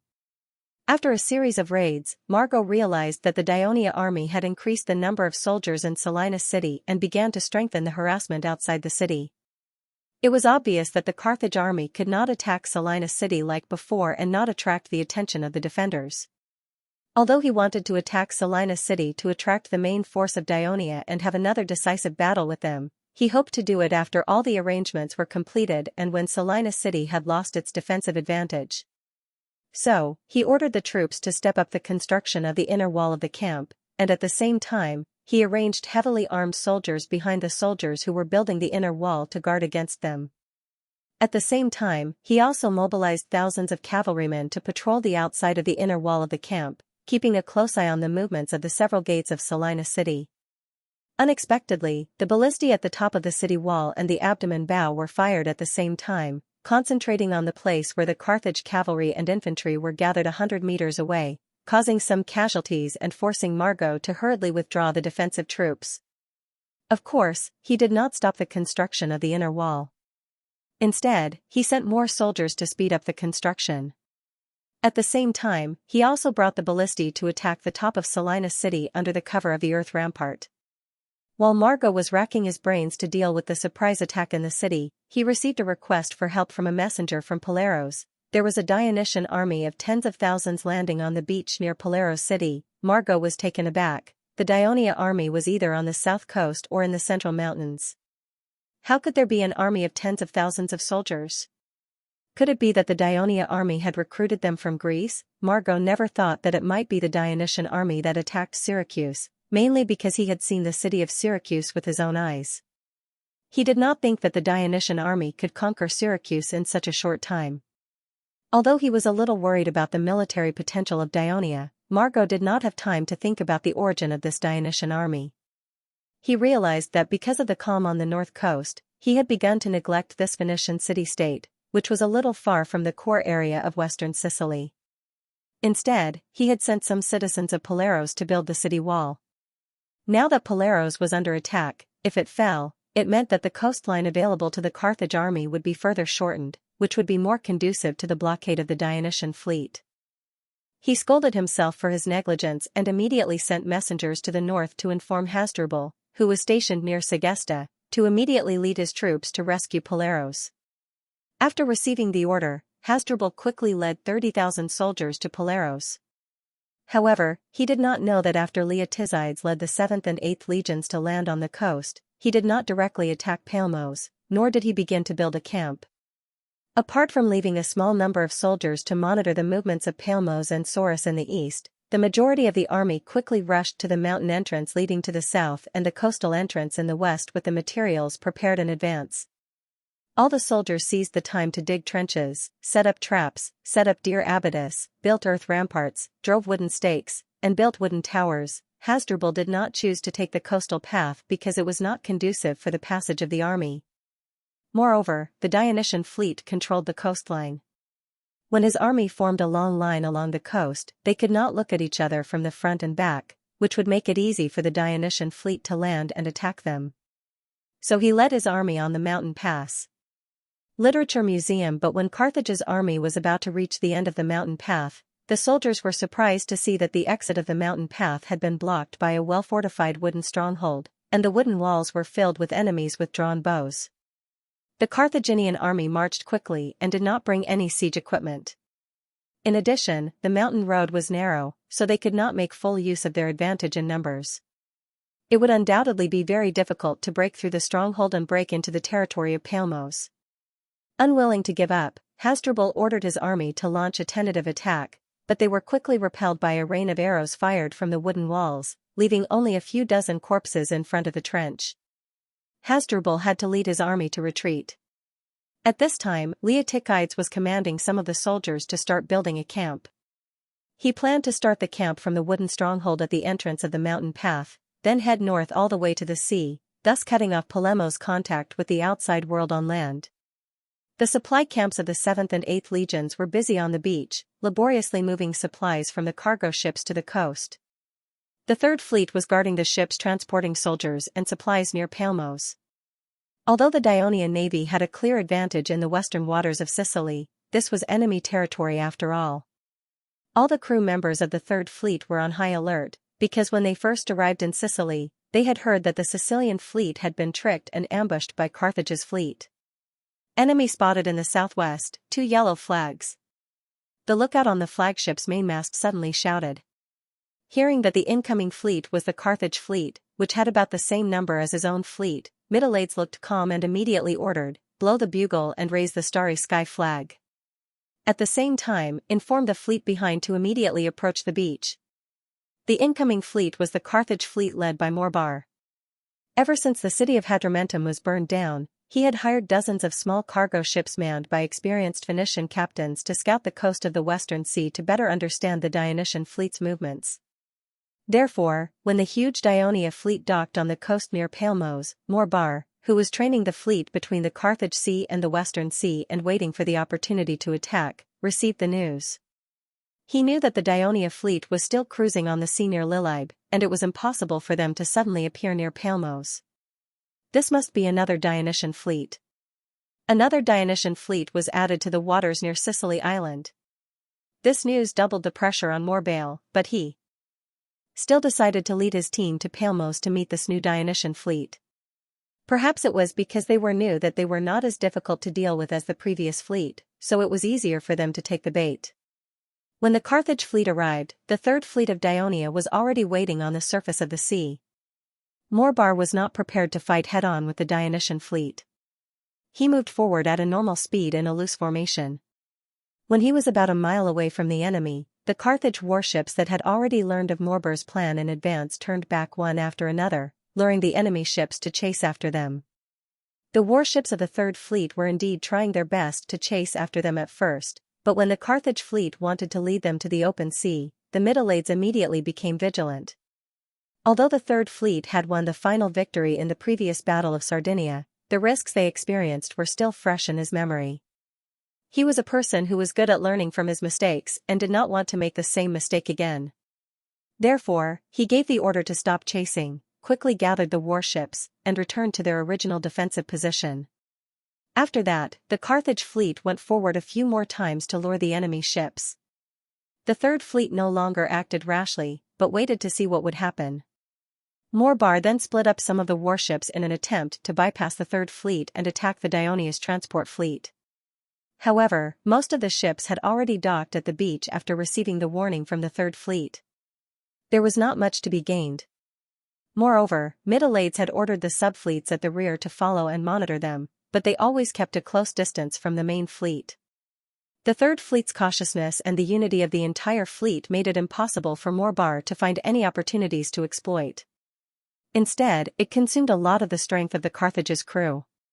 Such a well-trained Dionysian fleet would definitely not be weak in combat. Morbar didn't dare to launch an attack from the front because he wasn't confident that he could defeat his opponent. Moreover, he was very clear that even if he won, the Carthaginian fleet would definitely suffer great losses. To the Carthaginian navy that was at a complete disadvantage, the gains would not make up for the losses. The Carthaginian navy, which was in a difficult situation, needed the existence of such a complete fleet to deter the Dionysian navy so that they wouldn't dare to be too arrogant. In the end, the Carthage fleet retreated. Middleades did not order a pursuit. He no longer had the impetuous mentality of wanting to prove himself in the first place. The affirmation and praise of his achievements in the letters written to him by the Devers made him more confident and calm. He also knew very well that for the Third Fleet, which had just arrived and was not familiar with the surrounding waters, what they needed now was caution, not more military achievements. At this time, the lookout on the main mast shouted again, "News from the clippers in the east. There's a fleet coming from the front." It's our fleet." Middleades' heart skipped a beat. "Durian is here." The Sicilian fleet cruised to the sea near Palmos and met with the Third Fleet. This was the first time in more than 10 years since the war in southern Italy that the entire Dionysian navy had gathered together. The Sicilian fleet had previously merged with the First, Second, and Fourth Fleets. Due to the presence of the elusive Carthaginian fleet, the warships of both parties did not get too close to each other to prevent congestion and inconvenience. However, the flagships of both parties blew their bugles at the same time. All the warships' oars left the water and swung back and forth in the air to express the joy of the crew. In such a celebratory atmosphere, the flagships of both sides sailed to the front of the fleet at the same time. The flagship of the Sicilian fleet stopped moving forward, while the flagship of the Third Fleet continued forward and finally came to the side of the flagship of the Sicilian fleet. Middleades, who was dressed in military uniform, stepped on the wooden plank between the two ships and came to the deck of the flagship of the Sicilian fleet. He solemnly saluted Thurian. "Salute to you, Lord Thurian." Thurian solemnly returned the salute and said, "It's been a long time, Middleades. I've heard many reports of success from the Third Fleet recently. Your performance has surprised me. Not only did you win the naval battle, but you also conquered two important cities of the Phoenicians. You've taken away all the work that should have been done by the army. You brought great honor to the navy. This is all thanks to His Majesty's full support. With the Sicilian fleet you led in front to attract Carthage's main force, the Third Fleet achieved these successes without attracting attention," Middleades said humbly. He then sighed with concern. "When I heard the news that the Sicilian fleet was destroyed by the storm and that you and Flarios were missing, I was very worried about your safety.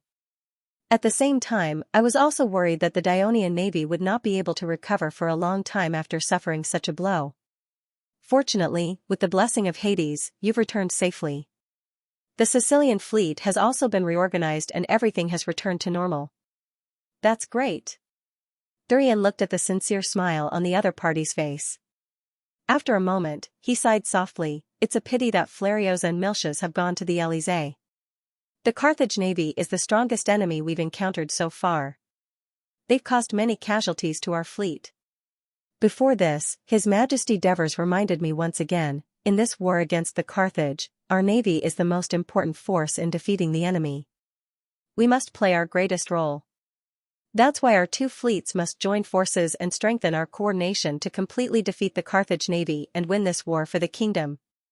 Thurian had been an elder of the kingdom for many years, and his political sensibilities were not low. When he learned that the Third Fleet had been transferred to Sicily and was not part of the Sicilian fleet, but stationed alone on the north coast to take charge of the war alongside the Sicilian fleet, he understood that the King of Devers and the Ministry of Military Affairs were not too satisfied with the recent performance of the Sicilian fleet. They wanted to use the Third Fleet to provoke the Sicilian fleet. At the same time, he also realized that the consecutive victories of the Third Fleet had caused Middleades to no longer be the commander of the fleet that he could order around as he pleased. In particular, there was a knot in his heart. He had always felt that Miltia's death had something to do with him. If he had not forcefully snatched away Miltia's command of the fleet the moment he appeared, Miltia's would not have listened to his advice, which ultimately led to his defeat. Since then, he had begun to consciously restrain his temper. Moreover, Middleades had taken the initiative to meet him on the flagship today, and his attitude was rather humble. This satisfied Thurian, so his tone had also become gentler. At this moment, Middleades smiled and said, "Lord Thurian is right. The Sicilian fleet and the Third Fleet are both the kingdom's armies, and should fight together. As long as you have a good plan, I'm willing to lead the Third Fleet to cooperate fully." Thurian frowned slightly. He could hear the meaning behind Middleades' words, but he quickly relaxed and said confidently, "I do have a good plan, and I was just about to discuss it with you." Middleades was stunned for a moment, but he immediately agreed. Hence, the two sent away the surrounding crew members and began discussing on the flagship's deck. About half an hour later, both of them had smiles on their faces. On this day, the Dionysian army that landed on the territory of Palermos was busy with the defense of the southern mountain road and the coastal trail. They were busy building camps and transporting the supplies transported by the cargo ships until evening. The night was uneventful. The next day, Leotychides did not rush to attack the city of Palermos.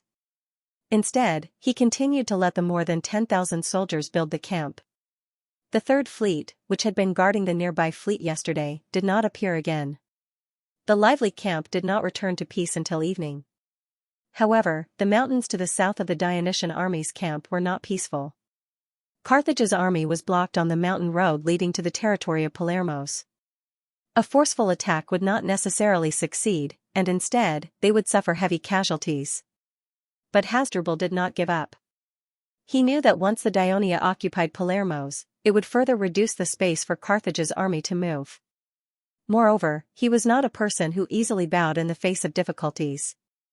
Now that time was very tight, he was worried that the people of Palermo's would not be able to hold on for a few days due to the lack of soldiers. So he repeated his old trick and sent 4,000 Lusitanian warriors over the mountains to support Palermo's and repel the Dionysian army. The Iberian army led by Hasdrubal had been stationed in Palermo's for a few months, so he was more familiar with the terrain there. From the southern entrance of the mountain road to the east, after crossing several tall mountains, the streams on the surrounding mountains converged into a small lake. The lake flowed to the low-lying land in the east, gradually forming a small river. After flowing east for 10 miles, the river turned north and flowed into the sea. The place where it flowed formed a narrow valley. Although it was difficult to walk, it allowed one to enter the territory of Palermo's. The Lusitanian warriors spent the whole day trekking through the mountains and valleys. It was not until dusk that they saw the river flowing out of the mountains and into the flat territory of Palermo's. This place was located to the east of Palermo's, more than 10 miles away from the city. The Lusitanian warriors stopped advancing and hid in the dense forest. After eating their rations, they lay on the grass to rest and recover the strength they had expended during the day. Late at night, the warriors who were still sleeping got up reluctantly under the urging of their leaders, and walked out of the mountain in a daze. As they marched eastward, they gradually regained their senses. Especially when they saw the vague silhouette of the Dionia camp in the distance with the help of the moonlight, many of the warriors began to get excited. In this expedition to Sicily, they first followed Hasdrubal to capture Thyidium, then slaughtered Agrigento, Econome, and Gela, looted a lot of trophies, enjoyed Greek women, and killed many Greek men. But they did not suffer many casualties, mainly because Hasdrubal never asked them to participate in difficult siege battles. For example, when attacking Enna and Paragonia, they just stood by and watched. They only participated in a frontal battle once, and it was against the soldiers of the Greek city-states on the south coast, so they did not feel much pressure. Although Hasdrubal once said, "The Dionysian army is a strong enemy."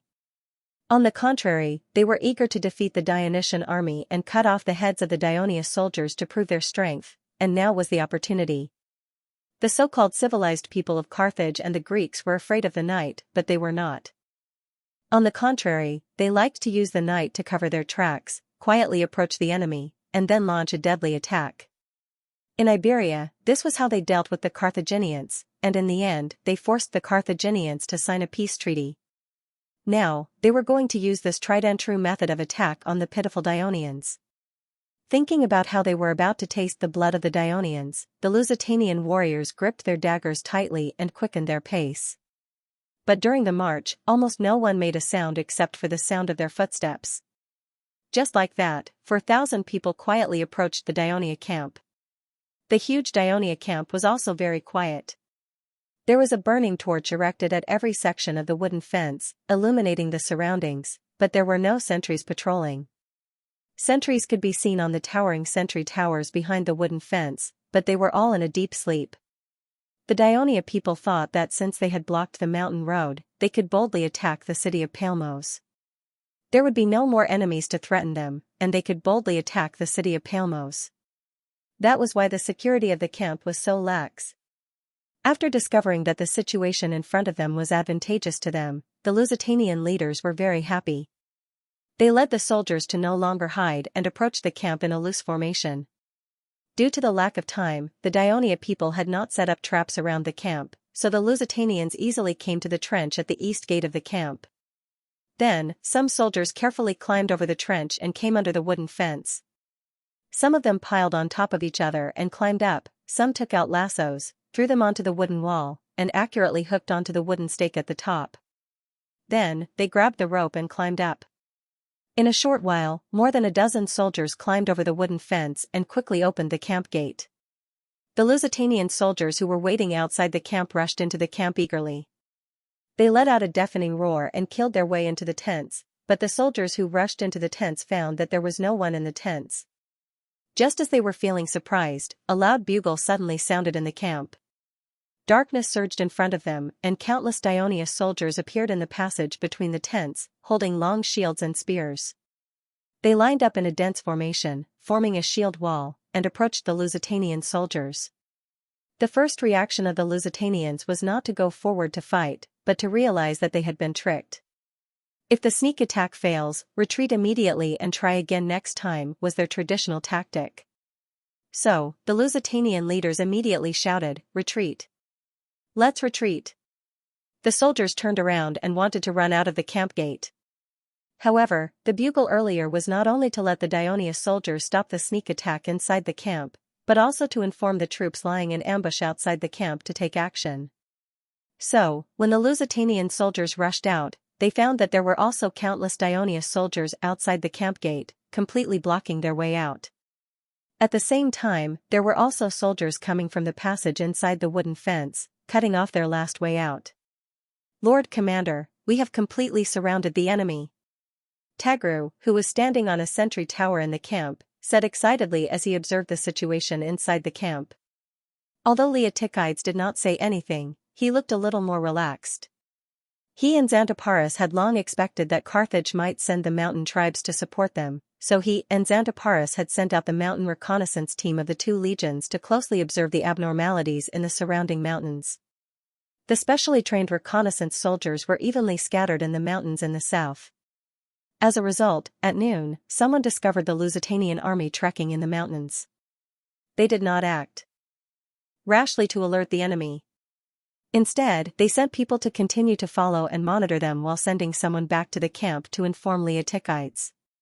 Therefore, the Lusitanians thought that their actions were secretive, but they did not know that their movements were completely under Leotychides' control. He had already cast a net, waiting for the ignorant moths to crash into it.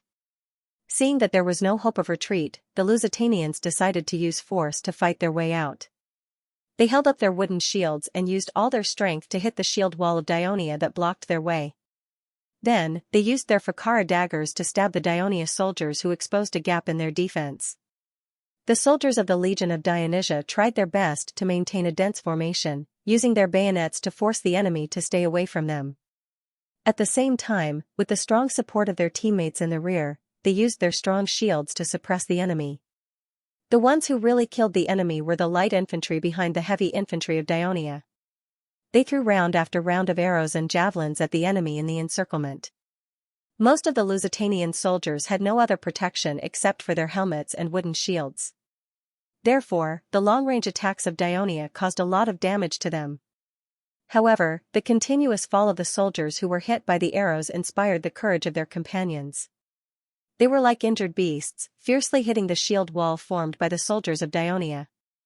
They used wooden shields, daggers, fists, teeth. They used everything they could to kill the enemy that blocked their way. Therefore, even though Dionia had surrounded the Lusitanians with nearly 4 times the number of soldiers, the battle continued. The people of Palermos were awakened by the movement outside the city. They went up to the top of the city wall to take a look. They saw that the camp of Dionia was brightly lit and the sound of killing was loud. They were excited about the arrival of the reinforcements, but at the same time, they were worried about their safety. Almost all of them were praying to God Melkat at the top of the city wall, but they never thought of sending troops out of the city to support them. Of course, even if they had the guts to send troops out of the city, the 1,500 light armored soldiers that Leotychides had left behind would be put to good use. The prayers of the people of Palermos did not work.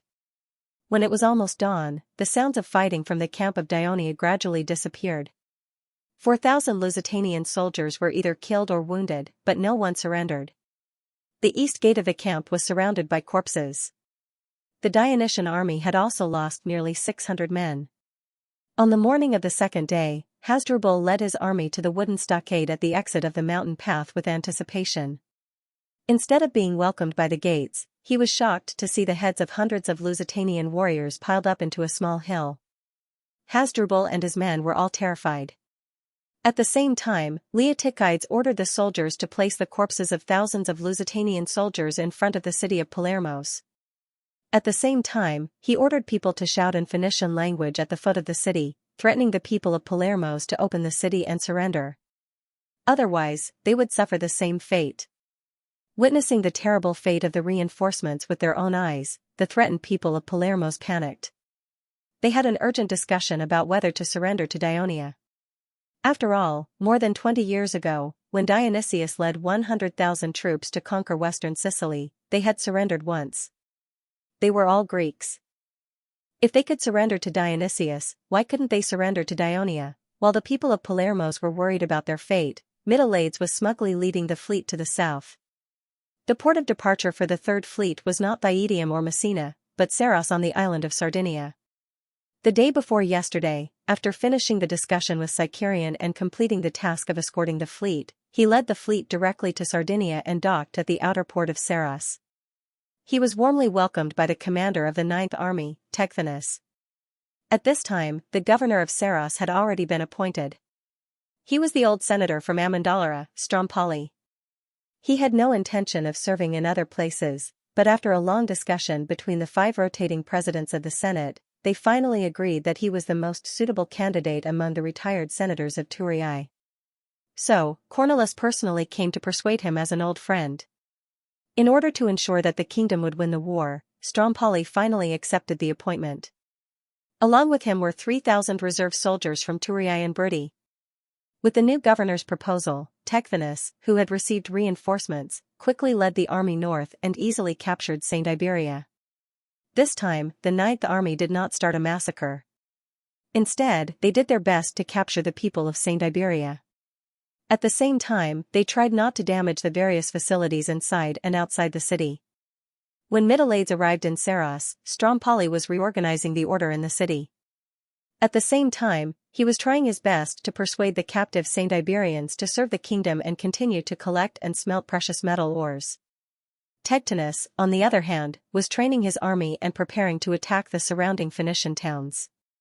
After the Third Fleet made sufficient preparations in the outer port of Saros, they left the port early in the morning on the third day and quickly sailed south. Their target was the Phoenician city of Agilgili on the coast of Africa. Compared to Sicily, the southern tip of Sardinia Island was closer to the Africa mainland, but it was not directly facing Carthage, so its strategic position was not as important as Sicily. However, it was precisely because it was close to Africa and far from Carthage that it created favorable conditions for the Third Fleet to launch a surprise attack. The burning of Hadrumetum did arouse the vigilance of Carthage and its allies, but it was mainly on the side close to Sicily. The Carthage fleet's patrol and defense center was also on this side. After all, 2 fleets of Dionia had already appeared in the waters of Sicily. As a result, the Third Fleet's surprise attack was successful. Not only did it burn down another Phoenician city on the coast of Africa, but it also captured some Phoenician citizens and returned with a full load. This was because Strompoli had told Middleades that St. Iberia was in urgent need of labor. The news of the burning of Agilgili quickly spread throughout the land of Africa. The repeated attacks on the Phoenician cities caused the Phoenicians to panic. Messengers from various cities rushed to the Carthage Senate, strongly requesting Carthage to fulfill his duty as the leader of the alliance and give their cities security protection. The people of Carthage also gathered and once again protested to the Senate, hoping that they would take action to prevent such a tragedy from happening again. The elders of Carthage were under a lot of pressure. After a fierce debate, the Hanoverian party's opinion was adopted, and the Senate finally made 2 decisions. First, they ordered the Navy commander Morbar to not lead his fleet to the waters of Sicily for the time being. Instead, he had to patrol the coast of Africa every day to ensure the safety of Carthage and its allies. Second, they sent messengers to Sicily to pressure the military commander Margo to capture Serenus as soon as possible. Otherwise, Carthage would have no choice but to negotiate peace with Dionia. In the city of Serenus, the battle between the Dionia garrison and the Carthage army had been going on. Although the Dionia garrison used ballistae and abdominal bows to carry out long-range attacks, and occasionally sent troops out of the city to attack and kill the soldiers who were building the walls of Carthage. However, while Margo defended against the attacks of the Dionia garrison, he urged the soldiers to speed up the construction of the inner wall. Due to the large number of Carthage's army, despite the Dionia garrison's efforts to obstruct the construction, the inner wall of Carthage's camp was still completed. Then, Margo sent troops to guard the inner wall. At the same time, he learned from the Dionia garrison and moved the ballistae to the top of the wall to fire at the defenders, thus changing the previous relatively passive situation. Amyntas stood on the top of the wall, looking ahead with a solemn expression. Countless Carthage's heavy infantry lined up in a long line, pouring out of the newly built inner wall. They did not carry weapons or shields, but each of them carried a wooden frame filled with soil on their back. They placed the wooden frames closely in the open space between the inner wall of Carthage's camp and Cyrenius' city wall, then returned to the inner wall in turn, repeating the process repeatedly. Like building blocks, it did not take long for a wooden hill with a wide base and a height of almost 3 meters to be built. While Carthage's men were busy, the ballistae on Cyrenius' city wall did not stop firing. Stone bullets could easily break the wooden frames, but when the wooden frames were broken, the scattered soil would invade the gaps between the wooden frames, making the hill that was being built more solid. There were also ballistae that targeted Carthage's men, but they were too close to the city wall, about 60 to 70 meters. If the ballistae on the city wall wanted to attack them, they had to raise the angle of elevation. In this way, the stone bullets fell almost vertically. It looked amazing, but in fact, the lethality was limited, and it was easy to avoid. The arrows shot by the Daionia light infantry were not much of a threat to the Carthage heavy infantry. They could not cause fatal damage to them. Under the urging of the officers, the Carthage heavy infantry had no choice but to face the incoming arrows head-on and complete the task of building the earth frame with the wooden frame. The abdominal archers posed a greater threat to them, but Carthage's men had already pushed out dozens of ballistae, stacked in front of the long line of arrows. The powerful iron arrows might be able to penetrate 1 or 2 thick wooden boards, but they could not really threaten the lives of the Carthage soldiers. "Commander, should we send soldiers out of the city to launch a surprise attack?" Aide-de-camp Aristos asked. Amyntas shook his head. From the top of the city wall, he could see that behind the ballistae, there was a group of Carthage's soldiers on guard. The enemy's inner wall was also filled with light infantry on standby. The Daionia garrison did not have the advantage of defense. If the soldiers were to attack, it would only lead to a fierce battle with the enemy. Although Amyntas fought bravely, he knew very well that Carthage's forces were 4 to 5 times his. It would be disadvantageous for him to fight recklessly. Moreover, Carthage had a large number of cavalry that could rush out from the other doors of the inner wall at any time. They could quickly circle behind his own soldiers and surround them. Deploy the stone throwers. Let them deal with the Carthage soldiers. Amyntas's words made aide-de-camp Aristos's eyes brighten. Among all the legions of Daionia, only the first legion had more than 400 stone throwers. These soldiers from Rhodes were ruthless and accurate within a distance of 100 meters, and could cause blunt damage to the heavy infantry. "How should we distribute these stone throwers?" Aide-de-camp Aristos asked again. The north gate was not the only place where the Earth Mountain was being built. There was another one outside the east and west walls. "Focus on the enemy here first," Amyntas said firmly as he pointed to the front. "Commander Amyntas, I have a suggestion," Chalcidas suddenly said. "Oh, Chalcidas, go ahead." Amyntas looked at the general of Cyrenius' garrison. His tone became polite. During this period of time, Chalcidas had done his best to assist him and had indeed given him a lot of help. He had also won his respect. Chalcidas said after some deliberation, "Carthage's people rely on their numbers to build the Earth Mountain at all costs. The most we can do now is to delay their progress. Just like the wall they built, they will eventually finish building the Earth Mountain. The purpose of building the Earth Mountain is probably to allow their ballistae and light infantry to attack our soldiers from above and assist their soldiers in attacking the city. We can also increase the height of the wall and make it impossible for Carthage to achieve their goal." "Increase the height of the wall?" Amyntas was surprised.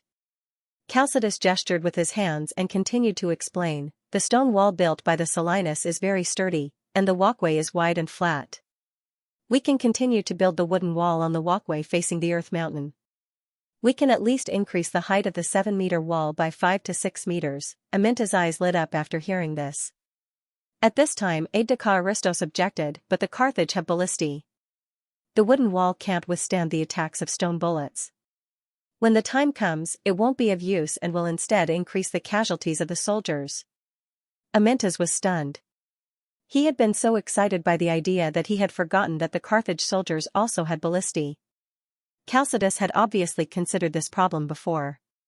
He said calmly, "The Carthaginian ballistae are indeed worthy of our attention, but in fact, their accuracy is not very high.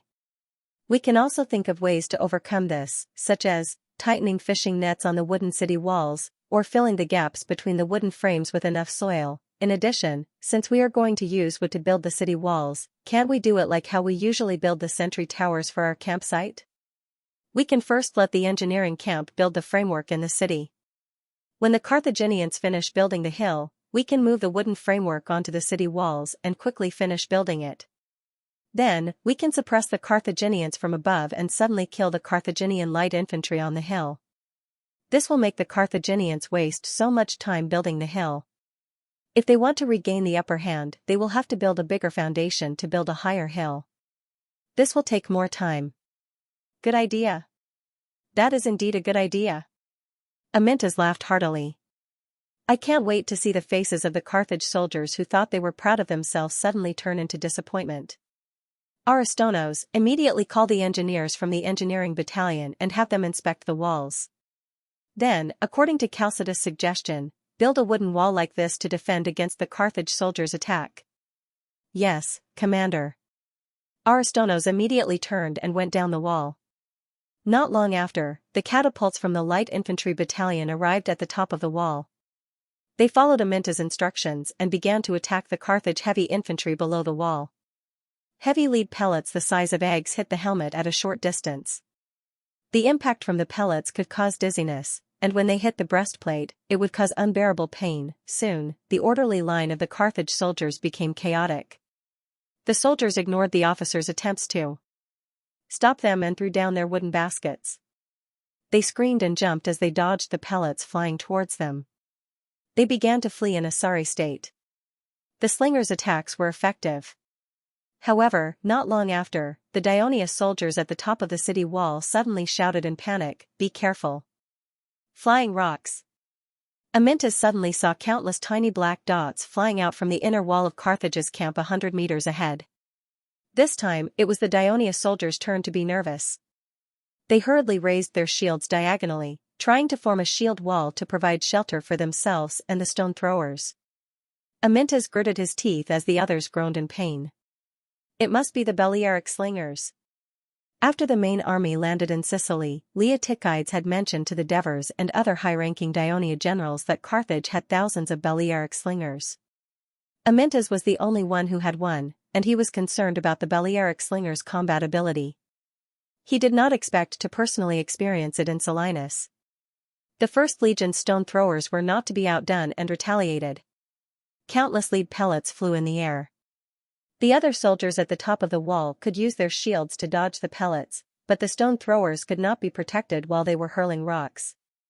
As a result, some of the stone throwers were constantly injured. After all, the Dionysius stone throwers were few in number and could not hold on for much longer. In order to preserve their strength, Amyntas had no choice but to switch them out. Soon, he saw the Carthage heavy infantry forming a long line with wooden frames on their backs, piling up mountains of dirt again. At that moment, he heard someone shouting, "General Chalcidas! General Chalcidas!" He stared at the person who shouted and vaguely remembered that it was a platoon leader of the reserve troops. He immediately shouted angrily, "What are you shouting for? What's the matter?" The platoon leader had rushed to the top of the wall and was reprimanded by Amyntas before he could report to Chalcidas. When he saw Amyntas' angry face, he immediately remembered the rumors about him and panicked. "Commander Amyntas is asking you a question." "What's the matter?" Chalcidas quickly reminded him. "Oh. Yes. Commander. It's like this. We found something strange when we were digging the trenches. The Carthage's men might be digging tunnels." Amyntas and the people around him were shocked. "Where did you find it? Quick, take me there," Amyntas said anxiously.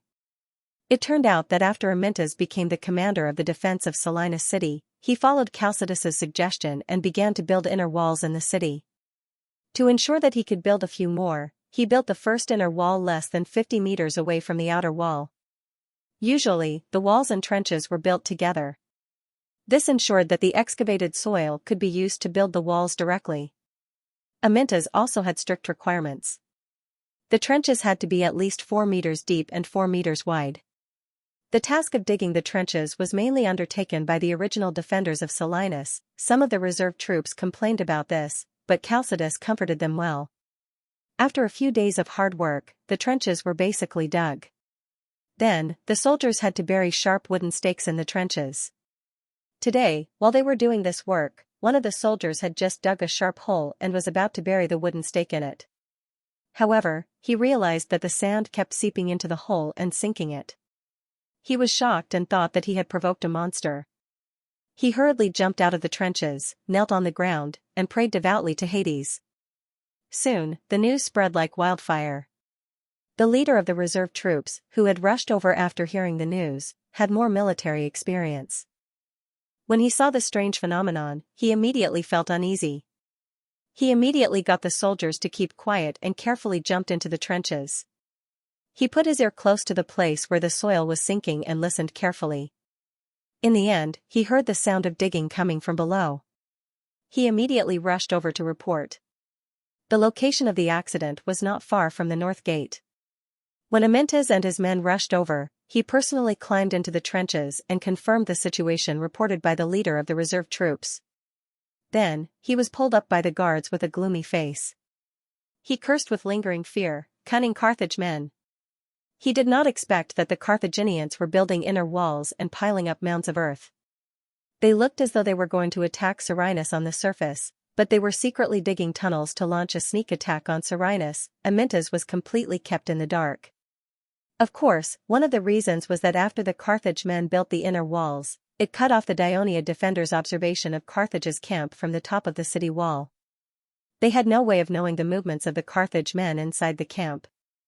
"Lord Commander, the Carthage men may have dug more than one tunnel." Chalcidius came forward and reminded him in a low voice. Amyntas nodded and immediately ordered all the soldiers to stop digging the trenches. The mountain reconnaissance team led the light armored troops to use the trenches built in the inner city to carefully investigate whether there were other tunnels. After a while, the mountain reconnaissance team came to report that they had also found the Carthage men digging tunnels under the east and west walls. Although Amyntas and the rest were already mentally prepared, they were still a little shocked when they heard the news. Adjutant Aristos even speculated, "It seems that the soil used by the Carthage men to build these 3 earth mountains came from the tunnels." How cunning! Amyntas' face was now ashen. He sternly ordered, "Hurry up and call the engineers over. Let them carefully survey the site and estimate the direction and depth of the tunnels that the Carthage men are digging. Then, design a tunnel that we want to dig that can quickly connect to the Carthage men's tunnel." Then, Amyntas waved his hand forcefully, "Kill all the Carthage men in the tunnels." The order was immediately carried out. The engineers determined the route, the reserve soldiers were responsible for digging, and the 3 teams of the 1st Legion were responsible for killing the enemy.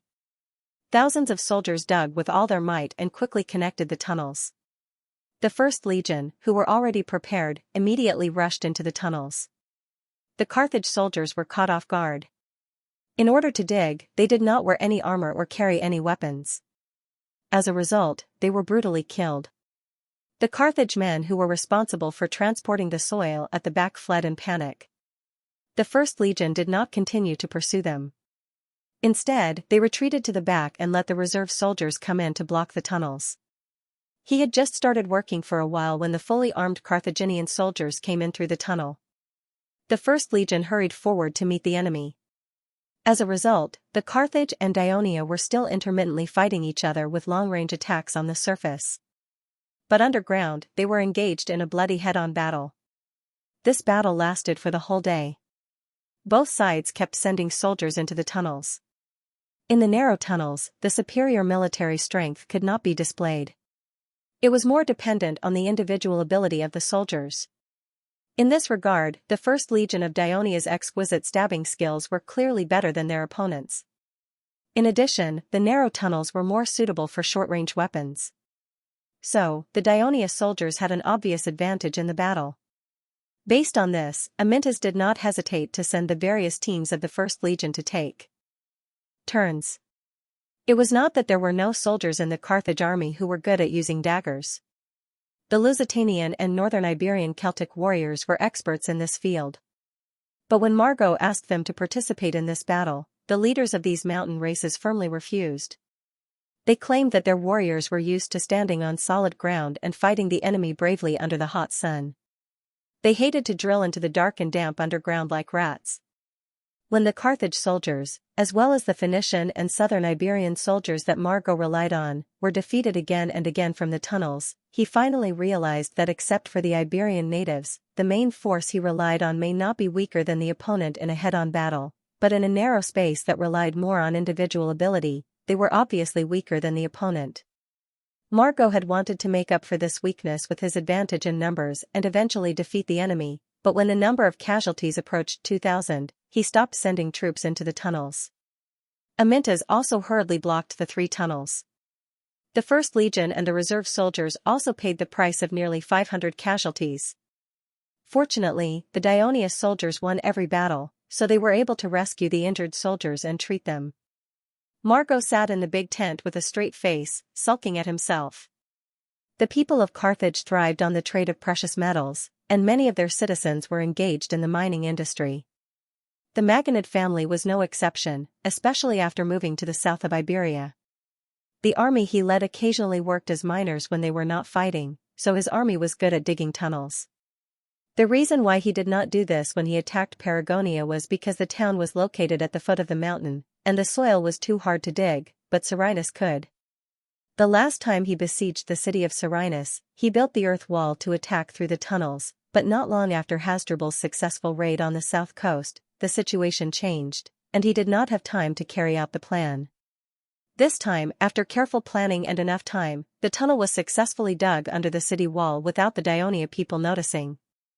At this time, he had 2 choices. One was to dig horizontally, hollow out the foundation of the wall, and then pull out the wooden pillars supporting the tunnel, causing the wall to collapse and a gap to appear. The other was to continue digging forward into the city, and then wait until night, send troops to sneak into the city through the tunnel, directly attack the Dionia people, and occupy the whole city. Margot chose the latter because he thought that this method could get rid of the defenders of Serenus more quickly and effectively, but he did not expect that it would be discovered by the Dionia people, and in the end, it turned out to be like this. From now on, the Dionia people would be more vigilant, and it would be difficult to dig a tunnel for a sneak attack. While Margot was regretting, the messenger sent by Hasdrubal entered the big tent and gave him another blow. Hasdrubal wanted to sneak attack the Dionysian army attacking Paleros, but they were ambushed, and all 4,000 Lusitanian soldiers were wiped out. Margot roared Hasdrubal's name in the tent, scolding him for being so stupid that he didn't deserve to be a scion of the Maginid family. He seemed to have forgotten that he had just failed a sneak attack, which frightened the messenger so much that he shivered in fear. After venting his anger, Margot calmed down. Hasdrubal's army was blocked and could not rescue Paleros, so he could only hope that Paleros could defend itself. But now there were not many defenders in Paleros, so it was necessary to strengthen its defense, but now there was no road. Margot thought for a while and decided to send reinforcements to Paleros by sea. It would not work during the day, as it would be easy to be discovered, so he could only do it at night, which was a bit risky. Although Margot had just suffered a failure in the tunnel plan, it did not dull his spirit. He immediately asked his men to gather 3,000 people from Paleros in the army, and another 1,000 people from Souris, for a total of 4,000 people, and immediately rushed to Lille. He asked Imazir to find a way to gather the cargo ships in the port and send them to Paleros as soon as possible. For the last 2 days the soldiers had heard that their mother country was under attack, and they had been clamoring to return, which was exactly what they wished to do, so they pressed on, even in the dark of night, and arrived at Lille late at night. But the sentries at the gate of Lille forbade them to enter the city, because the Sicilian fleet patrolled the western sea every day, and sometimes sent the fleet's infantry ashore to harass them. This made the cities of Carthage and Phoenicia very cautious, especially when so many soldiers wanted to enter the military town of Lille in the middle of the night. Of course, they had to be very careful, and the city lord, Imazir, had to personally go to the city to conduct a strict inspection before they could enter.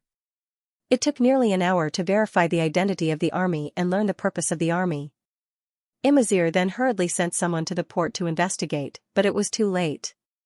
It turned out that since the Dionysian fleet began to control the Western Sea, the number of ships that came to Lille gradually decreased, and now they had basically disappeared.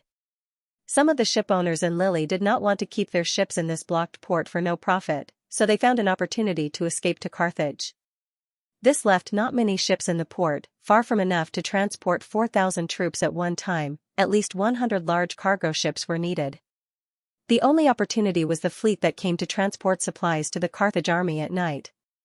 Although Morbail had successfully organized a large-scale transport of military rations and supplies to Sicily by using the method of building a plank road in the open and moving the grain in the dark, he knew very well that the consumption of an army of 100,000 was huge, and it wasn't enough to rely on a single transport. Besides, after the Dionians learned their lesson, the same method wouldn't work the next time. Therefore, he came up with another idea. Under his suggestion, the Carthage Senate passed a decision to let Carthage and the nearby Phoenician city-states, who had been trading with Sicily for years, were familiar with the sea conditions there, and had rich experience in sailing, form 3 small fleets with dozens of cargo ships. They would take turns to load food and supplies during the day, set off at dusk, and arrive at Lille, Mazara, or Eryx late at night. The destination was decided at the time of departure, to prevent the Dionia from noticing if the route was too fixed, and thus waiting for them to arrive at Lille, Mazara, or Eryx in the middle of the night. After unloading the goods, the fleet had to immediately leave the port and return to avoid bumping into the warships of the Dionia. Therefore, the port laborers of these cities rested during the day and were on standby at night. The flames in the lighthouses were unusually bright. Of course, if the weather was bad at night, these small fleets would stop transporting goods. So far, the fleet had successfully transported goods a few times. Although the amount of goods transported each time was not much, it was better in the long run. Coincidentally, the ship's destination that night was Lily Bay. Unfortunately, by the time Imazir sent his men to the port, the ship had already left. While Imazir sighed, he decided to send someone to inform the cities of Mazara and Eryx tomorrow morning. No matter which port the Carthaginian fleet arrived at tomorrow night, he had to inform them to help transport the soldiers. In addition, he would also ask the 2 cities to send all the idle cargo ships in the ports to Lille, so that there would be a sufficient number of ships to transport all the soldiers to Palmos in one go. After making these decisions and settling the soldiers in the barracks, Imazir finally felt relieved and went back to sleep. Not long after Margot sent the reinforcements away, he received a messenger from Lille, bringing an order from the Senate. Because the Dionysian fleet had attacked the Phoenician allies in Africa several times, the Senate decided to transfer the fleet back to defend the coastline of the mainland. They also hoped that Margot could speed up the progress of the siege and capture the city of Selinus as soon as possible. Margot was enraged again after reading the order. Ever since Morbar won the naval battle, there had been no other results. The Dionian fleet was still patrolling the western seas, but the Carthaginian fleet's presence in the western seas made it so that the Dionian fleet did not dare to attack the rear of the Carthaginian fleet on a large scale. The number of attacks was significantly reduced. Margot was able to concentrate on building the inner and outer walls and hills of the camp and concentrate his forces on attacking Selinus city.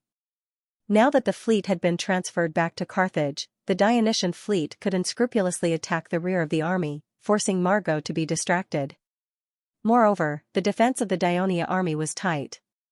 If the Carthage army attacked by force, even if they took Selinus in the end, they would inevitably suffer heavy casualties. How could they achieve their intention of fighting the main force of Dionia? Margot strongly suspected that this order from the Senate was instigated by the Hanoverian faction. While he cursed Hanno in his heart, he also decided to ignore this order and attack the city in an orderly manner according to the original plan. The next day, the soldiers of Carthage continued to build the earthen hill. They had already begun to tamp the wooden frame with soil. The Balearic soldiers on the inner wall kept throwing lead pellets to suppress the long-range attacks of the defenders of Selinus, so that the construction of the earthen hill could be carried out in an orderly manner. On the other hand, Amintas ordered the light infantry at the top of the city and the ballista troops to attack the busy Carthage soldiers in front of the city with all their might to disrupt and delay the enemy's construction of the earthen hill. At the same time, he also ordered the soldiers of the mountain reconnaissance team to be distributed throughout the trenches in the city, carefully listening to the movements underground to prevent the enemy from digging another tunnel. In addition, he also separated some soldiers to assist the engineering battalion in building the wooden wall. In the evening, the Carthaginian fleet and the cargo ships of Mazara and Eryx arrived at Lilith as promised. After loading up 4,000 reinforcements, the cargo ships quietly sailed north and finally entered the port of Palermos.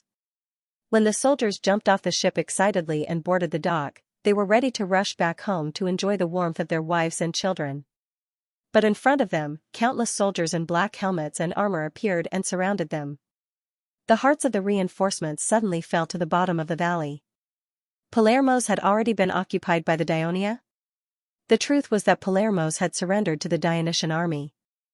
The reason why Leotychides appeared to be more confident when he discussed the attack on Palermos with the Mytileids was because he had a team of hundreds of engineers left behind by the Devers to assist him in attacking the city of Syracuse. When they left Syracuse, they also dismantled as much of the siege equipment used to attack Syracuse as possible and placed them on the cargo ships to be transported over. Library of Literature. While the soldiers were building a camp outside the city of Palermos, engineers and carpenters were assembling and building siege equipment. When Leotychides piled up the corpses of the Lusitanian soldiers outside the city and asked them to surrender, the people of Palermos held an emergency meeting to discuss this matter. However, when Leotychides saw that the people of Palermos did not give a clear answer for the whole morning, he immediately launched an attack. Tens of thousands of heavily armed soldiers lined up in front of the city, pushing all kinds of siege equipment and began to attack the city. The people of Palermos hurriedly organized themselves and went up to the city to resist. The battle began in the afternoon and lasted for more than 4 hours. The Dionysian army did not attack the city with full force. It was just a test of force, so there were not many casualties, and they were calm when they retreated. However, for the people of Palermos, the more than 4 hours of defensive battle was like a nightmare. The Daionia soldiers attacked the defenders on the city from a distance from the towering mobile towers. The archers and javelin throwers directly approached the city under the cover of the arrow carriage, covering the top of the city with a rain of arrows. The stone bullets fired by the ballista constantly fell into the city, destroying houses and injuring people. The iron arrows shot by the bowmen could kill the defending soldiers on the top of the city. Not to mention, every time the heavy infantry of Daionia used ladders and ants to attack the city, the defenders of Palermos had to pay a large number of casualties before they could drive them down. Therefore, when the Dionysian army retreated, the people of Palermos did not feel happy about their victory. They suffered more than 1,000 casualties, and more than half of them were young and strong citizen soldiers who were the main force of the city defense. The sea was blocked by the Dionysian fleet, the land was surrounded, and Carthage's reinforcements were annihilated. The people of Palermos had lost the confidence to defend the city. They quickly held an emergency meeting at night and quickly passed a resolution: surrender to the Dionysian army. All the citizens present deceived themselves that this was only a temporary surrender to protect Palermos, just like how they surrendered to Dionysius when Syracuse attacked the west more than 20 years ago. When Carthage's army regained the upper hand, they could return to the West Phoenician family centered around Carthage. So early the next morning, the messengers of Palermos went to the Daionia barracks and formally proposed to Leotychides that Palermos was willing to surrender. When Leotychides, Cypros, Xanthippus, and the Mytileids discussed attacking Palermos, of course, they also discussed what to do if Palermos surrendered. In this war, so far, Daionia had basically adopted the method of reducing the people in the town to slaves, and the whole town would be completely integrated into the kingdom of Daionia. This was the case for Alenia, Saros, and Serenus. The only difference was Saint Iberia. After the 9th Legion captured Saint Iberia, Stromboli personally comforted the captive Saint Iberians and made a promise: as long as they did their best to smelt and cast precious metals for the kingdom, when the war ended, not only would they be given freedom, but they would also be supported to apply to become citizens of the kingdom of Daionia. Cypros, who had rich political and administrative experience, believed that Palermos was different from the Phoenician city-states in Sardinia and Corsica. It was not under the control of Carthage, and it was just an ally of Carthage. It was an independent city-state, just like the Phoenician city-states in Sicily and Africa. As for its surrender, of course, the treatment would be different from the treatment of the Phoenician city-states on the two small islands. Cypros proposed that Palermos be integrated into the Daionia alliance. This way, both sides could accept it, and it could achieve the purpose of quickly recruiting the other's forces to surrender, saving time, and weakening the other's strength when both Daionia and Carthage's armies were gathered at the front lines. This would also set an example for the other Phoenician city-states to avoid future battles. His proposal was approved by the 3 high-ranking generals, so when the messenger of Palmos came to discuss the surrender, Leotychides proposed that Palmos be integrated into the Daionia alliance, which was indeed a surprise to the people of Palmos. Moreover, Leotychides also proposed that in this war, they would not collect food from Palmos, and they would not recruit as many Palmos militia as possible. However, the people of Palmos must find an opportunity to persuade the Palmos militia in Carthage's army to surrender. The messenger of Palmos agreed, but the next request of Leotychides made him hesitate. The Dionysian army must be stationed in the city of Palmos. The messenger objected to this, but Leotychides' attitude was firm. The Dionysian army needed Palmos as the forward base of the 7th and 8th legions, and its port as the base of the 3rd fleet. Therefore, it was necessary for the army to be stationed there. If the people of Palmos could not agree, then the surrender would not be achieved, and the Dionysian army would immediately launch an attack, capture the city, and completely control it. Faced with Leotychides' strong stance, the messenger of Palmos backed down. Of course, Leotychides also made a promise in the name of Hades. The Dionysian army would not interfere with the internal affairs of Palmos, violate the laws of Palmos, forcibly occupy the houses, and harass the people. The messenger of Palmos brought Leotychides' negotiation conditions back to the city.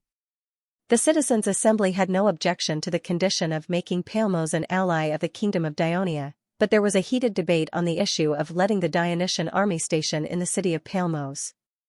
But at this time, the Dionysian army once again gathered their troops in front of Palmos, threatening that the people of Palmos must make a decision within half an hour, or they would attack the city.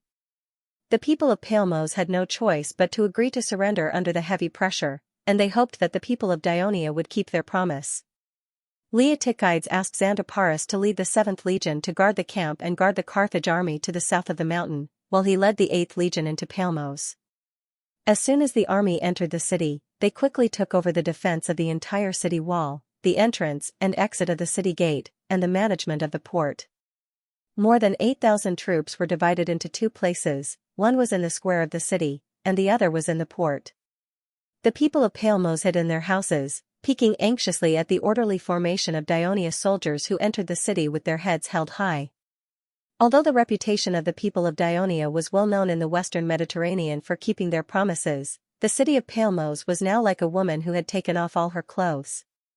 Even in the face of a strong man with a kind look, she would tremble in fear. But what they feared did not happen. The soldiers of Daionia focused on setting up tents, building new camps, and taking over the key points in the city. There was not a single incident of looting or violence. More than a decade of military training had made the people of Daionia accustomed to obeying the military law, not to mention that their commander was notoriously strict.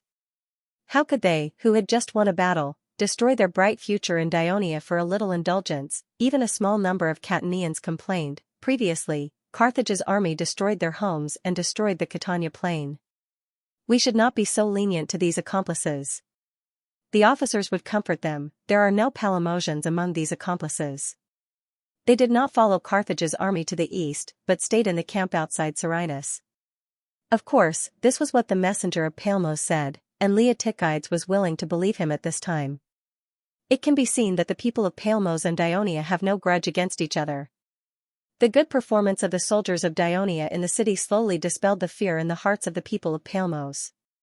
Gradually, people tried to walk out of their homes and met the soldiers of Daionia on the streets. Nothing happened, and some Daionia soldiers even smiled at them. This made more people let down their guard and walked on the streets. Throughout the day, the city of Palmos remained calm. The soldiers of Daionia and the people of Palmos did not interfere with each other and went their own way. In the evening, Leotychides, who lived in the camp in the square, was woken up by the officer stationed at the port. He learned that Carthage's people had brought reinforcements by sea and wanted to enter the port. Leotychides immediately had an idea. He sent someone to summon several high-ranking officials of Palmos and asked them to help lure the reinforcements into the port. The leaders of the city may have regretted surrendering too early when they received the news, but what was done could not be undone. The citizens of the city were under the control of the Dionysian army, and they had no choice but to obey. However, when they learned that most of the reinforcements were citizens of their own city, their actions became much more proactive. So when the reinforcements landed at the port and were surrounded by the 8th Legion, they hurried forward to persuade them to surrender. Of course, the reinforcements had no other choice. The fleet of reinforcements realized that they had been tricked and immediately wanted to escape from the port, but the people of Dionia stationed at the port had already closed the water gates and pulled up the chains to block the sea. The entire fleet was trapped. Not only did they gain 4,000 soldiers, but they also captured a fleet of Carthage ships. The 8th Legion could be said to have gained a lot that night. However, after questioning the reinforcements of Palmos and interrogating the sailors of Carthage, Leotychides suddenly came up with a very bold and crazy idea. He immediately issued an order: the whole city was under martial law and no one was allowed to go out. Then he sent someone to summon Xantiparis, who was outside the city, as well as the commander of half of the mountain reconnaissance brigade, Tegetus, who was the hero of the conquest of Syracuse. The three of them discussed in the big tent in the city until dawn. During this time, they repeatedly interrogated the sailors of Carthage. At dawn, 2 fast ships sailed out of the port of Palermos. One went to Saros to inform the Third Fleet, and the other to Minoa to report to the King of Devers. Due to the sudden ban imposed by Leotychides, the higher-ups of Palermos and the commander of the reinforcements of Saros came to ask for the reason. Especially the commander of Saros, he had promised to cooperate with the Dionia last night to persuade Saros to surrender. Now that the Dionia suddenly announced a blockade of the whole city, they were all worried that the Dionia would break the agreement after achieving their goal. In the end, Leotychides patiently explained the reason and asked for their cooperation. Since the fleet left the port of Lalibo last night, no cargo ships belonging to Lalibo had returned, and there was no news of any reinforcements. The mayor of Lalibo, Imazir, had been worried about their safety. His officers kept comforting him, saying that it was normal not to hear any news of reinforcements, because the Dionia had surrounded the city of Palermos. Moreover, when the fleet arrived at the port of Palermos with reinforcements, it would be daybreak by the time the soldiers got ashore. The cargo ships would not dare to leave the port again. They would definitely wait until tonight to quietly return. After listening to the words of his men, Imazir was somewhat comforted. In addition, there were many things to do during the day, such as organizing labor to transport supplies to the Carthage camp, transferring people to the camp to assist in the construction of siege facilities, and transporting some seriously injured people back to Lalibo for treatment to avoid affecting the morale of the camp. The busy Imazir temporarily put this matter to the back of his mind. When the sun set, night fell, and the people of Lalibo began to fall asleep. A fleet was approaching the port of Lalibo from the west. Under the cold moonlight, the lighthouse keeper in the port lighthouse was the first to notice the situation. He immediately lit an oil lamp, extended it out of the lighthouse, and shook it according to the prescribed movements. After the port received the signal, it immediately sent out a patrol ship. The patrol ship left the port and anchored outside the water gate. After waiting for a while, the fleet arrived at the port. It looked like a large fleet, about 60 large cargo ships. The patrol ship immediately approached the large cargo ship with the flag of the city-state of Carthage flying on its mast. The captain of the patrol held a lighted torch high, and by the light of the fire, he could clearly see the situation on the cargo ship. There were 30 oarsmen, a helmsman, and a captain, all of whom looked like Carthage or Phoenicians. In the middle of the hull, a lot of goods were piled up, a lot higher than the ship's railing, and they were tightly covered with several layers of thick linen. This scene was no different from the previous times. The only difference was that he didn't recognize the captain. Before he could say anything, the owner of the cargo ship asked, "Hey, the fleet led by Fiborica delivered rations to you last night, but I haven't seen them return. Their families are very worried. Tell me, did something happen to them? They have another special mission." Hearing this, the captain of the patrol ship felt that some people's speculation about the Lily cargo ship not returning might be right because Carthage's fleet had not returned yet. However, he did not let his guard down.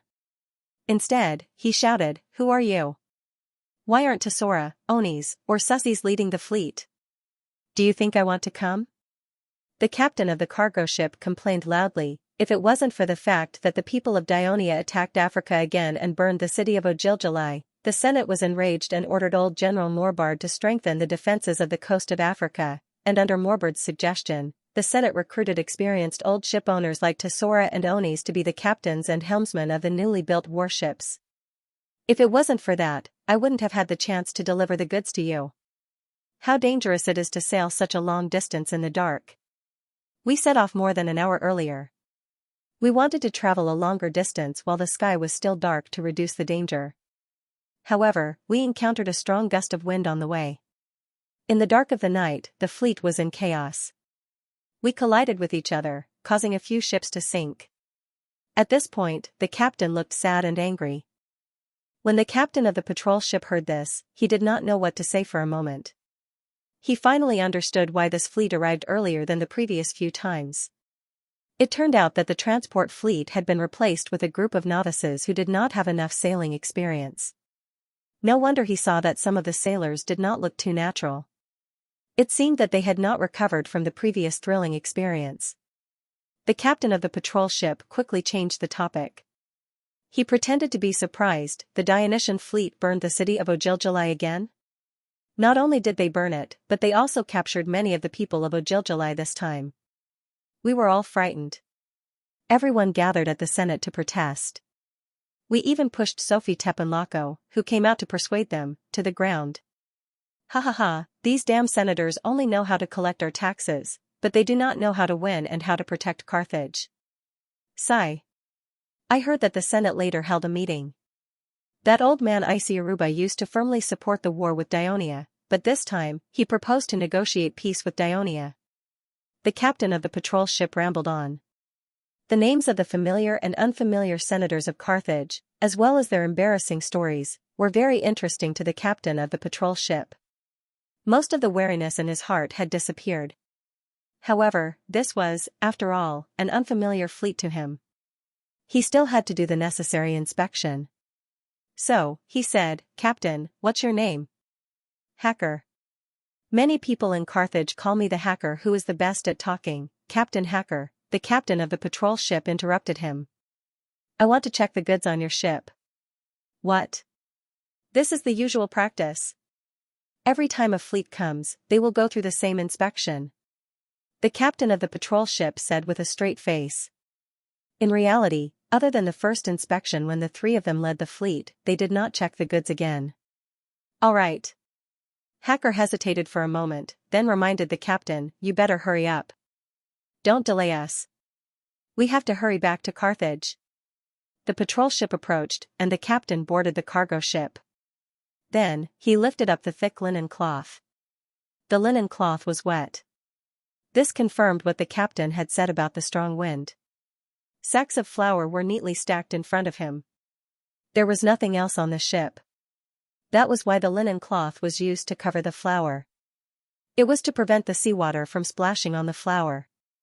Now, it seemed that this batch of flour was in trouble.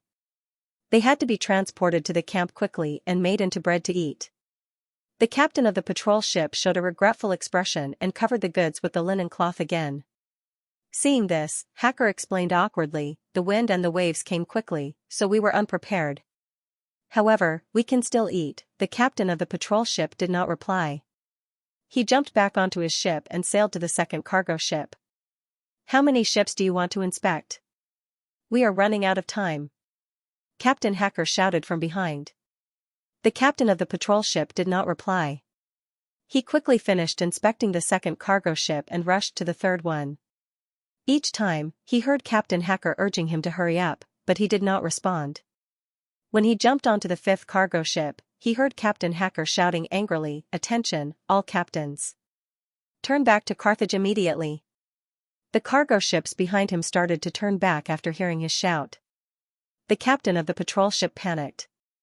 In the past, the management of Lily Port had always respected the Carthage fleet. After all, they sailed in the dark and traveled such a long distance. It was very risky for them to transport the goods to Lily Port. Lily Port had always tried its best to provide them with the greatest convenience. This time, it was only because there were new crew members and it was a time of war. Out of caution, the inspection was so detailed. However, if they really offended these ship owners, they would spread the news back to Carthage. If no more cargo ships were willing to transport goods to Lily Port, Mayor Imazir would not forgive them. The captain of the patrol ship hurriedly jumped back onto his ship and sailed to the leading cargo ship. He told Captain Hacker, "There are no problems with the inspection. We can enter the port now." Only then did Captain Hacker stop the cargo ships from returning to their destination while cursing. After the lighthouse guard received the signal from the captain of the patrol ship to enter the port, he informed the people at the lower level of the lighthouse. They all turned the capstan. The water gate was made up of 3 layers of sea-blocking iron chains, each separated by 5 meters, and each layer was divided into 3 chains, the top, the middle, and the bottom. Each chain was hundreds of meters long, and the total amount of iron consumed was astonishing. But for Carthage, which relied on mining and metal trade to prosper, it was not worth mentioning. Under such heavy obstructions, it was almost impossible for the enemy ships to rush into the port. Hacker looked at the thick iron chains slowly rising in front of him with a complicated expression. The patrol ship entered the port first, and he ordered the cargo ships to follow closely behind. Lilyport's main port was similar to Carthage's. It occupied a long stretch of land that extended into the sea. It looked like a slightly curved wooden stick, and the main part of it was almost parallel to the opposite shore. It was simply a natural breakwater. On the outside of this breakwater, the people of Lily built a 5-meter-high wall and a tower. Together with the height of the breakwater itself, it was more than 10 meters above the sea. At the far end of this breakwater, there was an even taller building. That was the lighthouse. It was 15 meters tall and had a cylindrical shape.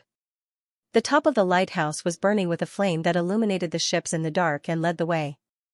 There were also many windows on the lower levels for the light infantry to shoot arrows outside. At the same time, there was a special mechanical device inside the lighthouse that could raise and lower the water gate. Therefore, it was also a multi-purpose fortress. The lighthouse was nearly 300 meters away from the opposite shore. It was a little far, so the people of Lily built an artificial breakwater from the opposite shore. It extended over, and there was also a wall on top of it. Finally, there was a tower, which was more than 100 meters away from the lighthouse. A water gate was built between the two. Since the iron chain that controlled the lifting and lowering of the gate was on the side of the lighthouse, when the gate was opened, ships could only pass through the side near the lighthouse. If they entered the water gate of the port of Carthage, there were many commercial docks on the coast for merchant ships to dock. Of course, the innermost circular military port was protected by walls, so ordinary ships could not enter. However, Lily Bay was first built as a military fortress, so the coast was also built with 5-meter-high walls and spaced towers. Only in the innermost part of this rectangular port were there more than 10 docks, and the distance from the water gate to the docks was about 1 mile. Once an enemy ship broke into the port, the defenders on both sides of the walls and towers would launch rockets, making it impossible for the enemy ship to escape. At this time, the patrol ship led the way in front, and the cargo ships filed in behind. One ship after another, they formed a long line and slowly sailed toward the dock. When they were about to reach the dock, the captain of the patrol ship suddenly heard a dang. Dang! Dang! The bell rang. He was stunned at first, but then he remembered that it was the warning bell from the lighthouse. Enemy invasion? He immediately turned his head and looked back, but he saw that the orderly fleet had become scattered. Some of the cargo ships spread out and rushed to the dock quickly. They were fooled. This fleet was the enemy in disguise. The captain of the patrol ship suddenly understood, and his heart suddenly panicked.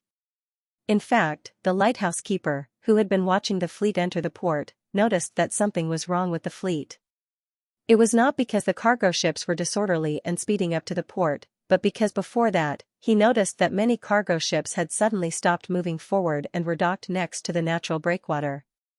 Then, the linen cloth in the middle of the ship was automatically lifted, and many people got out. The goods that were being transported were people. The lighthouse keeper certainly knew that they had been fooled.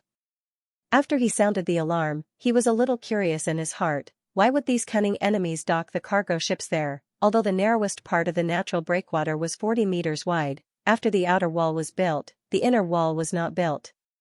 However, the embankment was rebuilt with special bricks, mud, and gravel, making it firm, straight, and steep. Moreover, it was 7 meters high. It was almost impossible to climb to the top of the natural breakwater from the ship. Moreover, other than the city walls, towers, and lighthouses, there was also a small military camp built on the breakwater. There were 100 light infantrymen stationed there to deal with any emergency in time. Although it was already night time and the light infantry in the barracks were already asleep, the alarm bells were ringing. It was believed that they would soon get dressed and rush out of the barracks to provide assistance. However, the lighthouse keeper apparently forgot that there was another building on the natural breakwater in addition to the barracks, a small temple. It was not only a sacred place for the soldiers stationed on the breakwater to pray to God, but every morning when the port opened, the lighthouse keeper would go to the temple to pray for peace. This had become a necessary sacred ritual in the port. Although the temple was small, it combined the characteristics of Carthage and Greek temples. It was a typical temple colonnade, and it was very close to the inner embankment. All the cargo ships in this fleet were from Carthage, which was the rescue fleet that was captured at Palmos last night. However, most of the crew members were from Elenia.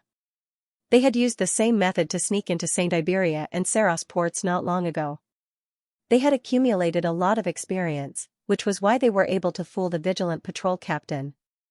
The 7 cargo ships at the front were all carrying materials, while the cargo ships at the back were all carrying the soldiers of the Mountain Reconnaissance Brigade. At this moment, Terentius and his men were standing on the cargo ship that was moving up and down along with the waves. They were swinging the rope in their hands. With the light from the torches lit by the crew members, they looked up at the outline of the temple on the embankment and threw the rope upward. The rope hooks drew an arc in the air and flew toward the temple. Some of the hooks successfully wrapped around the pillars. Terentius and his men immediately grabbed the rope hooks and climbed up the embankment nimbly.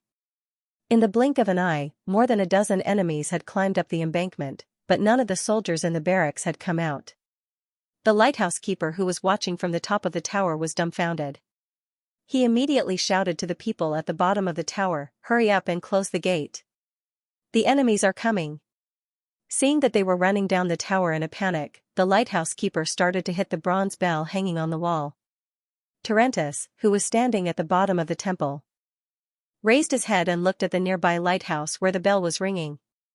He then pointed at his men who were climbing up and shouted, "The 10 of you, follow me, and take the lighthouse. Phokinicus, lead the others and get rid of the enemies in the barracks. Then, we will meet up at the lighthouse." "Yes, Captain," Phokinicus replied loudly. "Follow me." Terentius waved his hand and led the way toward the lighthouse. The 10 soldiers followed closely behind him. When they arrived at the bottom of the lighthouse, the thick door was already closed. Terentius did not panic. He extended his hand behind him and said, "Rope hook." A soldier quickly passed the rope hook that he had prepared to him. He grabbed the end of the rope hook and aimed at the stone window that was shining with light. With a little force, he threw the rope hook in. Then, he pulled back and let the rope hook onto the edge of the window. He then started to climb up. The other soldiers also started to throw rope hooks at the other windows of the lighthouse. While Terentius was climbing up quickly, he suddenly heard a soldier shouting, "Captain, be careful." He saw a figure appear at the window above him. He instinctively pressed his body against the stone wall and heard a whooshing sound. Then, he felt a burning pain on his back. The enemy's javelin had landed on his back, and the sharp tip of the javelin had sliced through his clothes. The situation was dire. The second javelin would be coming soon. Terentius, who was in midair, would not be able to avoid it. His desire to live made him unleash a great amount of strength. He pushed against the stone wall with both feet and quickly pulled on the rope. He climbed up at a speed that was a few times faster than before. When he got close to the window, the enemy had already taken out the second javelin and was about to throw it at him. He quickly pulled out his short sword and hurriedly stabbed it forward. The enemy could not dodge in time and was slashed on his cheek. He cried out in pain and took a few steps back. Terentius took advantage of this gap and held onto the windowsill with his left hand. With a forceful push, his entire body flipped into the tower. He somersaulted on the ground and stabbed the short sword in his right hand again. It pierced the chest of the enemy. In the blink of an eye, the outcome of the battle was decided. The enemy fell to the ground in shock. He did not seem to want to believe what had happened. Terentius had managed to escape in such a dangerous situation and turn the tables quickly. It could be said that he had unleashed the abilities that he had trained hard for more than 10 years to the extreme. Now that he was out of danger, he felt his hands turn numb. He thought about how he had almost gone to the underworld prison and broke out in cold sweat. However, he did not have the time to rest. Instead, he grabbed his short sword and charged at the other enemies. Usually, at night, there would only be one lighthouse guard on duty in the lighthouse at Lily Port. During this period of time, there were a few more guards in order to open the water gate so that the Carthage fleet could enter and leave. There were no soldiers in the lighthouse. However, for the sake of defense, the designers of the city did not build stone stairs to go up and down the city wall. Instead, they merged the end of the city wall with the lighthouse. This way, the soldiers in the military camp had to go through the lighthouse if they wanted to go up the city wall. At night, the patrolling soldiers on the city wall could also enter the lighthouse directly. Fortunately, there were only 5 soldiers in Lily Port. How could they be a match for the ferocious mountain scouts? They were quickly killed by the mountain scouts and the others were captured. However, one of the 10 soldiers who attacked the lighthouse was stabbed by a javelin and was on the verge of death. Terentius led the soldiers and the captives to the lower level of the lighthouse. They rushed to a device that looked like a huge millstone and pushed it with all their might. The water gate that was lowered slowly rose again. Then, another soldier rushed to the top of the lighthouse.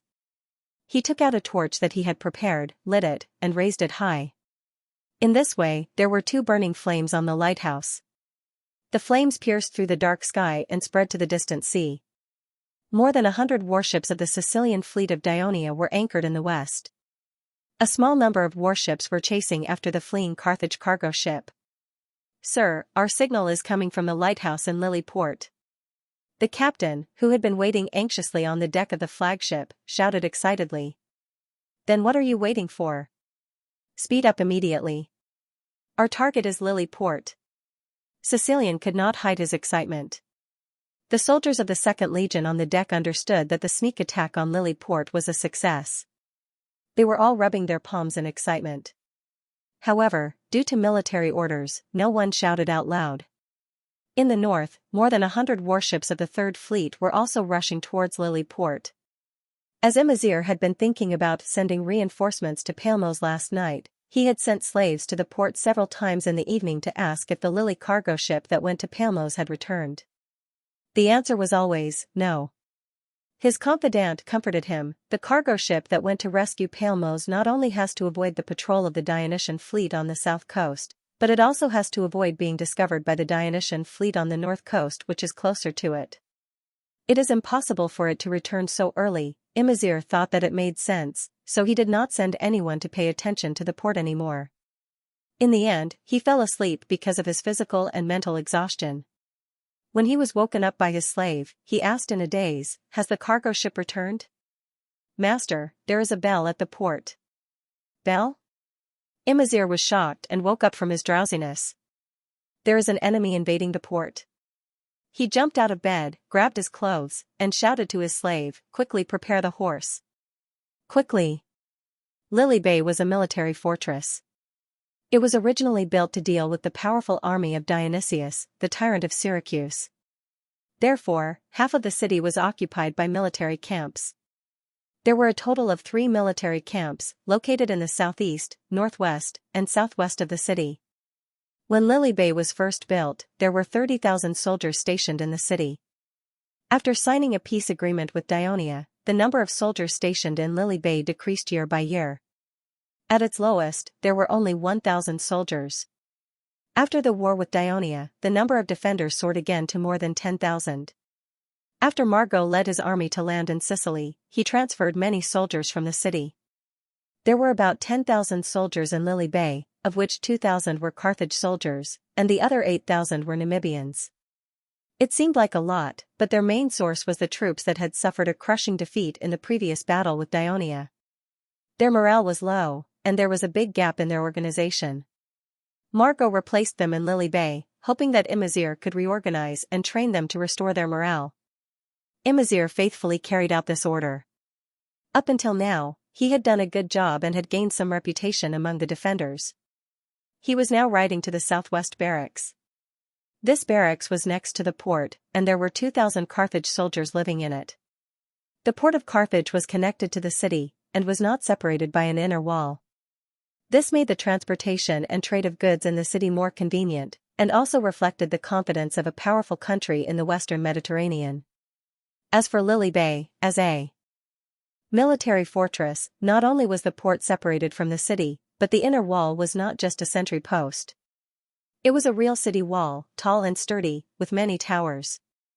It was no different from the outer city wall. By the time Imazir rushed to the barracks, the soldiers in the barracks had already gathered. However, a few young Carthaginian generals ran to the field in a panic. They did not bring their helmets, and their armor was incomplete. Imazir was a little dissatisfied, but he did not reprimand them. Instead, he eagerly asked the team officers in charge of gathering the troops what happened at the port. Just now, the sentries came to report that Dionia had disguised themselves as our Carthage fleet and sneaked into the port. They are attacking the port, but they don't seem to have many people, and they are not wearing armor," said a team officer. Hearing this, Imazir was a little relieved. He ordered the heavy infantry immediately enter the port and destroy the enemy invading the port, the light infantry go to the top of the city wall and attack the enemy and the enemy ships in the port.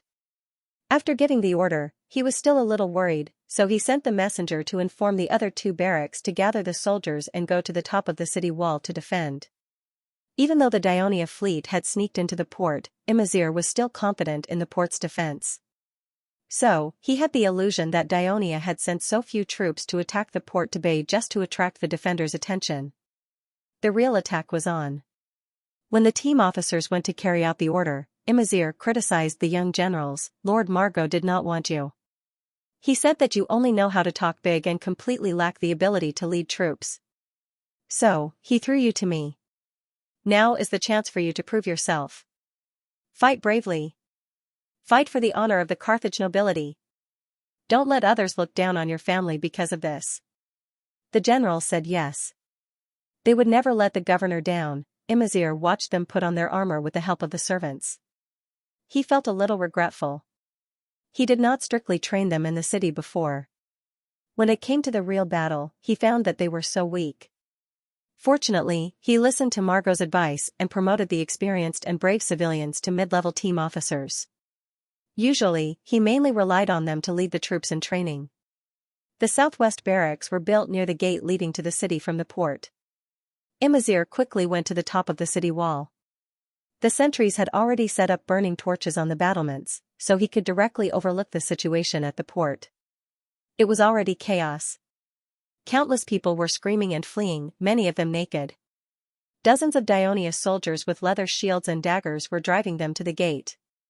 There were already many people gathered under the city wall. They were desperately knocking on the gate, loudly begging the guards to open the gate and let them in. On the pier, there were dozens of Dionia soldiers escorting some people, forcing them to board the docked cargo ships. "Sir, there are too many people in front of the gate. If we open the gate now, they will all rush in. The soldiers under the city wall will not be able to stop them. It is very likely that these Dionia people will also rush in together with them," one of the team officers said worriedly. A young Carthage general immediately retorted, "What's there to worry about? There are only a few enemies. Even if we let them into the city, they will only be here to die." Imazir, on the other hand, was deep in thought. If the Dionia people rushed into the city with the crowd and fled in the dark, it would not be easy to kill them. Moreover, there were so many people in the port area. Who knew if there were spies from Dionia among them? What if they came to the city to wreak havoc? As a military town, the city of Lily was strictly controlled. In the beginning, only the guards, their families, officials and their families, as well as military support personnel such as blacksmiths, carpenters, and craftsmen could live in the city. During times of peace, due to the prosperity of trade, the nobles of Carthage were allowed to buy land and live in the city. However, there was always a rule that was upheld: other than the army and the residents of Lily, no one else could enter the city without permission. It was precisely because of the strict control of the people entering and leaving the city that the security of the city was very high.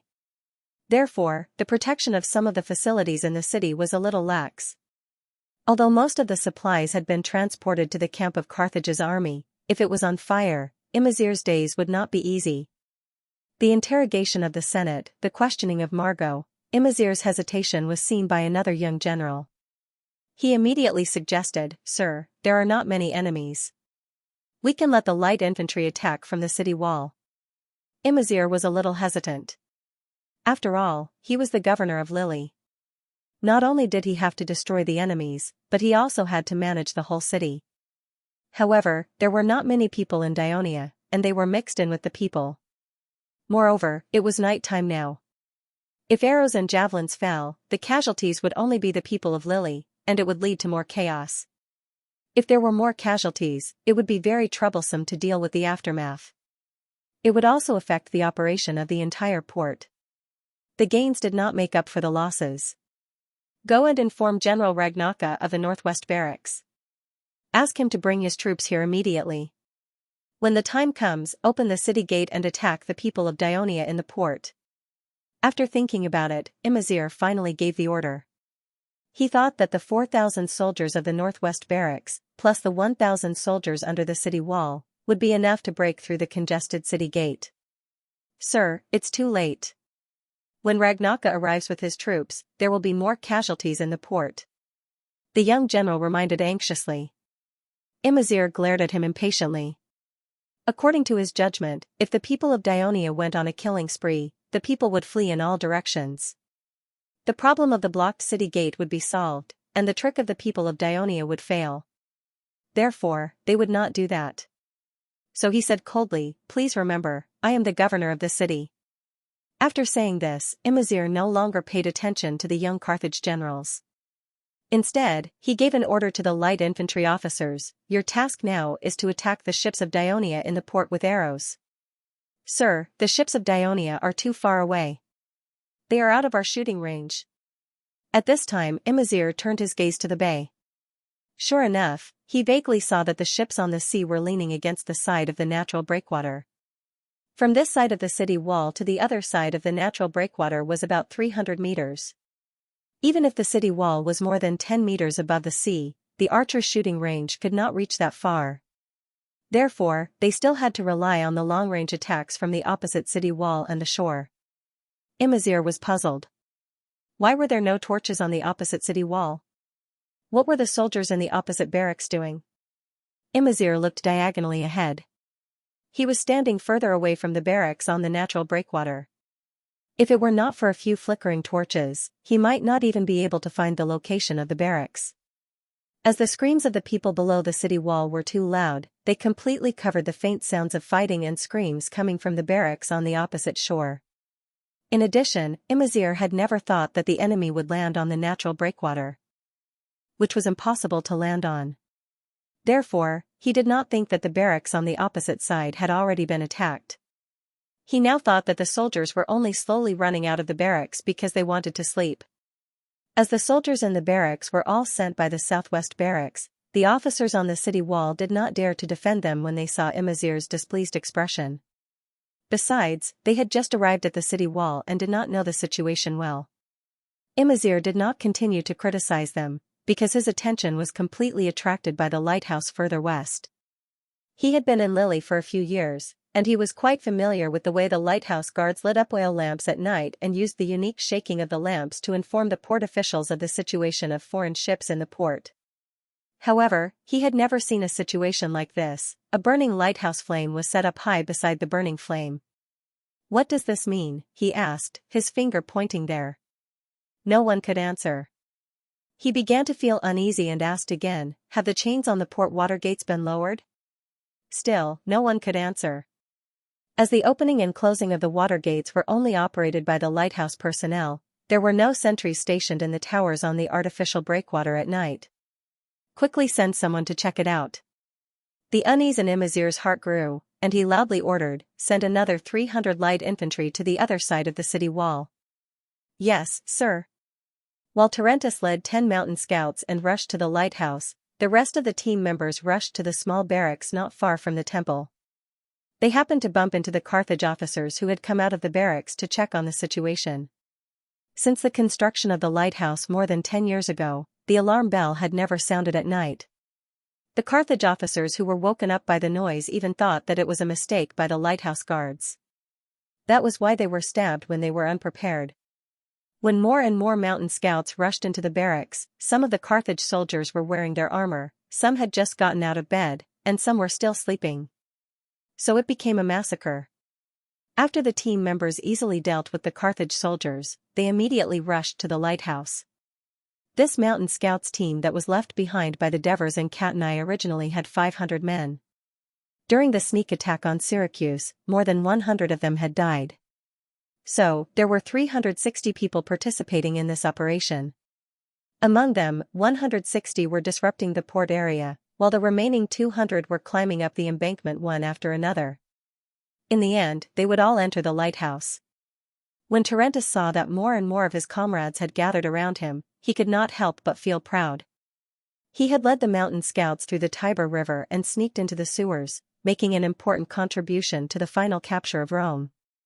During the sneak attack on Caslila, the mountain scouts were the vanguard, and he was the first to capture the top of the city. During the siege of Syracuse, he was the one who led the team to capture the Euryalus fortress, opening the door to victory for the capture of the entire city. Now that they had captured the lighthouse at the port and opened the water gate, they had already completed their mission, but he was not satisfied. "Brothers, follow me to capture the sentry post on the wall in front of us. We will win even more merits." Tarentus raised his arm and shouted. The team members responded in unison. He left 10 team members to guard the lighthouse and led more than 100 team members through the lighthouse and into the walkway on the wall. A group of people sprinted forward along the walkway. Along the way, they bumped into the Carthage light infantry who were rushing towards them. In the darkness of the night, these Carthage soldiers heard the messy footsteps in front of them and thought that the soldiers from the small barracks had already gone up the city wall. They were not prepared until they bumped into each other and realized that it was the enemy. Other than bows, javelins, and daggers, these Carthaginian light infantrymen had no other weapons. How could they be a match for the mountain scouts who were armed with leather shields and daggers? They were quickly defeated. On the way back, they shouted in terror, "The enemy is attacking the city." The Daionia army had arrived. As the defeated soldiers approached the gate of the tower, their shouts could be heard clearly by Imazir. He panicked, because this meant that the Daionia had occupied the natural breakwater and the lighthouse. They could then control the water gates and allow the Daionia warships to enter the port. Allow the Dionysian army to land at the port. Imazir did not have time to think about how the Daionia army occupied the lighthouse. He was thinking that the Daionia fleet and army would probably attack soon. As he did not have much combat experience, it was inevitable that he panicked. There was only one thought in his mind: do not let the Daionia army enter the city, so he shouted nervously, "Hurry up and close the gate of the tower. Do not let the Daionia army in. The gate of the port is not to be opened without my order. Hurry up and close it." When the Carthage built the port of Lalibo, they were more thoughtful. The natural breakwater was connected to the land by a wall. Only the city wall could pass through the middle. They also built a tower on both sides of the city wall. Therefore, the only way to enter the natural breakwater was through the walkway on the city wall. These 2 towers were the tallest of all the towers in Lalibo. They were 4 meters higher than the city wall. Moreover, the Carthage also built a gate with the walkway as the bottom and the towers on both sides as the door frame. This was not only to control the access of the natural breakwater, but also as a precaution. In fact, at this time, the Carthage soldiers had already stationed themselves in these 2 towers. After hearing the sounds of fighting on the opposite wall, followed by the continuous screams, the cautious team officer quickly ordered the soldiers to temporarily close the gate of the tower until they had a clear understanding of the situation. When Imazir heard that the gate of the tower was closed, he calmed down a little. He quickly gave another order: "Go inform General Sarkados of the southeast barracks and ask him to dispatch 2,000 soldiers here. Send someone to urge Ragnaka and ask him to quickly bring troops here." After giving these orders, he still felt uneasy. After thinking for a while, he said to his most trusted subordinate in a low voice, "Immediately ride a horse and rush to see Lord Margot. Tell him that the port of Lalibo has been attacked by the Daionia. Hope that he will immediately send troops to rescue us." The Carthage soldiers closed the gate of the tower. No matter how hard the defeated soldiers shouted, they did not respond. Instead, they lit many torches on the tower. Then, they ordered the light infantry to occupy the tower and attack the Dionysius soldiers who were chasing after the Carthage soldiers on the walkway of the city wall in front of them. This time, in order to hide on the cargo ship and to make it easier for them to climb, the mountain scouts did not even wear leather helmets or armor. Other than a leather shield, they did not have any extra protection on them. Moreover, they were gathered on the narrow walkway, which made them the best targets for long-range attacks. After a few rounds of arrows, many of the mountain scouts in front of them were killed or injured. Even Tarentus was shot in the left arm. The pain eliminated Tarentus' fervent fighting spirit. He hurriedly ordered the soldiers to retreat and hold the lighthouse. The Dionysius soldiers retreated, but the Carthage soldiers did not dare to open the gate of the tower for fear of accidents. It was not until the heavy infantry below the city wall arrived that Imazir ordered them to open the gate of the tower. The city wall on the natural breakwater was more than 5 meters tall. They could only go down to the embankment through the lighthouse. If the Carthage soldiers wanted to recapture the lighthouse, they could only go through the walkway of the city wall. This would not be able to make full use of their advantage in numbers. Although there was no gate connecting the lighthouse to the city wall, the lighthouse was more than twice the height of the city wall. Therefore, Tarentus ordered a portion of his soldiers to block the entrance of the city wall while the other portion went to the small barracks to retrieve the javelins and bows that the enemy had stored. Then, they went to the stone windows on the upper level of the tower to attack the Carthage infantry who were attacking from below. This would reduce the impact of the Carthage heavy infantry on the entrance of the lighthouse. Tarentus was now regretting his decision. The Carthage soldiers of Lily were not like Casrella and Syracuse. Their reaction to an ambush at night was faster.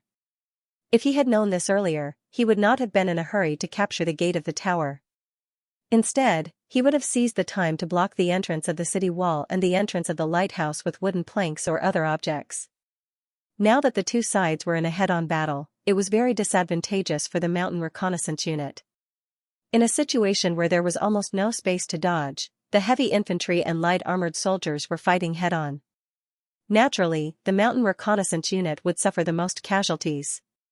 However, even if the casualties continued to increase, the mountain reconnaissance unit could not retreat even a step. Otherwise, if the Carthage soldiers were to charge into the lighthouse, the consequences would be unimaginable. Therefore, at the entrance of the lighthouse and the city wall, one of the mountain reconnaissance unit could only take the place of another and hold on with all their might. Imazir was also very anxious. This was because the soldiers who had rushed to the tower of the artificial breakwater quickly sent someone back to report that there were many warships approaching the port. The main forces of the Dionysius soldiers were rushing over. Imazir was extremely anxious.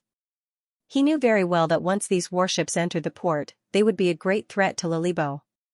So he issued a death order to Ragnaka, who had already rushed to the city wall. He must retake the lighthouse as soon as possible and close the water gate. Despite the constant shouting and chaos in the port area, both sides actually focused the battle on the fight for the lighthouse. Ragnaka received the order, but he did not immediately send the 5,000 soldiers he led into the attack on the lighthouse. Because the Carthage soldiers who had attacked before had already formed a long line on the walkway of the natural breakwater wall. No matter how many soldiers were sent in, they would not be a threat to the enemies in the lighthouse. So he quickly ordered his men to find ropes to hang down from the wall so that the soldiers could go down to the embankment. On one hand, they could attack the lighthouse from below, and on the other hand, they could prevent the Dionysius soldiers from continuing to land on the embankment. As the Sicilian fleet cruised the western waters every day, every warship was more familiar with the sea conditions near Lilibo.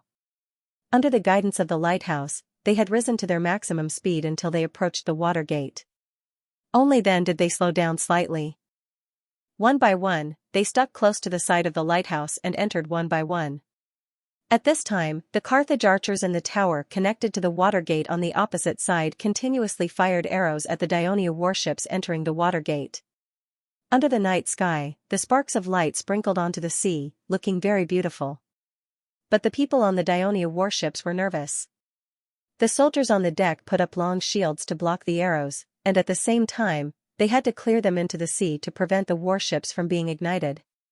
The sailors in the cabin once again sped up the oars to get the warships out of the range of the arrows. According to the original plan, the first warship to enter the port should go as far in as possible, stick the warships at the beginning of the natural breakwater, and then line up in turn so that the soldiers of the Legion could land on the embankment together. The ship of Stephacas, the commander of the B squadron, would be the navigator. But when he saw the Carthage soldiers fighting fiercely in front of the lighthouse on the city wall, and the lookout also reminded him that the Carthage soldiers on the city wall ahead were hanging down ropes, he immediately realized the urgency of time and immediately pulled the ship to the embankment. He turned the drawbridge at the bow, and the 12-meter-long wooden bridge was easily placed on the embankment.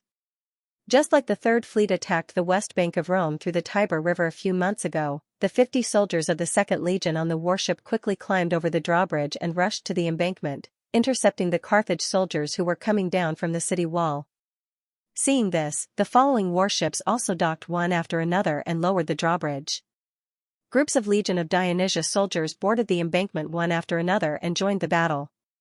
There were also warships that bypassed Stephacas's ship and landed on the embankment further ahead, attempting to surround the enemy from the rear. In just a few minutes, hundreds of Dionysius soldiers appeared on the natural breakwater, and behind them, many warships were approaching the embankment one after another. There were only a few dozen Carthage soldiers who slowly descended the city by ropes, and they were still surrounded. Ragnaka, who saw this scene from the city wall, was shocked. He realized that he could not stop the Dionysius soldiers from landing on the embankment, so he immediately stopped the soldiers from continuing to descend the city and decided to first defend this section of the city wall at the natural breakwater. Then, with the help of the fire on the city wall, he saw that the Dionysius soldiers who came up later formed a loose formation along the city wall in front of the lighthouse, and then each of them made a throwing motion. Countless javelins flew up to the top of the city wall, followed by screams. Only then did Ragnaka recall in panic that the Dionysia heavy infantry could throw javelins. He had to change his mind again and ordered the troops to quickly retreat from this section of the city wall and concentrate on defending the entrance of the natural breakwater, the Tower Gate. With Carthage's men retreating, the mountain scouts who were struggling to hold on finally breathed a sigh of relief. They did not have time to mourn for their dead comrades, but to seize the time to treat their wounded comrades and clean up the corpses in front of the entrance of the lighthouse. Then, they watched as the legionnaires from the bottom of the tower continued to rush up to the top of the city wall. One of the team members held the arrow shaft that was exposed outside his arm tightly, while another member aimed a sharp short sword at the arrow. Tarentus gritted his teeth and nodded at him. A cold light flashed, and the entire arrow shaft was cut off. Tarentus breathed a sigh of relief and gently shook his swollen left hand. Although the tip of the arrow was still in his arm, at least it was not too much of a hindrance to move. Tarentus. Heavy footsteps sounded behind him. When Tarentus turned around and saw who it was, he hurriedly saluted. Commander Matones. Congratulations on making a great contribution to the kingdom again. From now on, our Second Corps will be responsible for the offensive. You and your subordinates stay here and recuperate. The medical battalion will be here soon to treat you, Matones said with a concerned expression as he looked at the arrow wound on his arm. Yes. Tarentus replied respectfully. He thought for a while and reminded, Army Commander Matones, the gate of the towers on the walkway of the city wall in front is more difficult to attack than what the Carthaginian captives have described. The long-range attacks from the towers on both sides are a great threat to the soldiers. Even if it's not easy, we still have to do it. We don't have much time now. Matones said and strode up to the top of the city wall. Tarentus understood what Matones meant. Lalibo was too important to the Carthage army. The Dionysian army's attack would definitely alert the Carthage's military commander, Mago, who was outside Serenus. If they could not take over the city as soon as possible, Carthage's reinforcements would definitely come from Serenus, and the night attack would fail. Thinking of this, Tarentus could not wait any longer. He followed Matones closely, wanting to see the Second Corps conquer the Tower Gate with his own eyes. Ragnaka had just led the Carthaginian soldiers to retreat to the gate of the tower when Imazir rushed over angrily. When he saw Ragnaka, he questioned him, "Why did you retreat after such a short battle? You let the enemy take control of the lighthouse so easily. Ragnaka, you are afraid of battle and abandoned the seawall. If Lalibo fails, aren't you afraid of being interrogated by the Senate and crucified?" Sir, the people of the Maganid family regard honor as their lives. They will never be afraid of death.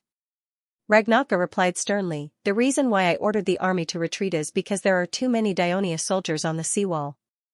It is very disadvantageous for us to fight there. In the short battle just now, we have lost nearly 200 soldiers. If our troops lose too many soldiers on the seawall, will we still have enough troops to defend the entire city? So, it is better to retreat and defend here. No matter how many Dionia ships send, as long as we hold on until tomorrow, when Mago arrives with his army, we will win. Ragnaka's words reminded Imazir. He asked, how many soldiers from Dionia came? Nearly 10,000. Ragnaka tried to say as much as he could. Imazir was shocked. After thinking for a while, he said decisively, I will hand over the command of the entire Lalibo garrison to you. You must resist the attack of Dionia and hold on until Mago arrives with his army. Please rest assured, sir. I will do my best to defend Lalibo. Ragnaka immediately said. As soon as his voice fell, the garrison in the tower of the artificial seawall sent someone over and shouted eagerly, Sir, there is a large number of Dionia warships coming from outside the port. What? Is the Dionia really planning to concentrate their forces to attack Lalibo city from the port? Imazir panicked. Not only him, but the team officers and soldiers around him also felt nervous. Seeing this, Ragnaka smiled confidently and said, the Dionians came by ship, so it's impossible for them to bring along large siege weapons. The port area is narrow, so they won't be able to deploy their troops no matter how many soldiers they bring. Take a good look. We have such tall and strong walls and perfect defense facilities. Not to mention holding on for a day, even if we hold on for a month, it will be difficult for them to break into the city from the port. Moreover, it is a good thing that the Dionia are attacking from the port. We all know that Mago has been trying to fight a decisive battle with the Dionia, but the Dionia have been hiding in the city and camp, avoiding the battle. Now that they are finally here, it gives Mago the opportunity to lead the army to annihilate them, and it also gives us the opportunity to make contributions. This battle may decide the victory of our Carthage in Sicily. Ragnaka's words inspired the confidence of the people around him, and it also made Imazir feel that his decision just now was not wrong. General, the Dionia are coming. The team officer on the tower shouted. You immediately lead 500 soldiers to carry large rocks and block the entrance of this tower. You lead 4 teams of soldiers to collect a large amount of tar, wood, and stones, and bring them to the tower. You let your archers line up behind the tower door and be ready to shoot at any time. Just as Ragnaka was making detailed arrangements, a unit of the 2nd Legion of Dionia slowly approached the tower door in a tortoiseshell formation on the walkway of the city wall. Countless arrows bypassed the tower door and hit the long shields like raindrops, but they could not damage them at all. On the other hand, the Carthage light infantry on the tower threw javelins hard on the long shields and even splashed sparks in the night. A few javelins penetrated the long shields, accompanied by muffled groans of the legionnaires. But with the support of the Dionia soldiers, they still maintained the integrity of the entire formation. As they approached the tower door and endured another round of javelins, the captain of the Dionia team shouted, "Withdraw the shields and throw to the left." In the blink of an eye, the legionnaires withdrew the long shields in their left hands and threw the javelins that were already in their right hands. Dozens of javelins flew towards the tower on the left. The Carthage light infantry, who were leaning out of the tower to throw the javelins down, were caught off guard and were hit one after another. Screams were heard, and some even fell out of the tower and smashed into the ground of the port. After throwing the javelin at the tower on the left, the Dionians did not even look at the result and quickly threw the second javelin at the tower on the right. At the same time, the Carthaginian light infantry on the tower on the right attacked with javelins at the same time. At such a close distance, it was too late for them to raise their shields to protect themselves. 6 soldiers of the Dionian army were immediately shot and fell. "Raise the shields and retreat," the captain hurriedly ordered. The Dionia soldiers raised their shields while dragging their wounded comrades back. At this time, several Carthage soldiers appeared on the left tower again and threw the clay pots in their hands at the retreating Dionia soldiers. The clay pots broke and liquid splashed everywhere. The faces of the Dionia soldiers changed. "It's tar. Fall back, fall back." Just as the Dionia soldiers were retreating in panic, a few burning torches fell near the clay pots, instantly igniting a wall of fire and burning a few Dionia soldiers who were lagging behind. Martones, who was standing a distance away, saw the attack of the Legion of Dionia and felt a pang in his heart. He shouted, "Inform Tricias, the captain of the 2nd Legion of Light Infantry, immediately and ask him to lead the archers to the corner of the wall and attack the enemies on the 2 towers. Also, bring the Blackwood up here quickly." "Legion Commander, the soldiers have already brought the Blackwood into the lighthouse, but the stairs are too narrow, it's a little difficult to bring it up." "They're trying to figure out a way," the adjutant explained. "I don't care what they're going to do, I want them as soon as possible. Listen carefully, bring the Blackwood up to the top of the wall as soon as possible. If there's any delay, don't blame us for punishing you." Martones roared anxiously. "I'll inform them right now." The adjutant also felt the urgency of the situation and turned to run into the tower, but was stopped by Martones again. "You also have to inform the engineering camp to speed up and assemble the ballistae, then bring them up to the top of the wall. I want to use them to attack the 2 towers." "Yes, sir." The warships of the 3rd Fleet entered the port of Lilibo, and Middle-Aides heaved a sigh of relief. The 3rd Fleet had just arrived in the western waters of Sicily and was not familiar with the sea conditions here. Moreover, there were many islands on the route from Palmos to Lilibo, and they were sailing at night. Middle-Aides was afraid that the warships would hit the rocks and sink, so not only did the entire fleet sail slowly, but every warship was also equipped with veteran sailors from Palmos to guide the way. He could finally rest assured that they could successfully reach the port of Lilibo. Literature Museum Leotychides was also on the flagship of the 3rd Fleet. As he was the one who proposed and planned this night attack to the King of Devers, and he had a better understanding of Lily City through the interrogation of the Carthage captives, Leotychides still appointed Leotychides as the temporary commander of this operation, even though Martones, the 2nd Legion's commander, was more senior than him in the army. As soon as Leotychides entered the port, he kept observing the surrounding environment and compared it with the information revealed by the Carthage captives. The entire bay of the port was surrounded by walls that were more than 10 meters high, and there was a tower about 40 meters between the walls. Under the illumination of the clusters of torches at the top of the wall, Carthage's soldiers could be seen everywhere. If the 2nd Legion had not taken down the natural breakwater, the warships that entered the port would have been attacked by fire arrows from all directions. However, even if they had successfully invaded the port of Lilibe and successfully seized the lighthouse, Leotychides did not think that the Dionysian army would be able to conquer Lilibe within a day.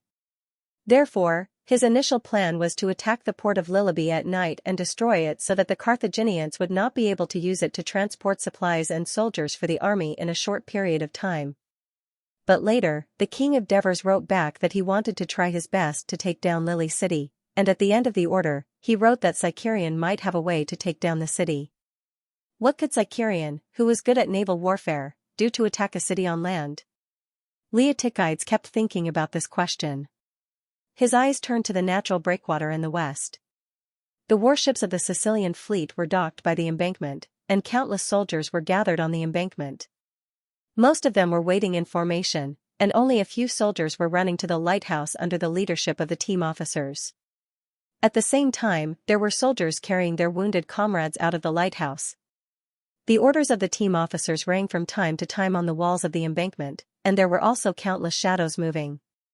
Further ahead, flames rose from the walls, illuminating the arrows flying in the air and the soldiers in black helmets and armors carrying black logs as they prepared to cross the wall of fire. Seeing this, Leotychides could not help but break into a cold sweat. In his opinion, capturing the tower gate was indeed the key to unlocking the defenses of Lily City, but the walkway was too narrow for the troops to spread out. Once Carthage strengthened the defenses there, it would be difficult to take it in a short period of time, unless there was a miracle. Sigh. Time was running out. "Go and ask where Sicerion is," Leotychides said softly to his adjutant, Tagru. Tagru immediately asked several warships of the Sicilian fleet that were passing by. The crew gave the same answer, "Sir, Sicerion is at the port." The members of the Mountain Reconnaissance Brigade didn't understand why they were ordered to capture all the workers at the dock, but at the same time, they had to try their best to not hurt anyone. Despite their doubts, the mountain scouts still carried out the order faithfully. In fact, the task was easy to complete because the laborers were gathered at the port, ready to unload the cargo. When the lighthouse guard rang the alarm, more than a dozen cargo ships at the front were already approaching the pier. The mountain scouts crawled out of the linen and quickly jumped ashore. The laborers gathered at the port were captured before they could figure out what was going on. Under the watch of the 10 Mountain Ridge Scouts, the laborers were escorted to the site of the pier. Then, they saw the Dionians wielding sharp blades and creating chaos in the port area. They were all frightened and did not dare to move a muscle. At this moment, the Dionius soldiers who had been staring at them like fiends suddenly straightened their bodies and beat their left chests with their right fists, shouting, "Sir Sicarian! Brothers, you've worked hard." Following this deep voice, a group of people appeared in front of the laborers. The person in the lead was wearing a black helmet with a purple and red crown and a black breastplate. His sharp eyes slowly swept across the faces of the laborers. The laborers lowered their heads in fear. "Are all the laborers at the port here?" Sicarian asked in a deep voice. "Except for a few who didn't listen to our advice and tried to resist and escape. We stabbed them down," the mountain scouts replied. Sicarian took off his helmet and handed it to his subordinate. Then, he strode toward the laborers. The laborers were so frightened that they lowered their heads even more. Sicarian stopped in front of a thin and weak young laborer. His voice suddenly became hoarse. "Sedonis, raise your head. Look at who I am." When the laborer heard this voice, his body trembled. He subconsciously raised his head, only to see the man in front of him with a hunched back and lowered eyelids. He looked at him with lifeless eyes. "Phocas. You're Phocas. You're still alive. That's great." The young laborer shouted and jumped in joy. He could not help but reach out to grab Sicarian. The soldier who followed Sicarian cautiously blocked his hand. The young laborer immediately woke up from his excitement. He looked at Sicarian and the soldiers around him in surprise. He became anxious again. "Don't worry. They're my saviors." Sicarian straightened his body and spoke to the soldiers beside him. He asked them to stand further away and not worry about his safety. Then, when he turned to the laborers again, the laborers, who had been sneaking curious glances at him, lowered their heads again. He said softly with a sincere expression, "I'm Phocas. I'm also the commander of Dionia's Sicilian fleet, Sicarian. You all know that the storm destroyed Carthage and many of Dionia's warships. I was also blown to the vicinity of Port Lily. If not for your care, I might not have lived until today. You're my saviors." Sicarian's sincere words caused a commotion among the laborers. The young laborer called Sedonis could not help but ask, You're really Sicarian? The Sicarian who's known as the undefeated general of the sea? With so many Dionia soldiers here, would I dare to lie?" Sicarian laughed. "Oh my God, I actually lived with the noble general Sicarian who was favored by Poseidon for a period of time. It's unbelievable." Sedonis became excited again. "General Sicarian, you know that we're not Carthage's people. When you were at this port, we were also friendly with you. You won't let these soldiers hurt us, right?" An older laborer mustered up his courage and asked. "Uncle Argus. General Sicarian is such a good soldier. How would he hurt us?" Sedonis immediately defended him. Sicarian continued with a smile, "Of course I won't hurt you, who have suffered and gone through hardships with me. On the contrary, I'll apply to His Majesty the King to let you join the Kingdom of Dionia. I believe you all know that becoming a citizen of Dionia allows you to obtain land, serve in the military, and obtain public office. It's far better than being bullied by the people of Carthage here. If it weren't for the soldiers of Lilib watching us every day, we would have found a chance to leave this place. Sir Sicarian, we're willing to follow you to Dionia." A laborer immediately responded loudly. The rest of the laborer nodded in agreement. Sicarian was not surprised by the laborer's reaction. Having lived here for some time, he knew that among the laborer, there were Greeks, Greco-Phoenicians, and Numidians. However, there were no pure Phoenicians or Carthage's people. These laborer had no sense of belonging to Carthage.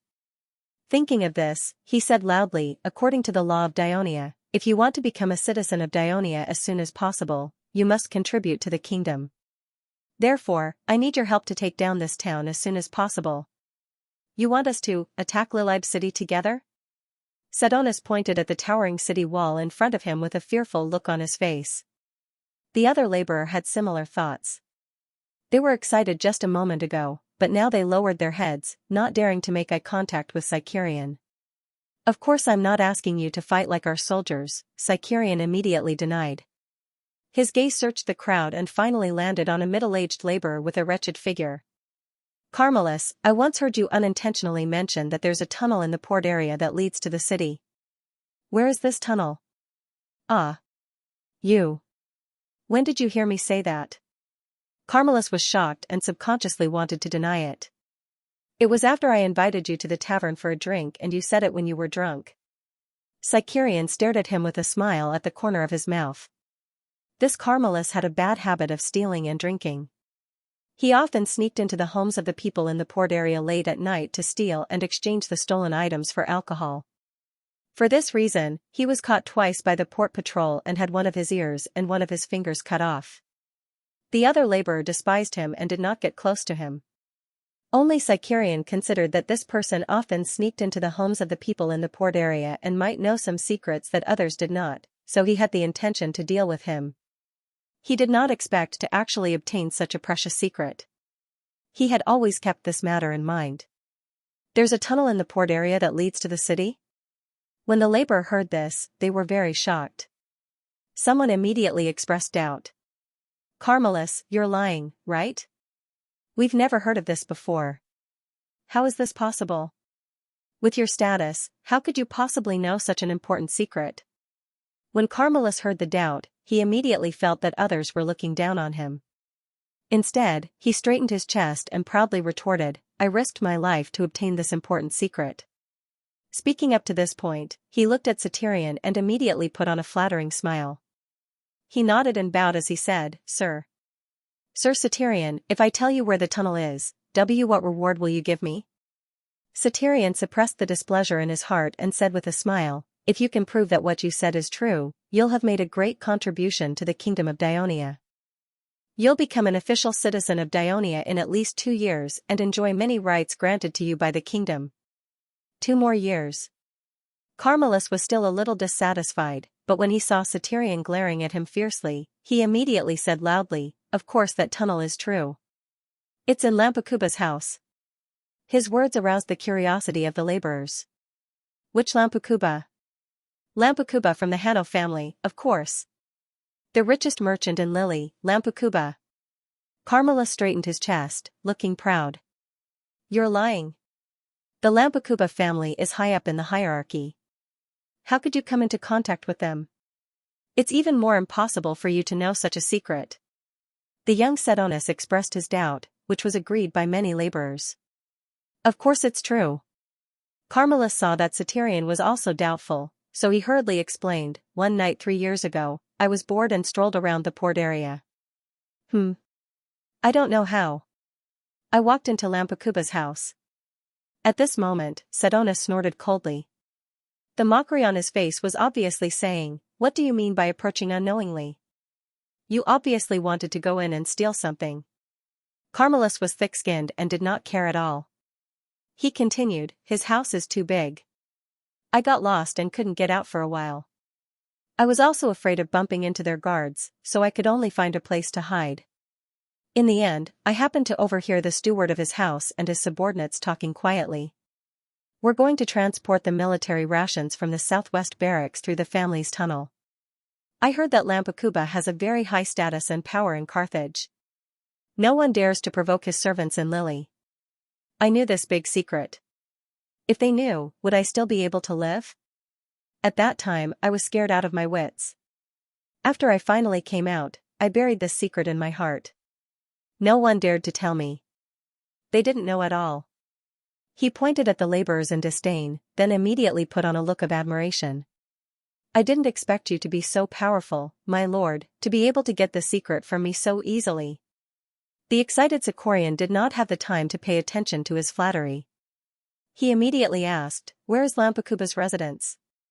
I know, I'll take you there. Many laborers scrambled to answer.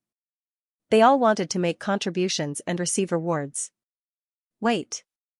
Calmulus shouted, Sir Sicorian, Lampukuba's house is very big. It won't be easy to find the tunnel. We might as well interrogate Lampukuba and his family directly.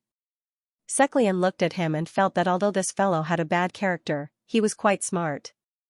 Thus, he turned around and said to the soldiers, Take him and immediately capture Lampukuba for me. Yes. The soldiers replied loudly. They were already unable to contain their excitement. Sir Sicorian's seemingly joking order had actually grasped the key to opening the door to victory. The warships of the Third Fleet docked at the dock one after another. Leotychides alighted from the ship and was about to gather the soldiers of the Eighth Army who had come ashore. However, he saw the soldiers of the Mountain Ridge Reconnaissance Brigade running towards him hurriedly. Sicorian wants me to see him? What's the matter? Leotychides was surprised to hear the words of the team member. General, it's a very important matter regarding the capture of the city. You'll know when you get there. The team member said seriously, but it was difficult to hide the excitement in his tone. He even reminded, it's best to bring fewer people to avoid attracting the attention of the enemy on the city wall. Leotychides' interest was piqued. He asked Tagri to be in charge of gathering the troops, while he brought a team of soldiers from the flagship and followed the Mountain Ridge Reconnaissance Brigade to the port area. Although Lily Bay was an important military town of Carthage in Sicily, it was the only real town directly under Carthage in Sicily. For the past 20 years, the people of Carthage had poured a lot of funds and manpower into it, which also promoted the prosperity of its maritime trade. Therefore, the area of the port area was not small. There were rows upon rows of warehouses, shops, and markets. The streets were flat and straight, and the residences were densely packed but neatly planned. The further they went in, the larger and more luxurious the residences became. However, there was almost no one in such a large place. Most of the people in the port area had been driven to the vicinity of the city gate. Of course, this was not only the credit of the Mountain Ridge Reconnaissance Brigade, but also the contribution of the infantrymen of the Sicilian fleet. After learning that the tunnel was hidden in Lampukuba's house, he sent his men to capture those who knew about it. At the same time, he also quickly sent out 1,000 infantrymen from the Raven warship to chase the civilians away from the port area to prevent the news from leaking. Therefore, Leotychides and the others walked in the empty streets. As there was no light around and it was too dark, they tripped over the dead bodies on the road from time to time. Why aren't we there yet? Where are we going? The captain could not help but ask. Along the way, he tripped twice, his helmet was crooked, and his nose was swollen. It was inevitable that he had a lot of resentment in his heart. At this moment, Leotychides did not stop him. He was still thinking about what the mountain scout had said about attacking Lalibo and did not notice that they were approaching Lalibo city walls. The mountain scout who was leading the way said, "We're almost there. We're almost there." After walking another 10 meters or so, he stopped and pointed at the open door on the side of the road. "We're here. Let's go in. Sir Sicorian is still waiting for you inside." However, Leotychides stopped in his tracks and carefully observed his surroundings. He suddenly realized that the walls of this house were much higher than the walls of the other houses. They were more than 4 meters tall, and although he could not see the material of the door, it was very thick. The people living inside were definitely not ordinary. At this moment, someone came out from inside. "Sir Leotychides, you're finally here. Sir Sicorian has been waiting anxiously for you." This person was the captain of the infantry of the Sicilian fleet. Leotychides had seen him before. Only now did he feel completely at ease. He walked forward and said, "What did Sicorian find out? Why are you being so secretive?" "A tunnel that leads to the city," the captain said excitedly in a low voice. "Sir Sicorian found out about it from the workers at the docks. He specially sent the mountain scouts to capture the people in this house and killed a few captives before he was able to force the information out of them. So this was the method that His Majesty had mentioned." Leotychides' spirit was lifted. He immediately said, "Quick, bring me to have a look. The area of this house should not be small." The captain brought him into the courtyard. They did not walk into the main courtyard, but passed through a side door. There was a tunnel here that was wide enough for a large carriage to pass through. The tunnel stuck to the wall of the courtyard and headed straight east. Leotikides looked at the city wall that was getting closer and closer. He could even hear the deafening shouts coming from the side in front of him. He seemed to have understood something. After walking for tens of meters, tall buildings that looked like warehouses appeared in front of him. The captain pointed at one of the buildings and said, "Sir Sikorian is inside." Leotikides did not enter immediately. He carefully looked around again, then pointed to the left and asked, "Is the gate that leads to the city over there?" The captain did not expect him to ask such a question. He turned to look to the left and said, "Yes, it's over there. There are thousands of people gathered there. The mountain scouts and our fleet's infantry have spent a lot of effort to drive them away, but the effect is obvious. Before you arrived, Carthage's men did not dare to open the gate." Leotikides then turned to look to the right. The flames were still burning on top of the city wall a few hundred meters away. That should be where the gate of the tower was. Leotikides recalled the map of Lily City that he had drawn after interrogating Carthage's men. He could now make a clear judgment that the southwestern military camp of Lily was probably behind the city wall in front of him. Leotikides looked at the twinkling torches on top of the city wall tens of meters away. He subconsciously took off his helmet and used his body to cover the purple and red striped crown.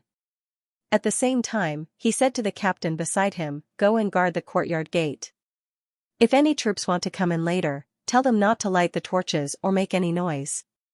They have to advance in a column formation and take off their helmets." After Leotikides' solemn reminder, he followed the captain into the warehouse. There were many things piled up in the warehouse. A dim light flickered in a corner in front. Sikorian and 7 or 8 soldiers stood in a circle. There were also a few soldiers guarding 2 captives. Hearing footsteps, Sikorian turned to look and said proudly, "Persosus, come and see. I brought you a great opportunity to make a great contribution." Leotikides ignored his pride and strode over. The soldiers hurriedly made space for him. What appeared in front of Leotikides was not a pitch-black hole as he had imagined. Instead, it was more like a cellar. There were stone steps, wall lamps, hard ground, stacked stone walls, and iron pillars supporting it. A straight underground tunnel led straight to the pitch-black front. Leotikides stood at the entrance of the tunnel, which was wide enough for 3 adults to walk side by side, and observed for a while. Then, he stepped on the stone steps and went up to the warehouse. The first thing he said was, "Such a tunnel cannot be dug in a short period of time." End of chapter 1009. Don't forget to subscribe, like, and share the video to support the channel.